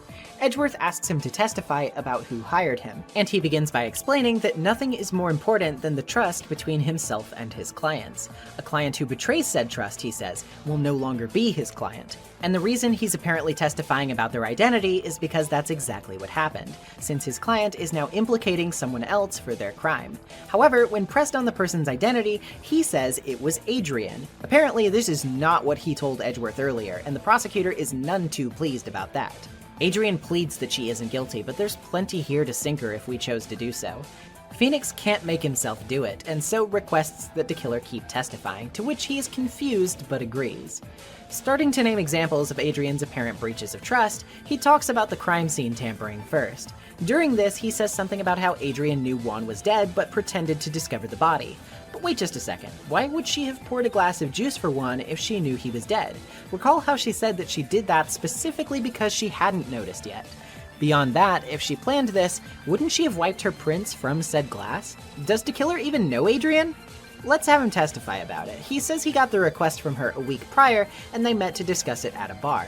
Phoenix presses on the issue, asking if the killer physically met Adrian, to which he confirms that he did, saying he never takes mail or phone requests because as part of their mutual trust, he needs to look a client in the eye. He slips during this though, saying that he could trust Adrian, quote, "from the moment I saw him." Hold up, Mr. Shelley, misgendering your client, that's not very honorable.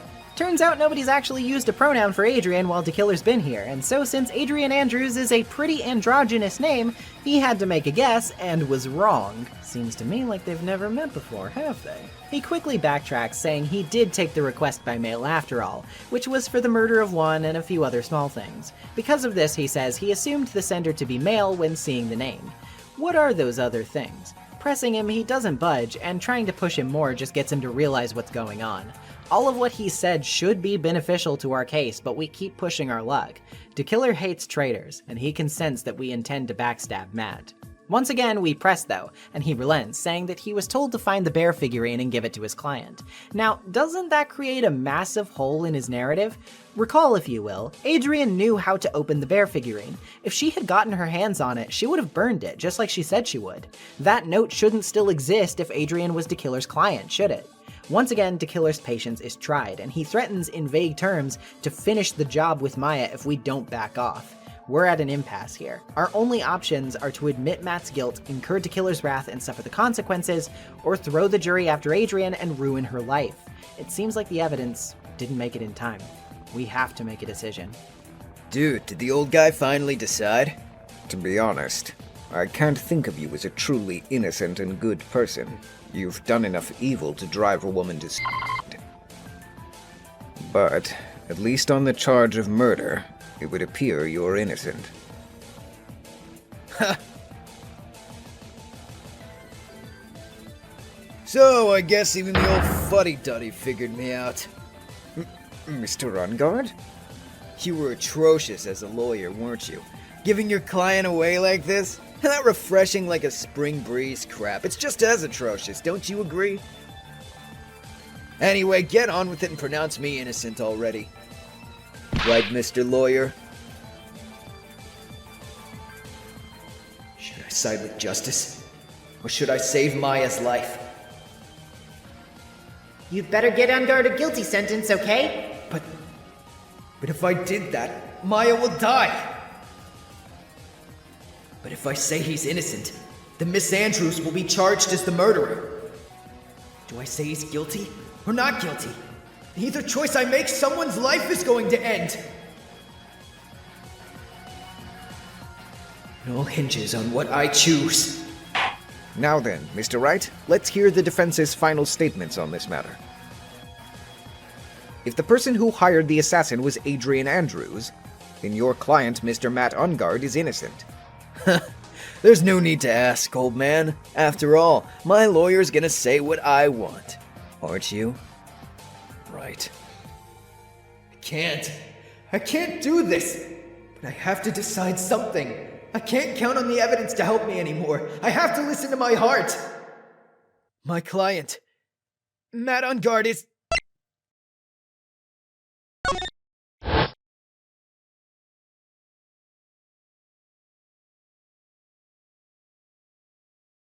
We are waiting for your answer, Mr. Wright. Matt Ungard, your client, deserves an answer. Maya, I'm sorry. Matt Ungard is... Objection! Franziska von Karma! What are you doing? Ow! You see now, don't you, Mr. Phoenix Wright? This is exactly why you should never take your eyes off of that scruffy fool. Did you bring them? The final pieces. Do you have them? You should know better than to ask that, Mr. Miles Edgeworth. Von Karma is perfect in every way. The evidence is here in perfect condition. Don't worry about Scruffy. He's fine, and his injuries are minor. All of the items are inside this. What a filthy old coat this is. That's Gumshoes. I can spot his tattered rags anywhere. I apologize for its ugliness, but there was nothing else to wrap the items in. I've fought long and hard this whole trial. All for what is inside that ragged coat. I'm sure that inside that coat lies a crucial piece of evidence. Your Honor, inside that filthy coat are the defense's final pieces of evidence! The judge is unfortunately reluctant to accept new evidence unless it seems crucial enough to overturn the outcome. The pieces of evidence are as follows. 1. DeKiller's pistol. It's probably the one he used to shoot Franziska herself with since the ballistics match. 2. A videotape. There was no time to check the contents, but it must have been pretty important, seeing as DeKiller actually tried to come back for it. 3. A bellboy uniform from the Gatewater Hotel, which seems to be the disguise DeKiller wore on the night of the murder. The judge isn't quite swayed by any of these, though, and Mia gives us the only two options we have to resolve this. Either we have to make Matt wish from the bottom of his heart to be declared guilty, or we convince DeKiller to break his contract with Matt. This is a tall order, especially considering the judge doesn't need the evidence. But in that case, who does need it? We're given one last chance here, only one shot to pick a person and a piece of evidence to show them. Everything rests on the edge of a knife. When asked who to show evidence, we pick DeKiller himself, and as for the piece of evidence to show, it's the videotape. He admits he was told to protect it at all costs by his client, but was also instructed not to watch it. Why is this? Well, I think we can make an educated guess. This video footage shows the murder, and has DeKiller on tape committing it. Yesterday, during our Psyche Lock breakdown, Matt told all, admitting he filmed the murder for blackmail purposes since he trusts no one, least of all assassins. As the gravity of Matt's ugly personality finally dawns on DeKiller, even the assassin is stunned at how deplorable he is and relents. He did say that once the bond of trust is broken with a client, he no longer considers them his client. And when Edgeworth asks for a bit more clarity, he follows up by stating that any traitorous clients will become his next target, hunted to the ends of the earth until he exacts revenge. Just a moment ago, we were torn between two impossible decisions, but now it is Matt Ungard who must bear that cross. Torn between going free and being hunted for sport or rotting in prison for the rest of his life, he is shaken, that smug grin and glass of bourbon mysteriously absent as he panics and begs for help. Not this time, buddy. Not this time. We can plead whatever seems right to us since he's screwed either way, but for reasons I'll elaborate on shortly, I think the answer should be obvious. Matt Ungard. Even though I'm a lawyer, I cannot make your crime disappear. I think a guilty verdict is appropriate here. Me? My wonderful self? Guilty? Even if you got an acquittal, the instant you set foot outside the detention center, your life would be in danger. No matter which way you look at it. You can't run away from your crime anymore! No! Guilty, guilty, guilty, guilty!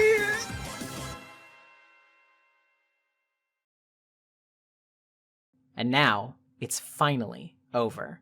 Well, almost. We have to hear a last word from Adrian, who says she plans to pay her debt to society for her crime scene tampering, but is otherwise calm. After what happened with Edgeworth, she says she was finally able to reflect on herself, what she'd been through, and how to move forward.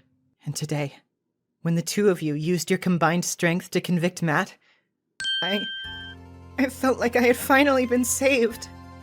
Wow, this is the first time I've ever seen her smile. I am really happy that you two were in charge of this case. I really don't know how to express how I feel at this moment. This is the first time I've felt comfortable with myself, with who I am. Thank you so much, everyone.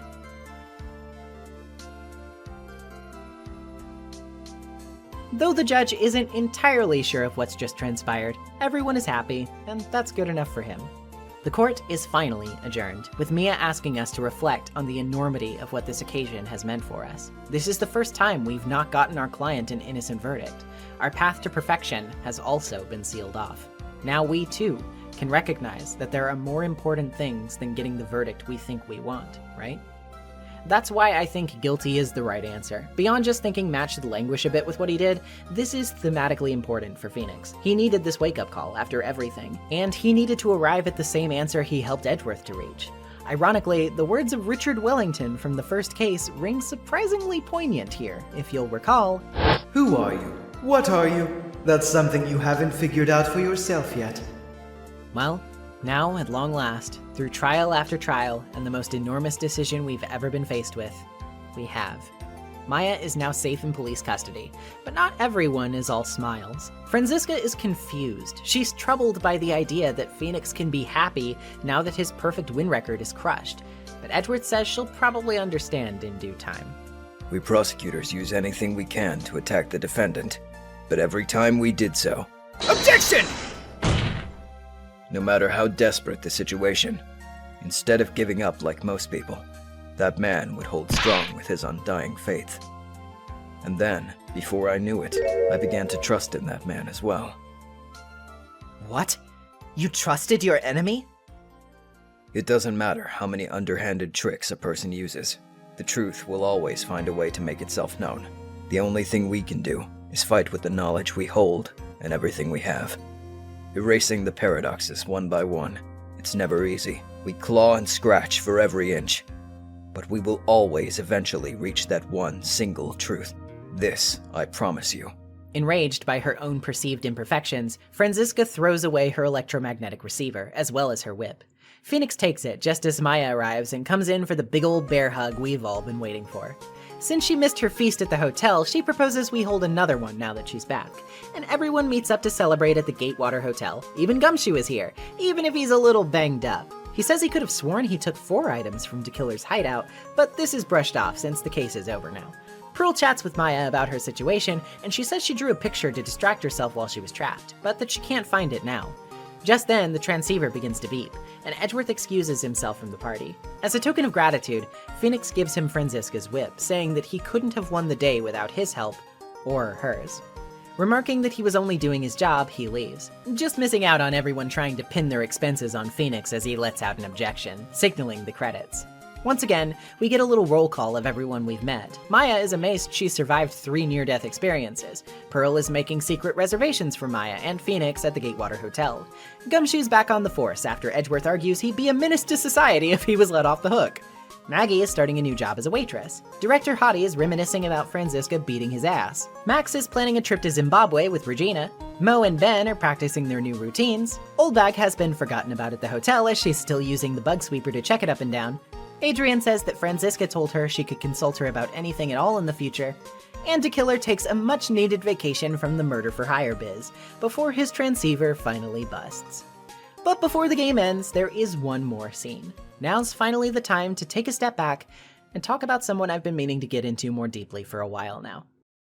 Yep, it's Franziska von Karma herself. Edgeworth tracked her to the airport with the receiver, since Gumshoe's coat got mixed into her luggage. She notices the 4th piece of evidence he mentioned in the coat pocket, but again dismisses it as the case is already over. Before we move on, let's double back for a second. This entire game so far, Franziska has been stuck in her ways. She's had a view of the world, and much like Edgeworth before her, she's had it challenged. Having been raised from birth by someone like Manfred, I'd argue it's going to be very difficult for her to deprogram herself from the expectations and philosophies he held. Some could, and certainly do, choose to interpret this as Manfred being abusive, both to her and Edgeworth alike. And while this isn't necessarily supported directly by the text, I can understand why people would project that onto them. He wasn't exactly a great guy, now was he? That said, regardless of whether he did or didn't, I think it's pretty easily concluded that his perfectionism would set up high expectations for Franziska regardless, as she would strive to mimic her father's ideals and would not want to fall short of them. For someone with standards as strict as Manfred's, a guy who literally toted around a bullet in his shoulder for over a decade because he didn't want to endure the humiliation of getting surgery, yeah, I'd say the deck was stacked pretty highly against her turning out like a normal person. Hi, Future Mercy again. Just want to cut in to say a lot of people kind of pointed this out, got like a little confused about what I was trying to say here, so let me kind of clarify, because I had a little bit of a brain fart when I was trying to phrase it the first time. What I meant here is not that, like, oh, he didn't get surgery because he was so humiliated about getting shot. Like, he didn't want anybody to know he had a bullet in his shoulder because it was just like his male pride or whatever.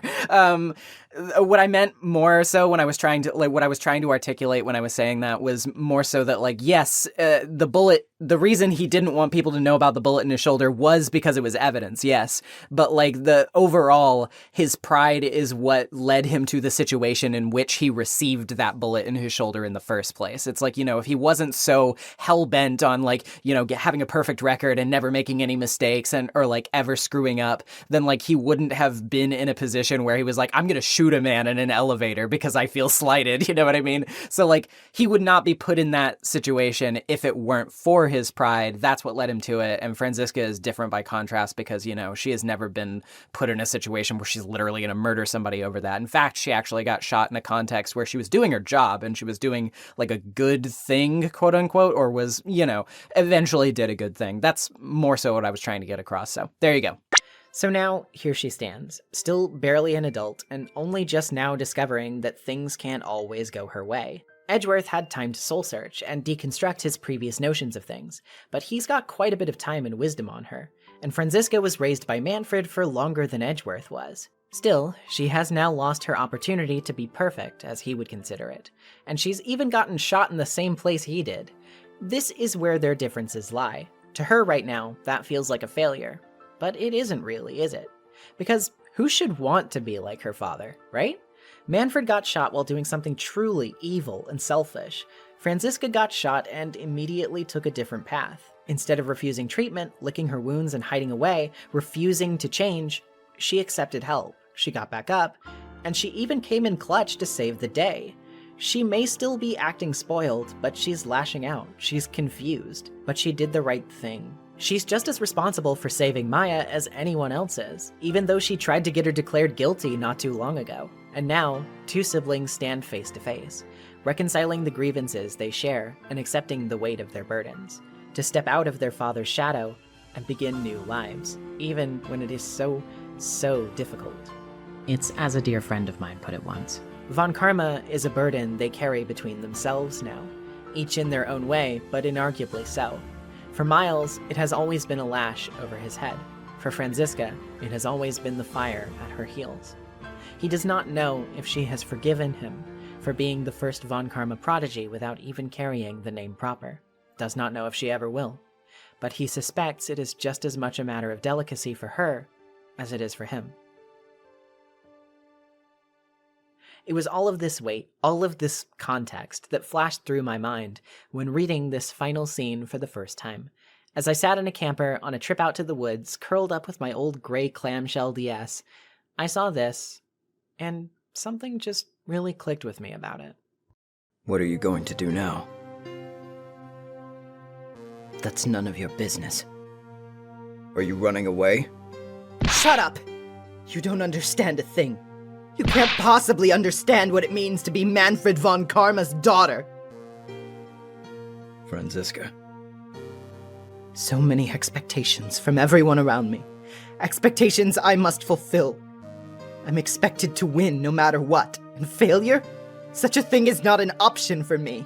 My father was a genius, there's no doubt about that. But me? I'm no genius. I've always known that. But I had to be one. I had to!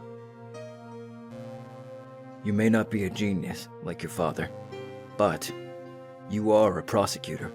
You have been, and always will be. No, I'm not. Not anymore. I've even thrown my whip away. Speaking of that, Wright gave me this to hold on to. Right. You knew something like this would happen, didn't you? I'm going to say this again. We prosecutors do not fight for personal honor or pride. I hope you will think deeply about what you should be striking down with that whip. You haven't changed a bit. You've always left me alone, walked on ahead without me. Miles Edgeworth. I've always hated you. And then, finally, my chance to take my revenge on you arrived. If I could win against that man, if I could make Phoenix Wright bow down in defeat, then this girl you left behind would have risen higher than you. That was supposed to be my revenge. I see. You know, I can't do it. I can't change who I am. I can't throw away everything I've been until today. I believe you can. Just like how Adrian Andrews did. Adrian Andrews? You were going to use her during the trial, right? But you were dependent on your father by using his tactics. Isn't that right? Today, you chased after me, after I'd left you behind all these years. And that's why we're standing here now, side by side. But I have no intention of stopping. If you say you were going to quit your walk down the prosecutor's path, then this is where we part ways, Franziska von Karma. I am Franziska von Karma. Don't think I'm going to walk in your shadow forever. Our battle begins now. So you had better prepare yourself, Miles Edgeworth.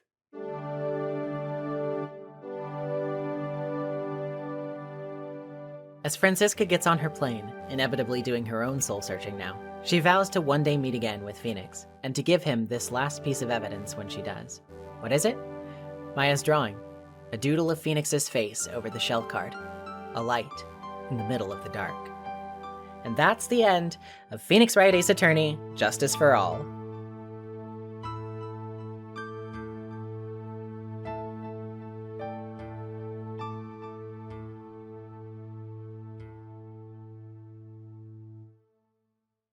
What a banger of a final case, frankly. This brought the whole picture together, didn't it? Not only was it an incredible case in its own right, but it also tied this game up in such a neat bow, it is crazy. This game has very much been a character study of Phoenix, of Edgeworth, and of Franziska. All of them coming at the same topic from differing perspectives. And that topic is what it means to really be a lawyer within Ace Attorney's world. For Phoenix, like I said, this is the first big character arc he's been given beyond just stepping up to the plate and becoming a hero of the people. Now he needed to put his money where his mouth was and discover where his ideals truly were. Torn by such an impossible decision, his answer before Franziska busted that door down spoke to his core. And in fact, if we had presented the wrong evidence at the end, we would have even gotten a bad ending that reflected this. With Matt declared innocent and Adrian found guilty, Phoenix would have been so ashamed that he ran out of the courtroom, never seeing Maya again, and giving up on being a lawyer altogether, declaring that the miracle never happened. Or, if you were playing the original English DS release, declaring that the miracle never happened. This is one of the most infamous typos in the whole series and has been memed to hell and back. Figured I couldn't go without mentioning such an important piece of long-standing fandom lore. Anyway, now he's also free from the path of perfection as Von Karma saw it, able to take heart and inspiration from the very path he set Edgeworth on. Edgeworth's change, too, will spur on Franziska, who is finally far enough from the grasp of her own insecurities to begin seeing past them, and to cultivate an identity and strength for herself because of it. And speaking of strength, how about that sidecast? I've already talked a lot about how great Matt is as a villain, and how Juan rounds him out surprisingly well, but let's get a standing ovation for Adrian Andrews, huh? She is so complicated, and yet so effortlessly sympathetic. Her veneer of strength only becomes more heartbreaking the more you learn about her, and she's the perfect emotional obstacle to make you seriously think about your actions after 2 games worth of muscle memory. Seeing her finally free from her turmoil at the end, smiling brightly as she realizes the nightmare is over, genuinely makes me choke up every time I see it. I am so happy for her. She deserves the world. Everything about this case, from its divergence from the status quo, its effortlessly reprehensible villain, the return of Edgeworth, getting to cross-examine a serial killer on a walkie-talkie, bear hunt, the return of so many charming side characters, the surprisingly well-crafted story of both Celeste and Adrian, all of it is masterful. It also has some of my downright favorite tracks on the OST, which I've saved until now to mention directly since now they're not spoilers. Those are Hotline of Fate,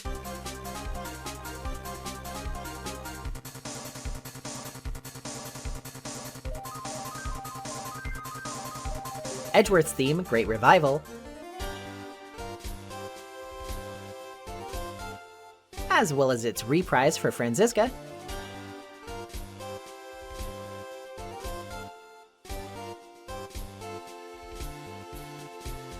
De Killer's theme, The Whim of a Murderous Gentleman,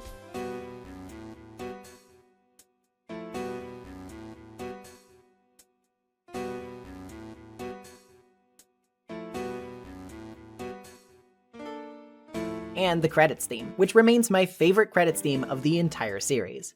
Farewell My Turnabout, for this reason, and many others, is for my money easily one of the best cases in the entire franchise. It just does everything you could want, and does so without skipping a single beat. You really feel like a big damn hero at the end of all of this, and more importantly, like you've really learned something valuable. It's a wonder that Phoenix has anything left to learn by this point, right? Right? Well, we'll talk more about that next time. For now, let's wrap up this video, shall we?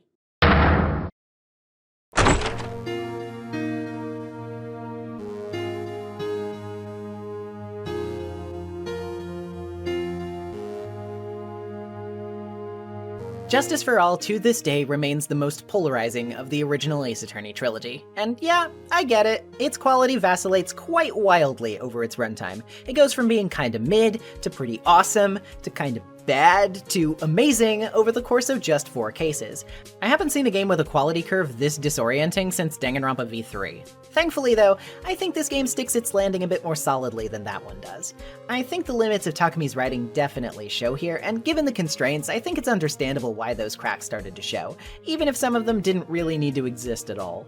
The fact that he still managed to write an entire game like this with as many standout moments as it has in this amount of time though, that is an accomplishment worth recognizing. By no means is this game perfect, but well, no game is. And when I played it as a kid, I loved it to pieces. Hell, I'd argue I've probably replayed it more times than the original game, even though I like more of the original game's cases ratio-wise, just because the cases I did love in this game, I loved them that much. I think Justice for All's best qualities lie in its unrepentant drive to take what was so poignant and impactful about its predecessor and take that all to its natural extreme. It wasn't content to simply rehash the same ideas and call it a day, simply for the sake of the player's comfort and familiarity.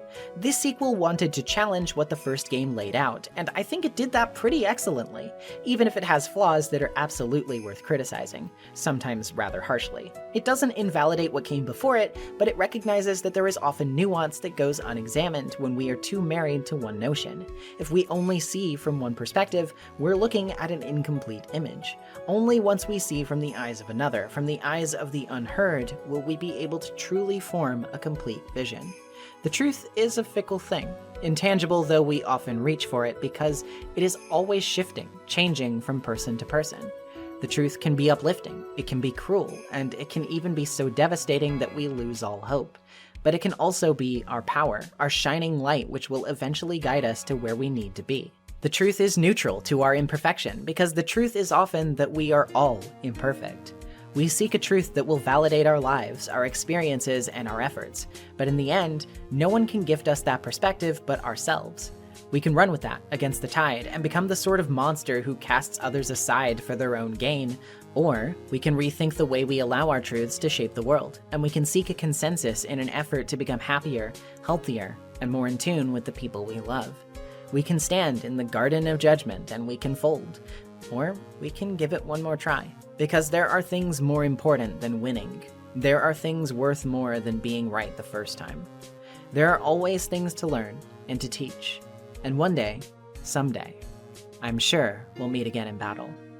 So until then, this last piece of evidence that never made it to you, I'll take good care of it, so I can give it to you when at last we meet again. As previously stated, after getting back from vacation after development of the first game, series creator Shu Takami was tasked by his bosses at Capcom to turn his little lawyer game that could into a full-blown trilogy, having only several months to write the entirety of the second game's script. Trials and Tribulations was under a similar pressure, making the fact that it was about 2 times the size of the original game quite a feat indeed. No new mechanics would be added for the third game, but it would make up for that with an abundance of content fitting for a finale, with Takami wanting this game in particular to be the end of the franchise period, stating that he had fully explored the character of Phoenix Wright and wanted to avoid the series becoming, quote, a shadow of its former self, as he valued the importance of knowing when to end a story. Nobody tell him. The game's third episode, Recipe for Turnabout, was also originally intended to be a part of the second game, Justice for All, but was cut due to memory limitations on the Game Boy Advance. Many strides were made in the third game to work around said limitations to allow it to be as big as it ultimately ended up.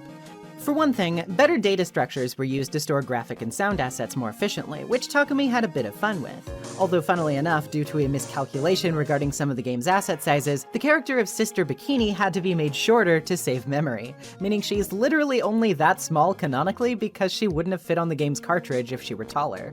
Takumi once again drew storyboards for all of the episode's intro sequences, but gave the direction that they should be framed more cinematically this time. This helped when it came to make an intro with a vintage movie feel, as the monochrome color palette actually ended up saving memory because of its limited color data. Once again determined not to overuse Edgeworth, Takumi also created the character of Godot, saying that he was inspired to do so because up until this point, no male Ace Attorney character struck him as particularly cool, and they needed to fix that. God, what a burn. Artist Tatsuro Iwamoto based his appearance off of Roy Batty from Blade Runner. Originally, he was going to be constantly drinking whiskey and smoking to add to his cool, hard-boiled image. However, the dev team raised concerns that this could be a bad influence to children, and thus we instead got Godot's signature habit of drinking coffee. Here's to that. Oh wait, I don't even like coffee. Godot himself was also voiced in his original Japanese voice clip by game designer and director Hideki Kamiya, best known for his work on Okami, Beautiful Joe, and Bayonetta, and for blocking just about everyone on Twitter, including me. The game's localization was once again headed by Janet Su, who even gave a pretty cool nod of the head to fans this go-around. You see, before the game was officially announced to be localized, a fan by the name of Broco started a fan translation project for the GBA version titled Comeback Courtroom 3. Broco promised to cancel the project if Capcom USA announced plans to localize the game themselves, and only the first of the game's 5 episodes was completed by the time this happened, and the fan translation was willingly cancelled on the 13th of April, 2007. In Broco's translation, the previously established English names for the characters were used, but new characters, who hadn't been given official English names by Capcom yet, had entirely new ones invented for the fan translation, which included the name Dolores Willow for the character who would come to be known in the official release as Dahlia Hawthorne. As a show of respect and appreciation for the fan translation and its efforts, Janet Su would, by her own admission, include Broco's nickname for Dolores, Dolly, in the official translation, seeing as it still worked quite well as a nickname for Dahlia. The game also features the debut of a new judge for some cases, who was made Canadian in the localization, as a nod to localization co-director Andrew Alfonso. The game's soundtrack would once again be handled by a new face as well, this time by composer Noriyuki Iwadare, best known for his work on the Grandia series, as well as the soundtracks for many future Ace Attorney titles. Gyakuten Saiban 3 was officially released in Japan on Game Boy Advance on January 23, 2004, with a PC port following in March of 2006, a DS port in August of 2007, and being localized as Phoenix Wright Ace Attorney Trials and Tribulations in October of the same year. It got a WiiWare port in February of 2010, and was of course also included in the Ace Attorney Trilogy collection, released for iOS, Android, Nintendo 3DS, Nintendo Switch, PlayStation 4, and Xbox One. The game was received very favorably, with most critics loving the story, but being a bit disappointed that no new mechanics were introduced. The original English DS release was so successful, in fact, due to the growing word of mouth about Ace Attorney in the West, that pre-orders were about double the amount Capcom had estimated, resulting in a shortage of copies both online and at retail stores. This sets pretty high expectations for the third game in the series, doesn't it?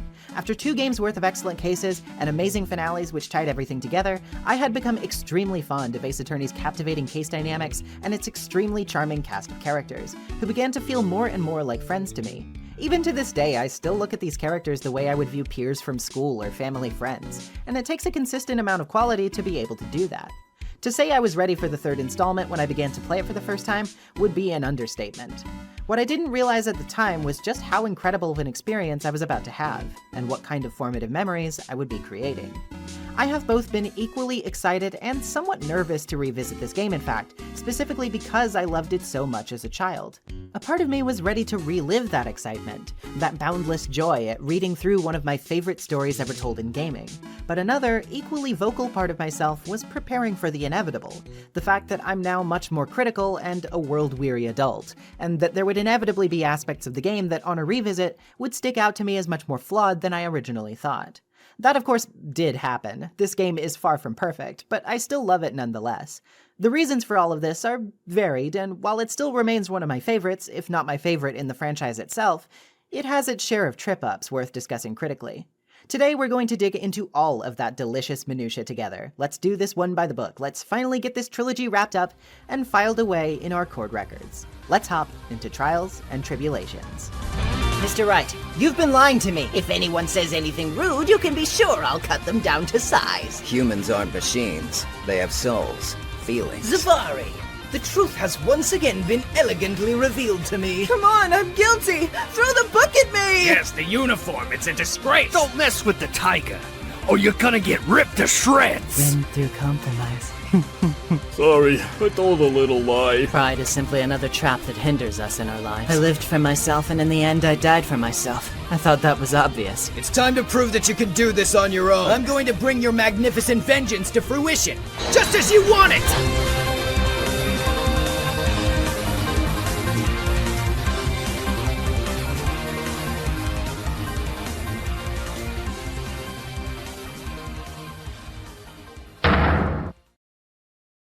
Once again, time to learn the basics. This is the tutorial case of our third installment, titled Turnabout Memories. And to fully explore the case to the best of our ability, we're going to need to go back to the past. How so, you may ask? Well, you'll see.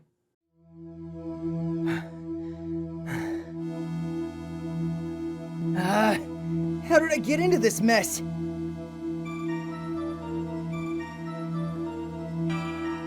Why? Why did I do that?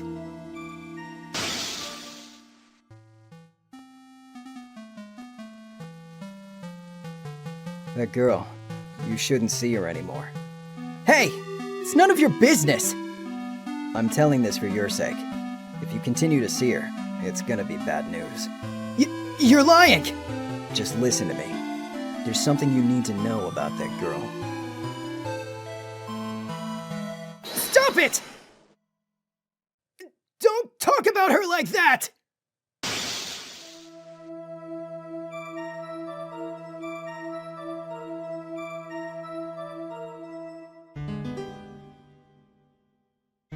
It wasn't me! I didn't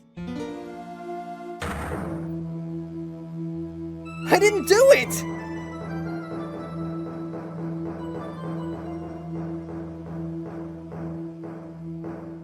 5 years earlier, Mia Fey, second trial.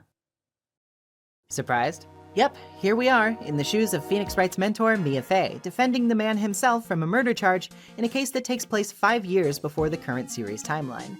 I found it only appropriate to mark our transition into the distant past by depicting these flashback cases through the original Nintendo DS footage. Though we'll be largely sticking to the HD port footage as usual, I thought this might be a good creative compromise for those of you like me who miss the pixel art. Turnabout Memories is for my money the best introductory case in the series after the first, as it comes up with a much more convincing reason to reintroduce its mechanics, depicting yet another rookie lawyer just acclimating to their job, instead of just having Phoenix get anime amnesia as an excuse to retread its mechanics for a second time. As for its narrative, I think you'll find that this case is extremely fertile ground for introducing many of the game's concepts and themes going forward, and in acting as a prelude to all of the madness that follows.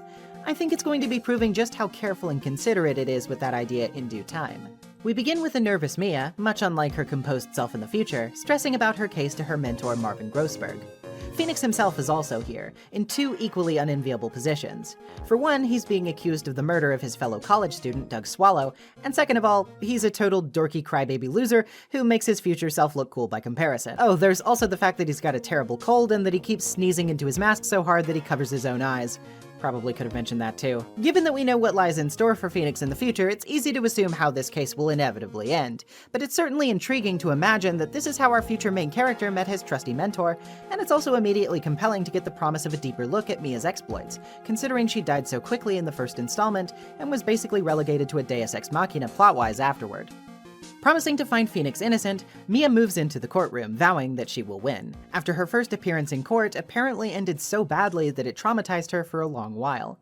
As for what happened back then, well, we'll find out later. For now, let's square up against our usual tutorial opponent, good old Winston Payne, complete with hair this time, to show that this is indeed in the past. Payne wastes no time explaining that the victim, Doug Swallow, was in the pharmacology department at Ivy University, which is the same school Phoenix attends, and that he was apparently electrocuted.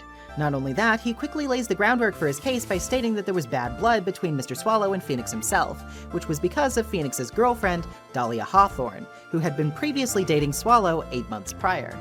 Our first witness is none other than Phoenix himself, who was asked to testify about his relationship with the victim. He says he barely knew Swallow, while also calling him a, quote, stuck-up British wannabe, which Mia questions. He says he knew this because Swallow had a big Union Jack on the back of his shirt, but considering that he's wearing a leather jacket in the crime photo, he wouldn't be able to see that, right? This means it's doubtful Phoenix only discovered the body by accident. This, of course, is a perfect opportunity for the prosecution to swoop in and say that yes, it is doubtful that he only discovered the body by accident. At the scene, a brand of cold medicine was found clutched in the victim's hand, which was the same brand of medicine Phoenix is currently taking, Cold Killer X. Of course, it has Phoenix's fingerprints all over it. Swallow's wristwatch also broke at the exact time of his death via electrocution, as pictured. So Phoenix admits he was called there at 2:45 by the victim, then they split up around 3. Phoenix says he discovered Swallow's body later and had lost his cold medicine around lunchtime on that day. Pressing a bit gives us the detail that the pharmacology department, the building by which they met, had a lot of chemicals and high-voltage machines in it. Phoenix also clarifies that he always has lunch with his girlfriend, who he calls Dolly. The judge is a bit impatient with this generic testimony and wants to know if anyone can produce an explanation as to how the murder was carried out, which should be easy given the crime scene photo. After all, a hanging cable is in the background, and if it's high voltage, well, it's easy to assume what did the deed. Payne insists this is how Phoenix killed him, especially since there are fingerprints on Swallow's jacket that look like a big handprint. Phoenix concedes that he did shove Swallow because he was talking bad about Dahlia. At the time, he heard a large snapping noise, and when he came back later, Swallow was just lying there dead. One would assume the snap was the crackle of electricity, but hang on a second. Phoenix says upon pressing that it was probably the umbrella he had with him, as he fell on top of it when he was shoved. Indeed, the crime scene photo shows an umbrella on the ground nearby, but at some distance from him, proving that he must have gotten up after that and been killed sometime before Phoenix came back. With enough of a hole blown into his case, we finally forced Payne's hand, and he calls his next witness, Phoenix's girlfriend, Dahlia Hawthorne. Out in the lobby, we learn a bit more about Phoenix's relationship with her. They apparently met in this very courthouse 8 months prior to the current incident, while Phoenix was reading in the records room since he is studying to become a lawyer. At the time, he says it was like love at first sight, and she gave him a cute little bottle necklace charm to commemorate their relationship. They've been dating ever since, but he says that oddly, she's also been asking for the necklace back this entire time too. Mia, seemingly suspicious about something, asks if the date was August 27th, to which a surprised Phoenix confirms. With her, Mia has a newspaper clipping about a murder which happened in the courthouse on the very same day. Grossberg realizes that Mia probably thinks the two incidents are somehow connected, and decides to go to the reading room to help find more information, while Mia heads back into court, claiming she needs to finish this herself. When we enter once again, we are introduced to Dahlia herself, who appears extremely demure, innocent, and quickly wraps the cord around her pinky finger as a result. She's insistent that Phoenix, who she calls Feeny, could never hurt a fly and testifies to this effect. Her theme, Distant Traces of Beauty, is probably one of my favorite tracks in the entire game, and while I can't get into the exact nuance of why right this second, I just want everyone hearing this for the first time to really take in how pristine and calmly beautiful it sounds. Its tranquility is perfect for the image set by Dahlia herself upon her arrival, and let's just say that that's not the only reason it's brilliant. Anywho, Dahlia says she came upon Phoenix and Doug's conversation and saw Doug collapse, which seems to be very obviously avoidant of implicating anyone. Although interestingly, as Mia objects to this, Dahlia says that she hasn't changed a bit, calling her by her full name. When asked if they're acquainted, Mia answers that they've met before, once. And the cross-examination begins. Pressing her gets her to say that she didn't see them fight and never heard anything unusual, which presents us an opportunity to strike with the umbrella. Dahlia said she was wearing headphones at the time, explaining how she didn't hear it, but she also mentions being soothed by the music because of the rain and lightning being muffled by it. This gives us a chance to insist that Doug could have been struck by a stray bolt of lightning. Payne responds by saying that no lightning strikes were reported near the university and that a blackout occurred at the pharmacology department around 2:55 p.m., supporting the idea that a cable was was severed. Considering that Swallow died at 3, this means Phoenix's initial shove could have severed the cable without killing him, leaving time for someone else to finish the job. Dahlia attempts to course correct by insisting Doug was shoved twice, with the second being the killing blow, all happening in less than a minute. But hold on, the wristwatch from the crime photo is stopped at 3:05, 10 minutes after the blackout. Are we sure we know what Dahlia herself was doing during that time? Maybe laying hands on Doug Swallow here? Phoenix insists that his precious Dolly could do no such thing, but Grossberg arrives just then to give Mia a police report about the incident she was suspicious of, which he says apparently involved the death of her boyfriend. The police report speaks of how a defense attorney named Diego Armando was poisoned in the courthouse, and the prime suspect was one Dahlia Hawthorne. Of course, Dahlia categorically denies wanting to pin the blame for Doug's murder on Phoenix and testifies about her relationship with him. When she explains how they met in the courthouse reading room, Mia whips out the police report, calling into question her claim about being there for a research paper. Of course, Dahlia denies being responsible for the poisoning, saying it happened when she left her seat for a moment and that she would have no idea where to get such a lethal poison to begin with. But oopsie daisy, remember how Dahlia used to be dating Doug, a pharmacology student whose department housed various chemicals? Yeah, I think she could have found a way. She asked us how she could have hidden it though, and that's where the bottle necklace comes in. If she had to hide the poison urgently on the day of the crime, she could pawn it off on an unsuspecting boy and call it a gift. And that's how Phoenix Wright became her boyfriend. Even though Phoenix objects to this, it's as he said, she's been asking for it back ever since, and it would make perfect sense why if it was evidence she desperately needed to get rid of.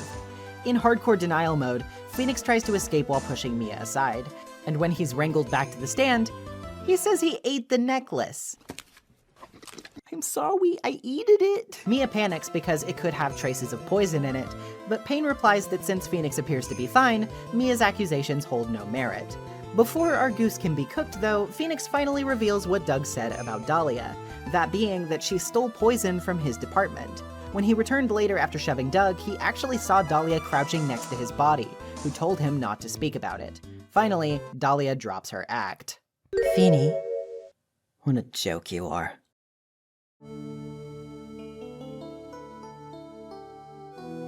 Honestly, how can any woman ever count on you for anything? I even told you time and time again to keep your trap shut about me and that necklace. You disgust me. Even with her attitude on full display, however, we're going to need better proof than that to show that she's guilty, and the bottle is a no-go. So what's left? Well, how about Phoenix's beloved cold medicine? He said he lost it near his lunch date with Dahlia, right? If she was going to try to get rid of him somehow, it would be the perfect place to plant said poison. However, of course, when she stumbled on Doug warning Phoenix, she decided he was also a liability that had to go. Dahlia, of course, refuses to take any of the cold medicine, proving that she is guilty. Rather forebodingly, however, despite admitting her crime, she tells Mia that this will not be the last time she sees her. Payne, still in denial, is offered some of the medicine himself by Mia, as she says it's a good way to put his money where his mouth is if he really trusts his witness so much. Payne responds by screaming in defeat as his hair flies off, turning him into the balding Payne that we know today. Arrested for her crimes, Dahlia Hawthorne leaves the court with a smile on her face, with Mia choosing not to comment when the judge asks how she and the other woman knew each other. Phoenix is found not guilty, though of course he's pretty distraught over being framed by his girlfriend. He even says that it's like she was replaced by some kind of look-alike, though Mia laments that he's still a bit naive because of that. Inspired by how strong Mia was and how fiercely she believed in him, Phoenix asks her for guidance in his studies and remarks that if he's quick enough, he may still be in time to save someone special to him, obviously talking about Edgeworth. In the present day, Phoenix remarks on how he owes so much to Mia herself, who has since passed on, and how this trial brings back a lot of difficult memories for him. He says that these are things he thought would remain forever buried, but are unexpectedly rising to the surface lately, a tale which he once again promises will be told to us in due time. So ends Turnabout Memories. I think this is a pretty excellent first case. Beyond just the novelty of seeing Mia at the start of her career and Phoenix as a defendant in a murder case, I think it accomplishes a few things that The Lost Turnabout failed to. For one, it creates a much more organic reason to retread the things we've already learned. Takumi admitted in interviews that the reason he came up with this framing device was specifically because even he thought it would be stretching the player's suspension of disbelief to give Phoenix amnesia a second time, and he was right to believe that. In turn, however, he said that creating a flashback case inspired him to create more flashbacks for the game, which dramatically altered the course of how the game's story was written going forward, and how its themes would come together. All of that we'll explore later, but I think it's genuinely very interesting how a simple decision related to the efficiency of a tutorial case would so drastically shape the entire rest of the game and what so many people love about it. The murder itself, I think, occupies a pretty pitch-perfect middle ground too, difficulty-wise. It's a bit more difficult than the first Turnabout, which means it's absolutely more of a challenge than the Lost Turnabout. Yet it never gets to the point where I think it's excessive for a first case. It requires you to be plenty observant and make a few leaps of imagination here and there, but it's pretty spot on in acclimating you to the kinds of leaps you'd be expected to make going forward from here. I really value first cases which aren't so handholdy that they make you feel patronized while you're being rewarded, while also not being so determined to present a challenge that they become too overbearing for a tutorial. The final hurdle, where you have to put 2 and 2 together about Phoenix losing his cold medicine and Dahlia stealing poison, is a perfect example of setting up your clues in a very clearly telegraphed way without beating you over the head with said information and depriving you of the chance to figure it out yourself.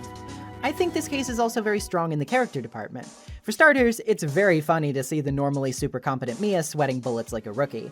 Getting a look at her inner monologue, where she's panicking and grasping at straws just as much as Phoenix does in the current day, feels like revealing a magician's trick. It's actually very charming to be able to instantly decipher the differences in her mannerisms and how she clearly evolved in her career going forward. And for the first time, I think Ace Attorney really manages to endear you to NezumiVA as an individual character here. Mia has certainly had her moments in the past 2 games, but she's largely a bit of a plot device, and she died so early into the first that we never really got to know her too well on an individual level. By contrast, seeing her at the start of her career here reminds us of the rookie Phoenix was when we started off, and does a simple but effective job showing us her perspective. By the end of this case, it actually becomes a bit more retrospectively heartbreaking to see her dead, when Phoenix brings it up again, as you become acutely aware of Mia's weight and presence in the lives of the people she helped, and how her loss would be felt by them. She's no longer simply an earpiece for game mechanics or a last-minute savior to give you some tips. She's a person, and that person is gone. Sucks to remember. I wish I could say more about Phoenix beyond he's funny, but really his contrast here is mostly for comedic effect. The brief glints of sincerity and seriousness where you see him absorbing Mia's ideals about trust are very resonant, but for the most part he's the butt monkey here. I will say though that it is a bit interesting for a guy whose character arc has largely hinged on the trust he has in his clients, and how his ability to trust in people is challenged again and again. His first big chronological hurdle as an adult is a huge breach of trust by someone he clearly cares about very much. It's easy to roll your eyes at Phoenix for being so devoted to Dahlia Hawthorne when you see how bad of a liar she is, but to be fair to the poor guy for a moment, I'm sure he did very sincerely believe in her, and to not only learn that she was trying to kill you, not only learn that she tried to frame you for another murder, but then have her publicly berate you and say she can't imagine someone ever trusting you because you ran your mouth. Yeah, I'd think that would have an effect on him, considering that Phoenix sort of makes a habit of suppressing his feelings in the future and keeps a lot pent up in private. I'd say those words certainly had a pointed impact indeed. Speaking of Dahlia Hawthorne, whoo, buddy! I'm gonna have a lot to say about her later down the line, and a lot of it is going to be surprisingly complicated, so I'll try to hold my tongue for now for the most part. As it stands in this case alone, however, I think she's a pretty decently handled antagonist. There's something just a bit more convincingly sweet about her when compared to other witnesses with aggressive personality shifts like April May or Eenie Meenie. She certainly doesn't come across as any more convincing instantly, but you can clearly tell there's some depth lurking behind the surface, and this is in no small part due to her mysterious link to Mia and the death of her supposed boyfriend, who we learn nothing about for the moment. It really begs the question of what's going on there and what exactly makes this girl tick. Even if she isn't particularly deep here, she invites plenty more speculation than most other villains of her ilk would manage to by this point, especially with as little screen time as she's had. And I definitely think that deserves some praise. Overall, I'd say Turnabout Memories is a very solid introduction to this game. It succeeds in explaining its mechanics without seeming overly redundant, it has a decent amount of challenge, it sets up its hooks, plot threads, and feature themes very expertly, and it even does some pretty good legwork recontextualizing and fleshing out characters we already knew and loved. As far as tutorials go, you can't get much better than this. But now it's time to leave behind the comfort of first cases and head into the wild west of mystery and suspense that is the main game, leading us back to the present, back into the perspective of one Phoenix Wright. Let's begin episode 2, The Stolen Turnabout. The time is 1 a.m.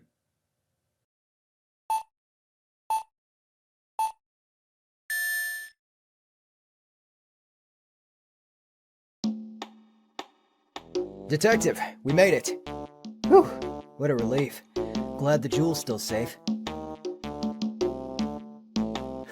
You said it, pal. Must have been our rock-solid security that scared him off. Would you mind opening the safe just to double check?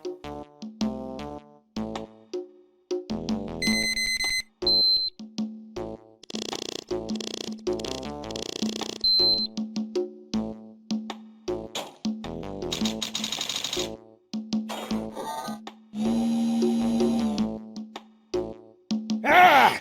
We've been had! Out front! Guards! Turn on the searchlights! Better luck next time, gentlemen!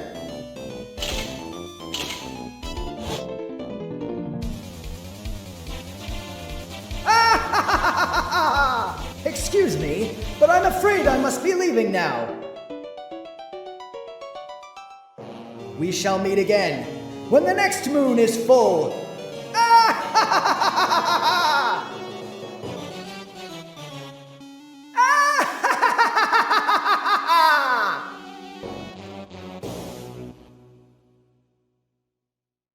We've certainly dealt with a lot of murder around these parts, haven't we? Ever wondered what Ace Attorney would be like if we were investigating a different crime? Like grand larceny, for example? As the name would imply, the stolen turnabout purports to be about just that. Bucking the formula to deliver us a case about a priceless treasure, an ace detective, and a flashily dressed phantom thief, who may or may not obviously take some cues from Detective Conan's Kaito Kid. Because what detective game series doesn't have its share of Detective Conan references, right? this case is, by my estimation, a big jumbled bag of surprises, subversions of formula, adherences to formula, and a cavalcade of unique characters who I have varied opinions on. I wouldn't easily crown this episode near the top of my tier list or anything, but it takes some risky swings, and for that I have to show my due respect by giving it the coverage it deserves, so let's get sneaky. Maya is certain that she and Pearl are about to hit the big time, and that's because the Sacred Urn of Karine Village, along with many other items of note, are set to be part of a treasure exhibition starting soon, which we've been invited to go see early. The event is going to be held at a place called Lordly Taylor, and though we can sightsee a bit to peek at some other key evidence that was featured back in Reunion and Turnabout, we want to go down to the basement warehouse. There, we'll find a familiar face, Adrian Andrews, returning from the last case of the second game. She's much more skittish and generally open about her personality nowadays, having taken to heart that she needed to grow from who she used to be. She seems much more at peace now, which is very sweet for returning players who were invested in her story. She quit being a manager after the Youngguard case, and now here she is. In the room, we can also spot a giant golden statue of the Karine Channeling Technique's founder, Ami Faye, holding the ceremonial sword, the Shichishito. All seems to be going well, but the next day, Maya's got some bad news. Renowned phantom thief Mask to Mask has stolen the Sacred Urn. Seems that we should try to figure out what's going on and track down this thief, huh? Gumshoe's down at the exhibition hall, and he tells us the case is being investigated by a self-proclaimed ace detective who's hanging out down in the basement warehouse. As for details about Damask himself, he tells us that the guy always sends calling cards ahead of time when he plans a heist, that the aforementioned ace detective has investigated all 4 of his previous heists, and that he actually managed to get the 4th treasure back from the thief. He also tells us the emblem on Damask's calling card is a secret to the public to avoid copycat criminals from cropping up. In the warehouse, we meet the ace detective himself, a fellow named Luke Atme who is a bit of a show-off, with the very strange catchphrase of Zavari. At least I think that's how you pronounce it. I don't know, I couldn't tell you for sure. Atme says he's been investigating Damask for a while, and even got this big jeweled ring on his finger as a reward for those efforts. He was called about 10 days before the calling card was even received by Lordly Taylor, in the hopes that he'd prepare a trap for the thief if he was to come for the exhibit. He says he did so the night of the theft, working alone and hidden from police and guards as he didn't want their help. He was apparently hiding so expertly that they never noticed him, but he says he never saw anyone come through despite the urn's ultimate disappearance. If we show him the calling card, he'll relinquish his vice grip on the scene and let us investigate, insisting we drop by his office later. On the floor, we can find a wooden box made to contain the urn by Maya. We can also find the Shichishito, which is damaged for some reason, and out of the statue's hand. The computer has security cam data, but all we can pull up are the records, which show it went off last night. Lastly, Pearl notices the statue of Ami is not where it was the previous day, and there appears to be a mess of Danganronpa blood, pink paint, where it was before. After we gather our clues, we get a call from Gumshoe telling us that Damask has actually been captured, or, well, he turned himself in, rather, and he's down at the detention center now, asking to speak to us. When we arrive, we meet Ron Delight, a high-strung chronic mumbler with a penchant for interrupting conversation and going back on his own words. He claims to be Mask to Mask, but apologizes profusely for apparently losing the sacred urn. He was advised to speak to us by who he calls Desi, who is in fact his wife, Desiree Delight. He tells us to go chat with her at his secret lair, which is more like his hideout, which is actually just his apartment. There we meet Desiree and, oh, hello, man. Alright, I'll get back on topic. Desiree is actually pretty convinced that Ron's just deluding himself about the whole Mask to Mask thing, thinking that he's just a huge fan of the thief who collects memorabilia and dresses up as him. She says he could never do what Damask does, however, since Ron really isn't a thrill seeker unlike herself. Desiree is a motorcycle rider who frequently puts the pedal to the metal and kicks it into the highest gear she can possibly manage. She also loves to shop and spend a lot of money, which seems to work out perfectly because Ron makes a boatload of it as a security guard. Wait, really? He makes a ton of money as a security guard? As we leave, she requests we give him a letter from her, which we do. Upon reading it, Ron takes up his wife's advice and asks us to take his case. Phoenix agrees to do so, thinking something is up that he needs to get to the bottom of, but Pearl is heartbroken at the notion that he'd help somebody who stole something important to Maya and runs off to the office. This gives us an excuse to give chase, and while she's awkwardly avoiding Phoenix out of guilt for screaming at him, we can get a few more backstory details about her from Maya. Most of it is a recap of stuff we've already heard about her and her mother, Morgan Fay, from the last game, but there is a bit more nuance introduced here as well. Maya says Pearl's father left her and her mother some time ago, and apparently she's been surrounded by dysfunctional marriages in Karine Village all her life. Pearl's fairy tale notions of love, and the reason she so frequently mistakes Phoenix and Maya's dynamic for it, is because she's seeking some kind of healthy example of it after all the things she's experienced. And I think this is actually pretty sad. I've never been a huge fan of this gag, even though it doesn't really bother me too much, but contextualizing it like this does lend it a bit more of a believable reason for Pearl to be so hung up on it.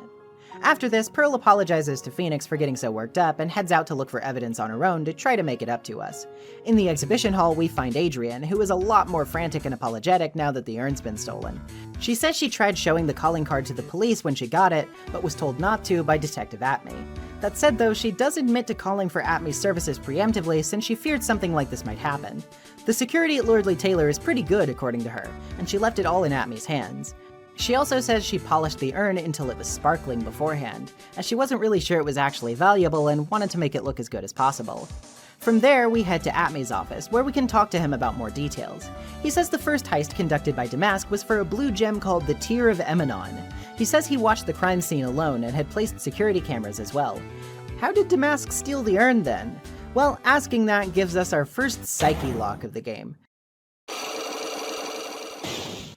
For those who don't remember, psyche locks were a mechanic introduced back in Justice for All, a mental construct that signifies when someone is hiding something from you, deep within their hearts. Because of Maya's spiritually charged Magatama, we can see these and break them when we confront someone with evidence, thus figuring out the truth. Usually you have to gather the right evidence before you can tackle psyche locks, but in this instance, we've already got what we need. Phoenix accuses Atmey of not seeing Damask and provides the security camera data as proof. Since it went off once, he must not have been watching, which means he could have been unconscious. As for the proof, the dented Shichishito found at the scene would imply that somebody got clocked pretty hard, maybe by the thief. Atmey admits he was knocked out while watching the scene while his back was turned. That said, he does give us some important evidence afterward, a security camera photo of Mask Damask himself, toting the sacred urn under his arm. Atmey tells us he suspects Ron has a motive for doing all of this, and tells us to look for a green envelope in his apartment. Doing so, we find what appears to be a blackmail letter, telling Ron that if he doesn't want his true identity revealed to the world, that he should come to KB Security at 1 a.m. on October 12th, with $50,000. It further threatens that if he doesn't, the letter's author will take, quote, that red diamond you received the other day instead. We've got other problems to deal with too, though, namely the reintroduction of one Larry Buds. Yep, we haven't seen him since Turnabout Goodbyes, but here he is to cause trouble again, having evidently been trying to flirt with Desiree while her husband is in jail. Like, dude, come on. After some incel rambling about not trusting women anymore, Larry tells us that he was here to return Ron's wallet, which he found at 1 a.m. at KB Security, where he works part-time. He also says Ron works there too, and that the keycard in the wallet is for the CEO's office, which leaves a record of whenever it's used and by whom. From this apartment, Larry says it's about a 30-minute drive to KB, which means a round trip would take about an hour, meaning that if Ron were there at the time of the theft, he wouldn't have had time to steal the sacred urn. Before we can piece together just what this might mean for the case, Pearl calls saying that she got lost and is at Atmy's office. Heading there, we see a big bag on the table that wasn't there before. Maya pressures us to take a look inside, and Phoenix does reach in but can't pull out whatever's there before Atmy busts back in, only allowing him to get a feel for it. Atmy tells us that he'll be a witness at tomorrow's trial and that we'll be facing the best prosecutor in the country, an enigmatic man named Godot. Thus ends the first investigation day. Well, this is certainly a shakeup from our usual. I have sort of mixed feelings about it so far, so let's start with the negatives so I can get my yammering out of the way first, shall we? For starters, this case has a bit of a strange relationship with continuity so far. Early on, we get a glimpse of the Sacred Urn's advertisement flyer for the exhibit, showing it in its broken state from Reunion and Turnabout. Obviously, if you recall the second game, the reason it looks all cracked and says I am on it is because Pearl accidentally broke it and put it back together wrong. Maya seems not to know why the urn looks different, to which Phoenix and Pearl share a knowing glance about the incident, but don't say anything more. Now, forgive me if I'm missing something here, but there's really no way that Maya shouldn't know why the urn is broken. Pearl breaking the urn and putting it back together was a huge part of the trial in that case, and was used as a part of the argument to prove Maya's innocence. Maya herself was absolutely present for the trial, as she laments learning about Morgan's betrayal of her during it, so why exactly does she suddenly have amnesia about this plot point? It's not the biggest deal in the world, but it's the sort of thing that does create a bit of a disconnect for me immersion-wise. Also, the character assassination of Larry really does become more apparent here.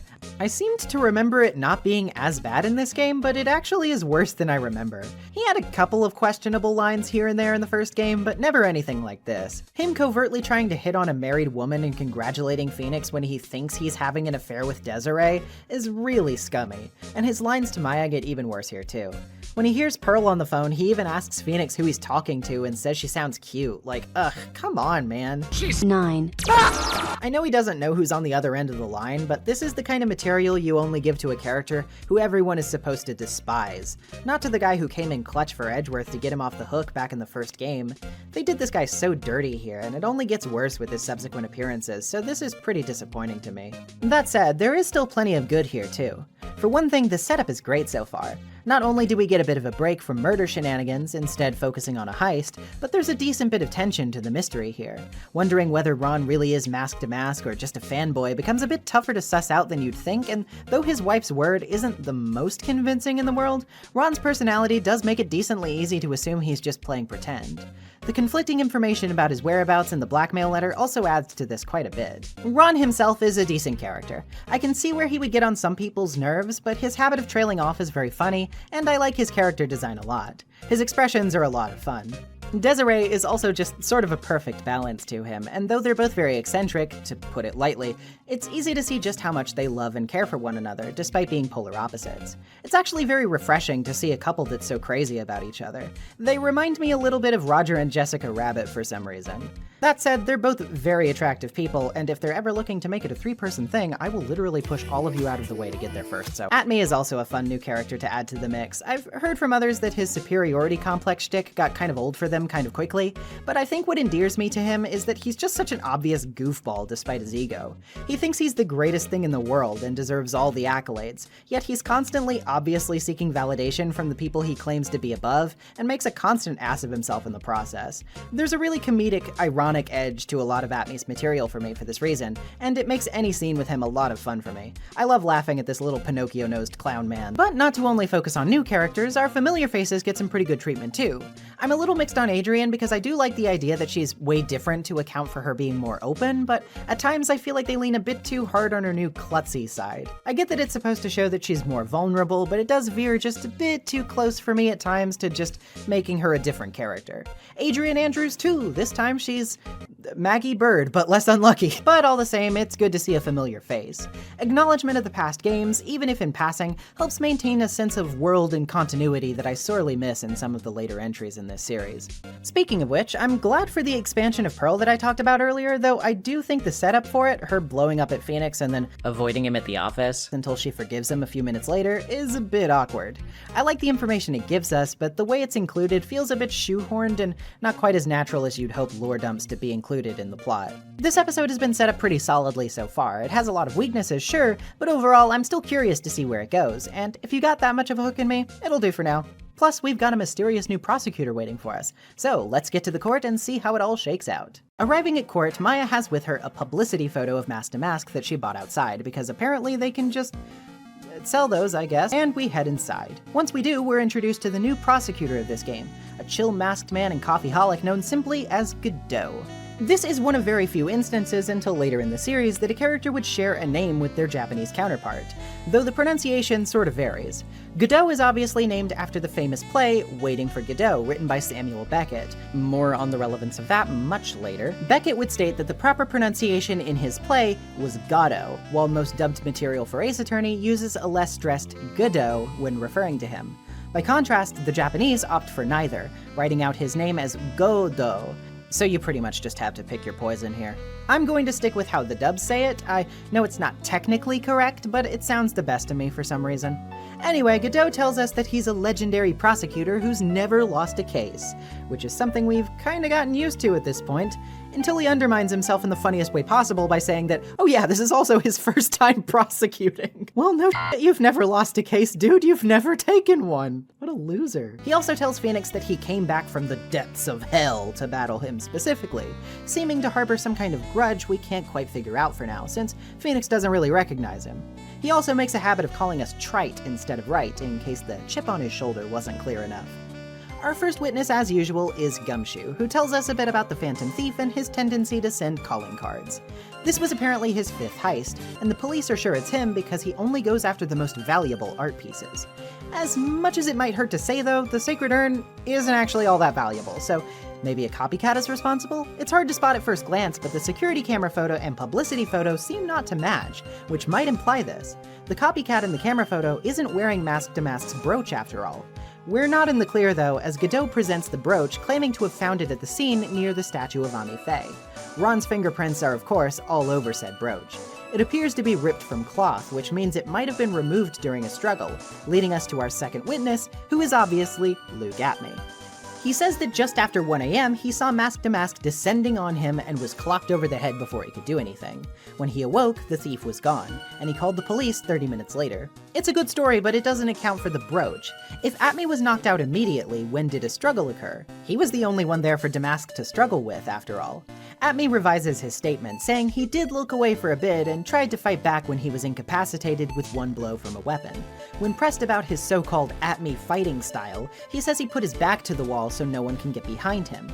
But hang on a second. Yesterday he said he was struck from behind by the Shichishito, so which is it?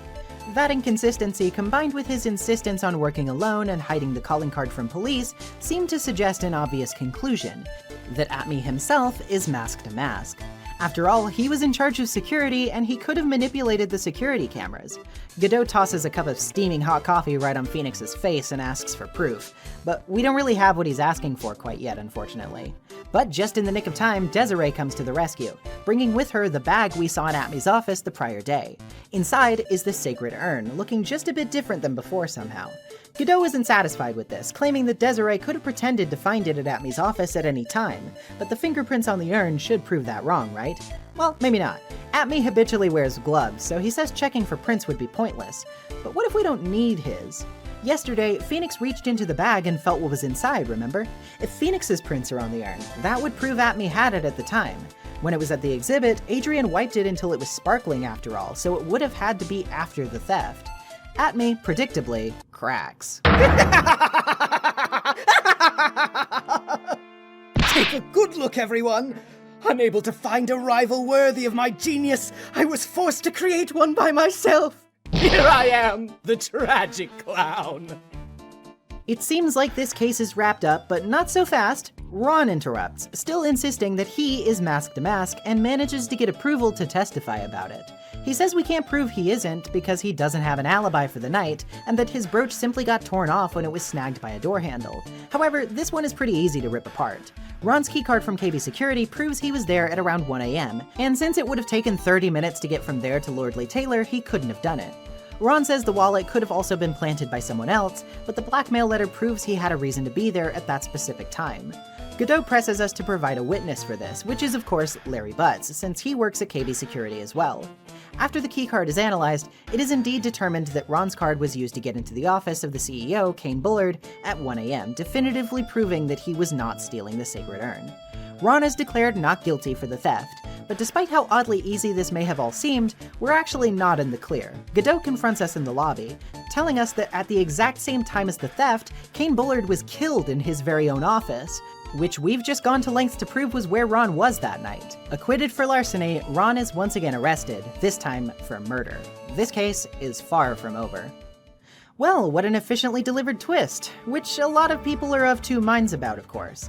Let's get there in a second, though. First, let's talk about the rest of the trial that comes before this. First of all, I think Godot's introduction is honestly a little underwhelming. Funniness aside, the undefeated prosecutor shtick has really gotten kind of old hat in my book. I certainly think Godot's more laid-back demeanor and penchant for strange metaphors immediately sets him apart from other prosecutors in the series, but I feel like this introductory trial is a little rough for him, and that it doesn't give him that much to do to really make a huge impression, until maybe the end anyway. I don't think he really comes into his own as a character quite yet here, and I think that can make him a little less immediately compelling than Edgeworth or Franziska were upon their introductions, especially considering their immediate display of their more tricky methods, like the updated autopsy report or the hidden detention center photo. This isn't to say he doesn't get way better, but I think it's a bit of a weak showing to start us off, which I think may run the risk of making some players feel the formula fatigue. Speaking of formula fatigue, yeah, I think a lot of people will be a bit bummed out by this trial's pivot.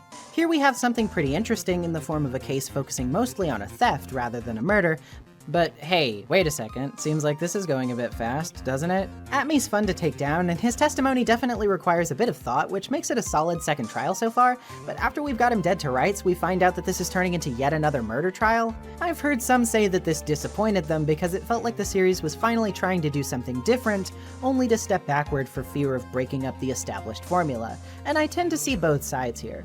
On one hand, leading with a different crime and then catching us off guard by revealing that we've accidentally implicated our own client for another one is very fun. I think it definitely racks up the tension and keeps the case feeling a bit more dynamic because we're effectively investigating two incidents in one, which lets each part of it feel a bit more diverse. On the other hand, this is also going to have its disadvantages going forward too, and I can see why this would take the wind out of people's sails if they were really excited about the prospect of Ace Attorney trying something new for a change. Overall, it rides the line. It has a lot to love, but its flaws aren't exactly difficult to see either. The quality of this case from here on out sort of hinges on how it delivers with the rest of the time it has left, so let's head into the second half with gusto. Back at Ron's apartment, Desiree tells us a bit more about her relationship with him. She says it was love at first sight, as Ron saved her life from a couple of robbers who held her hostage once, surprisingly enough. She says she went by Atmy's office during the trial because she had a bad feeling about him, and she doesn't seem to know that Ron quit his job at KB Security yet, even though it's been a while. So let's give KB Security a visit, shall we? There we find Gumshoe, who gives us a few details about the killing. He says the victim, Kane Bullard, was discovered at 9 a.m. but died around 1 on October 12th due to blunt force trauma. His body was discovered stuffed inside of his vase. His safe. How'd you screw that one up, girl? God. Which fell out when it was opened. Ugh, makes me feel cramped just thinking about it. He also tells us that he's worried about Atmy's prior investigations, having done some digging, and found a newspaper clipping about the first heist, the Tear of Emanon case. In it, we can see a security guard in the background who looks vaguely familiar. As for what kind of guy Bullard was, well, we're only gonna really learn these little tidbits about him since he's already dead. That being that he was trading secrets with rival companies and would often use money, bribes, and other under-the-table means to do so. They started losing money when they kept failing to catch Damask, which might explain Ron's blackmailing.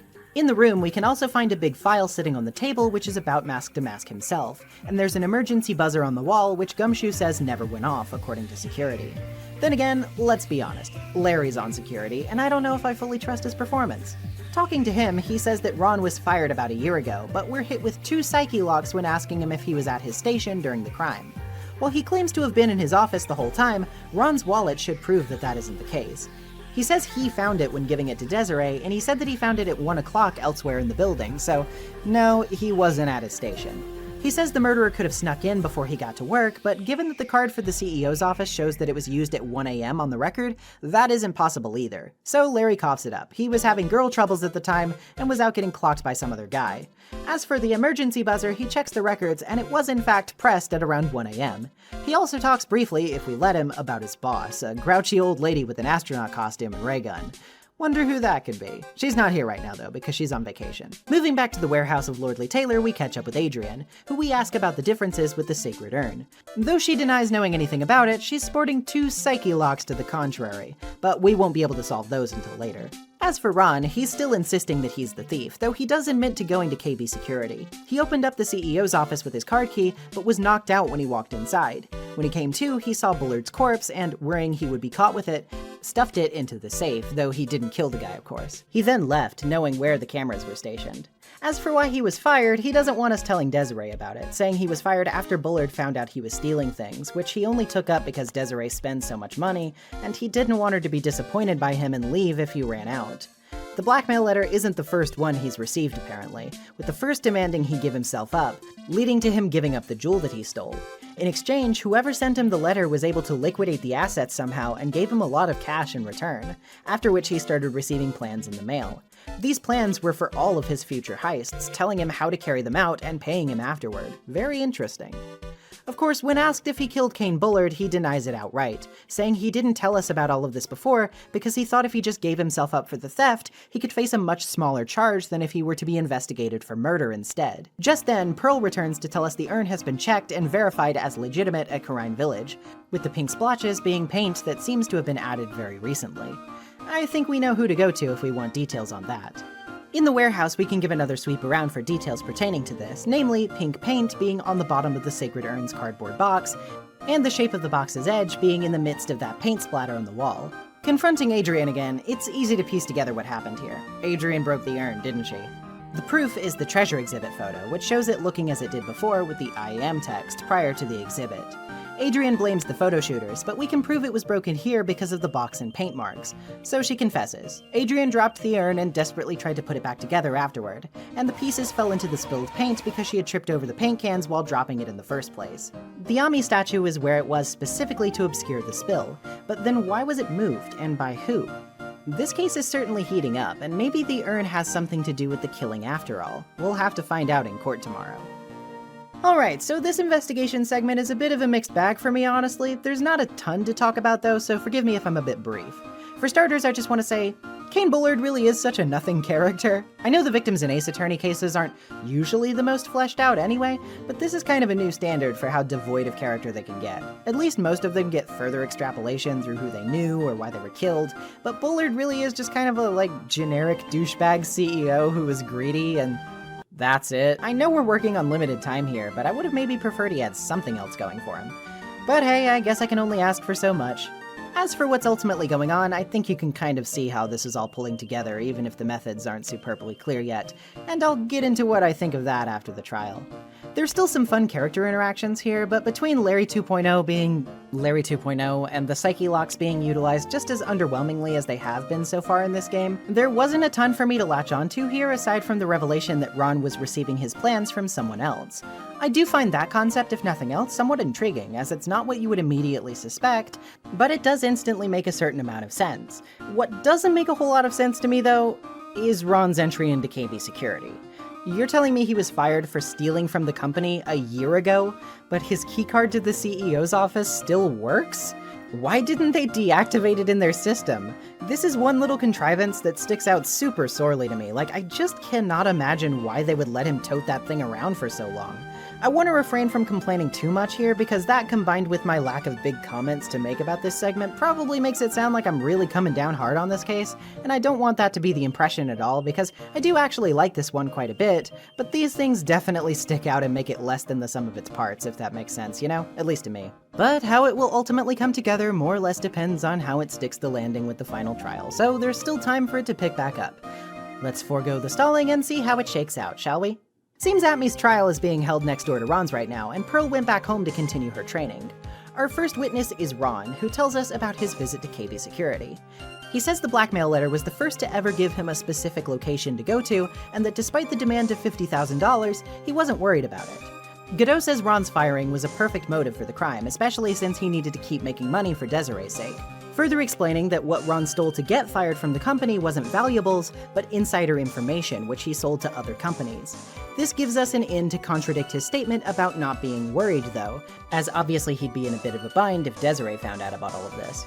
This leads us to another testimony, where Ron tries to explain his actions at the office. He says he saw a suspicious shadow entering the room and was knocked out afterward.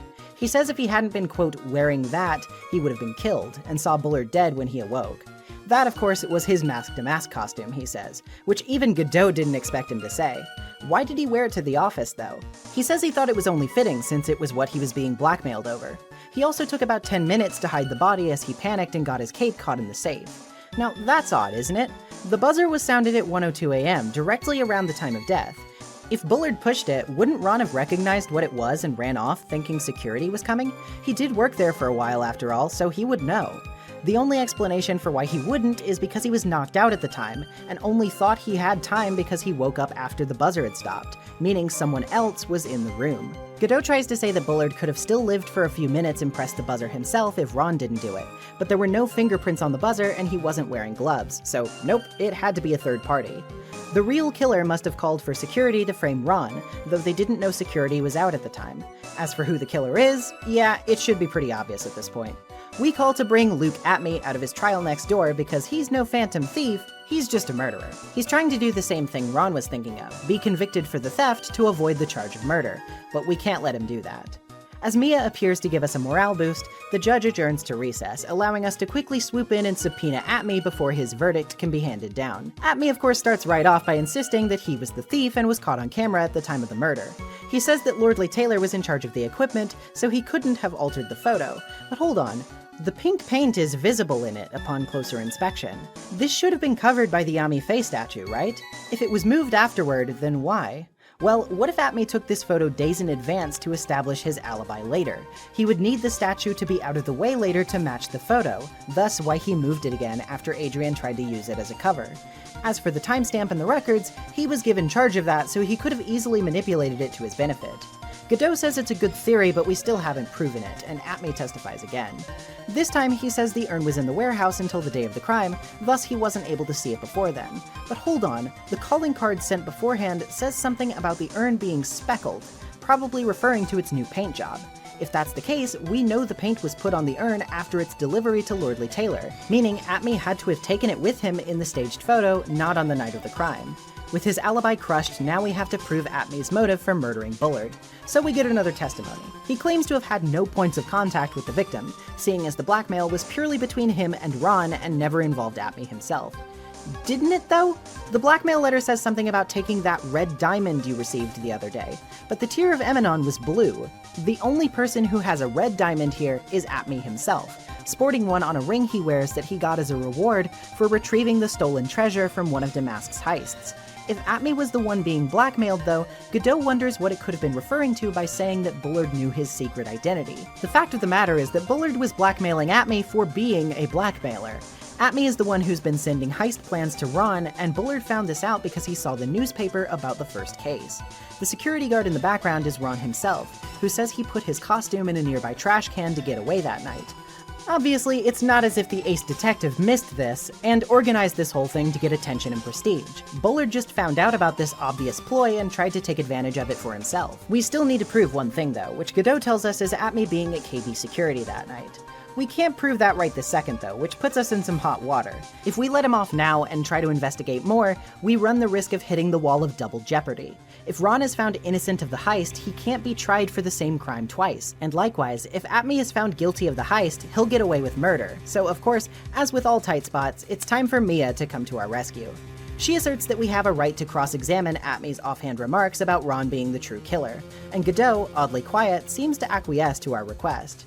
For his final testimony, Atmey says he was not at Lordly Taylor, but that he was taking another job request. He says he prepared the photo ahead of time and was able to deduce Ron was the culprit of the murder thanks to his lost wallet and the buzzer having no fingerprints on it, meaning it was pressed by someone wearing gloves. Ergo, Ron in his Damask outfit. He then caps it off by saying Bullard probably just remembered the color of the jewel wrong and that it was never he who received the blackmail letter.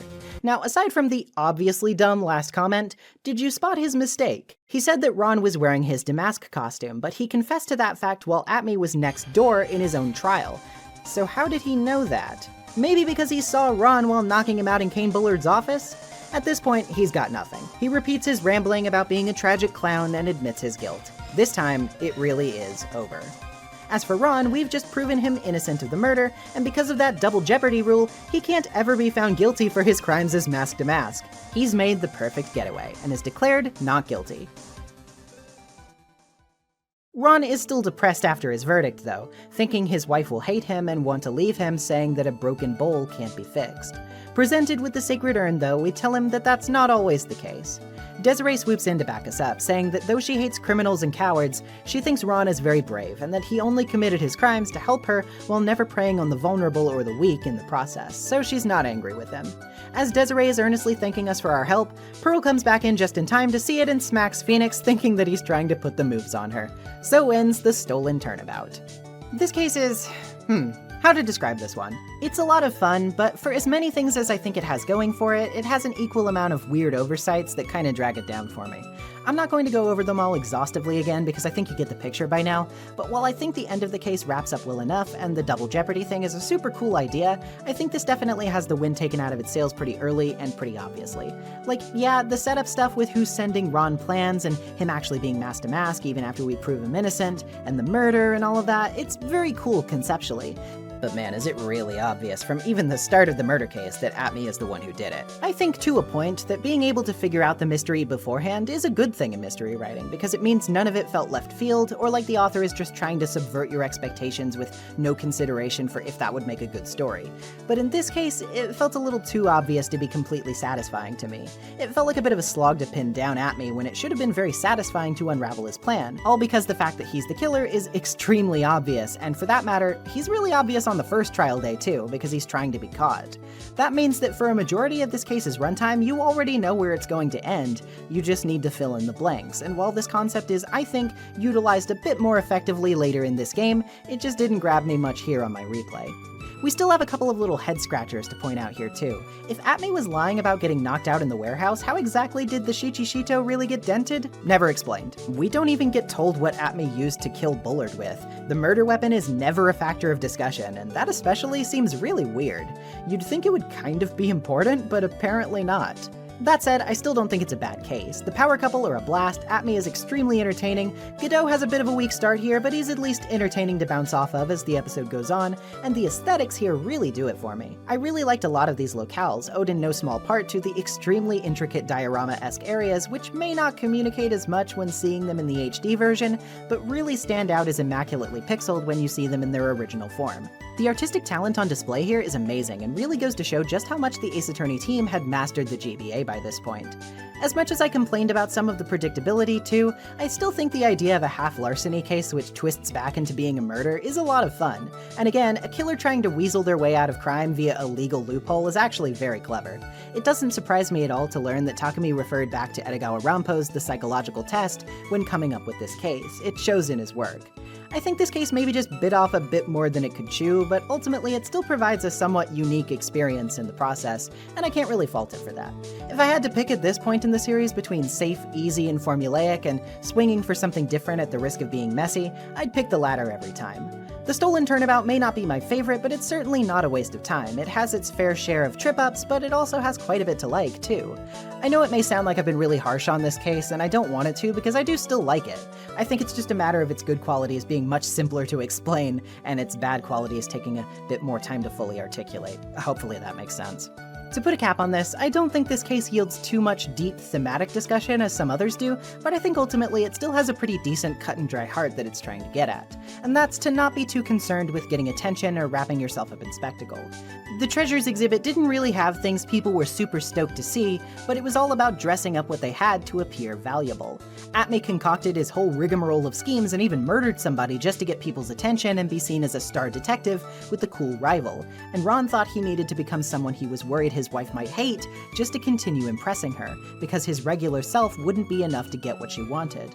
Ultimately, the guy who endlessly pursued this need for attention, Atmey, is brought down and exposed as the common fraud he is, deprived of the attention he so desperately wants, and Ron, who does the hard thing of admitting his faults to his wife, is rewarded for his honesty when she tells him that she's loved him for who he is the whole time, warts and all. I think maybe talking about those spending habits might do them some good in the future, but baby steps, I suppose. I wouldn't call this case mid, but I wouldn't call it a masterpiece. It does its job, and for a second case, I think that will do.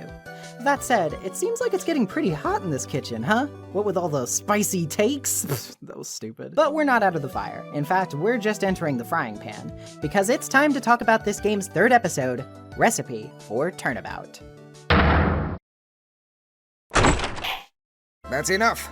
This court sees no reason to further prolong the trial. This case is extremely clear. I see no room for misinterpretation of the facts. It wasn't me! I swear it wasn't me! The evidence and testimony we have seen and heard are conclusive. The victim was alone at his table when he drank from that poisoned cup of coffee. No, you're wrong! I know what I saw! I saw... I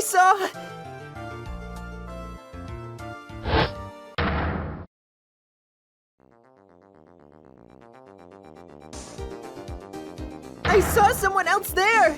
A man! He's the real killer!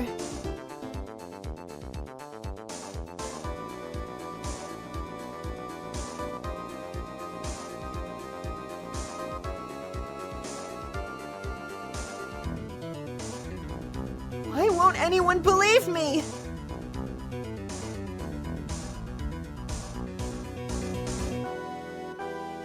Well, I'd say that pretty much wraps this case up. Wouldn't you, Mr. Wright? This court finds the defendant.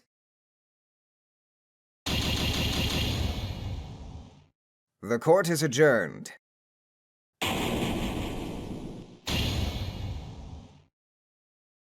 Whoa, what? Phoenix just lost a case? And against Pain of all people? I mean, come on. Obviously something weird's going on in this kitchen. Stop! Don't let them cook! Recipe for Turnabout is, an interesting case to put it mildly. As I said before, originally this was planned to be part of the second game, Justice for All, but was cut from the game during production due to there not being enough memory on the GBA to make it work. Now with a more experienced team able to utilize all the little tricks they've picked up along the way, it got reincorporated back into this game instead. The result is actually somewhat seamless for the most part. There are a lot of little things that I think make it kind of obvious that this case is a Justice for All case, and I'll be pointing them out as we go, but at the same time, for just as many other reasons, it works surprisingly well as a Trials and Tribulations case. So well sometimes that you'd be forgiven for forgetting it was ever supposed to be in the previous game. This case is quite a lot of fun, despite having plenty of flaws of its own. I think it mostly succeeds at what this game has been getting exceptionally right so far, which is pushing the aesthetics and characters of the Ace Attorney world to their absolute creative limit, and creating fun twists on the typical formula that keep things feeling a bit more fresh. Speaking of fun twists for the typical formula, you know how I've been doing little voice-acted segments in all of these videos where I voice all of the characters? Well, I've got a little surprise in store for you during this case regarding that, so stay tuned. Anyway, enough about all that. What's this about a guilty verdict? We've got to get the scoop. Yet another new year has come and gone, but Gumshoe is here, and he's not very happy with us. He shows us a magazine article about Phoenix apparently getting trounced in some kind of poisoning case, where his client was declared guilty, but Phoenix recalls no such case. Between this and the description of his childishly amateur performance, it seems clear that we have a copycat prowling around, who Maya hilariously refers to as Zin-Iya? How do you pronounce that? Anyway, but for what reason? Well, maybe we should go and meet with the unlucky client to see if we can't get some kind of retrial in order. And who else would that unlucky client be but Maggie Bird? Yep, she's the one who landed herself a phony Phoenix and a real jail sentence. Oops. She's initially not too happy with this, but she'll still tell us the details. After quitting her job as a policewoman and becoming a waitress at a French restaurant, she was hoping her life would turn around. But last month, while working at said restaurant, Trade Yen, she saw two men at a table, with one slipping poison into the other's cup. When the victim drank from it, he died instantly, and Maggie fainted, after which she was arrested for the ordeal. What? No, we didn't do anything. That's exactly right. The law requires you to help or assist anyone in danger as long as it's reasonable to do so. Apparently, nobody else who testified said that they saw the second man at the table, and some poison was planted in her apron while she was out, making her look even more suspicious. All she remembers about the victim was that he was wearing an earpiece and had a CD with him that had MC something written on it, something that she can't quite recall. As for the killer, she says he was well-built and muscular. Ooh.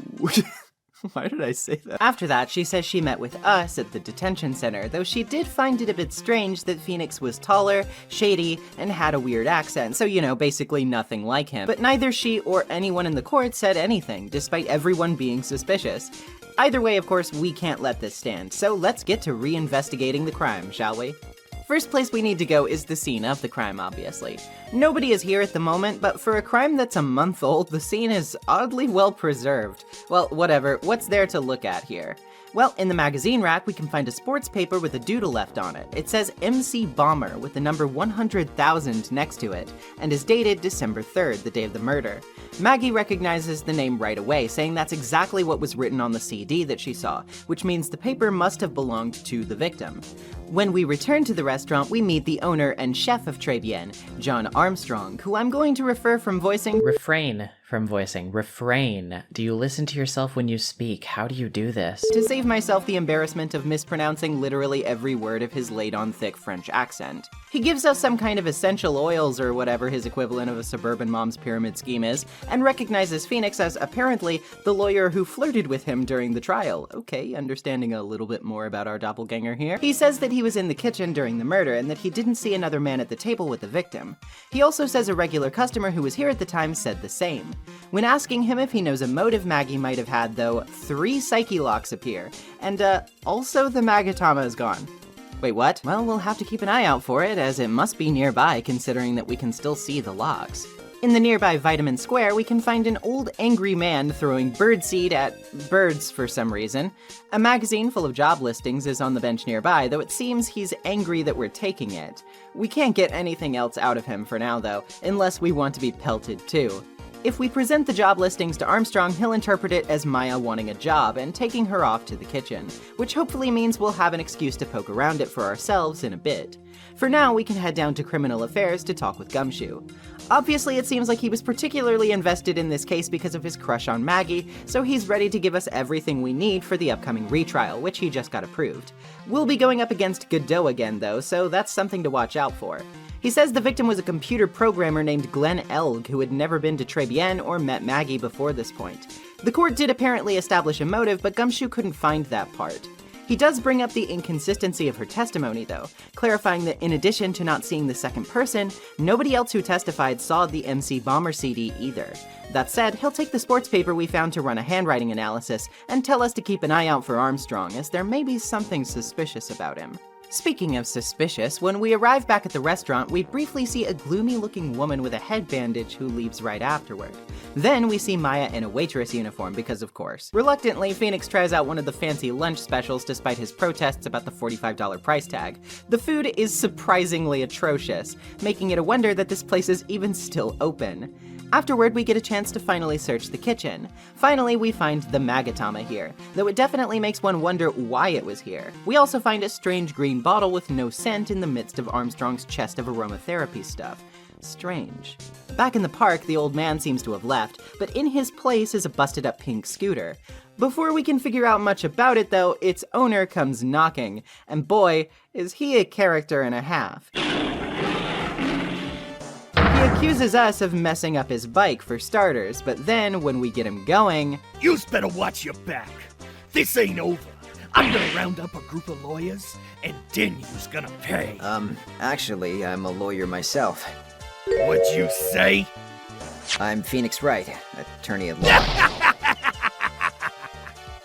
Phoenix Wright? You saying you Phoenix Wright? Yeah, I am. So you a wise guy too, huh? 'Cause I'm Phoenix Wright, the one and only. What? Out of my way. I gotta cruise. So obviously that was the imposter, which is hilarious because not only does he act nothing like Phoenix, as he points out, but also, I'm sorry, just imagine for a second that you were trying to steal a man's identity. Now, not only is it really funny to not instantly recognize the man you are impersonating, but it is equally funny, if not funnier, to be confronted by this man and say, "No, I'm you," and then leave. I love this guy already, whoever he is.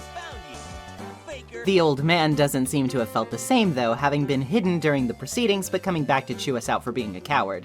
This time he'll finally talk a bit, but he mostly just complains about the revealing outfits that the waitresses wear when we ask him about Très Bien. If we ask him why he keeps going back if he hates it so much though, we get 3 psyche locks. Okay. Well, while we wait him out, we can at least get some good news from Gumshoe. Handwriting analysis on the paper proves it was written by the victim, Glenn Elg himself. He also says he's sure he heard the name MC Bomber somewhere before. We can show him the small bottle too, and he'll also take that off our hands for analysis. He's not leaving us with nothing else though, telling us he did some digging on Armstrong and found out that the chef is $500,000 in the red due to a loan contract. Yeesh, that's certainly something to keep in mind, especially if his restaurant isn't doing so hot. Now then, let's get some of these psyche locks broken, shall we? Let's start with the old man. He starts off by insisting that he regulars Très Bien for the food, but it's terrible and overpriced, so why would he? He says he's very rich, so the price isn't an issue, but considering he was reading a magazine of job listings earlier, I'd say that's pretty suspect. So he pivots to saying he likes the free papers at Très Bien, but having looked at the rack earlier, we can confirm that they don't have such things, and the sports paper was something the victim brought there himself. As for why the old man's really there, it's because of those immodest waitress uniforms he claims to hate so much. He's just kind of an old lech who has a thing for waitresses, and we found out all of this about him before even getting his name, which he tells us now is Victor Kudo. Could have led with that instead of your fetishes, but you know, what do I know? The next bit is honestly a bit cringy, so to get the guy to open up and say more, Phoenix pulls Maya over hoping that the old man will want to talk if he gets to see a girl in uniform, which, ugh. And why aren't you in uniform? For what little it's worth, he brushes Maya off because she's so young, which is about the lowest bar you could possibly clear, but then Maya channels Mia to wear the uniform instead, which gets him talking. I get that this is supposed to be a gag at Kudo's expense, but it feels a wee bit gross to be like, haha, the joke is objectifying women, yay, how silly and zany, you know? Like, at no point are Maya or Mia really consulted about this, they're just kind of thrown into it against their will, as if they'd be totally cool with being ogled by an old weirdo just so Phoenix can get some info. It's just kind of gross overall, I really do not like this scene. Anyway, Kudo tells us he saw the waitress give a drink to the victim, which he drank from, and died immediately after. Again, no other person at the table. He tells us Armstrong is an ex-con who had been caught stealing things from his customers and was even arrested for it once. Huh. Okay, that makes a certain disappearing Magatama make a bit more sense. This gives us the opportunity to finally break Armstrong's psyche locks and talk about Maggie's motive.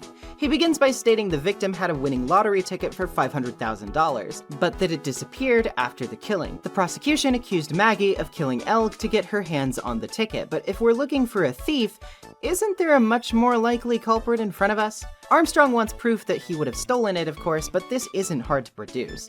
Not only has he been previously arrested for stealing things from customers, but he also stole our Magatama as a recent example that this hasn't stopped. Furthermore, his loan contract gives him plenty of reason to want to settle some money issues quickly. With the locks broken, he admits that he saw Glenn listening to a lottery program on the radio at his table, and standing and shouting in victory when he found out that he won. Armstrong took a bunch of tickets after the victim died and swears he didn't kill the guy either. Before he can say much more though, Godot busts in, clarifying that the ones he took didn't have the winning ticket among them, but leaves when Phoenix asks where the real one ended up. We have a lot to piece together, but we can only start doing that in court tomorrow. So yeah, much to discuss here. Let's start off with some of the basics. So aside from featuring the return of Maggie Bird, there are a couple of things that make me a bit more aware that this seems like a Justice for All case. For starters, there's one confirmed by Takumi himself. A single one of the pigeons in Vitamin Square appears to look differently. Well, this is actually because it's a dove, which was supposed to make players wonder if it had escaped from Max Galactica, the magician from Turnabout Big Top. Hey, at least somebody escaped from Max, you know? I also just think the initial conceit of this case fits surprisingly well with Phoenix's character arc from that game, though. Assuming this would have been the fourth case after Big Top and before Farewell My Turnabout, this would be the final build-up to Phoenix realizing that not only is his client not always innocent, but that he too has become somewhat obsessed with victory in the way he derides prosecutors for. By contrast, here we have a defendant we've already proven innocent once being wrongfully imprisoned, which bolsters our need to double down on the form former belief, but it's also a challenge toward Phoenix's reputation. Beyond just wanting to prove Maggie innocent, you're also incentivized to rebuild Phoenix's image after this loss he's stained with by his phony that makes him look amateurish and unreliable to the general public, and he's ragged on in the papers for it. I imagine this would have gone even farther to put us as players in a position where we identified with Phoenix's need to win and keep his winning streak going, which I imagine would have added even more to Phoenix's arc later on when he realizes that the truth is more important than victory.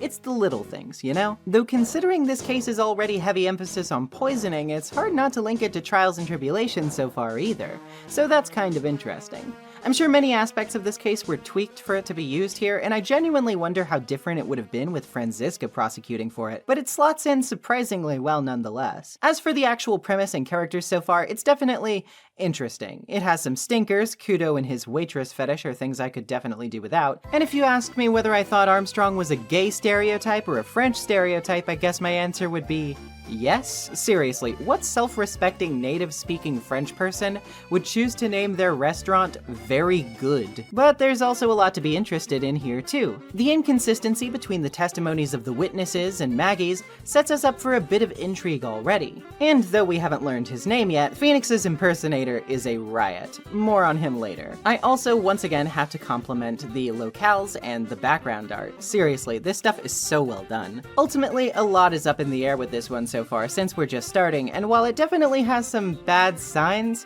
it also has some pretty good ones to balance it out, so it could go anywhere. The only way to find out where it does go, though, is by marching on ahead, so let's do that, shall we? To start things off, the judge pretty much confirms our suspicions about who our phony is, by clarifying that our entire opening statement last time was, "You's talking to me?" But thankfully, Phoenix is able to mostly convince him that that wasn't him and get things properly underway. The first witness is, of course, Gumshoe, with the facts. The victim was Glenn Elg, a professional programmer working for a local computer company, Blue Screens Incorporated. Remind me not to ask them for advice. We get an autopsy and some floor plans, and are shown where he was sitting. He apparently got some coffee from the waitress, took a sip, and died immediately. And poison was found in the coffee. At the time, the only other people in the restaurant were Jean Armstrong, the chef, and a regular Victor Kudo. We begin by pressing about Maggie's claims that she saw another person at the table, and Godot interjects predictably by telling us no one else backed her up on this. Pressing further gets us a crime scene photo from near the kitchen entrance, which further establishes this. Asking about the traces of poison, Gumshoe says it was a powder, and Godot shows us proof that the victim drank from it by producing the cup in question and showing a coffee stain from where he drank.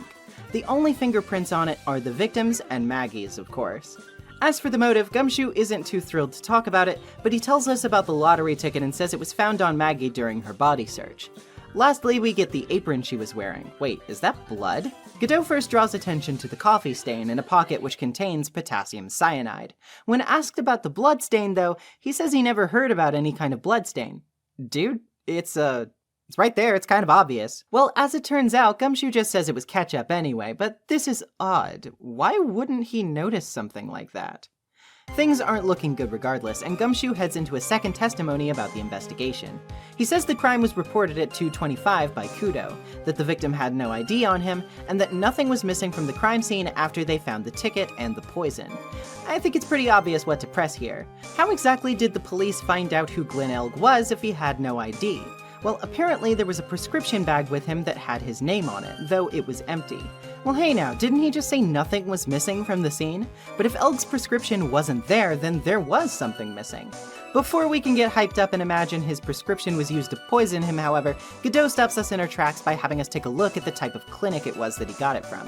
It was an ear clinic, because the guy had ruptured his eardrum the day prior, and so the prescription was a topical ointment to be placed in his ear, not something to be ingested. The autopsy found traces of said ointment on his ear, so that answers that. Dang. That said, Godot still got nothing when we pushed the topic of where the prescription disappeared to.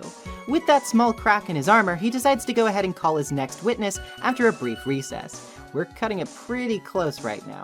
Maggie is not really happy about how all of that just went, feeling betrayed by Gumshoe, who she thinks didn't even try to stand up for her, and who she says she hates now.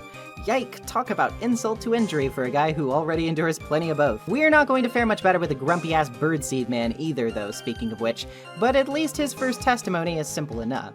He says he saw Elg reading a sports paper, after which the waitress brought him a drink, but put something in it.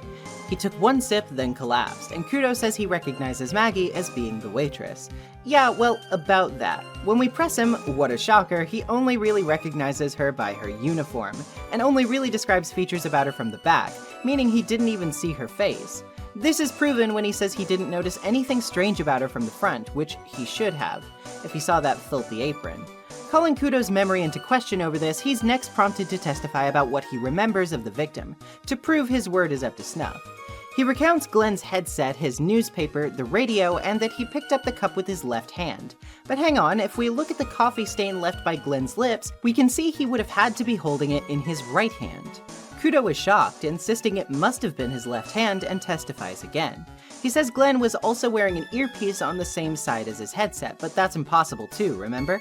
His eardrum was ruptured on that side. There's no way he should have been wearing an earpiece on it because he wouldn't have been able to hear anything.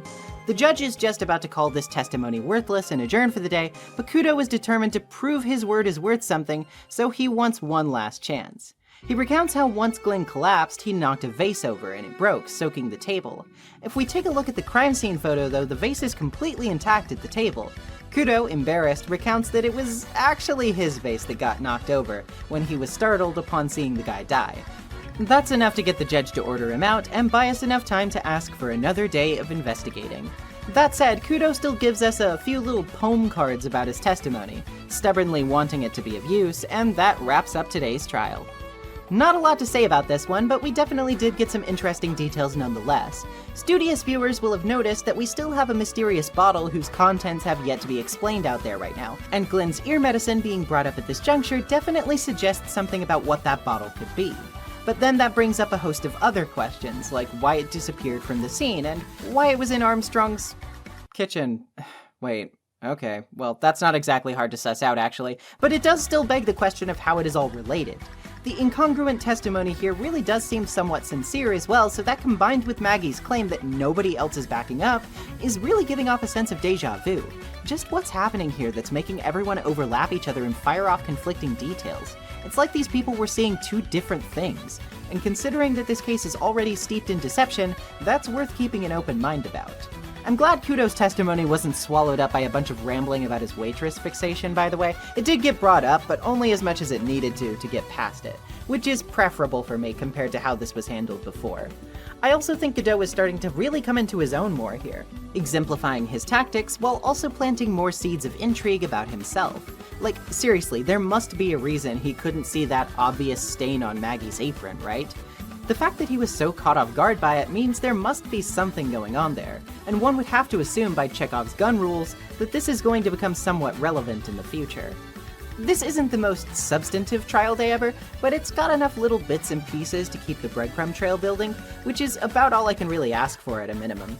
It might feel a bit padded, but it ultimately means we're inching closer to the interesting stuff, as is typical with cases that are sort of backloaded like this. Let's continue, shall we? We start back up at Trevian for the day, coming across Gumshoe listening to a radio. He's pretty depressed when we tell him about how Maggie's not happy with him, and he guards his secrets with a psyche lock when we ask him what he was listening to on the radio. We don't even need to go looking to solve this though, as obviously he was listening to the lottery program, which he readily admits. The program runs weekly at 1:30 p.m. according to him, and he also gives us directions to Glenn's workplace. There we meet Lisa Basil, a very blue woman who also wears a Dragon Ball Z scouter on her face. She tells us a bit about the company and permits us to search Glenn's desk for anything we might need for the investigation. There we find a mess of losing horse race tickets, and a calendar that has December 3rd marked as a meeting with, quote, the Tiger. Wonder what that could be about. If we ask Lisa about Glenn, she'll say he had some troubles, but asking for a follow-up gets us 3 psyche locks. Fun times for all. As far as suspicious things go, that's not the end either. Armstrong is talking to that girl with the black hair we saw yesterday, and she seems to be threatening him to keep quiet about something.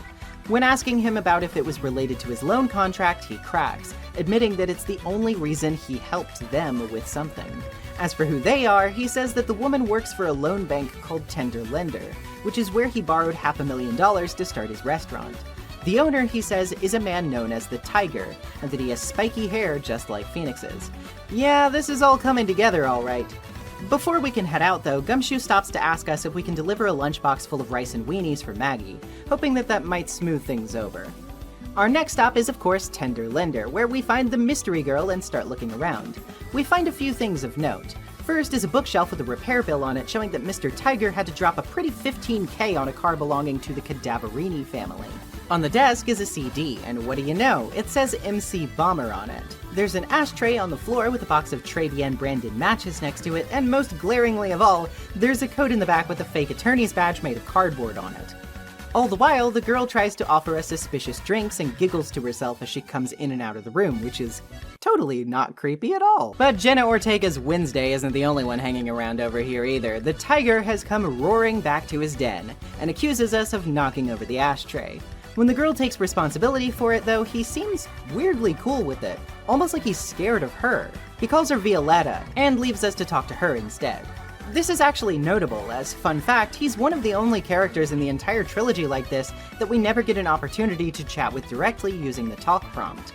Anyway, she tells us that Tender Lender is a simple bank business where you can loan and repay money through a contract. Yeah, like how a stabbing is just a simple blood donation business, I guess. She also denies knowledge of Glen Elg's death, but does tell us a name for our imposter, Furio Tigre. According to her, she and Tigre are lovers, and he even saved her life once. She claims to have died 4 months prior, but says that Tigre gave up everything he had to save her. When asking if this has anything to do with her head bandage, we get 4 psyche locks. We'll have to come back to this little thread later on, it seems. Kudo is back at the park, and he's still sticking to his story. He does tell us that he was gone for a bit after the murder for about 5 minutes though, as he had to rush out to find a phone and call the police. As for why he didn't testify about this, well, we kinda ran him out of court before he had the chance to, now didn't we? When we go to ask Armstrong about this though, he's not around. Even though the restaurant is open, seems like he's avoiding us. One person who can't avoid us, though, is Maggie, who's still down at detention. She says she remembers another customer being present besides Kudo, which was a creepy, cackling woman. That sounds familiar. Presenting her with Gumshoe's lunchbox, though, she won't take it, and she lets Maya eat it instead. And, well, you know Maya will happily eat that up. Gumshoe is too busy to worry about weenies, though. Apparently, everyone at Criminal Affairs is scrambling to get a computer virus under control. The virus's name? MC Bomber. That's what it was? He says it was probably put together by some kind of genius and that underworld criminals use computer viruses as threats all the time. Asking him about Violetta, he tells us her real name is Viola Cadaverini of the Cadaverini crime family, headed by Patriarch Bruto, a powerful bunch too influential for the police to stop. They apparently control everything in the black market with their riches, and Bruto loves Viola, considering that she's his granddaughter. As for how she wound up at that loan office, that's anyone's guess. Seeing that we no longer have his lunchbox, he also gives us a bigger one on the assumption that Maggie ate the first. Now we finally have enough to start breaking some locks, starting with Lisa's. We present the horse race and lottery tickets to prove Glenn's problem was related to gambling, and his lack of money. He had a stroke of luck when he won $500,000, of course, but he was entangled with Tigre, which was a problem in and of itself. The calendar is proof that they knew each other, of course. She admits that he had a $100,000 debt to Tigre, but if he couldn't pay it, then what was his plan? Well, maybe he could make something valuable to sell. Something like that computer virus being unleashed on the police right now? That tears Lisa apart, and she admits that Glenn was taking on extra work by developing MC Bomber, hopefully to repay his debt with. December 3rd was his deadline for doing so let's get back to Tender Lender to follow up, shall we? Now it's Viola's turn. We begin with the repair bill to prove that she was in some sort of car accident and that it involved her family. She admits she was driving one of the family's cars and ran into someone driving a motorbike. Taking a blow to the head, she was almost killed, but she claims not to know who she hit. Unfortunately, it's pretty obvious that she hit Tigre. After all, his scooter is busted, right? She seems to have already suspected this, but there's still something she doesn't want to admit to herself. Why Tigre paid for the bill. She said earlier that it's because he loved her, but did he really? Wasn't he just trying to save his hide from the Cadaverini family? Willing to do anything in his power to make this all go away?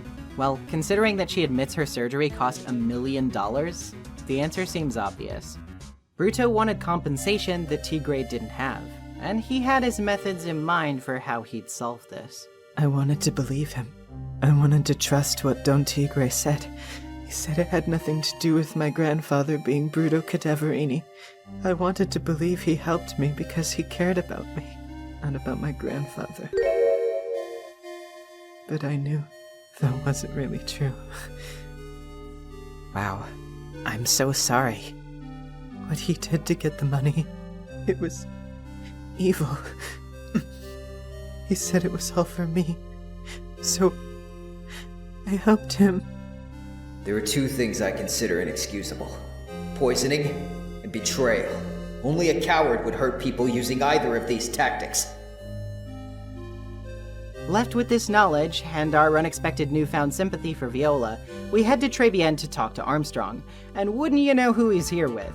Tigre demands we hand over Viola's medical papers, forcing Armstrong to help him as he knocks us down to grab them by force. Fortunately for us, though, Gumshoe comes to our rescue, saving us in the nick of time, giving us the papers back, and telling us to get going. For now, our showdown with Tigre has been postponed, but all will be settled in court tomorrow. This is a much better day. Not only does the intrigue really pile on, but it's amazing what a little bit of emotional core can do for a case, huh? Like, sure, it's satisfying to learn more about Tigre and who Viola is and what MC Bomber was and all that nice stuff, but I once heard wise words from one of my favorite mystery writers, and that's that when it comes to a crime, you can't neglect the heart. The whodunit and the howdunit are simply not sufficient by themselves. The meaty human center that motivates it all is just as important, and that's often not something trifling. Now, one can definitely refrain from putting Tigre on blast for pulling out in front of someone. Sure, he's probably somewhat at fault, but he was just being a doofus. That usually doesn't put someone $1 million in debt to the Yakuza. However, to turn around and not only continuously lie to and use Viola, but then to rope her into your murder plan to get the money while taking an innocent man's life? Yeah, that sucks pretty damn hard, and it's no wonder that Phoenix takes that personally considering some of his experiences, even if you don't even count the impersonation as part of their beef. Not only will we want to solve this for Maggie's sake and for ours at this point, but we also have an extra motivation in the form of giving some modicum of peace to Viola, even if she isn't exactly an angel either.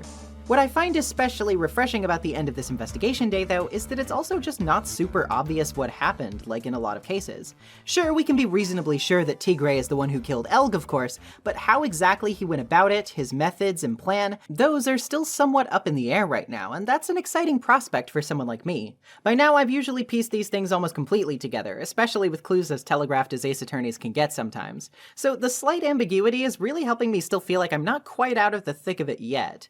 I still have a battle ahead, so I can't get complacent yet. That's what I like to feel when I'm getting ready for a matchup like this. The Phoenix versus the Tiger. How is it going to conclude? Well, hopefully this tiger won't try to maul Phoenix this time. There's no animal tamer around, so one can only pray. Well, at least we start off the trial with a bit of progress. Gumshoe brings us the mysterious green bottle from the first investigation day, confirming that it was Glenn's ear medication after all. He didn't have time to get the fingerprints, though.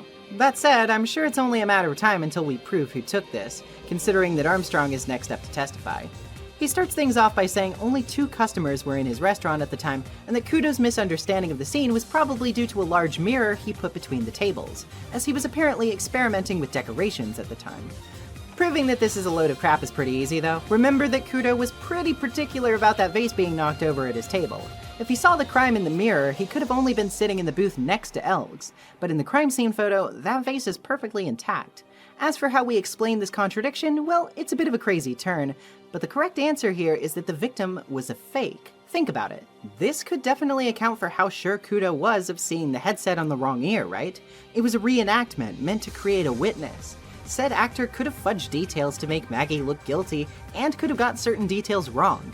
And yeah, I wonder who's made a habit of acting like other people lately. Armstrong remains insistent that Elg came alone, listening to his lottery program and dying 5 minutes afterward. If we ask him about Kudo's arrival time, though, he says it was around 2 p.m. Now we've got him. The lottery program runs at 1:30 p.m. every week and only takes about 10 minutes. If Elg really visited Trebienne at 2 p.m., the lottery program should have already been over. This only solidifies our case. Godot's got a prudent question, though, which is, if the Glen Elg that Kudo witnessed was a fake, where was the body of the real Glen Elg during that time? Well, if Armstrong was being roped into this plan by who we suspect, it's not hard to imagine he could have been stashed in the kitchen, especially when his medication was found in there. Ultimately, with nowhere left to turn, Armstrong admits he hid the body in the kitchen, having been forced to go along with it because of his loan contract. To unravel the rest of this crime, though, we'll need to pull in another witness, the very man we intend to implicate for the crime, Furio Tigre. With a 30-minute recess underway to subpoena him, we're finally almost there. Feeling restless, Gumshoe asks us if there's anything else he can check for us. We give him the medicine bottle, just in case he can finish looking into the fingerprints before the trial is over. When Tigray gets into court, he's already raring to go, roaring and making threats as Maya and even the judge hide behind their benches in response. He's clearly just trying to make us cower away though, so all we have to do is dismantle his testimony, same as everybody else. He says he was completely tied up in December and had no knowledge of any murder, and the judge warns us that pressing him willy-nilly will land us a penalty this time around. This is similar to the Case 3 difficulty spike we encountered with Mo back in Turnabout Big Top, but instead of it being because nobody wants to hear Mo's jokes, it's because Tigray is late for a trip, and the longer we stall him, the angrier he gets, which in turn scares the pants off the judge who fears he'll reap the consequences for it. It's a little annoying, but at least the reasoning is a bit more solid this time. Anyway, if we press him about how busy he was, he'll say Viola was in charge of his calendar and made sure he stayed in the office, and says that he never met Glenn Elg. Elg's calendar is a bit of a problem for Tigray then, isn't it, since it confirms that they indeed had a meeting on December 3rd. He still insists that the meeting never happened, but that he did set up a meeting with someone named Glenn Elg at his office, but the guy never turned up. He also says he's never been to Très Bien, but considering he has a matchbox with their logo on it, that also seems pretty suspect. He backpedals pretty quickly, saying he did go to Très Bien, but never met Glenn there as he was already dead when he arrived.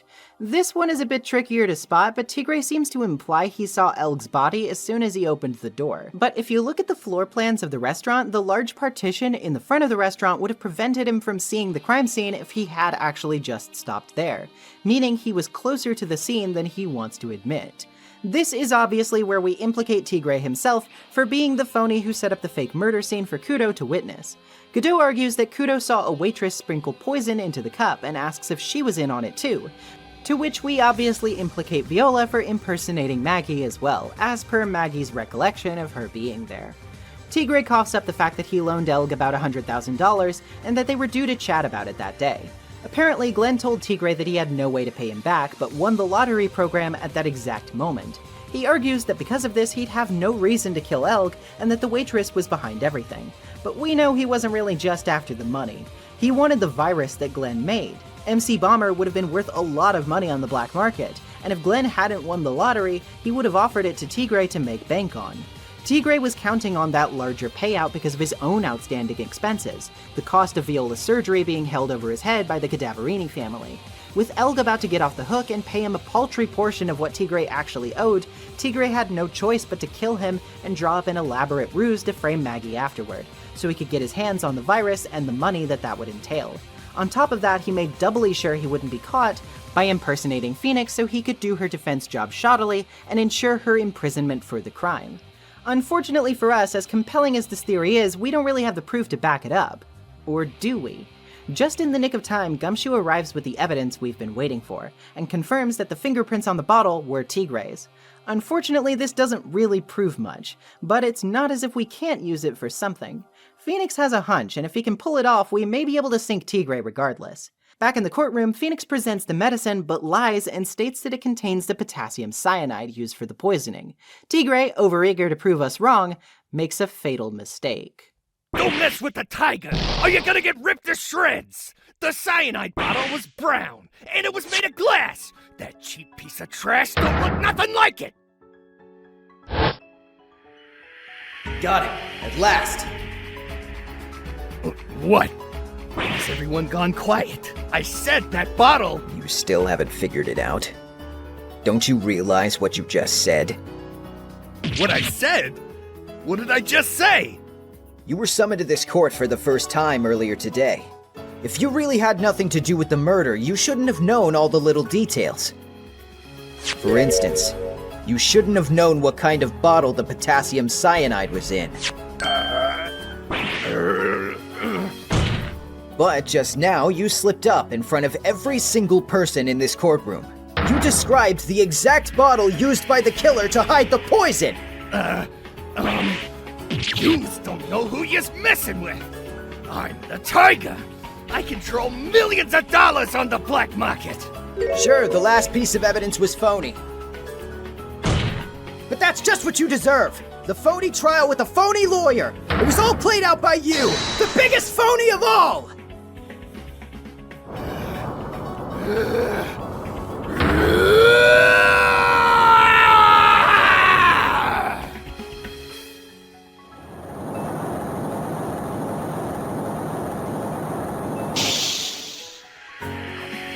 And there you have it. It's a slip of the tongue that does in the big bad tiger. After he has a big breakdown scream, the court's lights go out in a power outage. Though it seems Godot's mask has some LED lights to keep him a little less out of commission all the same. Tigre is arrested and Maggie is found not guilty at long last. She still harbors a bit of bitterness toward Gumshoe, but when we give her his extra lunchbox, she finally admits how hungry she's really been, and eats his loving handiwork as she lets the tears flow. And that's the end of Recipe for Turnabout. This conclusion is... I have mixed feelings about it, honestly. Like, true, it is really funny and very satisfying to catch Tigre in a simple lie after his whole evasion of you has been spent spinning lie after lie, but also, I don't know, I feel like nailing him with something a bit more concrete would have been a bit more satisfying. As it stands, the way you catch him is literally like a Looney Tunes bit. He does. I don't. You do. I don't. You do. I don't. You do. I don't. You don't. I do. You don't. I do. You don't. Listen, when I say I do, that means I do!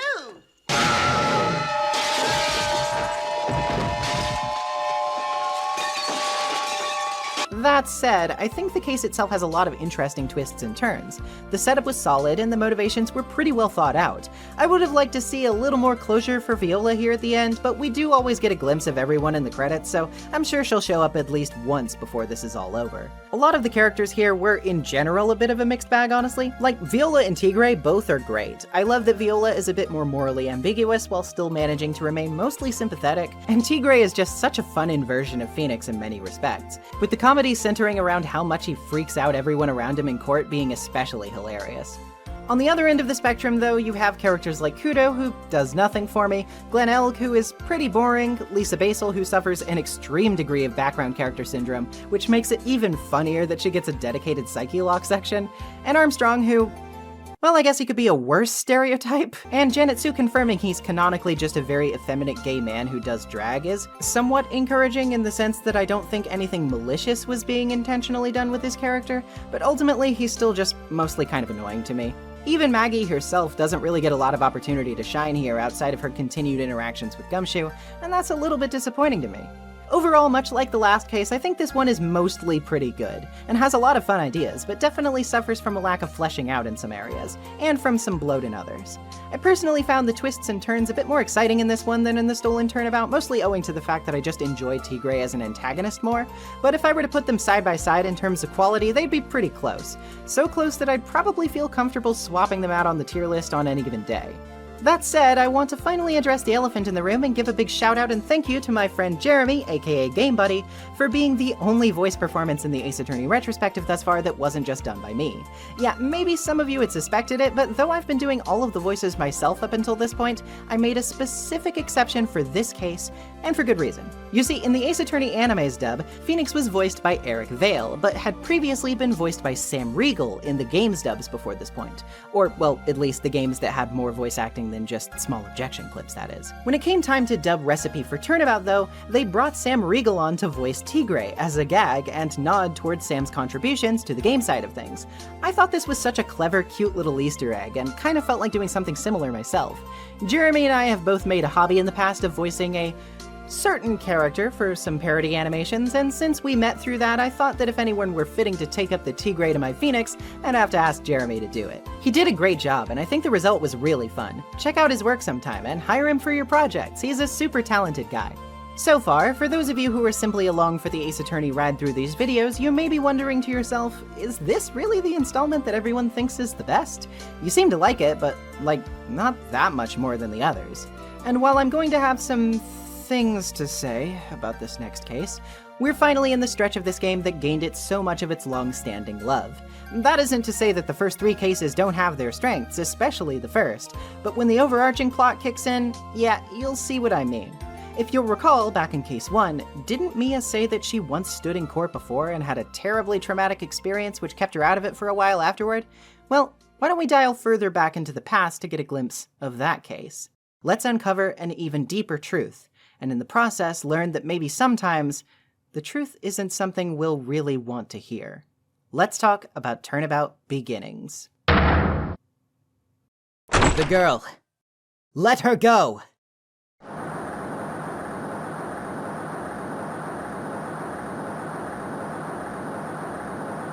Shut up! Come closer, then I kill her! Sorry, but you're not going to get the chance.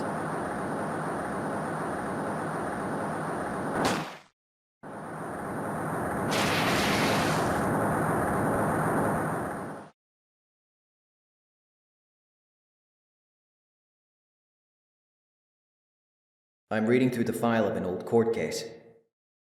It was the first case of my longtime mentor, Mia Fey.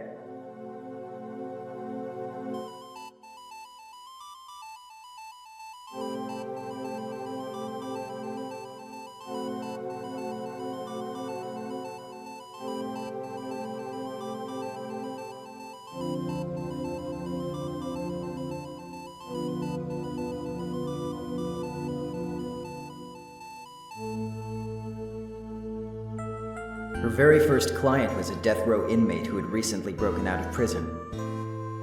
That was a whole year before Mia and I ever met.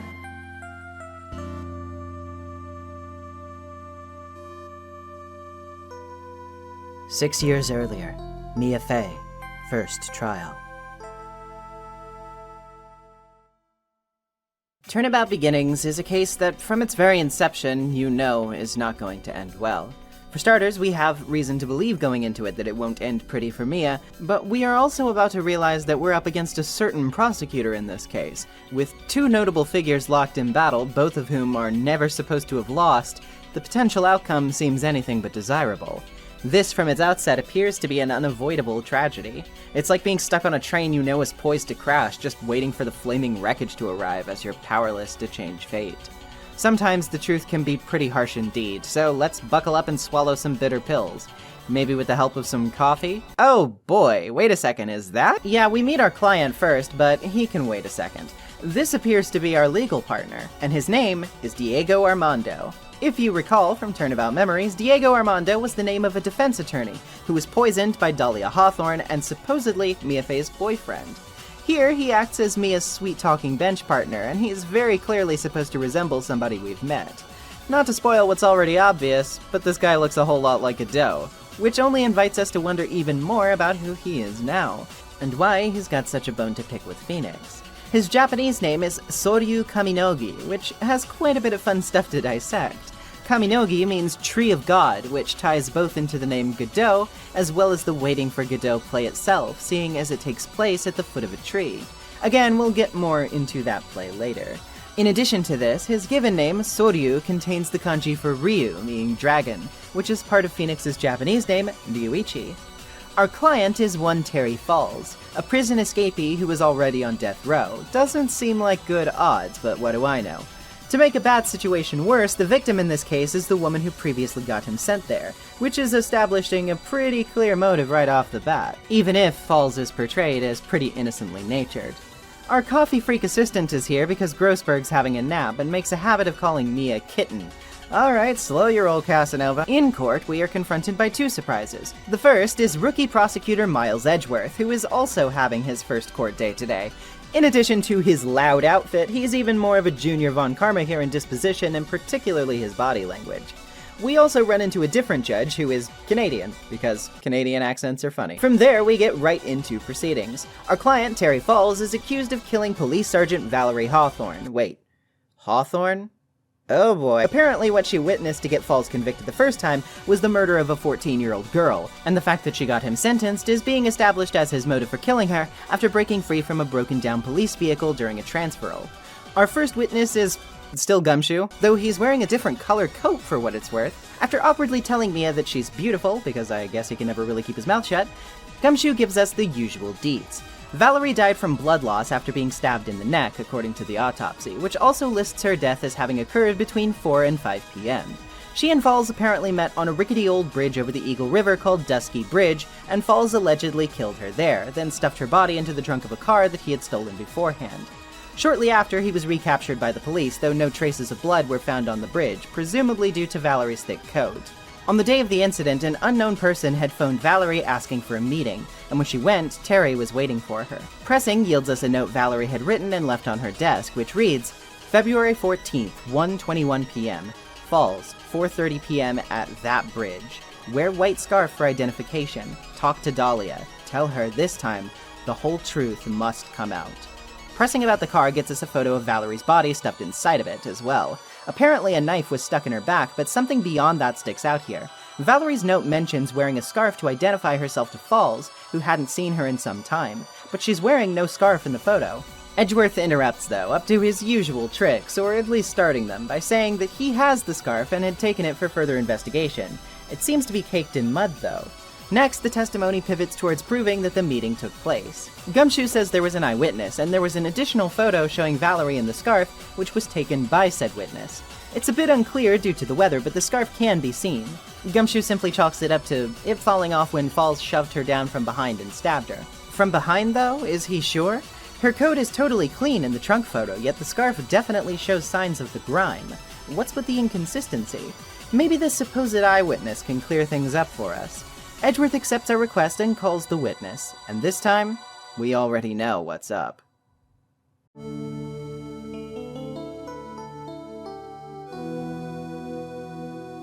There she is again, just as delicate and polite as before. Mia, by virtue of this being their proper first meeting, may not know yet what we as players do, but it should be clear as day who this is. It's Dahlia Hawthorne from our first flashback case. She introduces herself as Melissa Foster, however, which is very odd. Why would she be hiding her real identity now if she ends up using it later, chronologically speaking? There's clearly a lot more at play here than we first realized, and the reprise of Dahlia's theme music really starts to ramp this tense mystery up a notch. The first time we ever heard it, it was as deceptively serene as Dahlia herself appeared to be. But now, knowing what we know, it takes a more chilling direction. That serenity is almost too sweet. Tranquil to the point of being haunting. A false warmth that sidles closely up to you, hands around your neck before you even realize they're actually freezing. So, it's time for Miss Foster's testimony. She says she was using her camera to photograph herself and some wild flowers by the cliffside when she noticed the victim and defendant up on the bridge. Apparently, they began to fight, which is when she took her picture, calling the police immediately afterward. Nobody is fighting in her photo, though, so she didn't really take it at the crucial moment she claims to have, right? She explains this by saying the film was full and this was the last photo she took. She also explains when pressed that her camera has several features, including a tripod and a timer. Revising her statement, she says the victim tried to turn and run, but was stabbed in the back by Falls after getting about 10 yards away. About that, though, if we take a look at the map of the bridge, we can see that she would have been running into a collapsed part of the bridge if she did indeed go in that direction. There wasn't anywhere for her to actually run to. Edgeworth argues the map was made after the crime, however, and a lack of blueprints means we can't definitively say what part of the bridge was collapsed at the time. Melissa continues her testimony by saying that after the stabbing, Falls picked up the corpse and carried it to the car to hide it. She's getting sloppier here. First of all, if he was just trying to hide the body, why didn't he just dump it into the river? Secondly, if he really did bring it to the car, there's no way she should have been able to see it from where she was, as there was a huge cropping of rock between where she claims to have been and the car itself. Proto-Godot asks her what she saw in the car, and she says that she saw markings on the trunk. The photo does prove that this is accurate, which allows Mia to argue that she would only know this if she was the one who put the corpse in the trunk. As for her photo, she could have set the timer and left it alone to go elsewhere. And where did she go? Well, the last case should have prepped us for a scenario like this, but she was actually on the bridge, pretending to be the victim. Remember that because of the passage of time, Falls didn't remember what Valerie looked like and asked her to wear the scarf for identification, meaning anyone could have worn it and fooled him, when in reality, Valerie Hawthorne had already been killed. Terry was tricked. Upon hearing our accusation, Melissa faints, ushering in a recess. As you might have noticed, this trial is just one day, like other first cases have been, so instead of dumping some thoughts midway through, I'm going to save them for the end of this, like usual. I'm sure there's a lot you're expecting me to want to address, but the reason I'd rather wait is because from here on out, things are about to get complicated. And when I say complicated, I don't necessarily mean that in a good way, unfortunately. Some of it I won't even be able to fully address until even later from now, but I anticipate this one's going to be a doozy. Out in the lobby, Terry tells us a bit about the crime from 5 years prior, which originally got him locked up in the first place. It was all on Dusky Bridge, just like this crime, and at the time, he had kidnapped 14-year-old Dahlia Hawthorne, who, surprise surprise, was Valerie's little sister. And Terry's girlfriend. Oh yeah, by the way, he was both 20 at that time and her tutor.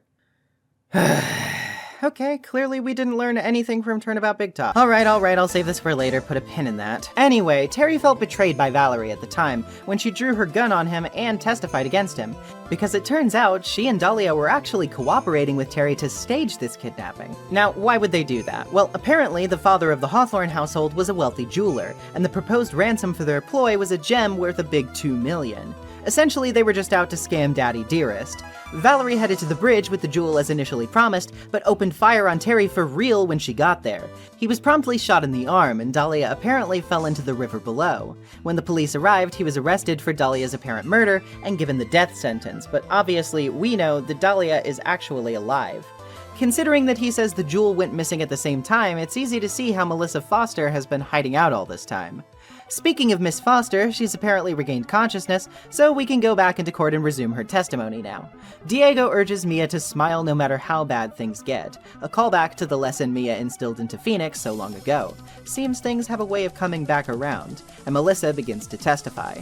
She says that she was out of the country until the year before last and had never been to Eagle Mountain before entering college. She denies having any reason to want to hurt Valerie and blames Terry for everything. Pressing her about Valerie's death, she says she's lucky she wasn't wearing a white scarf or else she might have been targeted. But hold on a second, the scarf wasn't white. Why'd she say that? Maybe because Valerie's note mentioned a white scarf? And if she knew about the note, she knows a lot more than she's letting on. Mia argues only a limited number of people could have known about the note, which would mean that Melissa Foster is in fact Dahlia Hawthorne. Of course, everyone is skeptical of this assertion, seeing as Dahlia was thought dead, but her body was never discovered, right? Melissa claims to be 19, and if 5 years had passed since the kidnapping, Dahlia would be the exact same age. All of this is solid theory work, but we need a motive to solidify it. Why would she kill her own sister? Well, remember the note. It said something about talking to Dahlia about how the whole truth must come out. Valerie was going to confess about the fake kidnapping and Dahlia's change of identity, and Dahlia couldn't have her new life jeopardized because of her sudden conscience. Dahlia doesn't put up much of a fight about her identity at this point, already knowing that she's been caught red-handed. Instead, she pivots to spinning the story in her favor, claiming that the kidnapping was real and that Terry tried to kill her by pushing her off the bridge from behind. She says she miraculously survived, and the reason she changed her identity was out of fear for being targeted again. About that, though, if she was shoved from where she says, she wouldn't have even gotten to the river. She'd have hit the bedrock and died immediately. Edgeworth claims that she could have been shoved from the side after Falls was shot, but the ropes on the bridge were too high for someone to be pushed over. Dahlia would have to have jumped in herself. As for why she'd do so, it was so she could keep the diamond for herself, naturally. Dahlia assumes her ever-so-familiar colder demeanor now, asking where the diamond is now if we're so sure about our theory. We're clearly out of luck on that one, but Diego insists that we still have a weapon left in the form of additional testimony. Mia requests to have Terry testify to shed light on the situation, and he takes the stand, though clearly he's shaken by what he's learned so far, seeing as he thought Dahlia was dead all this time. He even continues to insist as much during his testimony, saying he definitely met with Valerie. The problem is, he says he arrived first, but the photo clearly shows that the woman was there first. It seems we're about to win this case, but then you might remember something. Mia's never supposed to have lost a case, but Edgeworth is never supposed to have lost a case either. Hold up. Terry begins to cough blood, confiding in us all a startling truth. He says that he and Dahlia made a promise to each other, that if they ever lost faith in one another, that they would drink from a vial buried under a tree, a vial filled with poison. Unable to reconcile with his loss of faith in her, he ends it all right on the stand. Everyone is too slow to stop him. And as for Dahlia Hawthorne, nobody could prove anything. She walks right out of court. Mia, infuriated, shocked by witnessing a man die and at a loss for what to do, blames herself for what happened, while Diego consoles her by insisting that the only time a lawyer can cry is when it's all over, as he crushes his coffee mug in his hand. Returning to the present, Phoenix returns to his position as the narrator and tells us that he had been trying for years to forget about Dahlia Hawthorne, and only just now learned about all of this. Eventually, Dahlia would receive her punishment when she tried and failed to kill him too. Naturally, he says, she had a perfectly angelic smile on her face when her verdict was read. It was all over then, he thought, but now, after so many years, something else has happened that's brought him right back to the doorstep of all of this darkness. As for what it is, we'll have to wait until the next episode to figure it out.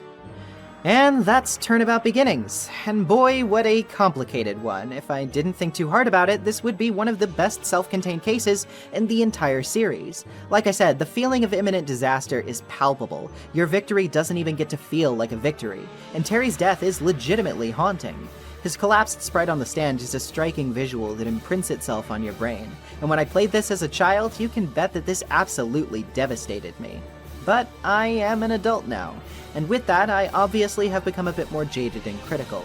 And you can bet I am not especially happy about this whole 14-year-old dating a 20-year-old thing. Terry Falls is unmistakably supposed to be a sympathetic character. From his puppy dog eyes to his naivete to his tragically framed death which breaks Mia's heart to pieces, I don't really think it's up for debate what this game wants us to think about him. It wants us to think that he is a completely blameless victim, whose worst crime was misguidedly believing in Dahlia Hawthorne. As for Dahlia Hawthorne herself, we will have more to say about her later, like I said. I can't even touch on everything I want to say right now because there are still important details missing. But even barring that, we know very clearly what the game wants us to think about her now, too. She is unambiguously meant to be a cold, selfish demoness in disguise, who evokes no sympathy and has no equal when it comes to self-serving, sadistic evil for its own sake. And I kind of hate this. Because I mean, first of all, I shouldn't really have to explain why them dating is bad. I'm sure some people will point to the fact that Mia makes an offhand comment about how he was robbing cradles before he was robbing diamonds, and even the Japanese script has her responding in a somewhat baffled manner to this information, stating, "Isn't that a child?" But aside from this little aside, it never comes up. It's not even a factor to do with anything. To top it all off, Mia even has unwavering faith in Terry after this admission, and comes out swinging at Dahlia, who she all but calls the literal spawn of Satan before she even knows anything about her.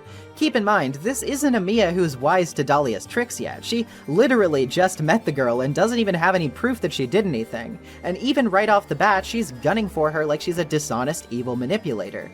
That's because the game agrees with this notion, and I just don't really gel with it.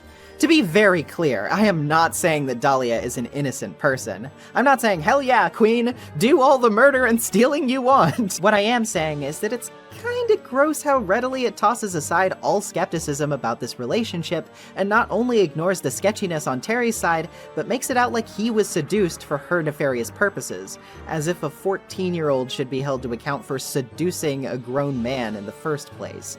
Hi, another Future Marcy insertion. This one's gonna be a little unpleasant to touch on, and I have not wanted to. It's kind of been like something that I've struggled with how to like exactly articulate it, which is kind of why I like shied away from doing it fully in the video itself. I kind of regret that in retrospect. I feel like I should have like went into it a little bit deeper, even though it was kind of an uncomfortable topic.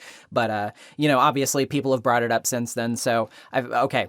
Here we go. I'm just gonna stream of consciousness it. Okay, let's be upfront. A lot of people have commented on this. The fact that Terry, as in the game's text, is kind of like implied to be like disabled. Like he is not supposed to be portrayed as like fully aware of everything, and he is like portrayed as very childish in a lot of ways.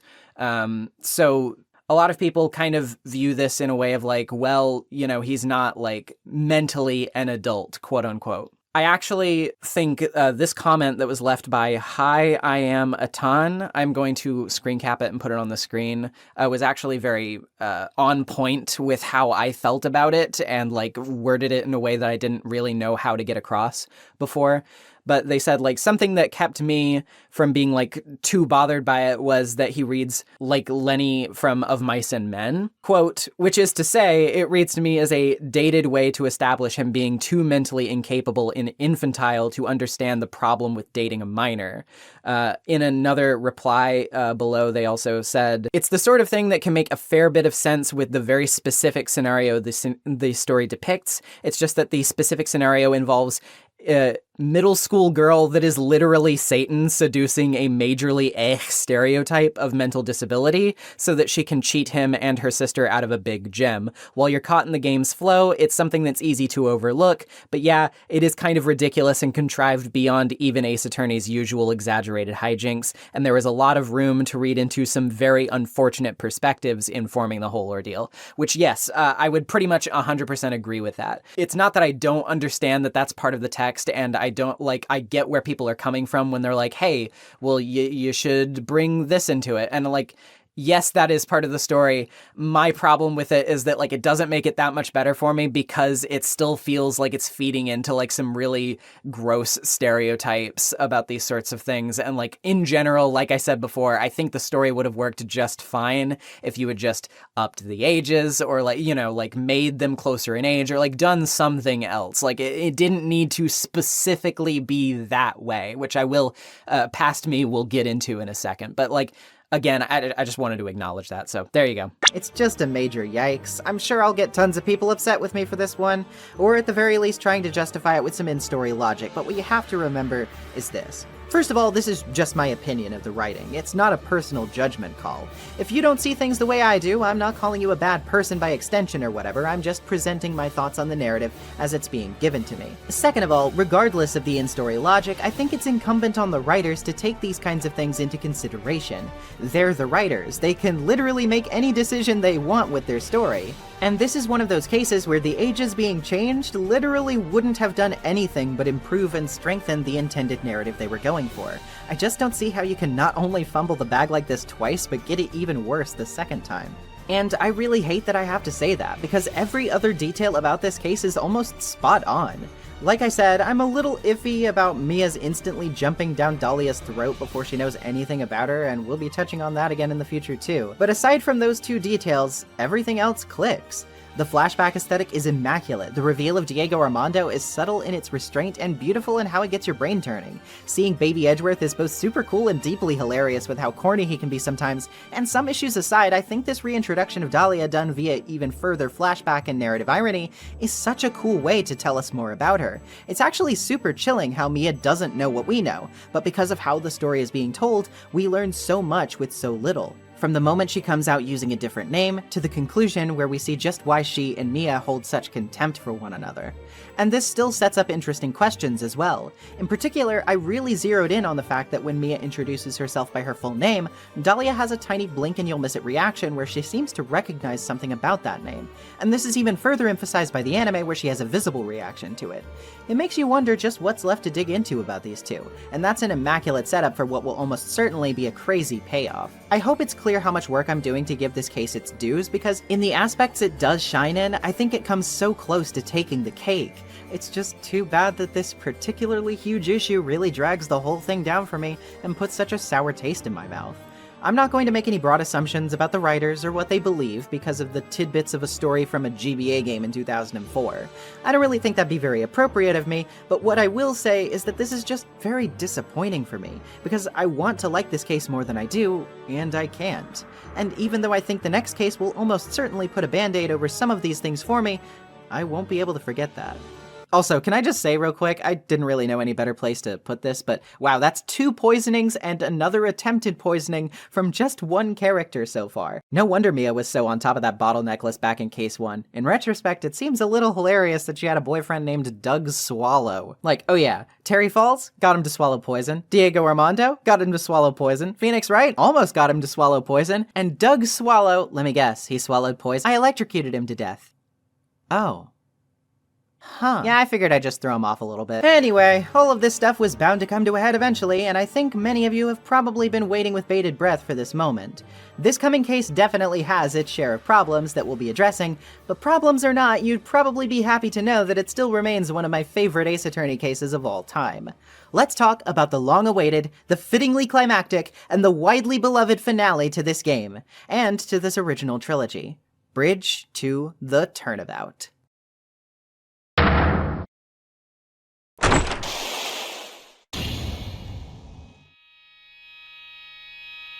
Shichishito, the treasured Kurine village heirloom, whose name means 7-branched sword.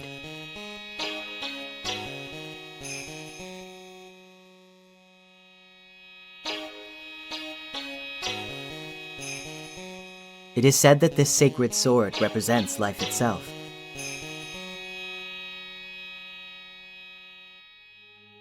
Though the branches may appear to be infinite, the choice is limitless.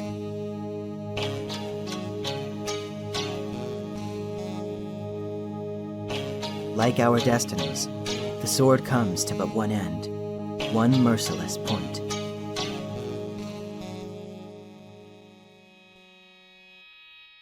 And when the silver cord, the fragile thread that binds us to this world, is severed,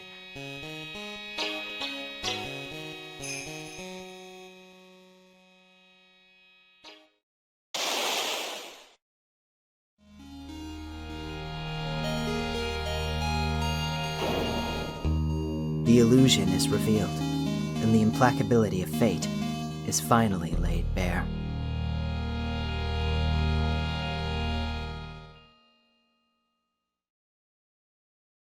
Bridge to the Turnabout is in many ways the most revered case of this entire franchise. It's the showstopper, the height of my investment in this series, and Shu Takumi's original finale to the entire saga.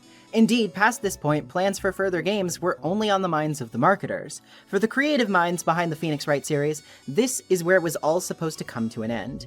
It definitely feels it, from its length to its extensive catalog of evidence, to its multiple deep ties to the lore and characters established up until this point. It is a tour de force. To many, this is the best case ever made. To some, it's a bit bloated, and a bit too focused on the more fantastical elements of the series, and thus overstays its welcome. Personally, I lean more toward loving it, but that doesn't mean I'm without my reservations either. I've been looking forward to this one, and I'm sure many of you have too, so let's waste no more time on the preamble. Let's get to the meat. Another celebration has come and gone, and Maya and Pearl are both hyped up. What for? Well, in the newest issue of a magazine called Occult, they saw an ad for Hazakura Temple, a place where spirit mediums can go and endure strenuous training to really strengthen themselves. For Maya, who's been meaning to cultivate her powers more anyway, this seems like a natural idea. What catches Phoenix's attention isn't the prospect of being their chauffeur, though, but rather the visage of a mysterious girl in the promotional picture. One that looks awfully familiar. But wait, it couldn't be, right? After all, there's no way she'd be out there. Deciding to tag along to sate his curiosity, Phoenix takes the two up to the temple, and upon arriving they all meet the other woman from the photo, a nun who calls herself Sister Bikini. Bikini is just her acolyte name, not her real name, though she doesn't disclose to us what said real name is. She's a very warm, kind person who has a tendency to laugh with plenty of gusto, and she's happy to have eager young mediums ready to test themselves. She says that this is a spiritual training ground, and that the special course they're offering involves sitting on a block of ice, chanting a spell 30,000 times, and being splashed with cold water. Yeah, sounds like a great time if you want to freeze to death. Phoenix asks her about the other nun too, of course, and she responds that the girl is called Iris, which certainly sounds like it could be a pseudonym for Dahlia, doesn't it? Though again, that's just her acolyte name. In the main hall area, we come across another strange woman too. This one, a rather refined and older-looking one named Elise Donham. She's apparently a children's book author, one that Pearl instantly recognizes with starstruck admiration. She's here to apparently gather materials for a new book that she's working on. She's also brought an apprentice named Laurice Donham with her as well. As for her getup, it's all just on loan from the temple. Our conversation with her is brief, however, as she leaves to help with dinner, insisting that Maya relax and not worry about helping, she invites Pearl along all the same. She also gives us a temple map before she goes. Heading to the suspension bridge, there are a few things of note here, but the most prominent is probably the fact that it's Dusky Bridge. Hey now, doesn't that ring a bell? Crossing it, we arrive at the inner temple where the training is supposed to take place later. There's an incinerator here, and the temple itself is very run down and dilapidated looking. Inside, we finally meet Iris, who seems to recognize Phoenix but runs off before we can get a word in edgewise. On the wall is a hanging scroll featuring a picture of the Master of Khura'in, that being Maya's missing mother, Misty Faye, who's come up several times before this, as you may recall. Going back across the bridge, we finally meet Miss Donham's pupil, and it's Larry again. Oh boy, here we go. Ever since the Mask-to-Mask case, he's realized that nobody really likes him, and that he wanted to become someone totally different, reinventing his life. Around that time, he read one of Elise's books and decided the life of an artist was his to claim. He gives us a photo of Miss Donham that he took here, and also seems to be falling hard for some other girl who's here. I'm gonna take one guess. Yep, it's Iris. Oh dear. No time to worry about that though, as dinner is ready. Roasting gravy, apparently. I'm going to imagine that this isn't what's in the Japanese version. Yeah, I looked it up, it's curry. While dinner is happening, Pearl tries to get some help with reading from Elise, who suggests she come to her room later for more assistance. Maya heads off to training after eating, and Iris goes to ring the lights out bell at 10 p.m. Afterward, we run into Elise, who confides in us that Pearl never actually turned up and goes on her way to search. At the same time, we finally catch Iris for a minute and ask her some questions. She says she's been raised at the temple since childhood and has spent very little time in the city. No sign of psyche locks, so what's going on? She also says that she has no aptitude for spirit channeling and says something even more interesting afterward. Talking with dead people. Who does it help, anyway? I hate it. But even more interesting than that is what happens after this. Iris calls Phoenix by his name and offers him her hood, which she says has the power to protect people from evil spirits, and tries to excuse herself. But Phoenix caught something just there, obviously. Wait a minute. Sister Iris. Yes? Just now, you called me by my name. You said Mr. Wright. How did you know my name? I never introduced myself to you. That's... Sister Iris, please, tell me the truth. You and I, have we ever met before?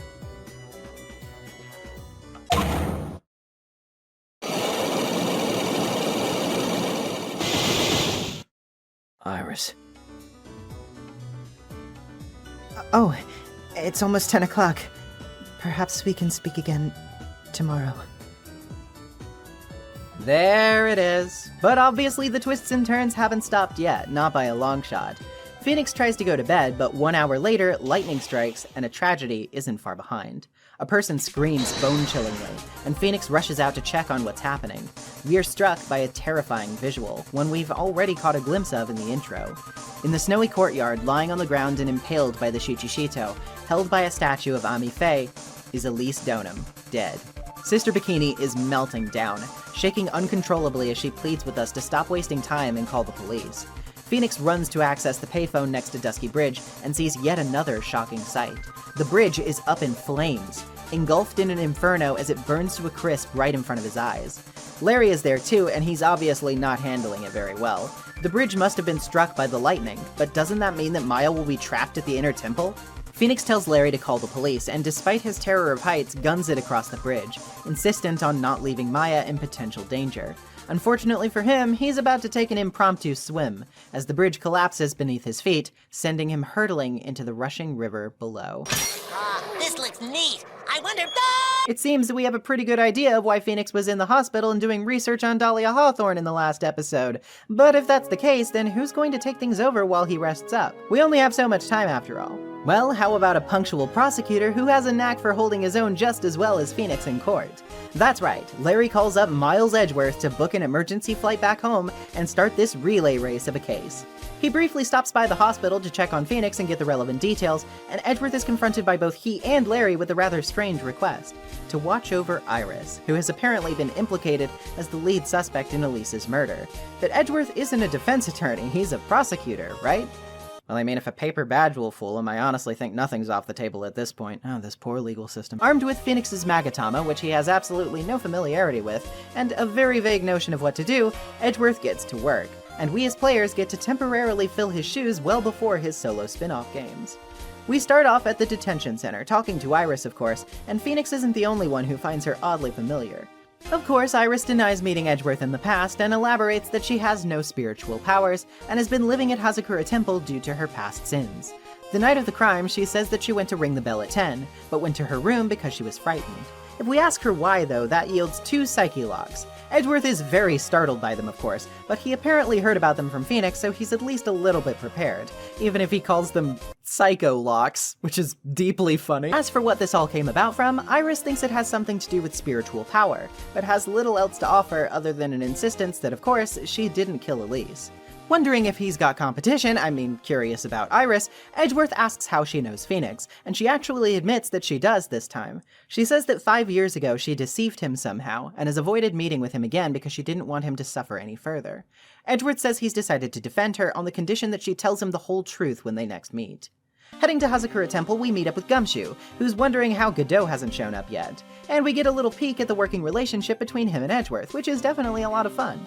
He says Sister Bikini is a witness for tomorrow and that the bridge was probably struck by lightning. As for Godot, Gumshoe says he'll be taking this case, but Edgeworth responds that he's never heard of the guy.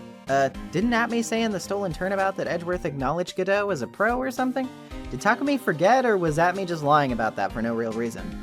Well, anyway, Gumshoe wraps up our conversation by providing us with some weather data from last night, which proves lightning struck and also says a witness can corroborate it. By the main gate, we meet with said witness, that being Larry, of course. When we ask him what he was up to on the night of the murder, we get slapped with 3 psyche locks, god, now he's got me saying, and we move on to the main hall. There, we chat with Bikini and she gives us her story. She says around 9 p.m. when everyone left after dinner, she was going to go watch Maya during her training.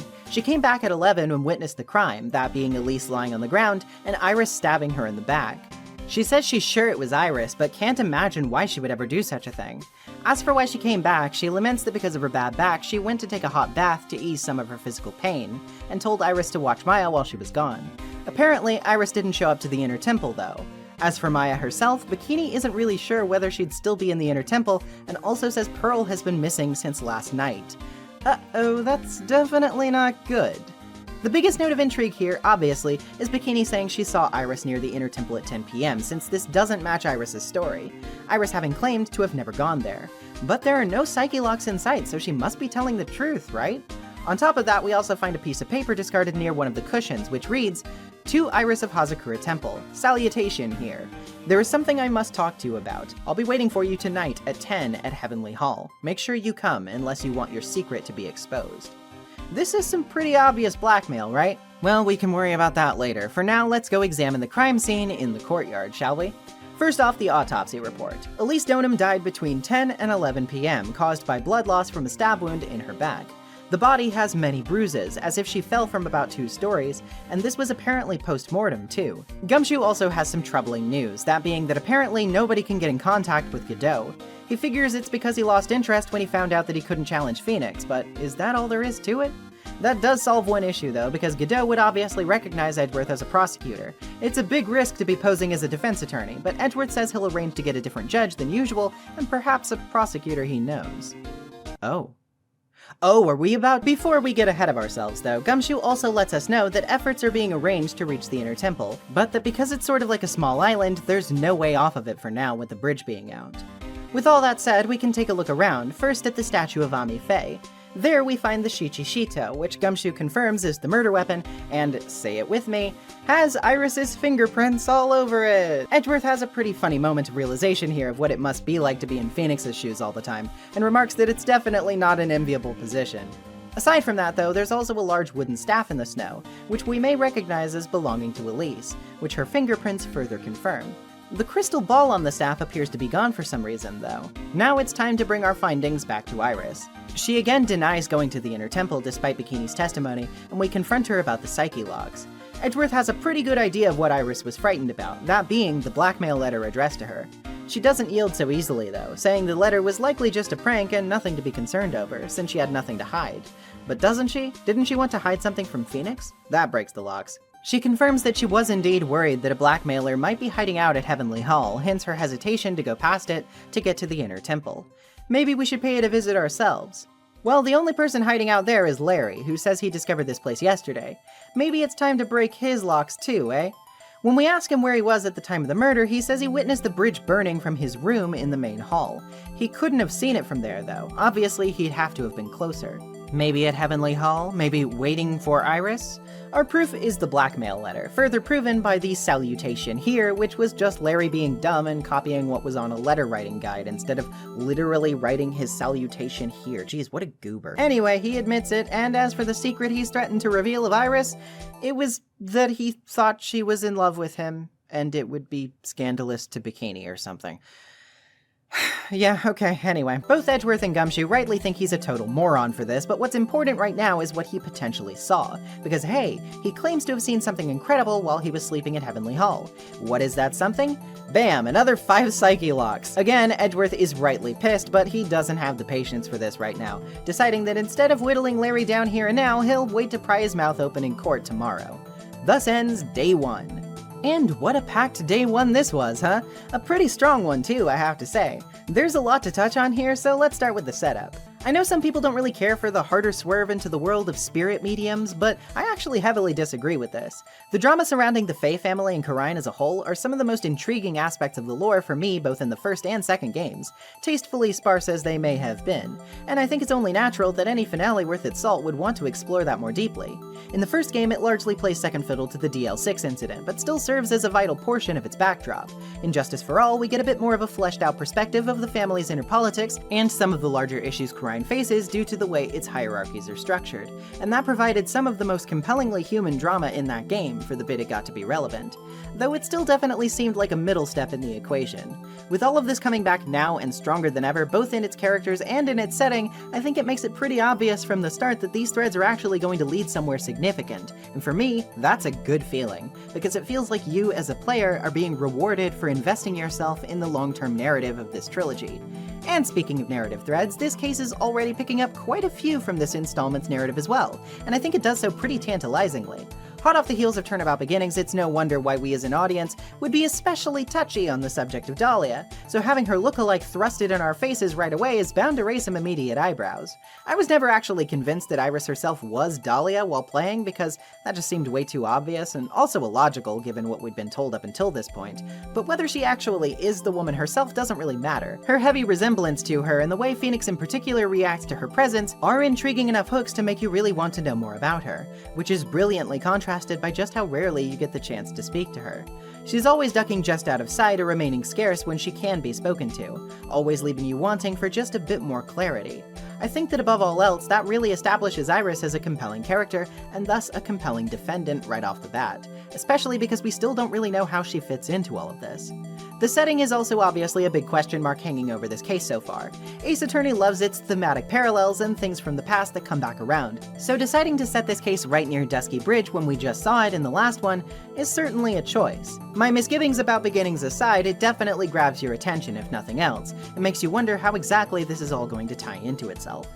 The other new characters are mostly fine so far though. Not bad by any means, but not especially noteworthy. Sister Bikini is very fun and likable, but I really only remember her much for her exuberance, her height, and her back pain. Her relationship with Iris becomes a bit more of an interesting aspect of the character as the case goes, but for now she's just kind of the designated witness. As for the victim, Elise is, shall we say, vague? And this is by design, of course. Believe me when I say that if you don't know why yet, you will in a little while. But because of that, there really isn't much to say about her. She seems chill and wise, she offers to help Pearl with her vocabulary flashcards, and then she gets stabbed to death. What a life. Also, Larry is Larry. What else is there to really say about him and his character decline that hasn't already been said at this point? At least he actually called for help for Phoenix instead of, I don't know, asking him if there were any sweet married babes to hook up with down in Eagle River. But I know. You want me to talk about Edgeworth, don't you? I think we as a fandom have collectively gaslighted so many people into thinking that there was some kind of cute gay hospital scene between him and Phoenix here because of how often people draw scenes between the two there. So it was actually very funny returning to this game after years and realizing, oh wait, yeah, all that shit's off screen. No, really. They just have a black screen of Edgeworth being like, yeah, I went to talk to Wright in the hospital, guess he's not dead, reckon that's good, like that's it? What was I remembering? Was I making things up? Maybe I'm the Luke at me in this situation. Anyway, playing as Edgeworth is kind of a blast. I know a lot of people will probably just say it doesn't make a difference since it's all in the POV anyway, but I don't know, there's just something novel about inhabiting his inner monologue for a while. Specifically because of how different he is from Phoenix, and how similar he might be in ways he doesn't realize. I'm at the point now in Ace Attorney where I've played the first couple of games so many times that I don't stop to investigate every little thing that much anymore, because I know the flavor text like the back of my hand. But that's precisely why I do the opposite here. I poked around way more to look at useless items as Edgeworth, because getting his take always felt like there was some consideration put into how he would view things differently from how Phoenix would. And it's those little touches that made playing as him such a cool novelty. On top of that, seeing him interact with Gumshoe is such a treat, with there clearly being a cultivated dynamic of trust, but also Edgeworth's moody ill temper about Gumshoe's bumbling constantly poking out because he's got such a prickly disposition. Also, what was that energy in the room with Iris? Like, so were you and Mr. Wright, like... No, see, I was going to ask you if... No, not like currently. Okay, good. I mean, not good, I just don't want to step on anyone's toes. Look... As long as he's happy. Precisely what I was thinking, yes. So have you asked him out? Have you? Needless to say, there is a lot of good stuff going on here. There are some elements that may be weaker than others for sure, and as much as I hate to say it, Larry isn't exactly doing this case a whole lot of favors right now, but I'm otherwise pretty damn hooked, and that's a very good thing. This case has really ramped up the tension so far, delivered some shocking surprises, and seems set on delivering even more cool final case-worthy promises in the near future. One of which I'm sure many of you probably realize I am deeply excited to get to, so let's get into court, shall we? Iris is a bit surprised to hear of Larry's tomfoolery, but to be fair, we're going to have to go through Bikini's testimony first before anything else. Presiding over the case is the good old Canadian judge from Turnabout Beginnings, making his return here because it's been so long since he's seen Edgeworth that he's pretty easily fooled into thinking they've never met before. Godot obviously doesn't show up to prosecute, and the judge is about ready to call the case in the defense's favor on these grounds until... Objection! The prosecution stands ready. And you are? Franziska von Karma, prosecuting prodigy. Von Karma, you say? Perchance you wouldn't be of any relation to the legendary prosecutor Manfred von Karma? Legends are a thing of the past. I am a von Karma. That is all. Heck yeah, call it my bias if you'd like, and I don't care, but it's Franziska, baby! Honestly, using Godot's absence as an excuse to give us a Franziska-Edgeworth showdown is awesome. Is it fanservice-y? Oh sure. Does it stretch believability just a little with Edgeworth's defense attorney ruse? Most certainly. But is it cool as hell? Yes, 100%. Absolutely. She does claim that she was hoping to finally win against Phoenix today, but she also says that getting a chance to take on Edgeworth may be what she really needs. Truthfully, I think she's playing things a little tougher than she actually feels, but we'll get into why I think that a little while from now. For now, let's get Bikini to testify. She recounts her story of helping Maya at the temple and going back for her bath, at which point she instructed Iris to stay behind and look after Maya. It was on her way back from her bath when she saw the murder. Obviously, we first have to square away the inconsistency regarding Iris's whereabouts, since Iris said she stayed in her room that night. Pressing this topic gets Bikini to say that Iris was dressed the exact same as she was at dinner when arriving to the temple, and that's where we can get her on something. She had her hood at dinner, but shouldn't have afterward, remember? Because she gave it to Phoenix before 10 p.m. Franziska argues that they had a stockpile of hoods, so this shouldn't have been an issue, but we've got our foot in the door for the next testimony at least. Obviously, Bikini talks next about seeing Iris stab Elise with the Shichishito. She also says that Elise was staying in the corner room facing the courtyard, so she must have been stabbed after being pushed out of her window. This contradicts the autopsy, of course, which states that that occurred post-mortem. No traces of blood were found in the corner room either, though Franziska has an explanation to offer for that. The sword would act as a plug for the blood until it was removed, therefore she could have been stabbed while in the room if the sword wasn't taken out until afterward. Bikini says the sword was already in place when she looked at the scene, and actually elaborates that she never saw the moment of the stabbing itself. She fainted upon seeing a metric ton of blood though, and awoke to the crime scene as Phoenix saw it. When we press, Bikini says Iris was meditating when arrested, and her clothes were covered in blood. That being said, given what she said, it's possible that she saw the sword being pulled out rather than shoved in, right? She says the sword was removed after being hilted, but this too makes little sense. After all, just look at the sword. Its 7 branches would make a clean plunge nigh impossible, especially for someone as frail as Iris. Furthermore, removing it smoothly would be even more impossible, and it should have more blood on it if that was the case. All of this makes one thing pretty clear: the Shichishito is not the murder weapon. Franziska argues that this changes little about what Bikini actually witnessed, though, but Edgeworth counters by asking where the real murder weapon could have gotten off to. Obviously, it hasn't been found. Bikini might have had an idea, though. She says that when she went to the main gate after asking that the murder be reported, that she saw tracks from the snowmobile. A 15-minute walk to Dusky Bridge could be covered in less than 5 that way, and maybe the murder weapon could have been tossed into the Eagle River. She says it's possible because Iris can drive the snowmobile. We're in a bit of a pinch here, but there's no way out. Franziska adds a photo of the tracks to the court record, which allows us to pull a bit of a fast one. You see, the photo shows only one set of tracks, and if Iris had gone to the bridge and back, there should be 2, right? Franziska argues that they could have been covered because of the snow, which stopped before Iris went back. The weather data wouldn't agree though, as it stopped snowing around 10:50 p.m. If Bikini witnessed the crime at 11, it would have stopped snowing by then already. The crime photo serves as additional evidence, since everything is covered in snow except for Elise's body. Bikini says that the snowmobile key was found in Iris's room, and that she never saw the snowmobile at Dusky Bridge, only seeing it afterward at the main gate, covered in snow. This means that she couldn't have used it to dispose of the weapon. This is all Bikini can give us, and we seem to be doing pretty well, but obviously we're not out of the fire yet. There was a witness near the bridge after all, and he's kind of a doofus. Yep, it's Larry time! After a quick recess, we're finally going to get to the bottom of what he's been hiding.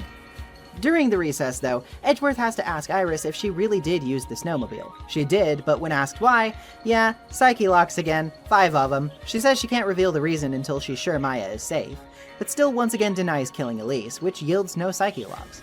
Larry is brought onto the stand after being plucked out of the gallery for suspicious behavior. Apparently, he was drawing a demonic-looking woman with a whip who was... Wait a minute. Anyway, if he doesn't want to be on the receiving end of that whip, he'd probably better start talking. He says that he was out in Heavenly Hall looking at the stars that night, but didn't see a snowmobile whenever he walked to and from the bridge. He also says he never met anyone there. This is an easy contradiction to point out because obviously he met someone there. It was Phoenix. We know that from literally playing that scene out. He follows up by saying he went to the shack around 9 and that around 10:30 p.m. he was laying under his bedding when he saw a blinding white light. When he looked out the window, the bridge was on fire and ran into Phoenix when running over. Now, the weather data says lightning struck around 10:45 p.m. If it only took 5 minutes for Larry to get over to the bridge, he was definitely there before 11. He says Phoenix arrived right after him, but Phoenix didn't come until around 11:15, meaning Larry was alone there for 15 minutes. What was he doing at that time? He says he was sketching the bridge and even shows us what he drew. He says he drew the scene just as he saw it, which is fine and all when it comes to the burning bridge, but what's with the silhouette of a lady flying overhead? Larry says he saw Iris above the bridge, which is a lot to take in. He also says that he saw her hood fluttering in the wind, but again, Iris wasn't wearing her hood at that time, so why does he think that? Well, Larry says he's got proof of this. He tells us that by the time he reached the bridge, she was gone, but that he found a crystal sphere half buried in the snow, which he thinks Iris dropped. Said crystal sphere is not only obviously from Elise's staff, but also has blood on it. Oh boy, how did the staff's crystal get here? Well, if somebody dropped it and Larry saw someone flying over the bridge, could this person have been Elise, considering her alleged post-mortem drop? This would mean the crystal was dropped before the murder though, which means we have to prove that. The proof is the sphere itself, as it being half buried in snow proves it was still snowing at the time, which means it was before the murder. What could have happened here though to make Elise drop it? Franziska reminds us of Bikini's testimony that she saw the blade being drawn out of Elise in the courtyard, but if the blade being stuck inside prevented bleeding, could she have been killed near the bridge? Her body could have been moved back to the temple with the snowmobile, explaining the single set of tracks. This still obviously leaves us with some big questions though, namely the definitive location of the murder, the reason for the body being moved, and what exactly Larry's weird drawing really means. We've done enough to stretch the trial to another day here, which means that Edgeworth is content to pass the torch on to Phoenix for the second leg of this marathon. So concludes the first trial. This is some pretty solid stuff. Obviously, we can't get too far into the mystery because this is only the first day, but there's already quite a bit of intrigue being established here when it comes to the conflicting accounts, the strange assertions being tossed around, and what exactly is up with Iris. It's really easy to be suspicious of her, or it would be if her sincerity didn't also seem equally apparent. True, there is reason not to let our guards down here, but if Iris is lying, she's certainly a much better liar than Dahlia Hawthorne ever was, and if she isn't, the lack of psyche locks would make that pretty believable. Playing as Edgeworth is once again a riot, and predictably I love having Franziska back for a bit. I have more to say about her with stuff that's upcoming, so I don't want to necessarily dump all of my opinions about her inclusion here just yet, but suffice to say I'm really glad to see her. I've heard many people say that they dislike her inclusion because they don't feel like she's actually changed much or learned her lesson from Justice for All, but I pretty heavily disagree with this, for reasons I'll also be touching on when I get to the rest of her material, so stick tight fellow Franziska lovers, I won't let us down. I think really the only thing dragging this particular trial day down is Larry 2.0. Like, he's not the worst he's ever been here or anything, but he's not exactly pleasant to deal with either. Other than that though, I really don't have much to say about him. Things are really about to ramp up though, obviously, so while I may have to remain somewhat scarce here, we're really going to be getting into the meat of this case the further we go from here on out. For worse, and certainly for better. Let's get out of the hospital and hit the pavement. When we return to Phoenix's POV, he's in the Hottie clinic. Oh god, are you kidding? I'd have rather died. And we return to Dusky Bridge to kick things off. There, we meet up with Edgeworth, who catches us up to speed on what's been going on and goes to investigate more about Iris's background. Gumshoe also heads off, getting things on track for the bridge to be repaired and for Maya to be rescued from the inner temple. At the main gate, Larry is still yammering about seeing Iris flying to a very frustrated Franziska, who takes up conversing with us afterward. Quite a far cry from before. After a bit of a recap on her character for people who are somehow playing this as their first Ace Attorney game, she tells us a bit about how well Edgeworth performed, calls us out for being stupid enough to try to cross a burning bridge, and says she read through the whole case file on her flight to America. Yeah, keep this in mind for a little bit later, will you please? Just tuck that into your cap. Getting in a word with Bikini, the nun seems pretty depressed, what with Elise being dead, Maya being stuck, Pearl being missing, and Iris being in jail. She's also going through a bit of a crisis of faith with her testimony, questioning whether she really did see Iris pull the sword out. She also says Eagle Mountain is prone to earthquakes, which seems like it could be bad if Maya was still in the training hall when one happened. There's also the matter of whether the killer might have run off there after their crime, which means Maya might be stuck there with them in the worst case. When we ask her if she knows why Elise was here in the first place though, fancy that, 5 psyche locks appear. What is it with 5s lately? To wrap up this conversation, Phoenix also asks about where Pearl could be, and she restates that she hasn't seen her since dinner on the night of the crime. Detectives confirmed she wasn't in Karine Village, which means she might also be trapped across the burned bridge. Luckily, moving to and from the courtyard back to the main hall is literally the only time we need to wait. Gumshoe will arrive right after to tell us bridge repairs are done, so we can finally head over with Franziska offering to accompany us. She's still a bit whip-happy, but I think it just goes to show how much has changed since the previous year. Franziska of the past would never pal around with Phoenix like this, even if she is still acting pretty brusque. This is honestly one of my favorite bits of the whole game. Just having these two establish a bit more of a casual dynamic while they bicker with each other like siblings, or in-laws, you could say, is just very charming. You even have a moment here where Phoenix figures his sickness must be making him delirious because he starts to kind of get Franziska's charm, which is kind of hilarious when she whips him right after. They're like schoolyard kids bugging the shit out of each other, classic stuff. This even extends to when they cross the bridge and finally find Pearl, as she recognizes Franziska and does not like her, saying that she bullied Maya too harshly the previous year and runs off crying, to which Franziska whips us for apparently laughing at her. Totally petty slapstick gold in my opinion. I cannot hate this. That said, something is different here. The incinerator is open and the snow around it is melted. When the day of the murder, it was covered in snow. Seems somebody's been using it. But where we really want to go is the training hall, right? Well, bad news. Maya's nowhere to be seen, and a strange lock resembling a psyche lock is stuck to the barred door in the back. The scroll with Misty Faye on it is also now covered in gravy? And also, wouldn't you know it, Godot is back, and what better time after seeing some gravy to finally learn what his beef is? I'm a little sorry for that one. Anyway, why is he here? Just because Phoenix is back, or is something else going on? Either way, he does briefly acknowledge Franziska for filling in for him, but boy does he say it in the most chauvinistic way possible, calling her princess, telling her the big boys will take the reign, and when she understandably takes offense, he cuts her off and tells her to know her role and shut her mouth, following with, "I can't stand women like you." Woof. Mayhaps dial back the misogyny, Mr. Coffee Fiend. I've heard before that this was a mistranslation though, so I did look up the original Japanese dialogue, and it's honestly not that much different. It's a little less charged seeming, but he still demeans her position, says he hates chatty women, and that she should just go home, so I don't know, seems fairly close to me. Anyway, time for an info dump. He tells us as before that he died once and was brought back from the brink by the miracles of modern medicine, albeit with a caveat. The mask hooked up to his face to help him see, because he'd be unable otherwise.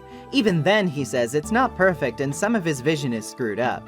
As for who did this to him, he says he's sure we probably have an idea of that. He also tells Phoenix he's made another mistake he can't undo, clarifying the search party has searched everywhere except inside the locked cavern and haven't found Maya anywhere. He says that if she's dead, it's Phoenix's fault, just like it's his fault that Mia is dead. So that's what this was all about. I mean, of course, right? He was Mia's boyfriend. They were still together when he went into that deep sleep. And when he finally woke up, she was dead, taken out of this world by a Class A scumbag. But he doesn't see that guy right now. The only person he sees is her pupil, who didn't stop it. It's not exactly a fair accusation to make. It's not as if Phoenix could have known, and furthermore, Godot does seem to sort of imply that he thinks it was just Phoenix's duty because he's the man or whatever, but even so, it still clearly gets under Phoenix's skin. This is why he's hated us so badly this entire time. It seems everything does have a way of coming back around. As for the cavern, we're not going to be able to break the trick lock by ourselves, he says, but he thinks it can be opened by who he thinks said it, that being Iris. Apparently the locks are there to guard acolytes during their training, so Godot heads off to call Iris here. With much to think about and a lot of weight on his shoulders, Phoenix moves outside. There, we find Gumshoe talking to himself about whether he should wash something off, and tells us not to enter the garden with a no entry sign on it, before heading there to do his investigation. Phoenix and Franziska both instantly look at each other and agree that they're going in anyway, which is, again, very funny. Gumshoe is a bit peeved, but he can't exactly argue much, especially when there's so much to see here even on a surface level. There's a charm with the symbol of the Master on it left in the snow, with broken cords that Gumshoe says matches some found around Elise's neck. Next to that, the snow around the stone lantern is cleared in a strange rectangular shape, which Gumshoe says was like that when the police arrived. Last but not least, there's bloody upside-down writing on the stone lantern which appears to say Maya's name. Wow, I really wasn't kidding when I said things come back around, huh? Talking to Gumshoe a bit further, he also says Edgeworth is going to escort Iris to the Sacred Cavern, and that he can't think of anywhere else Maya could be. The blood on the stone lantern is, of course, confirmed to belong to Elise, which means this garden is probably the real crime scene. If that's so, though, what Bikini saw must have been an elaborate setup. What does this mean for what she saw, and how the crime occurred, though? Back at the main gate, Edgeworth is here with Iris. We're not going to be permitted to go with them, though, as Iris is to be kept under strict watch right now and the area is going to be cordoned off. Franziska reminds us that we still have someone we can question, though, which leads us back to Bikini and her psyche logs. Obviously, Elise Donham is no mere author, and we can prove that with the talisman that was hanging around her neck. The same symbol on the talisman, that of the Master, was featured on a scroll, and that scroll had a picture of Misty Faye on it. All of the locks break at once, and Bikini confesses what we may already suspect. Yes, Elise Donham was just a pseudonym for one Misty Faye, the woman who disappeared after the DL6 incident so many years ago, and Mia and Maya's own mother. This incident just got even more retroactively tragic. Apparently, Bikini recognized her right away when she showed up with the talisman, even though she had been gone for 17 years. Why did she choose now to come out of hiding, though? Bikini says something forced her hand. Before she can elaborate, though, wouldn't you know it, the earthquake-prone area has an earthquake. That means the temple could be collapsing as we speak, and Phoenix panics. Not only does he worry obviously for Maya's safety, but he also instantly thinks about whether Edgeworth will be okay, what with his whole PTSD thing he has going on. Honestly, that's very sweet. Ace Attorney may not handle every sensitive topic it has with the most care, but the way Edgeworth's PTSD is treated is surprisingly grounded and considerate. I appreciate it. And yeah, when we get to the main gate, Edgeworth isn't looking too hot. He says that he passed out when the earthquake hit, and Iris seems to have run off while he was unconscious. Everyone decides to look for her at the inner temple before resorting to a manhunt, and while she is thankfully there, it seems, things haven't exactly gotten better.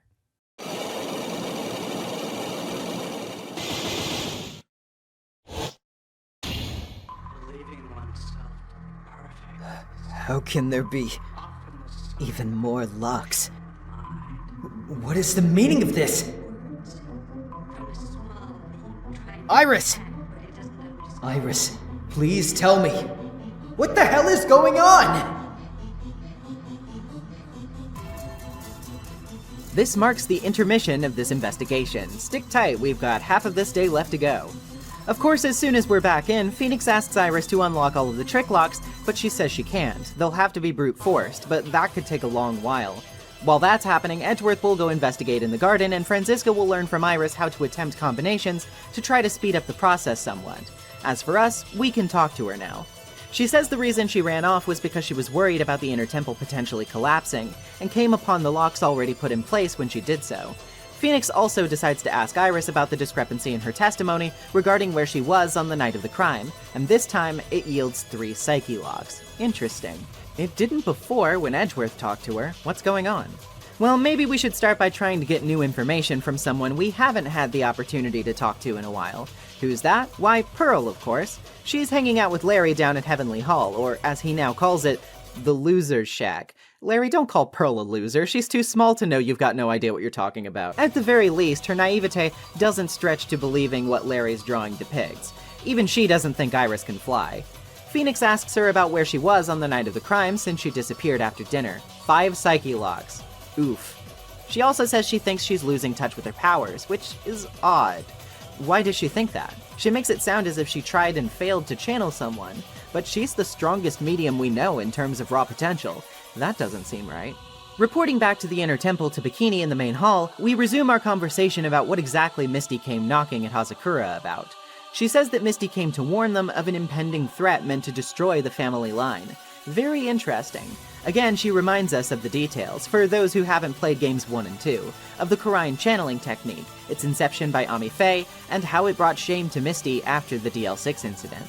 For those needing a refresher, the DL6 incident was when Edgeworth's father, Gregory Edgeworth, was murdered in a courthouse elevator by prosecutor Manfred von Karma after an earthquake knocked the power out. At the time, nobody knew that von Karma was the criminal, not even Gregory himself, who died while passed out. The police, so stumped for leads, called in Misty Faye to channel Gregory's spirit and get the scoop on the culprit. Gregory, however, didn't know and assumed since his son threw a gun on the elevator floor toward him and the court bailiff, Yanni Yogi, in an attempt to get them to stop arguing, that the boy himself may have accidentally shot him. Of course, this wasn't actually the case, and was proven by Phoenix many years later, but because of his instinct to protect his child, Gregory lied when channeled and accused Yanni Yogi of killing him. With Yogi found innocent, Misty's involvement was sussed out by the press, particularly Red Wright, who had lured Marvin Grossberg, Mia's later mentor-in-law, into telling him about it. With this information revealed, she was made a laughingstock, as were spirit mediums in general, and she disappeared for many years, until now. Once Phoenix finally solved this case and implicated Manfred von Karma, however, Karine's reputation began to be repaired, but that wasn't the only scar left deep in this village's history. There was also the matter of Morgan Fay, the aunt of Mia and Maya introduced back in Reunion and Turnabout, as well as Misty's sister. Morgan, as you might recall, once staged an entire murder with the intent of getting rid of Maya so that her daughter, Pearl, could become master of the Fay clan. Morgan herself was originally supposed to be the future master, but was ousted from her seat, ostracized by her village, and even left by her husband once it became apparent that she had no spiritual power. Misty, gifted spiritually by contrast, was given what Morgan reckoned she was owed, thus sowing the seeds for more trauma and bloodshed in the future. Bikini begins to tell us about this as well, and mentions Morgan having a daughter. But she reacts with shock when Phoenix tells her that it's Pearl. Wait, Morgan had more than one daughter? Well, yes, in fact, because Bikini meant Iris. Whoa. Iris is Morgan's daughter, and she's not the only one. Bikini says that all this time, she thought Morgan had 2 daughters, not 3. Could it be? Yes. The third daughter, she says, was Iris's twin sister, both having been born to Morgan and her then husband, a jeweler, who left her after it became apparent that she wouldn't be inheriting the Master's power. I think we have a pretty good idea of who that other daughter really is. But first, before we confirm that, we need to talk to someone else about discoveries, that being Gumshoe. He's in the courtyard singing to himself about finding evidence or something. He says he hasn't found anything important yet, just some dumb, useless, totally not important, partially burned letter that was found in the Inner Temple's incinerator. Yeah, makes sense, and wait, what did you just say? Yeah, maybe Franziska is right to be on this man's ass every now and again, because boy, this letter is hugely important. What's still legible talks about waiting until the lights out bell to channel her, and to leave everything up to her. The name and picture of the person are lost from the burning, but it says to use them as references, following with, "I know you can do it." The last page seems to instruct the reader to burn it after reading, and to quote, "Gravely roast the Master in the fires of Hades, and bring our vengeance to fruition." I have a feeling I know who this is to, and from. But what else has Gumshoe got for us? Well, he says he's been looking around with his metal detector to see if he can't find the real weapon, since the Shichichito was proven not to be it by Edgeworth. Giving a sweep ourselves, we get a pretty strong reading from the wooden staff in the snow carried by Elise, but why is that? Well, wouldn't you know it, there's a sword sheathed inside the staff. It's got no visible blood on it, but it could have easily been wiped off. Before he can go to test it though, Phoenix asks him to hold off for a bit, since he's still concerned about Maya. Speaking of concern for Maya, what's Edgeworth up to over in the garden? Well, he's more and more convinced it's the real crime scene, and that it looks like suspicions might switch over to Maya. He says that though he's calmed down a bit, the earthquake has definitely left him a bit shaken up. He also says he did some research into Iris's background because he was sure he remembered her face. As it turns out, yes, he has, but he's insistent on not speaking about who he turned up information on because she isn't involved with the case, and can't be. Well, about that. Presenting him with the mysterious profile we got from speaking to Bikini, Phoenix finally gets Edgeworth to tell us who this girl is. Her name? Yeah, raise your hand if you were already expecting to hear Dahlia Hawthorne. Edgeworth doesn't think Dahlia can be related to the case because she's already dead. Wait, really? Yeah, when she was convicted by Mia 6 years prior, she was put on death row for her crimes, and about a month ago, that sentence was carried out. Her metabolic processes are a matter of interest only to historians, so to speak. But hold the phone there, Sherlock. Did we forget we're on Ghost Expert Mountain, home to the training of people who can literally summon dead spirits? Well, Edgeworth is somewhat skeptical of spirit channeling even now, but the fact remains it's definitely not impossible for a dead person to be involved. And who better to interrogate about this fact than the person who literally shares her face? It's time to break Iris's psyche locks.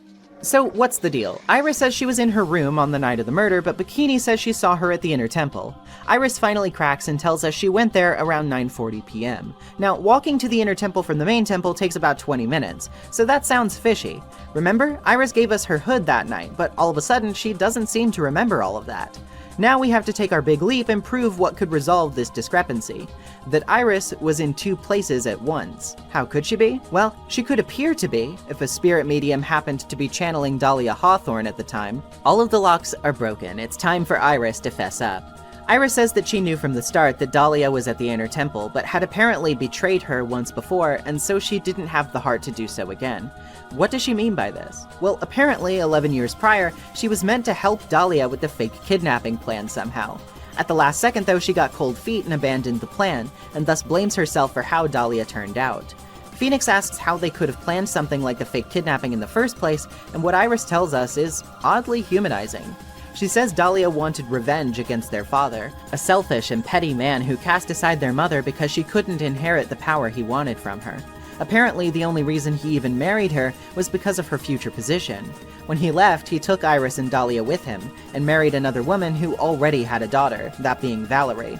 Deciding the two girls were plenty financial burden enough, he eventually left Iris at Hazakura Temple, thus bringing us to today. Phoenix asks Iris if her sister ever told her about a college student she was dating at Ivy University, and she says that all Dahlia ever spoke about him was that she hated his guts. Phoenix is understandably a bit depressed, but Franziska whips us back into shape, telling us to get moving. We don't have time to waste standing around and feeling sorry for ourselves. We've got one more set of locks to break after all, and this one's going to be pretty hard to stomach. So what was Pearl doing the night of the crime? She says she didn't end up going with Elise because she was worried about something. Obviously she was worried about Maya at the Inner Temple, right? Because of how intense Bikini had made the training sound. That's exactly correct. Pearl says she arrived just after 10 o'clock and heard the lights out bell along the way. She was apparently worried after hearing it, but why? Well, the burnt letter spells it all out, and Pearl recognizes it when we present it. Yep, she was the recipient. And she knew that she was being given instructions to channel a certain someone after that bell rang. That person, of course, was Dahlia Hawthorne. Pearl didn't know anything about Dahlia, but she still trusted the sender and obeyed every word. Whose word would she unconditionally follow? Yes, Morgan Fay. Pearl wants proof that she followed the letter's instructions, though, because she's obviously just a kid, and this is a big, complicated-sounding letter. Phoenix says that he can prove it precisely because her being a child meant she screwed part of the plan up. Remember how the scroll with Misty on it was awash in gravy? Did you wonder why that may be? Well, recall that the letter spoke of gravely roasting the master. Pearl didn't know what this meant and misinterpreted it as gravy and roast, like the dinner they were having. She even asked Elise about those words earlier. Just an editing note, by the way, this is actually pretty cleverly translated. In the Japanese version, it's that Pearl can't read kanji yet, and the kanji that she's trying to read, kare, which basically means like splendid or gorgeous, because the original line was put a splendid end to the head of the house. So Pearl doesn't read it correctly, and she misreads it as kare, as in curry, so she splashes curry on the scroll. It's cute, like they did a pretty good job with that. Looks like we've proven it, but this is not an enviable position to be in.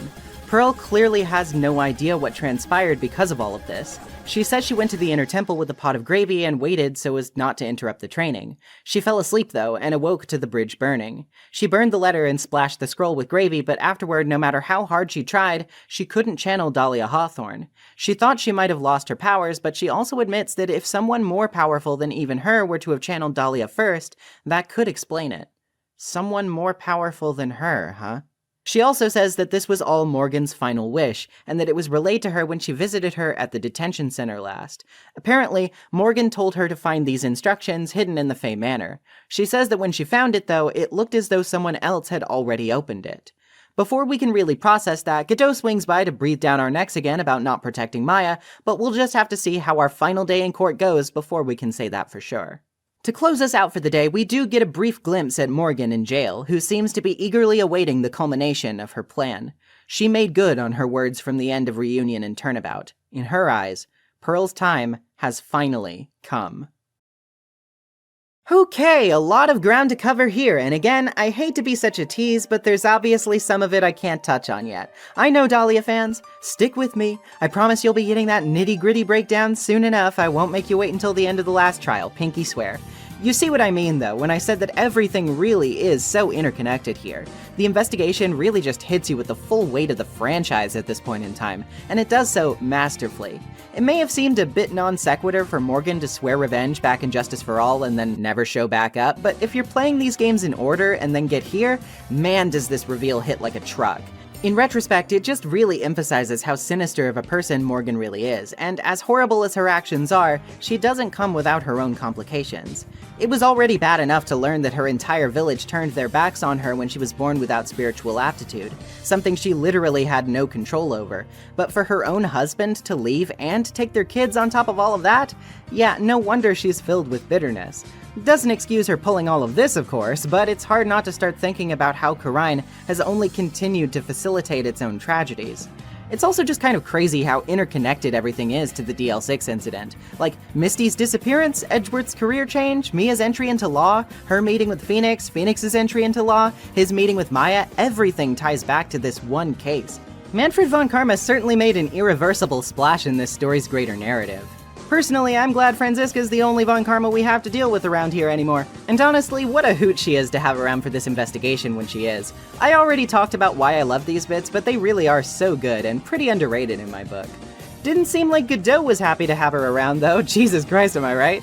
I've got plenty to say about this guy, which I am predictably saving for later, but boy could he stand to chill out a little. Granted, one can make some certain assumptions at this point about why his coffee pot's boiling, what with the whole dead girlfriend and everything, but methinks he blames Phoenix just a bit too much. Obviously, this isn't a complaint about the writing per se, even if I think the sexism was a bit over the top. This is just genuine character flaws, which will only continue to flesh the guy out. I just make special note of this stuff here because it's somewhat refreshing to finally get a better read on him after all this time. And by the end of the next trial, ooh boy. I really look forward to finally discussing his character in depth, even if I don't think he's a perfectly constructed one. I wish I could say more about the reveals concerning Iris and Dahlia, but frankly, aside from saying how crazy cool it was to get this stuff when talking to Bikini, I can't say much more yet that I'm not saving for later. I at least think the mysterious character portrait for Dahlia is cool though. Having a creepy shadowed over face does a really good job at emphasizing that despite her status as a dead person, she still echoes onto the story and the lives of its characters, like an imprint that will never disappear. It definitely gave me the willies as a kid, and I think that's perfect. I do think it's a bit odd though that even now we never actually learn what Iris's real name is, and spoilers, they're not going to tell us by the end of the game either. She just stays under her acolyte pseudonym the entire time, which I found a bit odd, but whatever. You may have noticed that I haven't mentioned Misty much so far though, and yeah, admittedly I don't have a ton to say about her, at least not right now. There are certainly dimensions added to her character by virtue of learning her true identity, but while I certainly think there's a lot of narrative impact to this, and there's stuff I can definitely dive into more later, I still won't ultimately have a lot to say about her in totality, I fear. It's not that she's a terrible character or anything, by any means, but it does almost feel like a bit of a cop-out. We've been hearing about Misty Faye all throughout the first two games, and now finally at the end of it all we get to meet her for 5 minutes before we even know who she is, and then she dies. And then we find out that that was her after it's already too late. Okay. I guess there is a certain amount of heartbreaking thematic irony to the whole affair. Maya's been wanting her mother back since she was a child, and now they finally cross paths for the final time, and it's like they're two ships passing in the night. The significance is lost on her, and afterward she loses any chance she could have had to connect with her mother ever again. That is definitely very tragic, and yeah, trust me, if that made you reach for the tissues, you're gonna want to hold on to them for later. But at the same time, I can't help but feel like she deserved a bit more direct exploration. Oh well, we don't have the space for everything, I guess, GBA and all. Regardless, this is a fantastic investigation day. There's a lot of interestingly risen stakes, some of the circumstances of this case have been elucidated, but enough has been left in the dark for us to feel like we're not quite prepared. And all of the myriad of callbacks make this game feel even more interconnected to its predecessors than ever before. A shame we can't squeeze in some more surprise cameos before this is all said and done, but even if I love her, I guess a lot of people probably aren't missing the return of, I don't know, Lotta Hart or something here at the 11th hour. We've been full speed funneled into the burning hot plot furnace, and the coal just keeps piling up. Only one day in court lies ahead, so let's get shoveling. The proceedings start big with some bad news. Edgeworth tells us Iris is going to be testifying for the prosecution, and is going to be making some kind of confession. Obviously, Godot is back in the driver's seat on that end because Franziska is helping Sister Bikini with trying to unlock the trick locks blocking the sacred cavern. This also means our regular judge is back, after the Canadian judge served his purpose. The reason? Poor guy got a fever. Seems the sickness has been passed on. Our regular judge also confirms that Canadian judge is his younger brother. Huh, go figure. Anyway, first up to testify is Iris, and she comes right out and says she had a role in the murder, which was covering up for the real killer. She did so by moving and desecrating the body with the Shichishito, but it definitely feels a little bit out of left field when she says the murderer she was covering for was Maya. She testifies that she saw it all happen in the garden when she went to the inner temple. Elise, or rather Misty, struck Maya with her staff and was about to kill her for some reason. Maya, defending herself, then stole the weapon and turned the tables. That's how Iris relays the events. Pressing about the supposed fatal strike Misty was attempting to land, Iris says she threw down her staff and pulled out a dagger to do so with. But wait a second, isn't that odd? After all, the staff itself was concealing a blade already. Why would Misty have discarded it to use a knife instead? Godot says this doesn't really change matters, but Phoenix argues the accusation is absurd anyway, revealing Elise's identity as Misty Faye and insisting that since she's Maya's mother, she would have never attacked her in the first place. This, unfortunately, isn't going to get us very far by itself. Godot isn't wrong when he says a bit of domestic violence isn't unthinkable for a case like this, and I mean, hey, this is the Fays we're talking about. That said though, the dagger was found stuck in the pine tree in the garden and had blood on it, though the matter of whose blood it is has yet to be determined. Iris next testifies that Maya dodged a second attack to steal the dagger, and then had Misty backed against the stone lantern where she was stabbed.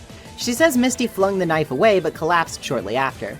This doesn't really stack up to scrutiny though. If Misty was backed into the lantern, she would have been stabbed in her front, but the autopsy states her stab wound was in the back. Godot says it was nearly pitch black at the time and none of the lanterns were lit, so Iris simply could have mistaken the angle at which Misty was stabbed. When the stone lantern is brought up, of course, this brings the judge's attention to the bloody writing on it that says Maya's name. Again, though, Godot appears to be in shock over this information, not seeming to have registered that there was even blood on the statue in the first place. You may recall something like this happened before, now it's starting to become a little clearer what's going on there. Anyway, now Iris testifies about her role as an accomplice. She states that she was duty-bound to protect the future master of Khura'in, so she called out to Maya, removed the body from the inner temple, and dragged it across Dusky Bridge. She then used the snowmobile to carry it back to the main temple and placed the Shichishito in the body. Now, you may have already assumed this, but we're going to need to press about the snowmobile tracks here. Iris says that when she left, it was still snowing, and went back after it stopped. But hold on, the weather data shows the snow having stopped at around 10:50 p.m., before the murder, and the bridge was already on fire 5 minutes prior to this. Iris reacts in shock to this information, which is definitely weird because she should already know this. Godot presses us right back though, stating that it's a fact that Misty's body was carried across the bridge and desecrated at the main temple by Iris. So how did this come about? Well, Iris says there's no way to move over the bridge beyond walking over it, so she must have just gotten confused. Okay, yeah, sure. She basically calls our bluff and challenges us to prove that someone could move across a burning bridge. Well, didn't someone see such a thing? A certain artist, maybe? Yeah, as it turns out, Larry's drawing actually will come in handy.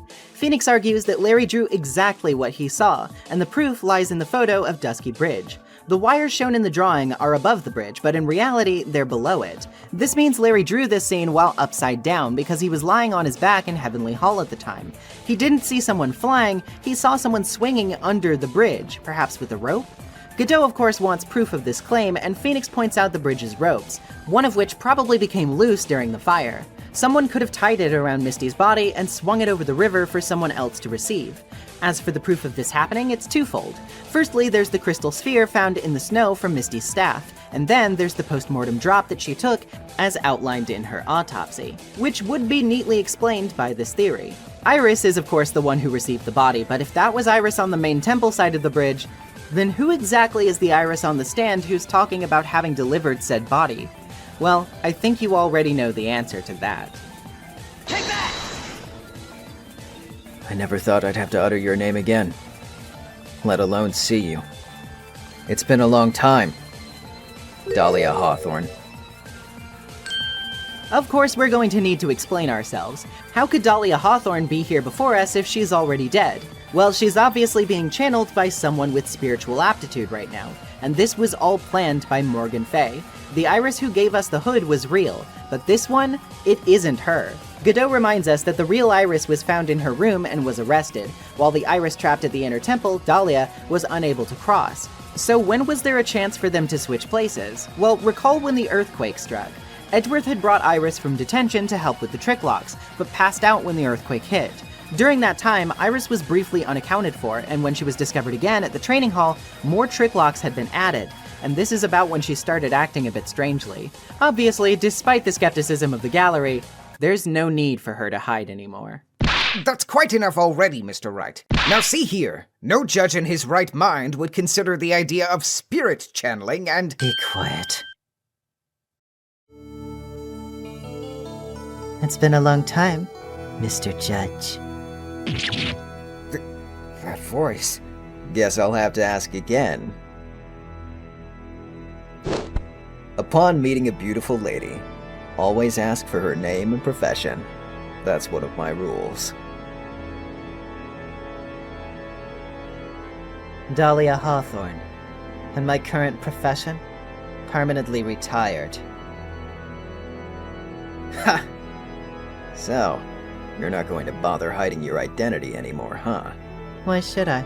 After all, I'm dead. There's really nothing you can do to punish me. What is going on here? Dahlia Hawthorne. I never thought we'd meet again. And I never thought we'd meet like this. But this time, I'll end it. For her. And for myself. And so begins Dahlia's testimony. She says the plan was hatched by Morgan to install her daughter, that being Pearl, as the next master. For this to happen, Maya would need to die. She says the plan got screwed up, but seems to have succeeded anyway. We need to press her about everything here. And what she says is very revealing. Turns out, Morgan and Dahlia reunited while in prison, the first time she had seen her mother since childhood. She even says that Morgan viewed her as a nuisance who might get in her way, so she initially planned to kill Dahlia at first. The only reason she didn't was because she saw a use for her, in her plan to make Pearl the master. Dahlia even seems to extend a mite of sympathy toward Pearl, saying the only reason she was born was for Morgan's own selfish ambitions that she shoved onto her shoulders, the ones she failed to carry out before and was imposing onto Pearl as a result. Obviously, Pearl wouldn't want this, but Dahlia is blunt. Morgan did not care what Pearl wanted. No matter how she tried to make it sound like it was all for Pearl's sake, in the end, it was just for her own, nothing more and nothing less. Iris was chosen to be pinned for the crime simply because she and Dahlia were identical, and Dahlia claims that she had no issue with this because Iris was a backstabber, and that she no longer holds any love for her. She even says she's the one who convinced her father to abandon Iris at Hazakura Temple. Yeah, I'm gonna be touching on that one alright. All throughout this, Dahlia derides her mother, calling her plans stupid and pointless. And so, Phoenix asks her why she would go through with helping in that case. Dahlia says she helped for her own reasons, that she had her own personal goal to accomplish by killing Maya. By this point, it should be pretty obvious. 5 years ago, Dahlia was executed because of Mia Fey, and has held a burning hatred toward her ever since. When someone dies, she says, the body fades, but the spirit lives on forever. She knew it would be impossible to take direct revenge on Mia because Mia herself was already dead, so she resolved to do what she knew would hurt Mia more deeply than anything else, personally killing her beloved sister. She says she was channeled around 9:30 p.m. and went to the inner temple, carrying the staff with her. This means that Misty must have channeled her, likely in an attempt to stop Pearl from doing so. So she says she approached Maya in front of the lantern and tried to attack her, but then her memory becomes fuzzy. She thinks she was stabbed by Maya, and personally wrote the bloody message on the lantern because of this.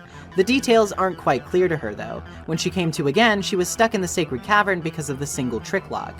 She saw one person come in, which was probably Pearl, but hid herself further in the cavern to avoid detection, so she didn't see them. After 2 days, she finally unlocked the trick lock, but police were swarming everywhere, so she put it back in. Finally, she got her chance during the earthquake, when Iris came to the inner temple alone. At that time, Dahlia trapped Iris in her place, meaning Iris is in the sacred cavern right now, not Maya. Having heard everything, she assumed she was channeled by Pearl, as planned, and even if she didn't kill Maya directly, Maya might have jumped into the river after realizing she killed her own mother. Of course, Phoenix is devastated by the implication that Maya could be dead, and no one is able to interject to tell Dahlia she's wrong while she gleefully suggests as much. Godot gets a call that exact moment, being told the trick locks were opened successfully. Inside the cavern?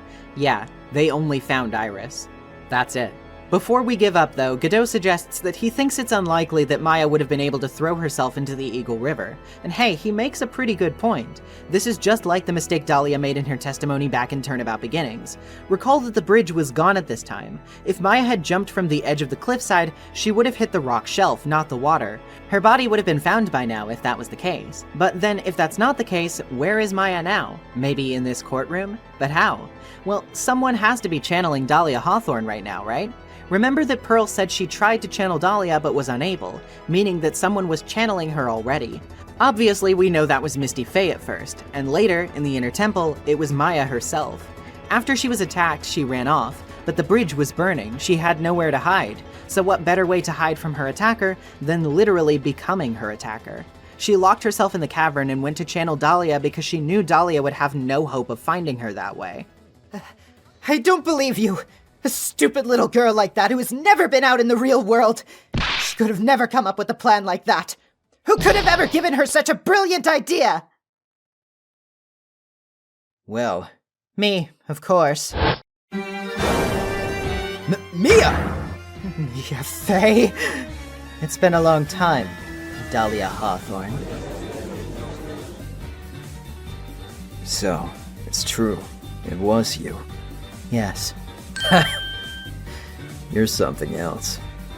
Yes, indeed. Maya may not exactly be the best planner, but she's smart enough to know who she should turn to for ideas in a desperate situation. Mia says that when Dahlia was stabbed, she was not stabbed by Maya, because Maya had in fact lost consciousness at the exact same time.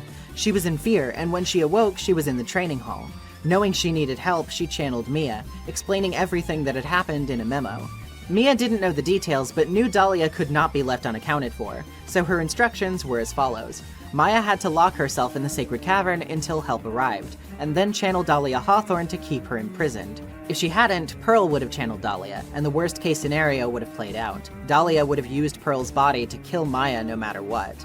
Thoroughly defeated at her own game, Phoenix and Mia both remind Dahlia that her crimes have been nothing but a string of failures from the very start, and she begins to break.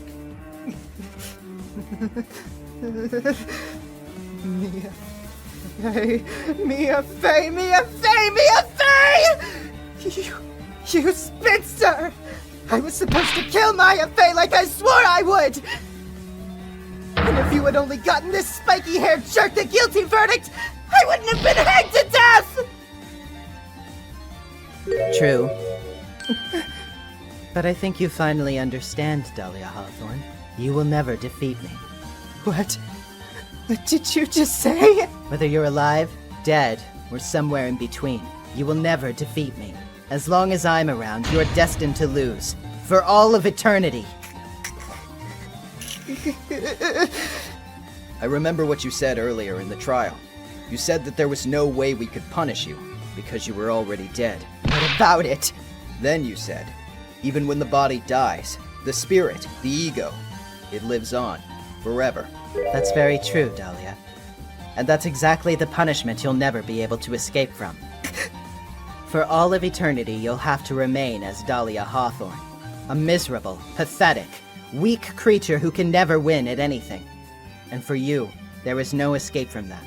No hope of freedom. Since the day you were executed, the narrow bridge that once stretched out in front of you has burnt to a crisp. You're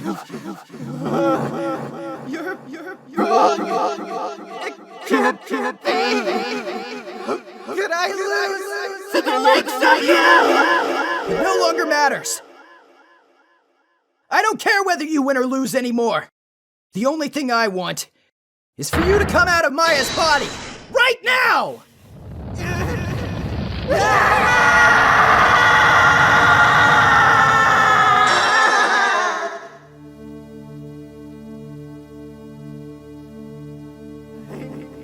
Not ready! Not ready to go!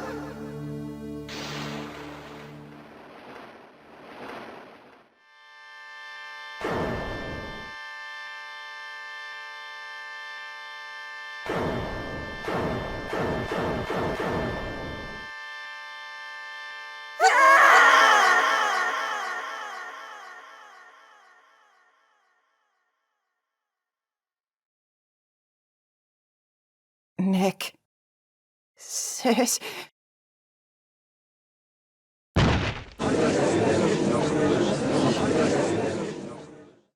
Finally, Maya is accounted for, and the real Iris steps up. Godot reminds us that even if Maya is alive, we still have to prove who exactly stabbed Dahlia Hawthorne, meaning, of course, who ultimately killed Misty Faye. Our final witness of the trial, of the trilogy itself, will be Maya, and Godot issues a challenge to Phoenix. This time, we have to solve everything by ourselves. No Maya, no Pearl, no Mia. It's all up to us, and only us. Out in the lobby, Phoenix asks Iris a simple question. Why did she help Dahlia with her plan? And this conversation, this is the final piece of the puzzle I needed. My sister. I felt sorry for her. She was abandoned by her mother, and never got any love from her father either. Yes, but it was the same for you too, wasn't it? Yes, but at least I had Sister Bikini, who was like a mother to me. If only Dahlia had come with me to Asakura Temple. I always loved her. Dahlia was always so smart, so strong. She never complained about a thing. That's why I promised her that I would help her. Let's talk about Dahlia Hawthorne for a second. Now, before I begin, I must reiterate, I'm not here to write off Dahlia Hawthorne's crimes. I'm not here to say she did nothing wrong, but I am here to say that, boy, I feel like a lot of this delivery was fumbled. And I only say this because I find Dahlia such a compelling and potentially tragic character, even with what I perceive to be the faults in her writing. And I think that with a bit more foresight, her character could have been even more masterful. I just can't help but be a little disappointed with what we got as a result. The fundamental problem of Dahlia Hawthorne's character writing in my mind is simple, and that is dissonance, both in perception of the character and how she was utilized in the story. Now, a lot of Ace Attorney villains are split into two camps. They can be cartoonishly evil maniacs, or they can be somewhat sympathetic despite their faults. Rarely do these two camps intersect. Matt Ungard, for example, is not going to get a tragic backstory. The game wants us to hate his guts, so this is only natural. I think Dahlia was first and foremost approached from this mindset. She is a big bad. She is a villain whose influence on the story is purely negative, and thus she should be built up, so that similarly to previous villains, she is satisfying to take down. If Dahlia were contained to one case, like Manfred von Karma or Ungard before her, I think this would have been pretty easy to manage. But one of the core appeals of Dahlia's character is also her staying power. Think about it. In 3 of this game's 5 cases, she makes an appearance. This establishes her very well, not only weaving an intricate tale of her deeds through non-chronological flashbacks, but building up the enormity of her image as something that we as players will feel immense catharsis from finally taking down. There's a catch here, though. You see, the case where Dahlia is convicted is the very first case in the game, and the tutorial is always kind of easy mode to an extent. Dahlia isn't an especially good liar, I'm sure you've noticed, so dismantling her is not actually that big of a challenge. If she were to remain at a surface level about as complex as your average one-case villain, she would get stale very quickly. Having her come back would not achieve the desired effect because she would have little reason to be feared, and consequently her lack of depth would make her feel more like a chore than anything. This is where we run into our biggest issue, though. How do we justify her presence this late into the story? Well, we've got to tie her deeply into the lore. How do we tie her deeply into the lore? Well, we've got to give her a backstory. Her backstory will inform her motivations. There's a little bit of a problem here, though, you see. Dahlia is meant to be a big bad. She's meant to be completely unsympathetic. I mean, think about it. From the very moment she first appears in Turnabout Beginnings, before Mia even knows anything about her, she's already calling her a devil, a demon. The dialogue really leans hard on this. I don't think it's really hard to see what the game's opinion of her is. The problem is, the more I learn about her initial motivations, the more room there is for me to feel a certain degree of sympathy. Sure, it certainly doesn't justify what she goes on to do. I would never say that. And if she were a real person, it'd be like, cool backstory, still murder. But this is a fictional work, where every aspect is considered, so naturally I'm going to think about every aspect of a character and their narrative. Let's think about this from the beginning for a second. Dahlia is born to a mother whose drive for vengeance and power is so strong that she's implied to purely birth those children out of spite, for a chance to reclaim that power. Iris and Dahlia are, however, both born without any spiritual power whatsoever. Their father takes them away from her at an early age, though whether Morgan herself really cared about that is reasonable to question. Dahlia claims she got her father to abandon Iris at Hazakura Temple. And yeah, I'm not really sure about that one, Chief. Iris and Dahlia were both born around 1993 to 1994, and Misty became master around 4 to 5 years later, around 98 to 99. Being generous here, the sisters were maybe around 5 or 6 years old, tops. You cannot in any world convince me that a 6-year-old would be able to meaningfully influence her father's decision to abandon a child like that. Sure, you can say Dahlia may have planted the idea in his head, but ultimately, it would have been his choice, and Dahlia herself claimed, while pretending to be Iris, that he viewed it as less mouths to feed. Given that Mr. Hawthorne immediately left Morgan when he found out she wasn't going to come into power over Karine, I think it's safe to say this dude is not exactly a good husband or a good father. This doesn't instill me with much faith in how he would handle things in the first place. And if that wasn't enough, well, it's certainly enough to be skeptical of him, considering that he let a 20-year-old tutor start dating his 14-year-old daughter without ever noticing. Clearly, this was not a good home situation, and Iris herself acknowledges this up front. She says neither she or Dahlia got any love in that home, and this, on top of that, there's certainly a pressure cooker of awful circumstances going on here. So she does what any teen does. She rebels. Her dad's rich now, and what would be the perfect way to exercise some control over your life for once? Well, scamming him, of course. At this point, she doesn't plan to hurt anyone. She's going to take a diamond, squirrel it away, and live a new life elsewhere, with a new name. She even gets her stepsister to help her out with this. Valerie seems very enthusiastic to shoot at Terry, and even testify against him later too, so it's probably only natural to imagine she didn't have a very high opinion of him. This is kind of what makes Valerie a bit fascinating to me, though. She ultimately kind of tips the domino chain. After this plan, Dahlia goes into hiding and reinvents herself as Melissa Foster. Remember that Valerie's murder happened when Dahlia was 19, which means that she had been living peacefully for 5 years. She wasn't going around doing crimes and killing people. But what triggers her first murder? It's Valerie. Valerie helped with the fake kidnapping, even though she was a cop. And though we're never given explicit reasons for why she ultimately decided to do this, she decided the truth had to come out. I can only imagine that she eventually came to feel guilty for what had transpired and wanted to, in her mind, set things right. But what's so fascinatingly human about this is that this decision does not help anybody. The only person it could possibly help is Valerie herself, a way to assuage herself of the guilt she feels. But this causes everything to unravel, because remember, Dahlia didn't want the truth to come out for a reason. She didn't want to go back, and I certainly doubt she'd want to be put back into contact with Terry. But now, here she is, not really being given a choice in the matter, and she does something terrible as a result. Her murder of Valerie is unambiguously awful. This is where her actions stop really being worth defending. But boy, if it is not tragically easy to see how everything got to this point. I also have to wonder about the whole vial of poison under the tree thing. Terry says flat out that this promise they made was during their relationship, so it would have had to be when Dahlia was 14 or younger. Now, call me crazy if you'd like, but I kinda doubt someone so young could get their hands on lethal poison at this point. She didn't have a pharmacology student boyfriend or anything to steal from. That really only leaves Terry to have gotten it though, which, boy, okay, lot to unpack there if so. Regardless of that point though, because I really do think the devs just wanted you to assume she got her hands on it somehow and not think too hard about it, everything kinda slots into place at this point. Her first murder was very impulsive, very panic-driven. The only reason she isn't caught is because the only witness swallows poison before he can spill the details.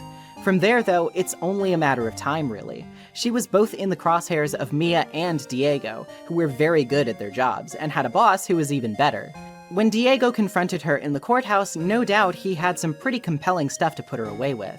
Everything from this point on is just digging herself into a deeper hole because of cleanup.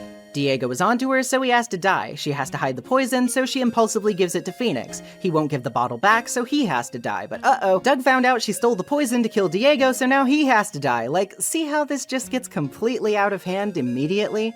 Dahlia really isn't much of a mastermind at all. She's the picture-perfect image of someone desperately clawing for control who has been denied it all her life. And she claws too hard. From the moment she's born, she has been deemed a failure. She cannot inherit the power her mother wants for her. She is abandoned by said mother, and then she's thrown into a loveless home.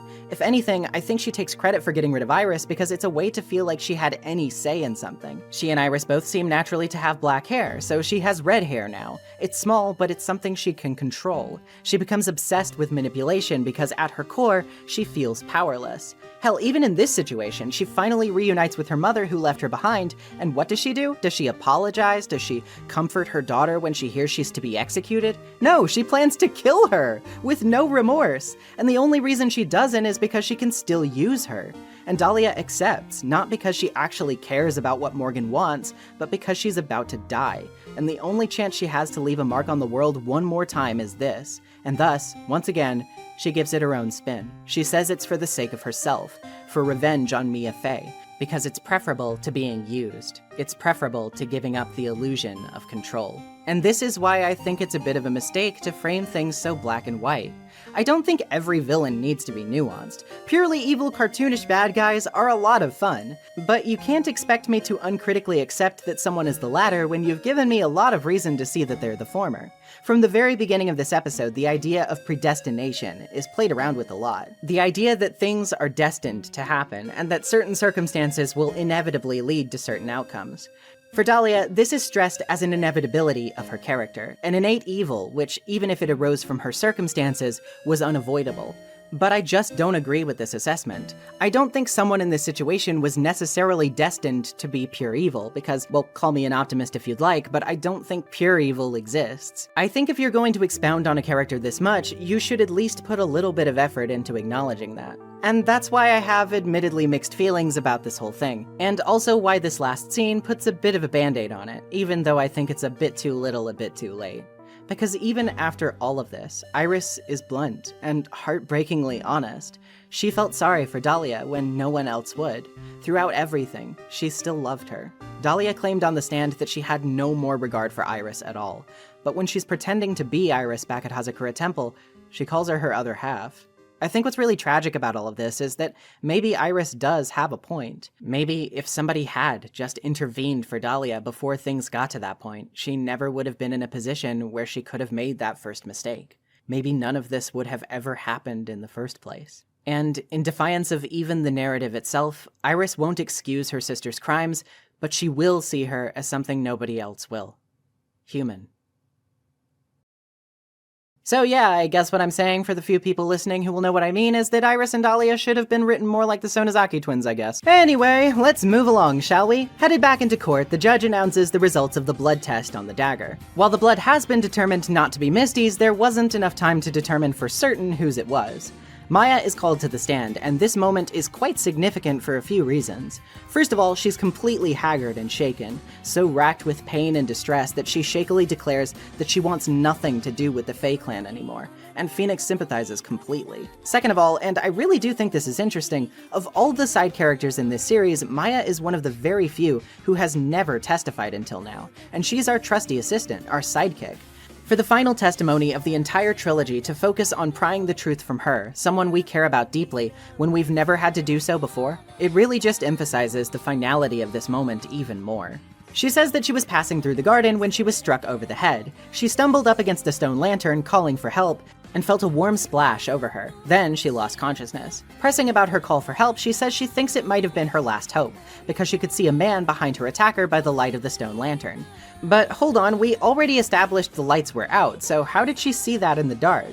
Maya pleads with Phoenix not to keep prodding, but we have no choice. When asked who the man was, we must say it was Godot.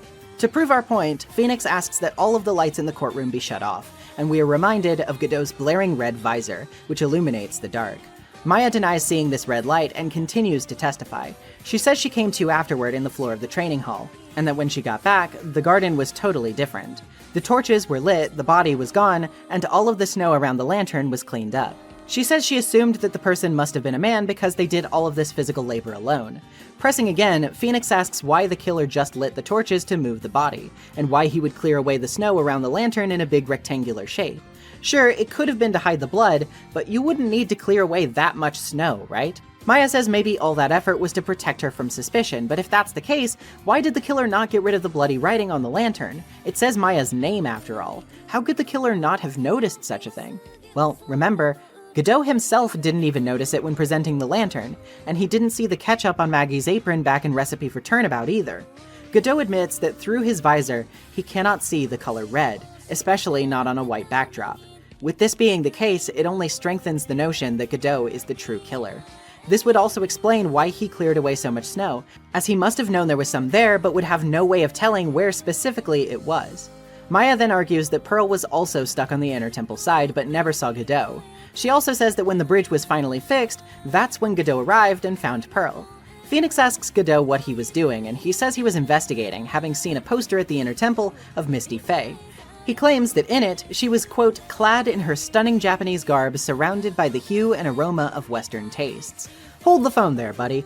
The hanging scroll was covered in gravy at that time. The only way he could have known Misty was in the picture was if he had seen it before the murder.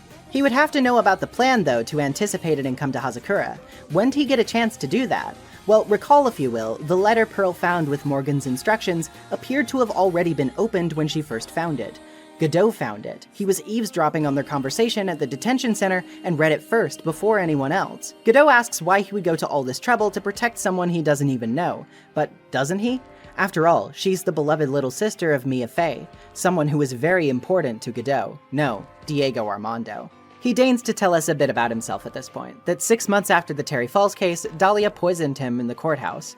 Because of this, he slipped into a deep sleep, a coma which lasted 5 years. By the time he had woken, several things had happened. Mia Fey, the love of his life, had been murdered. Dahlia Hawthorne, the woman who stole everything from him, had been sent to prison and sentenced to death. And even Red White, Mia's killer, had been put behind bars. All that was left was Phoenix Wright, who he began to blame for not protecting Mia while he was away. His new purpose was to try and defeat Phoenix, something to chase after, to give himself purpose after everything in his life had been stripped away, leaving him completely untethered from his past and with no guiding light to follow. During this time, he overheard Morgan's plan and decided that he would make up for his absence by protecting Maya's life instead. To do this, he used his ties at the prosecutor's office to contact Misty Faye, who had been monitored by police for the many years she'd been in hiding. He also got in touch with Iris, who was in the know about everything as well. The plan was that Misty would distract Pearl, preventing her from going to the inner temple, but Pearl went anyway.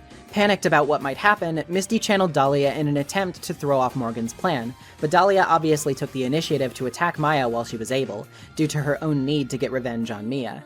This left Godot with a choice to make about what to do next.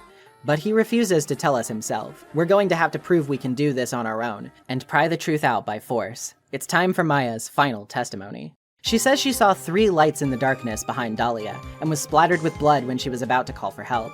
Dahlia didn't die instantly though, and before passing out, she slashed back towards her attacker. The red lights went out, leaving Maya in the dark as she heard a scream.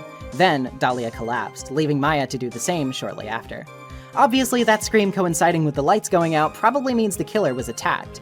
Maya says she thinks Dahlia used the sword from Misty's staff to do so, but remember, Maya had already been splattered with blood. The sword was already inside Dahlia, in other words. This means Dahlia probably nicked the killer with the dagger, meaning the blood on the dagger is from the killer. But we have a problem. Godot was trapped up on the mountain, and if we're accusing him, shouldn't he have that wound somewhere? A wound isn't visible anywhere. Hey, apropos of nothing at all, let me interrupt real quick to ask you a question. Remember how in each game, while there are some recurring themes, the OST always has a new objection and cornered theme and they're never reused? Well, allow me to introduce you to the most hype reprisal in all of video game OST history. How about it, Mr. Wright? You've accused Mr. Godot of being the killer, but can you prove it? Have you even got one piece of evidence? The question isn't whether I can prove it or not. The fact is, I have to prove it. That's the only choice I have. I was taught that it's one of the rules of being a lawyer.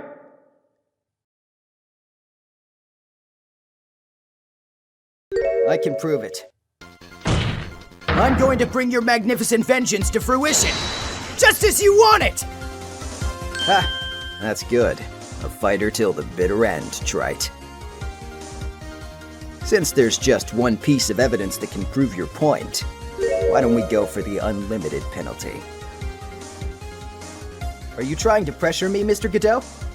Because it doesn't matter to me. I've got the one piece of evidence I need. Give me a break! You've got nothing, Trite! So what do I do at a time like this? It's simple. I've got to think outside the box and approach this from a different angle. All right then, Mr. Wright, let's hear what you've got. There's one thing I've demonstrated in the previous cross-examination. The killer was wounded. That was proven by the blood on the dagger. But we decided it was impossible for him to have hidden such a wound. If he had been cut by a dagger, there should have been a bloodstain on his clothing. There's one place. One place the killer could have hidden his wound. What did you say? Hidden? This is it. My last stand. I need to think about this from a different angle. I don't need to think about why there were no bloodstains on his clothing. I need to show how he hid the wound. It's the end of the line, the final stop, Wright. Let's hear what you got. Where's this location where you say the killer hid his wound? Take that! Ha! I don't know what you're talking about. And frankly, I don't need to know. What I do know is that you'll never be half the lawyer she was! Isn't that right, Trite? What was that just now? Mia? It can't be. You're living on? Through him? Even as we speak, you're still hiding the wound!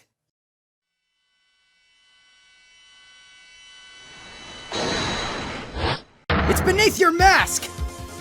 During the fight, the red lights given off by the killer suddenly disappeared. Seconds later, the killer let out a scream. That's right! Your mask went flying off your face! Mr. Godot, would you mind removing your mask? If you have a dagger wound under there somewhere, then I'd say this whole case is solved!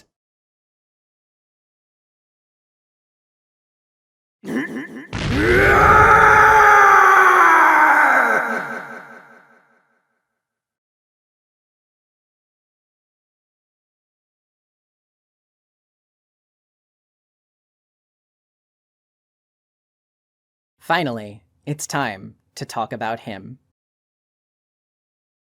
Earlier, I talked about how Godot got his name from Waiting for Godot, a tragicomedy play written by Samuel Beckett. Now, pretty often I see most assert that this joke for his name is pretty surface level, you know? Oh, well, we were waiting for him because he was in a coma. That's all there is to it. There's no deeper meaning to the reference. But me? I don't quite see it that way. Because, wouldn't you know it, I actually went and watched the play specifically to see what I could glean from it. And I think it's kind of perfect. The play centers primarily around two characters, Vladimir and Estragon. Both of these world-weary men are awaiting someone or something they call Godot, and it's implied that they've been waiting around for a pretty long time. They wait near a withered tree, a dreary fixture of organic life in an otherwise dead place. During this, they try in many ways to pass the time, from discussing Bible stories, to debating about how best to end their lives, to complaining about their boots and imagining the many things they'd do if they were to go elsewhere. They can never go elsewhere, though. They always have to remind themselves that they are waiting for Godot, and that until then, there is nothing to be done. A phrase which recurs frequently throughout the script. Nothing to be done. The reason they're even waiting for Godot in the first place seems rather ambiguous. Apparently they've asked him for something, but they can't really remember what. This something seems awfully important if they keep coming back to stand around waiting every day for it, though, but every day ends the same. Godot never shows up, and a little boy, a go-between for Godot, tells the men that Godot will not be arriving today, but that he should surely turn up tomorrow. The men forget what they've done and said already. The boy claims not to have ever seen them whenever they cross paths again, and they grow increasingly frustrated and listless. During this time, they commiserate briefly with a wealthy jerkwad named Pozzo, who is ordering around a man he's enslaved named Lucky. They're a pretty miserable pair, even if Lucky once verges on profundity before dissolving into rambling. But they, unlike Vladimir and Estragon, do undergo some sort of change throughout the play. When we see them again toward its end, Pozzo has gone blind and Lucky mute. Vladimir and Estragon pester them incessantly to explain how this happened so fast, and Pozzo chews them out for it. Have you not done tormenting me with your accursed time? It's abominable. When? One day. Is that not enough for you? One day like any other day. One day he went dumb. One day I went blind. One day we'll go deaf. One day we were born. One day we shall die. The same day. the same second. Is that not enough for you? They give birth astride of a grave. The light gleams an instant, then it's night once more.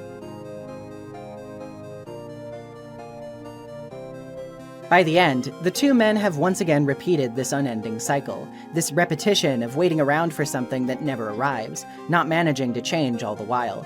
They resolve to leave, and yet they stand completely still. This, I think, is perfectly analogous to Godot's character. Godot sees Mia's spirit in Phoenix, and in that split second, he is humbled. He admits that he couldn't stand to see Phoenix continue his life, striving forward happily despite Mia's death. But then, he follows up. But I was wrong about you.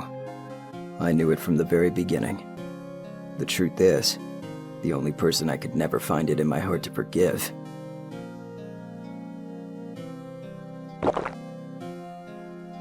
was me. You? Yourself? I was the one that failed to protect Mia. Me and no one else. I tried to avert my eyes from the truth, to escape the harshness of reality. I just couldn't face Mia's death head on, so I ran. I hid behind a mask. I threw away my true name. I couldn't even deal with being a defense attorney anymore, so I quit. Godot had a purpose in life, but upon awakening, he felt alienated from it. It had been taken from him. In this sense, he was purposeless, and to be named after a play examining the absurd ways in which we fall short while seeking meaning in a meaningless existence, I find it pretty apropos. He thought he could seek a purpose in defeating Phoenix, but this, he admits, was something illusory and silly. It was just as meaningless as anything else. It wouldn't return to him what he'd lost. Godot is much like Vladimir and Estragon in this way. He waits constantly for something to change, for something to arrive and give him meaning. He's waiting for Godot just as much as anyone, but that arrival will never come to pass. Not while he's waiting for something that's already passed him by. His entire life, what he wanted for himself, is gone. But he can't accept that. He can't let go of it. He thinks that by setting these arbitrary goals for himself, by proving something to himself, that like those two men, something will change for him in an instant and everything will be better. But he doesn't move. He doesn't change. He remains static, and thus everything remains as it is. Was I sleeping while the others suffered? Am I sleeping now? Tomorrow when I wake, I think I do. What shall I say of today? Astride of a grave and a difficult birth. Down in the hole, lingeringly, the gravedigger puts on the forceps. We have time to grow old. The air is full of our cries. But habit is a great deadener. At me too someone is looking. Of me too someone is saying he is sleeping. He knows nothing. Let him sleep on. I can't go on. Godot even admits that though he initially explained his motives away as wanting to save Maya, what remained of Mia, this is just as he says, an excuse. Recall that he found the letter before Pearl and put it back. Couldn't he have ripped it up, burned it, taken it away? But he didn't. Couldn't he have put his differences aside with Phoenix, opened his eyes to the most important man involved, and talked to him? But he didn't. Couldn't he have seen the red on white for once and realized who was really to blame? No. He shut his eyes to that a long time ago. I suppose. I wasn't really interested in saving you at all. Huh? I think I was just trying to salvage what's left of my own broken soul. I was trying to make up for the fact that I couldn't save Mia. Nothing more. That's why I let you walk right into a situation that I knew was dangerous. Forgive me. Godot didn't want to protect what was left of Mia. If he did, he would have already recognized that Phoenix was carrying her will on, into the future. Godot didn't want to prevent tragedy. He wanted to prove to himself that he could have protected Mia when it arrived. He never let go of the past. He has stayed shackled to it. He allowed Morgan's plan to be put into action, allowed Maya to walk right into danger, because if it came to pass, he could step up to the plate. He could prove to himself, to everyone, that he was strong enough to save Mia's life. That it wasn't his fault. But that's not how it went. That night, in the darkness of the garden, when I saw her silhouette, A part of me must have known the truth. The truth that it wasn't really Dahlia Hawthorne standing there in front of me. It could have been Misty Faye, or even that little girl, but I still picked up the blade. It was like I was dreaming. I'm not sure exactly what was going on in my mind at that point. Was I really motivated by the pure desire to protect Maya Faye? Or was it something else? Was it my hatred for a woman who had stolen everything from me 6 years earlier? Could it have simply been a desire for revenge? And now, I don't know anything anymore. And so comes to a head a main theme of this game. But more on that in a bit. One last thing I want to point out about the play is that toward the end of its second act, Vladimir finally asks the little boy, Godot's go-between, what the man himself is really like. What does he do, Mr. Godot? He does nothing, sir. In being Godot, this man has consigned himself to a life of cyclical inaction, of waiting around in the same spot, hoping to God that the world which has already passed him by years ago would slow down around him. But when the veil was shattered, when he finally saw the light of the truth once again, it all hit him in an instant. You were the one who made me realize my folly. You never ran away from Mia's death. Instead, you picked up where she left off, as a true defender of the people. In that one moment, I understood everything. Mr. Godot.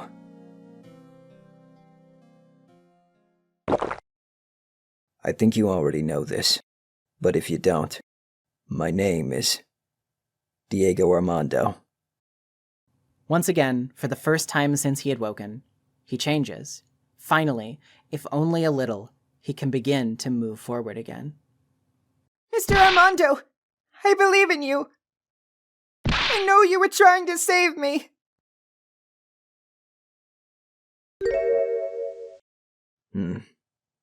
Thanks. Your wound! It's bleeding! Ha! Did you forget already? In my world, the color red doesn't exist. These must be my tears. Tears? Ever since I woke up from my coma, I think I've been waiting for this very moment. Mr. Armando. You'd do well to remember this, Maya. The only time a lawyer can cry is when it's all over. Never neglect the little things of life. And what do you expect? You always wait until the last moment. The last moment. Iris accepts the blame for tampering with the body in the crime scene, knowing that she too will face her own punishment of sorts. Before she goes, though, we've got another little twist to deliver. She finally tells Phoenix the truth that she's been hiding from him, that in actuality, he only ever met Dahlia Hawthorne twice. Once in the records room, and again when she killed Doug Swallow. But wait, they saw each other every day during their relationship, right? Yes, for 6 months, Phoenix was actually dating Iris. She had come to try to get the bottle from him, fearing that Dahlia had too many sins to answer for as it was, but she couldn't convince him. After long enough, she acted on her own without consulting Iris, something she says Dahlia had never done before this point. Iris says that this is because she thinks Dahlia noticed her feelings for Phoenix had become genuine, and that she would have intervened on his behalf if she had tried to harm him. After spending half a year by your side, my feelings towards you, they changed. I have something to say to you, too. Yes? You really are the person I always thought you were. Even after Dahlia Hawthorne was found guilty, I still believed in you.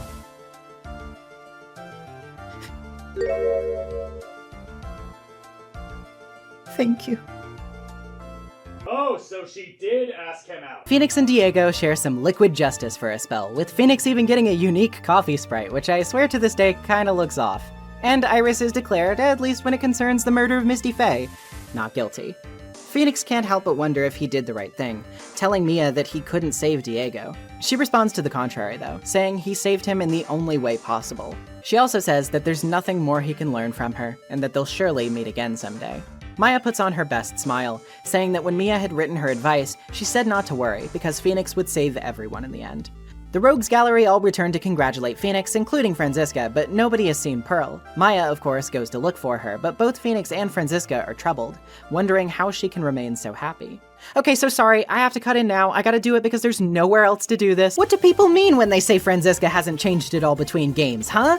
This right here is just more evidence, but let me recap, helpfully pointed out by someone who did the math. She read all of the case files on her flight, which would have been 15 hours from Germany at minimum. She was called by Edgeworth late, which means she probably didn't get much sleep prior. She was slightly late to court when she's very punctual, which means she probably just got off in time to prosecute. Then she was there for the whole trial, helped out with the investigation the same day. That whole day she runs around Hazakura with Phoenix, then she goes straight to the cavern to learn about the trick locks from...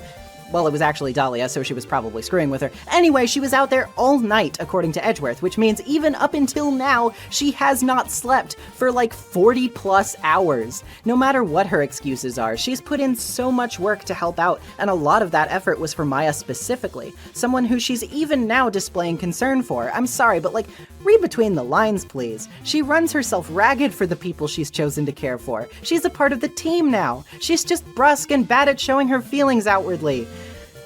Anyway, my Franziska bias aside, the reason, of course, is Pearl. Maya is in immense pain right now, but she knows Pearl must be suffering quite a lot as well, and probably even blames herself, and she wants to remain steady for her, just like other people have done the same for her.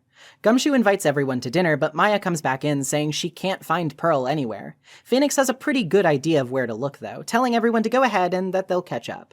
Pearl is, of course, at Hazakura Temple, which Sister Bikini confirms when they hike up there. She's in the training hall, having spent a lot of time cleaning the Scroll of Misty. She tries to apologize to Maya, but Maya tells her not to, saying that she isn't at fault and that furthermore, she'll be okay. My sis, my mother, Mr. Armando, Nick, and you. If even one of you weren't there, I'm sure I wouldn't still be alive right now. That's why I have to be strong. For all the people that were there for me when I needed them, that's all I can really do. Bikini tells Maya that the night of the murder, Misty told her that she didn't reveal herself to Maya because she didn't feel she had the right to after dishonoring the Kurine name, but that she would always be with her until the day she died. Just then, Phoenix remembers the charm that was hanging around her neck, said to never be taken off until the wearer's death. Close to her heart, the charm itself wasn't important, but rather, the contents. A photo. Mother. It's only natural for living creatures to fight to protect their own lives. But what makes us human is that we fight for others. But who do you fight for? How hard must you fight? That's the true measure of what human life is worth. We defense attorneys are warriors who are constantly challenged by that question.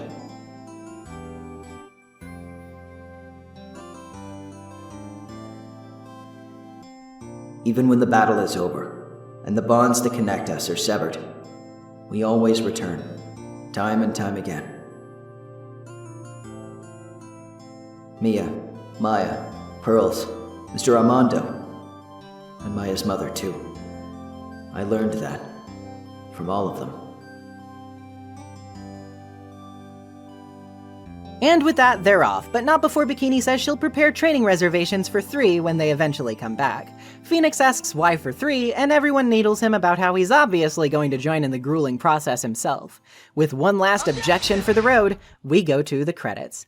As usual, there's a little montage to accompany it. Maya is still our assistant, but she's also the new master of Kurine.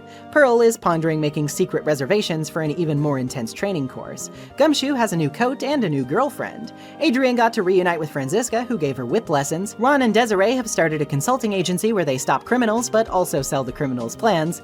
Viola's given us a pretty $500,000 and some special tea that I don't quite trust. Mr. Kudo got thrown a birthday party by his grandkids and feels a bit more appreciated. Lisa Basel has hired a new employee named Adam Mata. Bikini is talking to reporters and waiting for Iris to return. Iris is happy to have been visited by Phoenix, but feels sorry for him considering that Pearl smacked him when she caught him blushing at Iris. Oldbag returns to her security job to find that Larry is gone, and of course Larry has found his calling in portrait art, showing that his talents are actually nothing to sneeze at. And that's the end of Bridge to the Turnabout, the end of Trials and Tribulations. And man, what a case. It is certainly not perfect, but it is hard for me to really complain about what faults it does have too much, because it is still just as masterful in so much of what it tries to do. The murder is compelling, the callbacks are hype-inducing, the interconnectedness is to die for, the setting is super interesting, playing as Edgeworth is phenomenally fun, and taking down the perfect thematic parallel to Phoenix and his journey in the form of Godot, scored to a reprise of the original Cornered theme, that is just the insane cherry on top of all of it. I've said it before, and I'll say it again, this really does feel like the proper end to the series. And while I'm not necessarily of the mind that further sequels were only a bad idea, I certainly would have been satisfied with this if it were simply left there. There's so much ground covered here, and frankly, I understand where Takumi was coming from when he said that he felt like he had no story left to tell. Phoenix came full circle, did everything he needed to do here. There really doesn't seem in my mind to be much more he can learn, but more on those sequels in a bit. I guess I can kinda see where some people are coming from though when they say that this case is just a bit too bloated for its own good. I argue that given the mindset that it was the finale, this makes sense. Obviously they're going to stretch it out and put in a lot of fan service because they want to make it fittingly climactic for a final case. But in hindsight, since this wasn't the final case of the series, it does end up feeling like it plods in places because of this. As much as I adore this case, I'll admit replaying it isn't something I do very often because unlike most of the others, it has a lot tied up in it. Now, it isn't totally unique in this sense. The first game builds pretty naturally to DL6, for example, and even Justice for All has a through line with Phoenix's arc, but the point is that most cases from the previous games can still be sort of enjoyed in a vacuum. Bridge to the Turnabout, however, not quite so much. Between all of the lore of the previous games and even the establishment of plot threads like Godot's identity and Dahlia's crimes, there is a lot of crisscrossing here, which means I think it's most satisfying to play when you're hot off the heels of the other content. It's not exactly the kind of case I feel casually inclined to pick back up in isolation if I'm feeling bored, and that does weaken its appeal just slightly because, I mean, I could pick up and play Farewell My Turnabout any day if I wanted to. This is an aspect of this case that definitely sets it apart, and in that sense, I guess it is paradoxically its greatest strength and weakness at the same time. I wouldn't necessarily want that aspect of it changed, but I can personally see why it maybe underwhelms some people because of this. I definitely disagree that spirit channeling and the mystic elements became too much of a focus, though. Personally, I've always found the Faye family drama super compelling, so I was just glad to see more of it. Though to be honest, I think it could have been pushed even farther. I know practically speaking, there was only so much time to write this thing, and only so much would fit on a GBA cartridge, but just speaking as a fan here, I think there was some seriously missed potential in making Mia and Dahlia total strangers to each other before they met as adults. I know it would have run the risk of revealing the family twist too early, but it always struck me as a little odd that when you really think about it, the game flat out tells us in this case that they're cousins. Mia knows Morgan very well. She loved her aunt enough to sport psyche locks over her in Justice for All. But you're telling me she never knew about 2 whole kids of hers? I know they left the village pretty early on, but Mia was at least 9 or 10 by the time Misty became master. It just seems odd to me that they somehow never crossed paths. I think there could have been some more interesting drama there is all. I mean, heck, Dahlia seems to recognize Mia's name back in Beginnings. I think it's just because she's familiar with the Faye family in general because of her mom. But imagine with me, if you will. What if part of the reason she held such a deep-seated grudge is because she ended up with nothing when Mia was born guaranteed to inherit everything? Like, think about it. Mia was basically guaranteed to inherit the Master's position from Misty, something Dahlia was by her very nature deprived of, just as Morgan was due to circumstances outside of their control, inherent to their birth. Meanwhile, Mia had everything in the palm of her hand, and she just gave it all up when she left to pursue law. How badly would that have to have pissed her off? Really puts a whole new meaning to Mia's claim that as long as she's around, Dahlia is always destined to lose. Speaking of this though, even though you can call it a bit of a retcon, I personally find it super compelling that they clarify here that part of the reason why Mia left the village was, yes, due to her mother's disappearance and wanting her revenge on Red White, but also because she saw how the dispute over said position tore her mother and aunt apart, and didn't want the same to happen to her and Maya. It just goes to show how tragic and awful this whole situation is, and how Karine's traditions have only ever continued to create more problems. Maya was an infant when Mia was 10. She was probably already thinking about this at the time, so Mia left when Maya herself was only a young child, trusting that it was the right choice, but also depriving Maya of a choice in the process. In wanting to rid themselves of that horrible grab for power, she traded away her relationship with her sister, and then she died anyway. And Pearl is only the newest link in this accursed chain, controlled by her mother regardless of her own wishes, taken advantage of because of her childlike love for her. Despite the horrific, terrifying situation Maya was in, it's because of that genuine familial love that transcended the awful system they were born into that Pearl was saved from the worst case scenario, of being forced to do something she could never recover from. And Maya lost so much because of this. She keeps losing things, and she keeps smiling anyway, because she wants to be allowed to love, and to love fiercely. And there's something really heartrending and yet deeply special about that. It's why even though she shakes and pleads not to have anything to do with the Fae Clan on the stand, she's able to, by the end, accept her position as master. Perhaps with someone as empathetic, as kind, and as considerate as Maya in that seat, who has learned from the wealth of mistakes her predecessors have made, she too can perhaps change something. And speaking of changing things, let's say we change things up, cut our closing thoughts a bit short, and transition into closing my thoughts on this game in general, because I think they intersect perfectly. I can wrap this all up at once.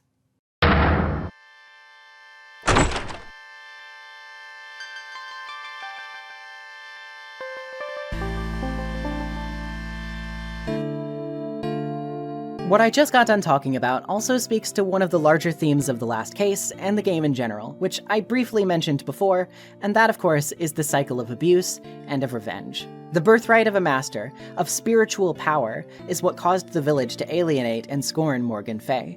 That scorn gave rise to her plans, gave birth to her children, and further embittered not only her, but them. It was the lack of love she received that drove Dahlia to act out, to stumble her way into ill-planned crime after ill-planned crime, to hurt Mia and have Mia hurt her in return.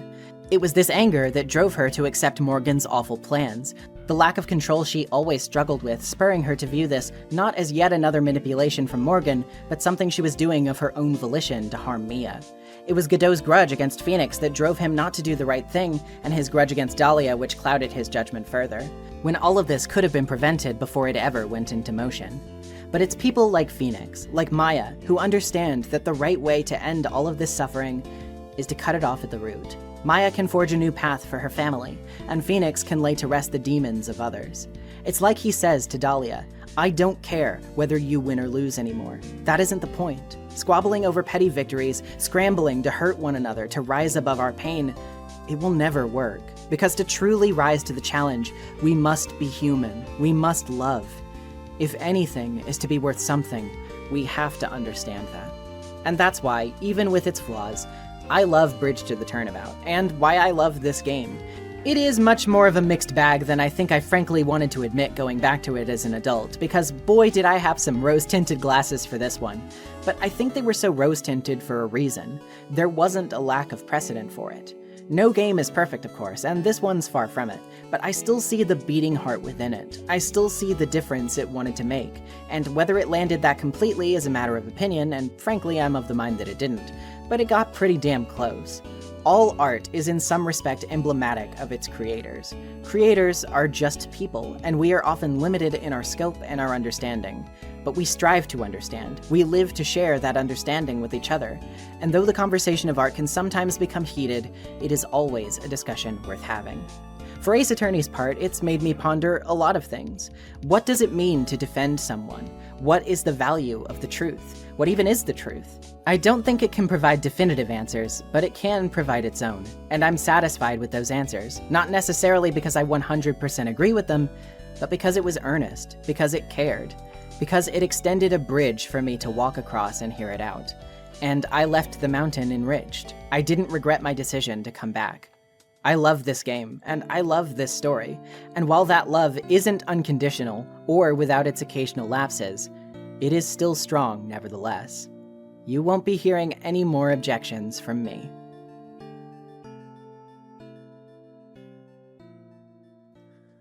Future Mercy for the last time. This is a little conclusion wrap-up thing. The Ace Attorney Trilogy really does mean a lot to me. It is a fantastic series of games. I'm really glad that you stuck around and decided to listen to this compilation if you did.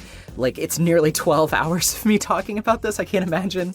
But like, you know, the original videos themselves were so successful for me, but for my standards, and like, that's incredible to me. I really can't say how much I appreciate that people were willing to listen to me talk about these games for this long, and I'm gonna do more of it soon. But like, ultimately, I just wanted to say, like, I just wanted to iterate, like, these 3 games in particular just like meant so much to me as a kid. Like, I literally, when I was like, you know, like 10 years old for like a little bit, I played these games, and it was kind of like the naive, stupid kid thing. But like, I played these games, and I legitimately wanted to go be a lawyer after that. And I know there are actually people out there who did play these games when they were younger, and then they went and got law degrees, which is crazy. That's awesome. I kind of wanted to do that in an abstract way because I was like, you know, I thought that the world of lawyering was going to be like Ace Attorney, and it's nothing like that, of course. It's like, I eventually got to the point where I was like, no, wait a minute, that's stupid, actually. if that's what I want out of life, then that is not what I'm going to get if I actually get a law degree. But, the fact that I thought about it at all is just like, you know, it speaks to the impact that it has on the people who play it, especially at a young age. I adore these games. They're so fun. They're so funny. They have such great characters and themes, and like, even when they have flaws, and they certainly do, I still think that there's enough good about them that, like, you know, obviously people are still talking about them this many years later. They were on the Game Boy Advance originally, for God's sake.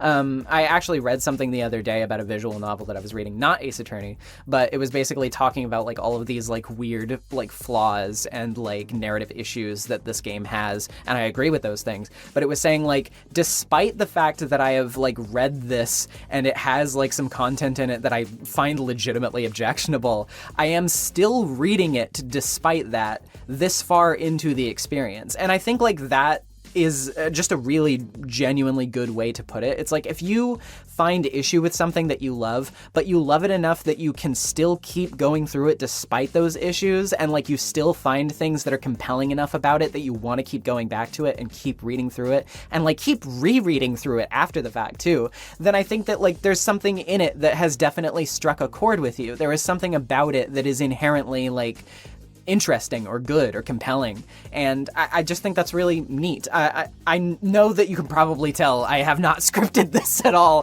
This is just me off the cuff flying through it like nobody's business. But yeah, I don't really have anything like clever to say at the end of this. I just want to say, if you have listened to all of this, thank you so much for doing so. I really appreciate it, and look forward to the near future, because the Apollo Justice Trilogy is coming out soon, and you know, buddy, I'm going to be talking about it. I'm going to be talking about Apollo Justice Ace Attorney. I'm going to be talking about Phoenix Wright Ace Attorney Dual Destinies. I'm going to be talking about Phoenix Wright Ace Attorney Spirit of Justice. I'm going to be talking about all that. And for those of you who are wondering what I'm going to be talking about, like some of the other games, like Miles Edgeworth Investigations, Professor Layton versus Phoenix Wright, I don't know for sure. let's just put it out there and say I don't know. I don't know for sure what I'm going to be doing with that. I just know that I'm going to be doing them eventually. So you can at least rest assured that it will happen. I just don't know like the specific circumstances and timing. We'll see how it goes. And yeah, that's it. I've got nothing else. Thank you so much for listening, guys. It really does mean the world. See ya. Bye.